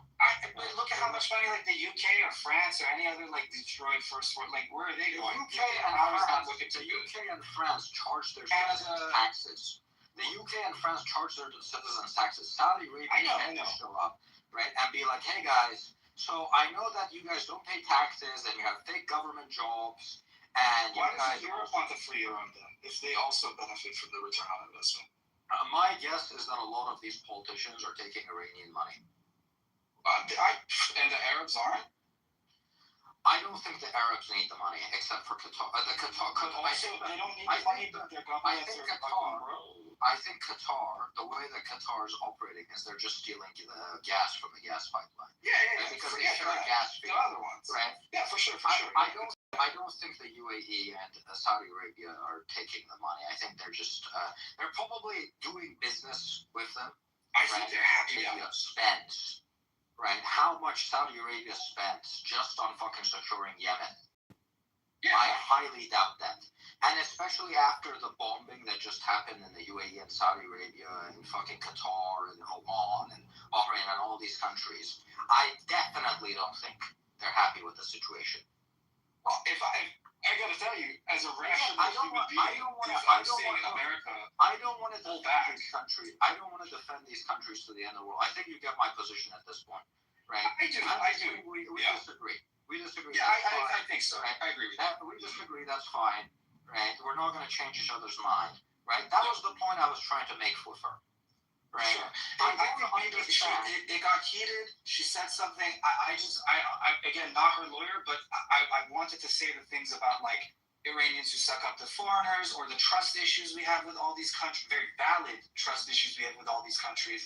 Very valid suspicions that we have with these countries. Their previous cooperation with the regime. The fact that the money that they laundered was then spent on missiles that dropped on Van. Like there's a lot of. Ronan, maybe I don't know. You know, it was insulting. Whatever. I just want to make it clear that this position is still rational. This position, it's still completely rational and grounded in reality. She can have that position, and I understand her position. She didn't have to take the turn that she did. Sure. That's beside. I'm just saying. I just want to. My thing was, I just wanted to make it clear that I think it's perfectly rational. I understand your position. I understand your position. I just don't agree with it. Right? I agree. I can see how you get to the viewpoint. Right? Thank you. Same with you. Or rather, vice versa. Yeah. So that was basically my thing. Right? But I'm not like this. Like you, I can make the same argument with a bunch of countries. Right? Like for example, I like Genghis Khan. Right? A lot of Arabians don't like Genghis Khan. right? She's not gonna jump down your throat over someone who's dead, though. Like from 1,000 years ago. The current geopolitics is a totally different. What I'm saying, If I see a shit post about Genghis Khan, I might be like, oh, do you know how many people he killed? I don't know, whatever, man. I know, but look, I like Genghis Khan, right? All right. Because genuinely, I think any country in the same position as Genghis Khan would have done the exact same thing.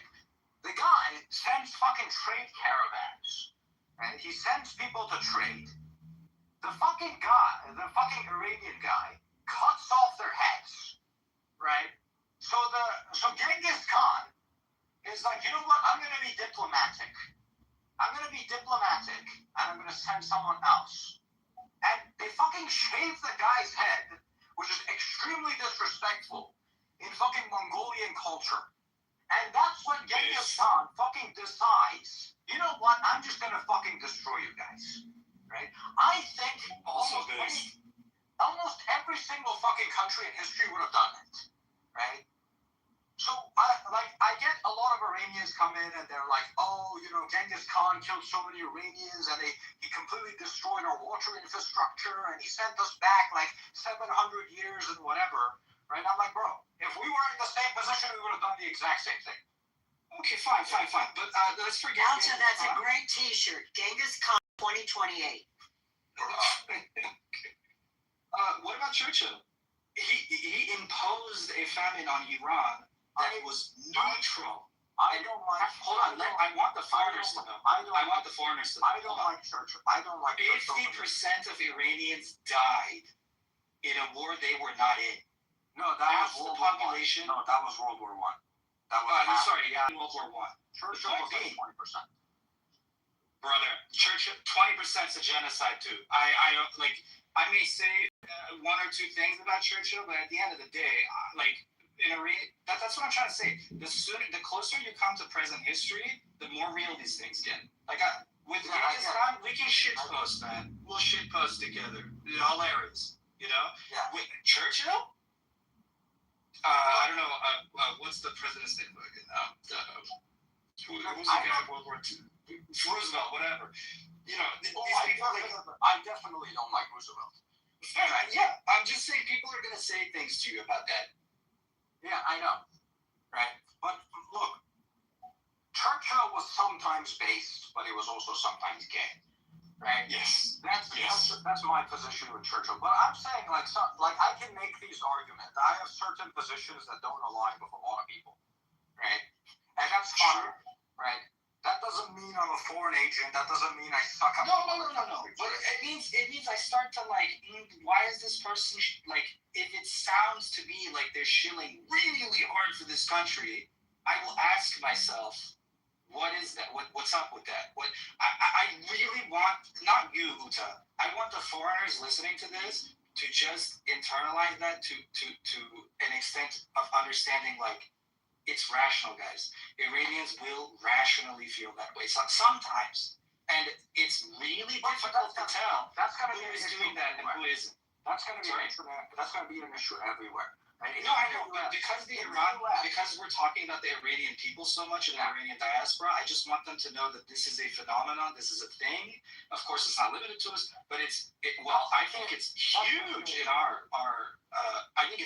diaspora because of the problem that we have where we don't have our own country. I don't have anybody speaking for me. I don't have any. Do you know how much controversy there is over even supporting our fucking soccer team and our football team in FIFA?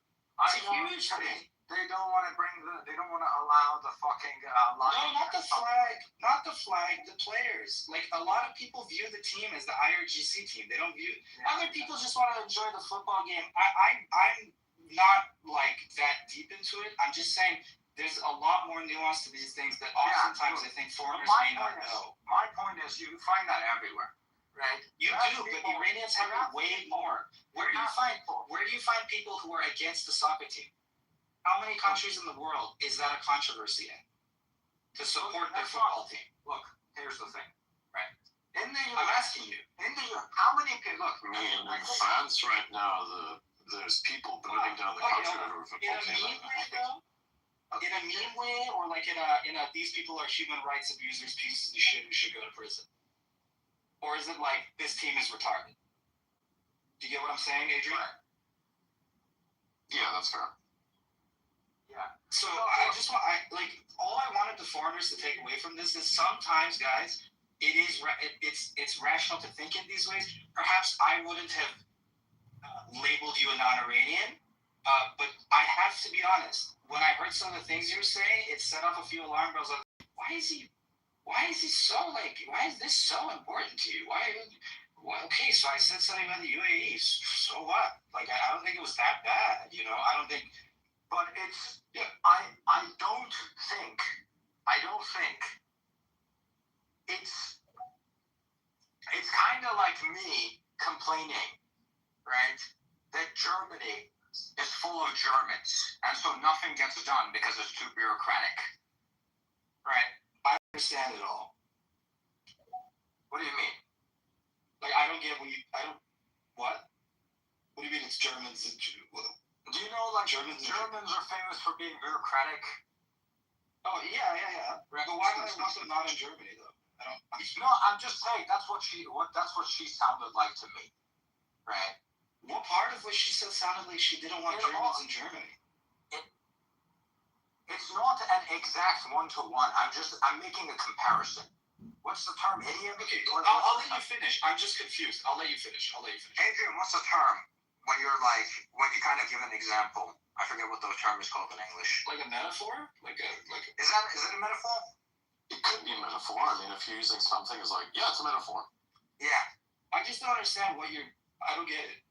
I don't see how it relates. I think this entire 10-15 minute session between the two of you was just to establish that I would have saw an irregularity in argumentation of a person in that they were targeting very specific countries for a practice and leaving one country out. You address that inconsistency, then someone crashed out at that addressing inconsistency, and then at the tail end of that you came in, and then you've been confused about this ever since. Also, you have a bit of a predisposed condition because you recently got heavily insulted to much the same degree as my friend here got insulted on the space, so I guess that's where we're just kind of repeating ourselves. No. Yes, this is like a loop thing at this point. It feels like Tokyo Drift, but it's like a spiral that's not a spiral. Yeah. I think I did a good job of showing that perspective is still rational, and I think before I said anything, that was not made clear at all in the chat. And I don't really know, like, what you said that she's harping on these specific countries but not others. I didn't see that. Just because she didn't say anything about the UK, just saying that the whole world. Just shit on leftists and stuff like that. I love that. I think pointed out that Iran International is funded by Saudi Arabia. They're the primary funder, right? Iran International is very against the regime, right? But they're doing it through a British Saudi citizen, because they can't come in and be like, oh, look, the Saudi Arabian government is directly funding this thing, right? They have to be very discreet. They can't go off and piss off China and Iran and all these countries that they do business with, right? That was my point, right? Okay, well, piss them off how? Bro, if I even need to tell you that, then, there's no point in having the conversation. No, I don't understand. Saying go to war, what? Oh, maybe they can't, publicly declare themselves as enemies of the Iranian regime, because then they will be fucked. I get what you're saying. This is about the hosting Pahlavi thing. Yeah, that one too. When you said that. Yes, that one too. I hear you on that. I get that these people still need to coexist with this regime, and that's why they haven't done that yet. On the other hand, I think someone like Ronak is asking the question, so when? When it's safe, that's the answer. Well, when it's safe is when it's too late. When it's safe is when there's no risk. When it's safe, it's when, no one's there. Why would they do that? Right? There's no benefit. Do they want the regime gone or not? Even if they want if you want the regime gone, right? Let's say you're Saudi Arabia and you really want the regime gone, but you can't make that public. Whether you host Reza now or you host Reza afterwards, it makes no difference to your relationship. With who? With the government. With Iran? Yeah, with the Iranian government. Maybe the people are going to get pissed. right? But they don't really matter, right? Reza's gotta come down, right? And he's gonna make the deals with their neighbors, right? And they're gonna want to invest, right? It makes zero difference for them. That's not risk reward. That's all risk, no reward. They didn't even close the embassies yet. Expected value is zero. I couldn't disagree more. Like I literally could not disagree more. I fail to see how that's in any way the case.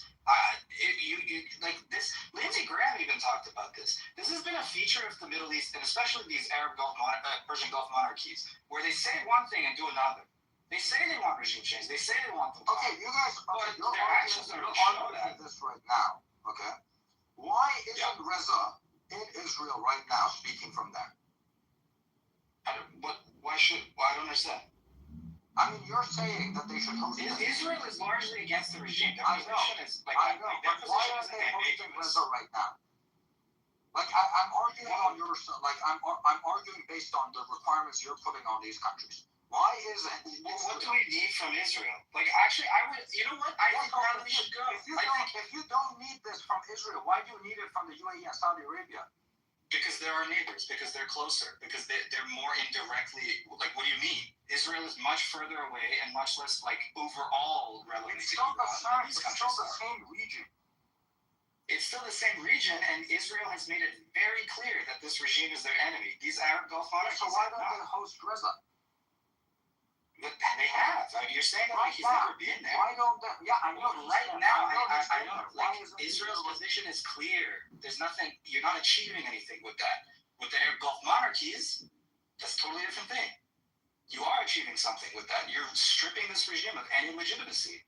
You're telling it that the world is looking to move on. Look, you're telling it that no one thinks that there's any talking left to do with these people. You can't get China to accept it. You can't get Europe to accept it, right? For right now, the U.S. hasn't even made it clear that they want to make this happen, right? I'm shaming all of them. Those countries, every last one of them. It gives the expected value for these Gulf countries. It's completely zero. It has no benefit to them. They're still going to be. They're still going to be allowed to invest. They're still going to be allowed to invest after this is all over. Okay. So why? Well, we're not trying to like. What do you mean? Yo guys, I'm kind of tired. It's like 3:30 a.m. here, so I'm gonna go to sleep. Oh yeah, if you want to dip, that's fine. Do you want to make any final thoughts? Yeah, like all chill out, like maybe switch topics. I mean, you've been talking about like this woman for 30 minutes, and she's been gone like for 30 minutes. Bad autism. Like I was typing. I was like, bad for bad autism. Yeah, it's like kind of getting a little annoying. Just wait until you hear some of Linux opinions, then it's over, guys. We're gonna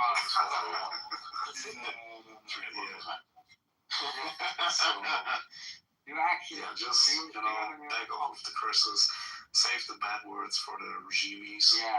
And the Kunis. And the leftists, yeah. The Kunis and the When Ula spoke in Persian, I honestly was surprised for a second. I was like, damn, he is Iranian.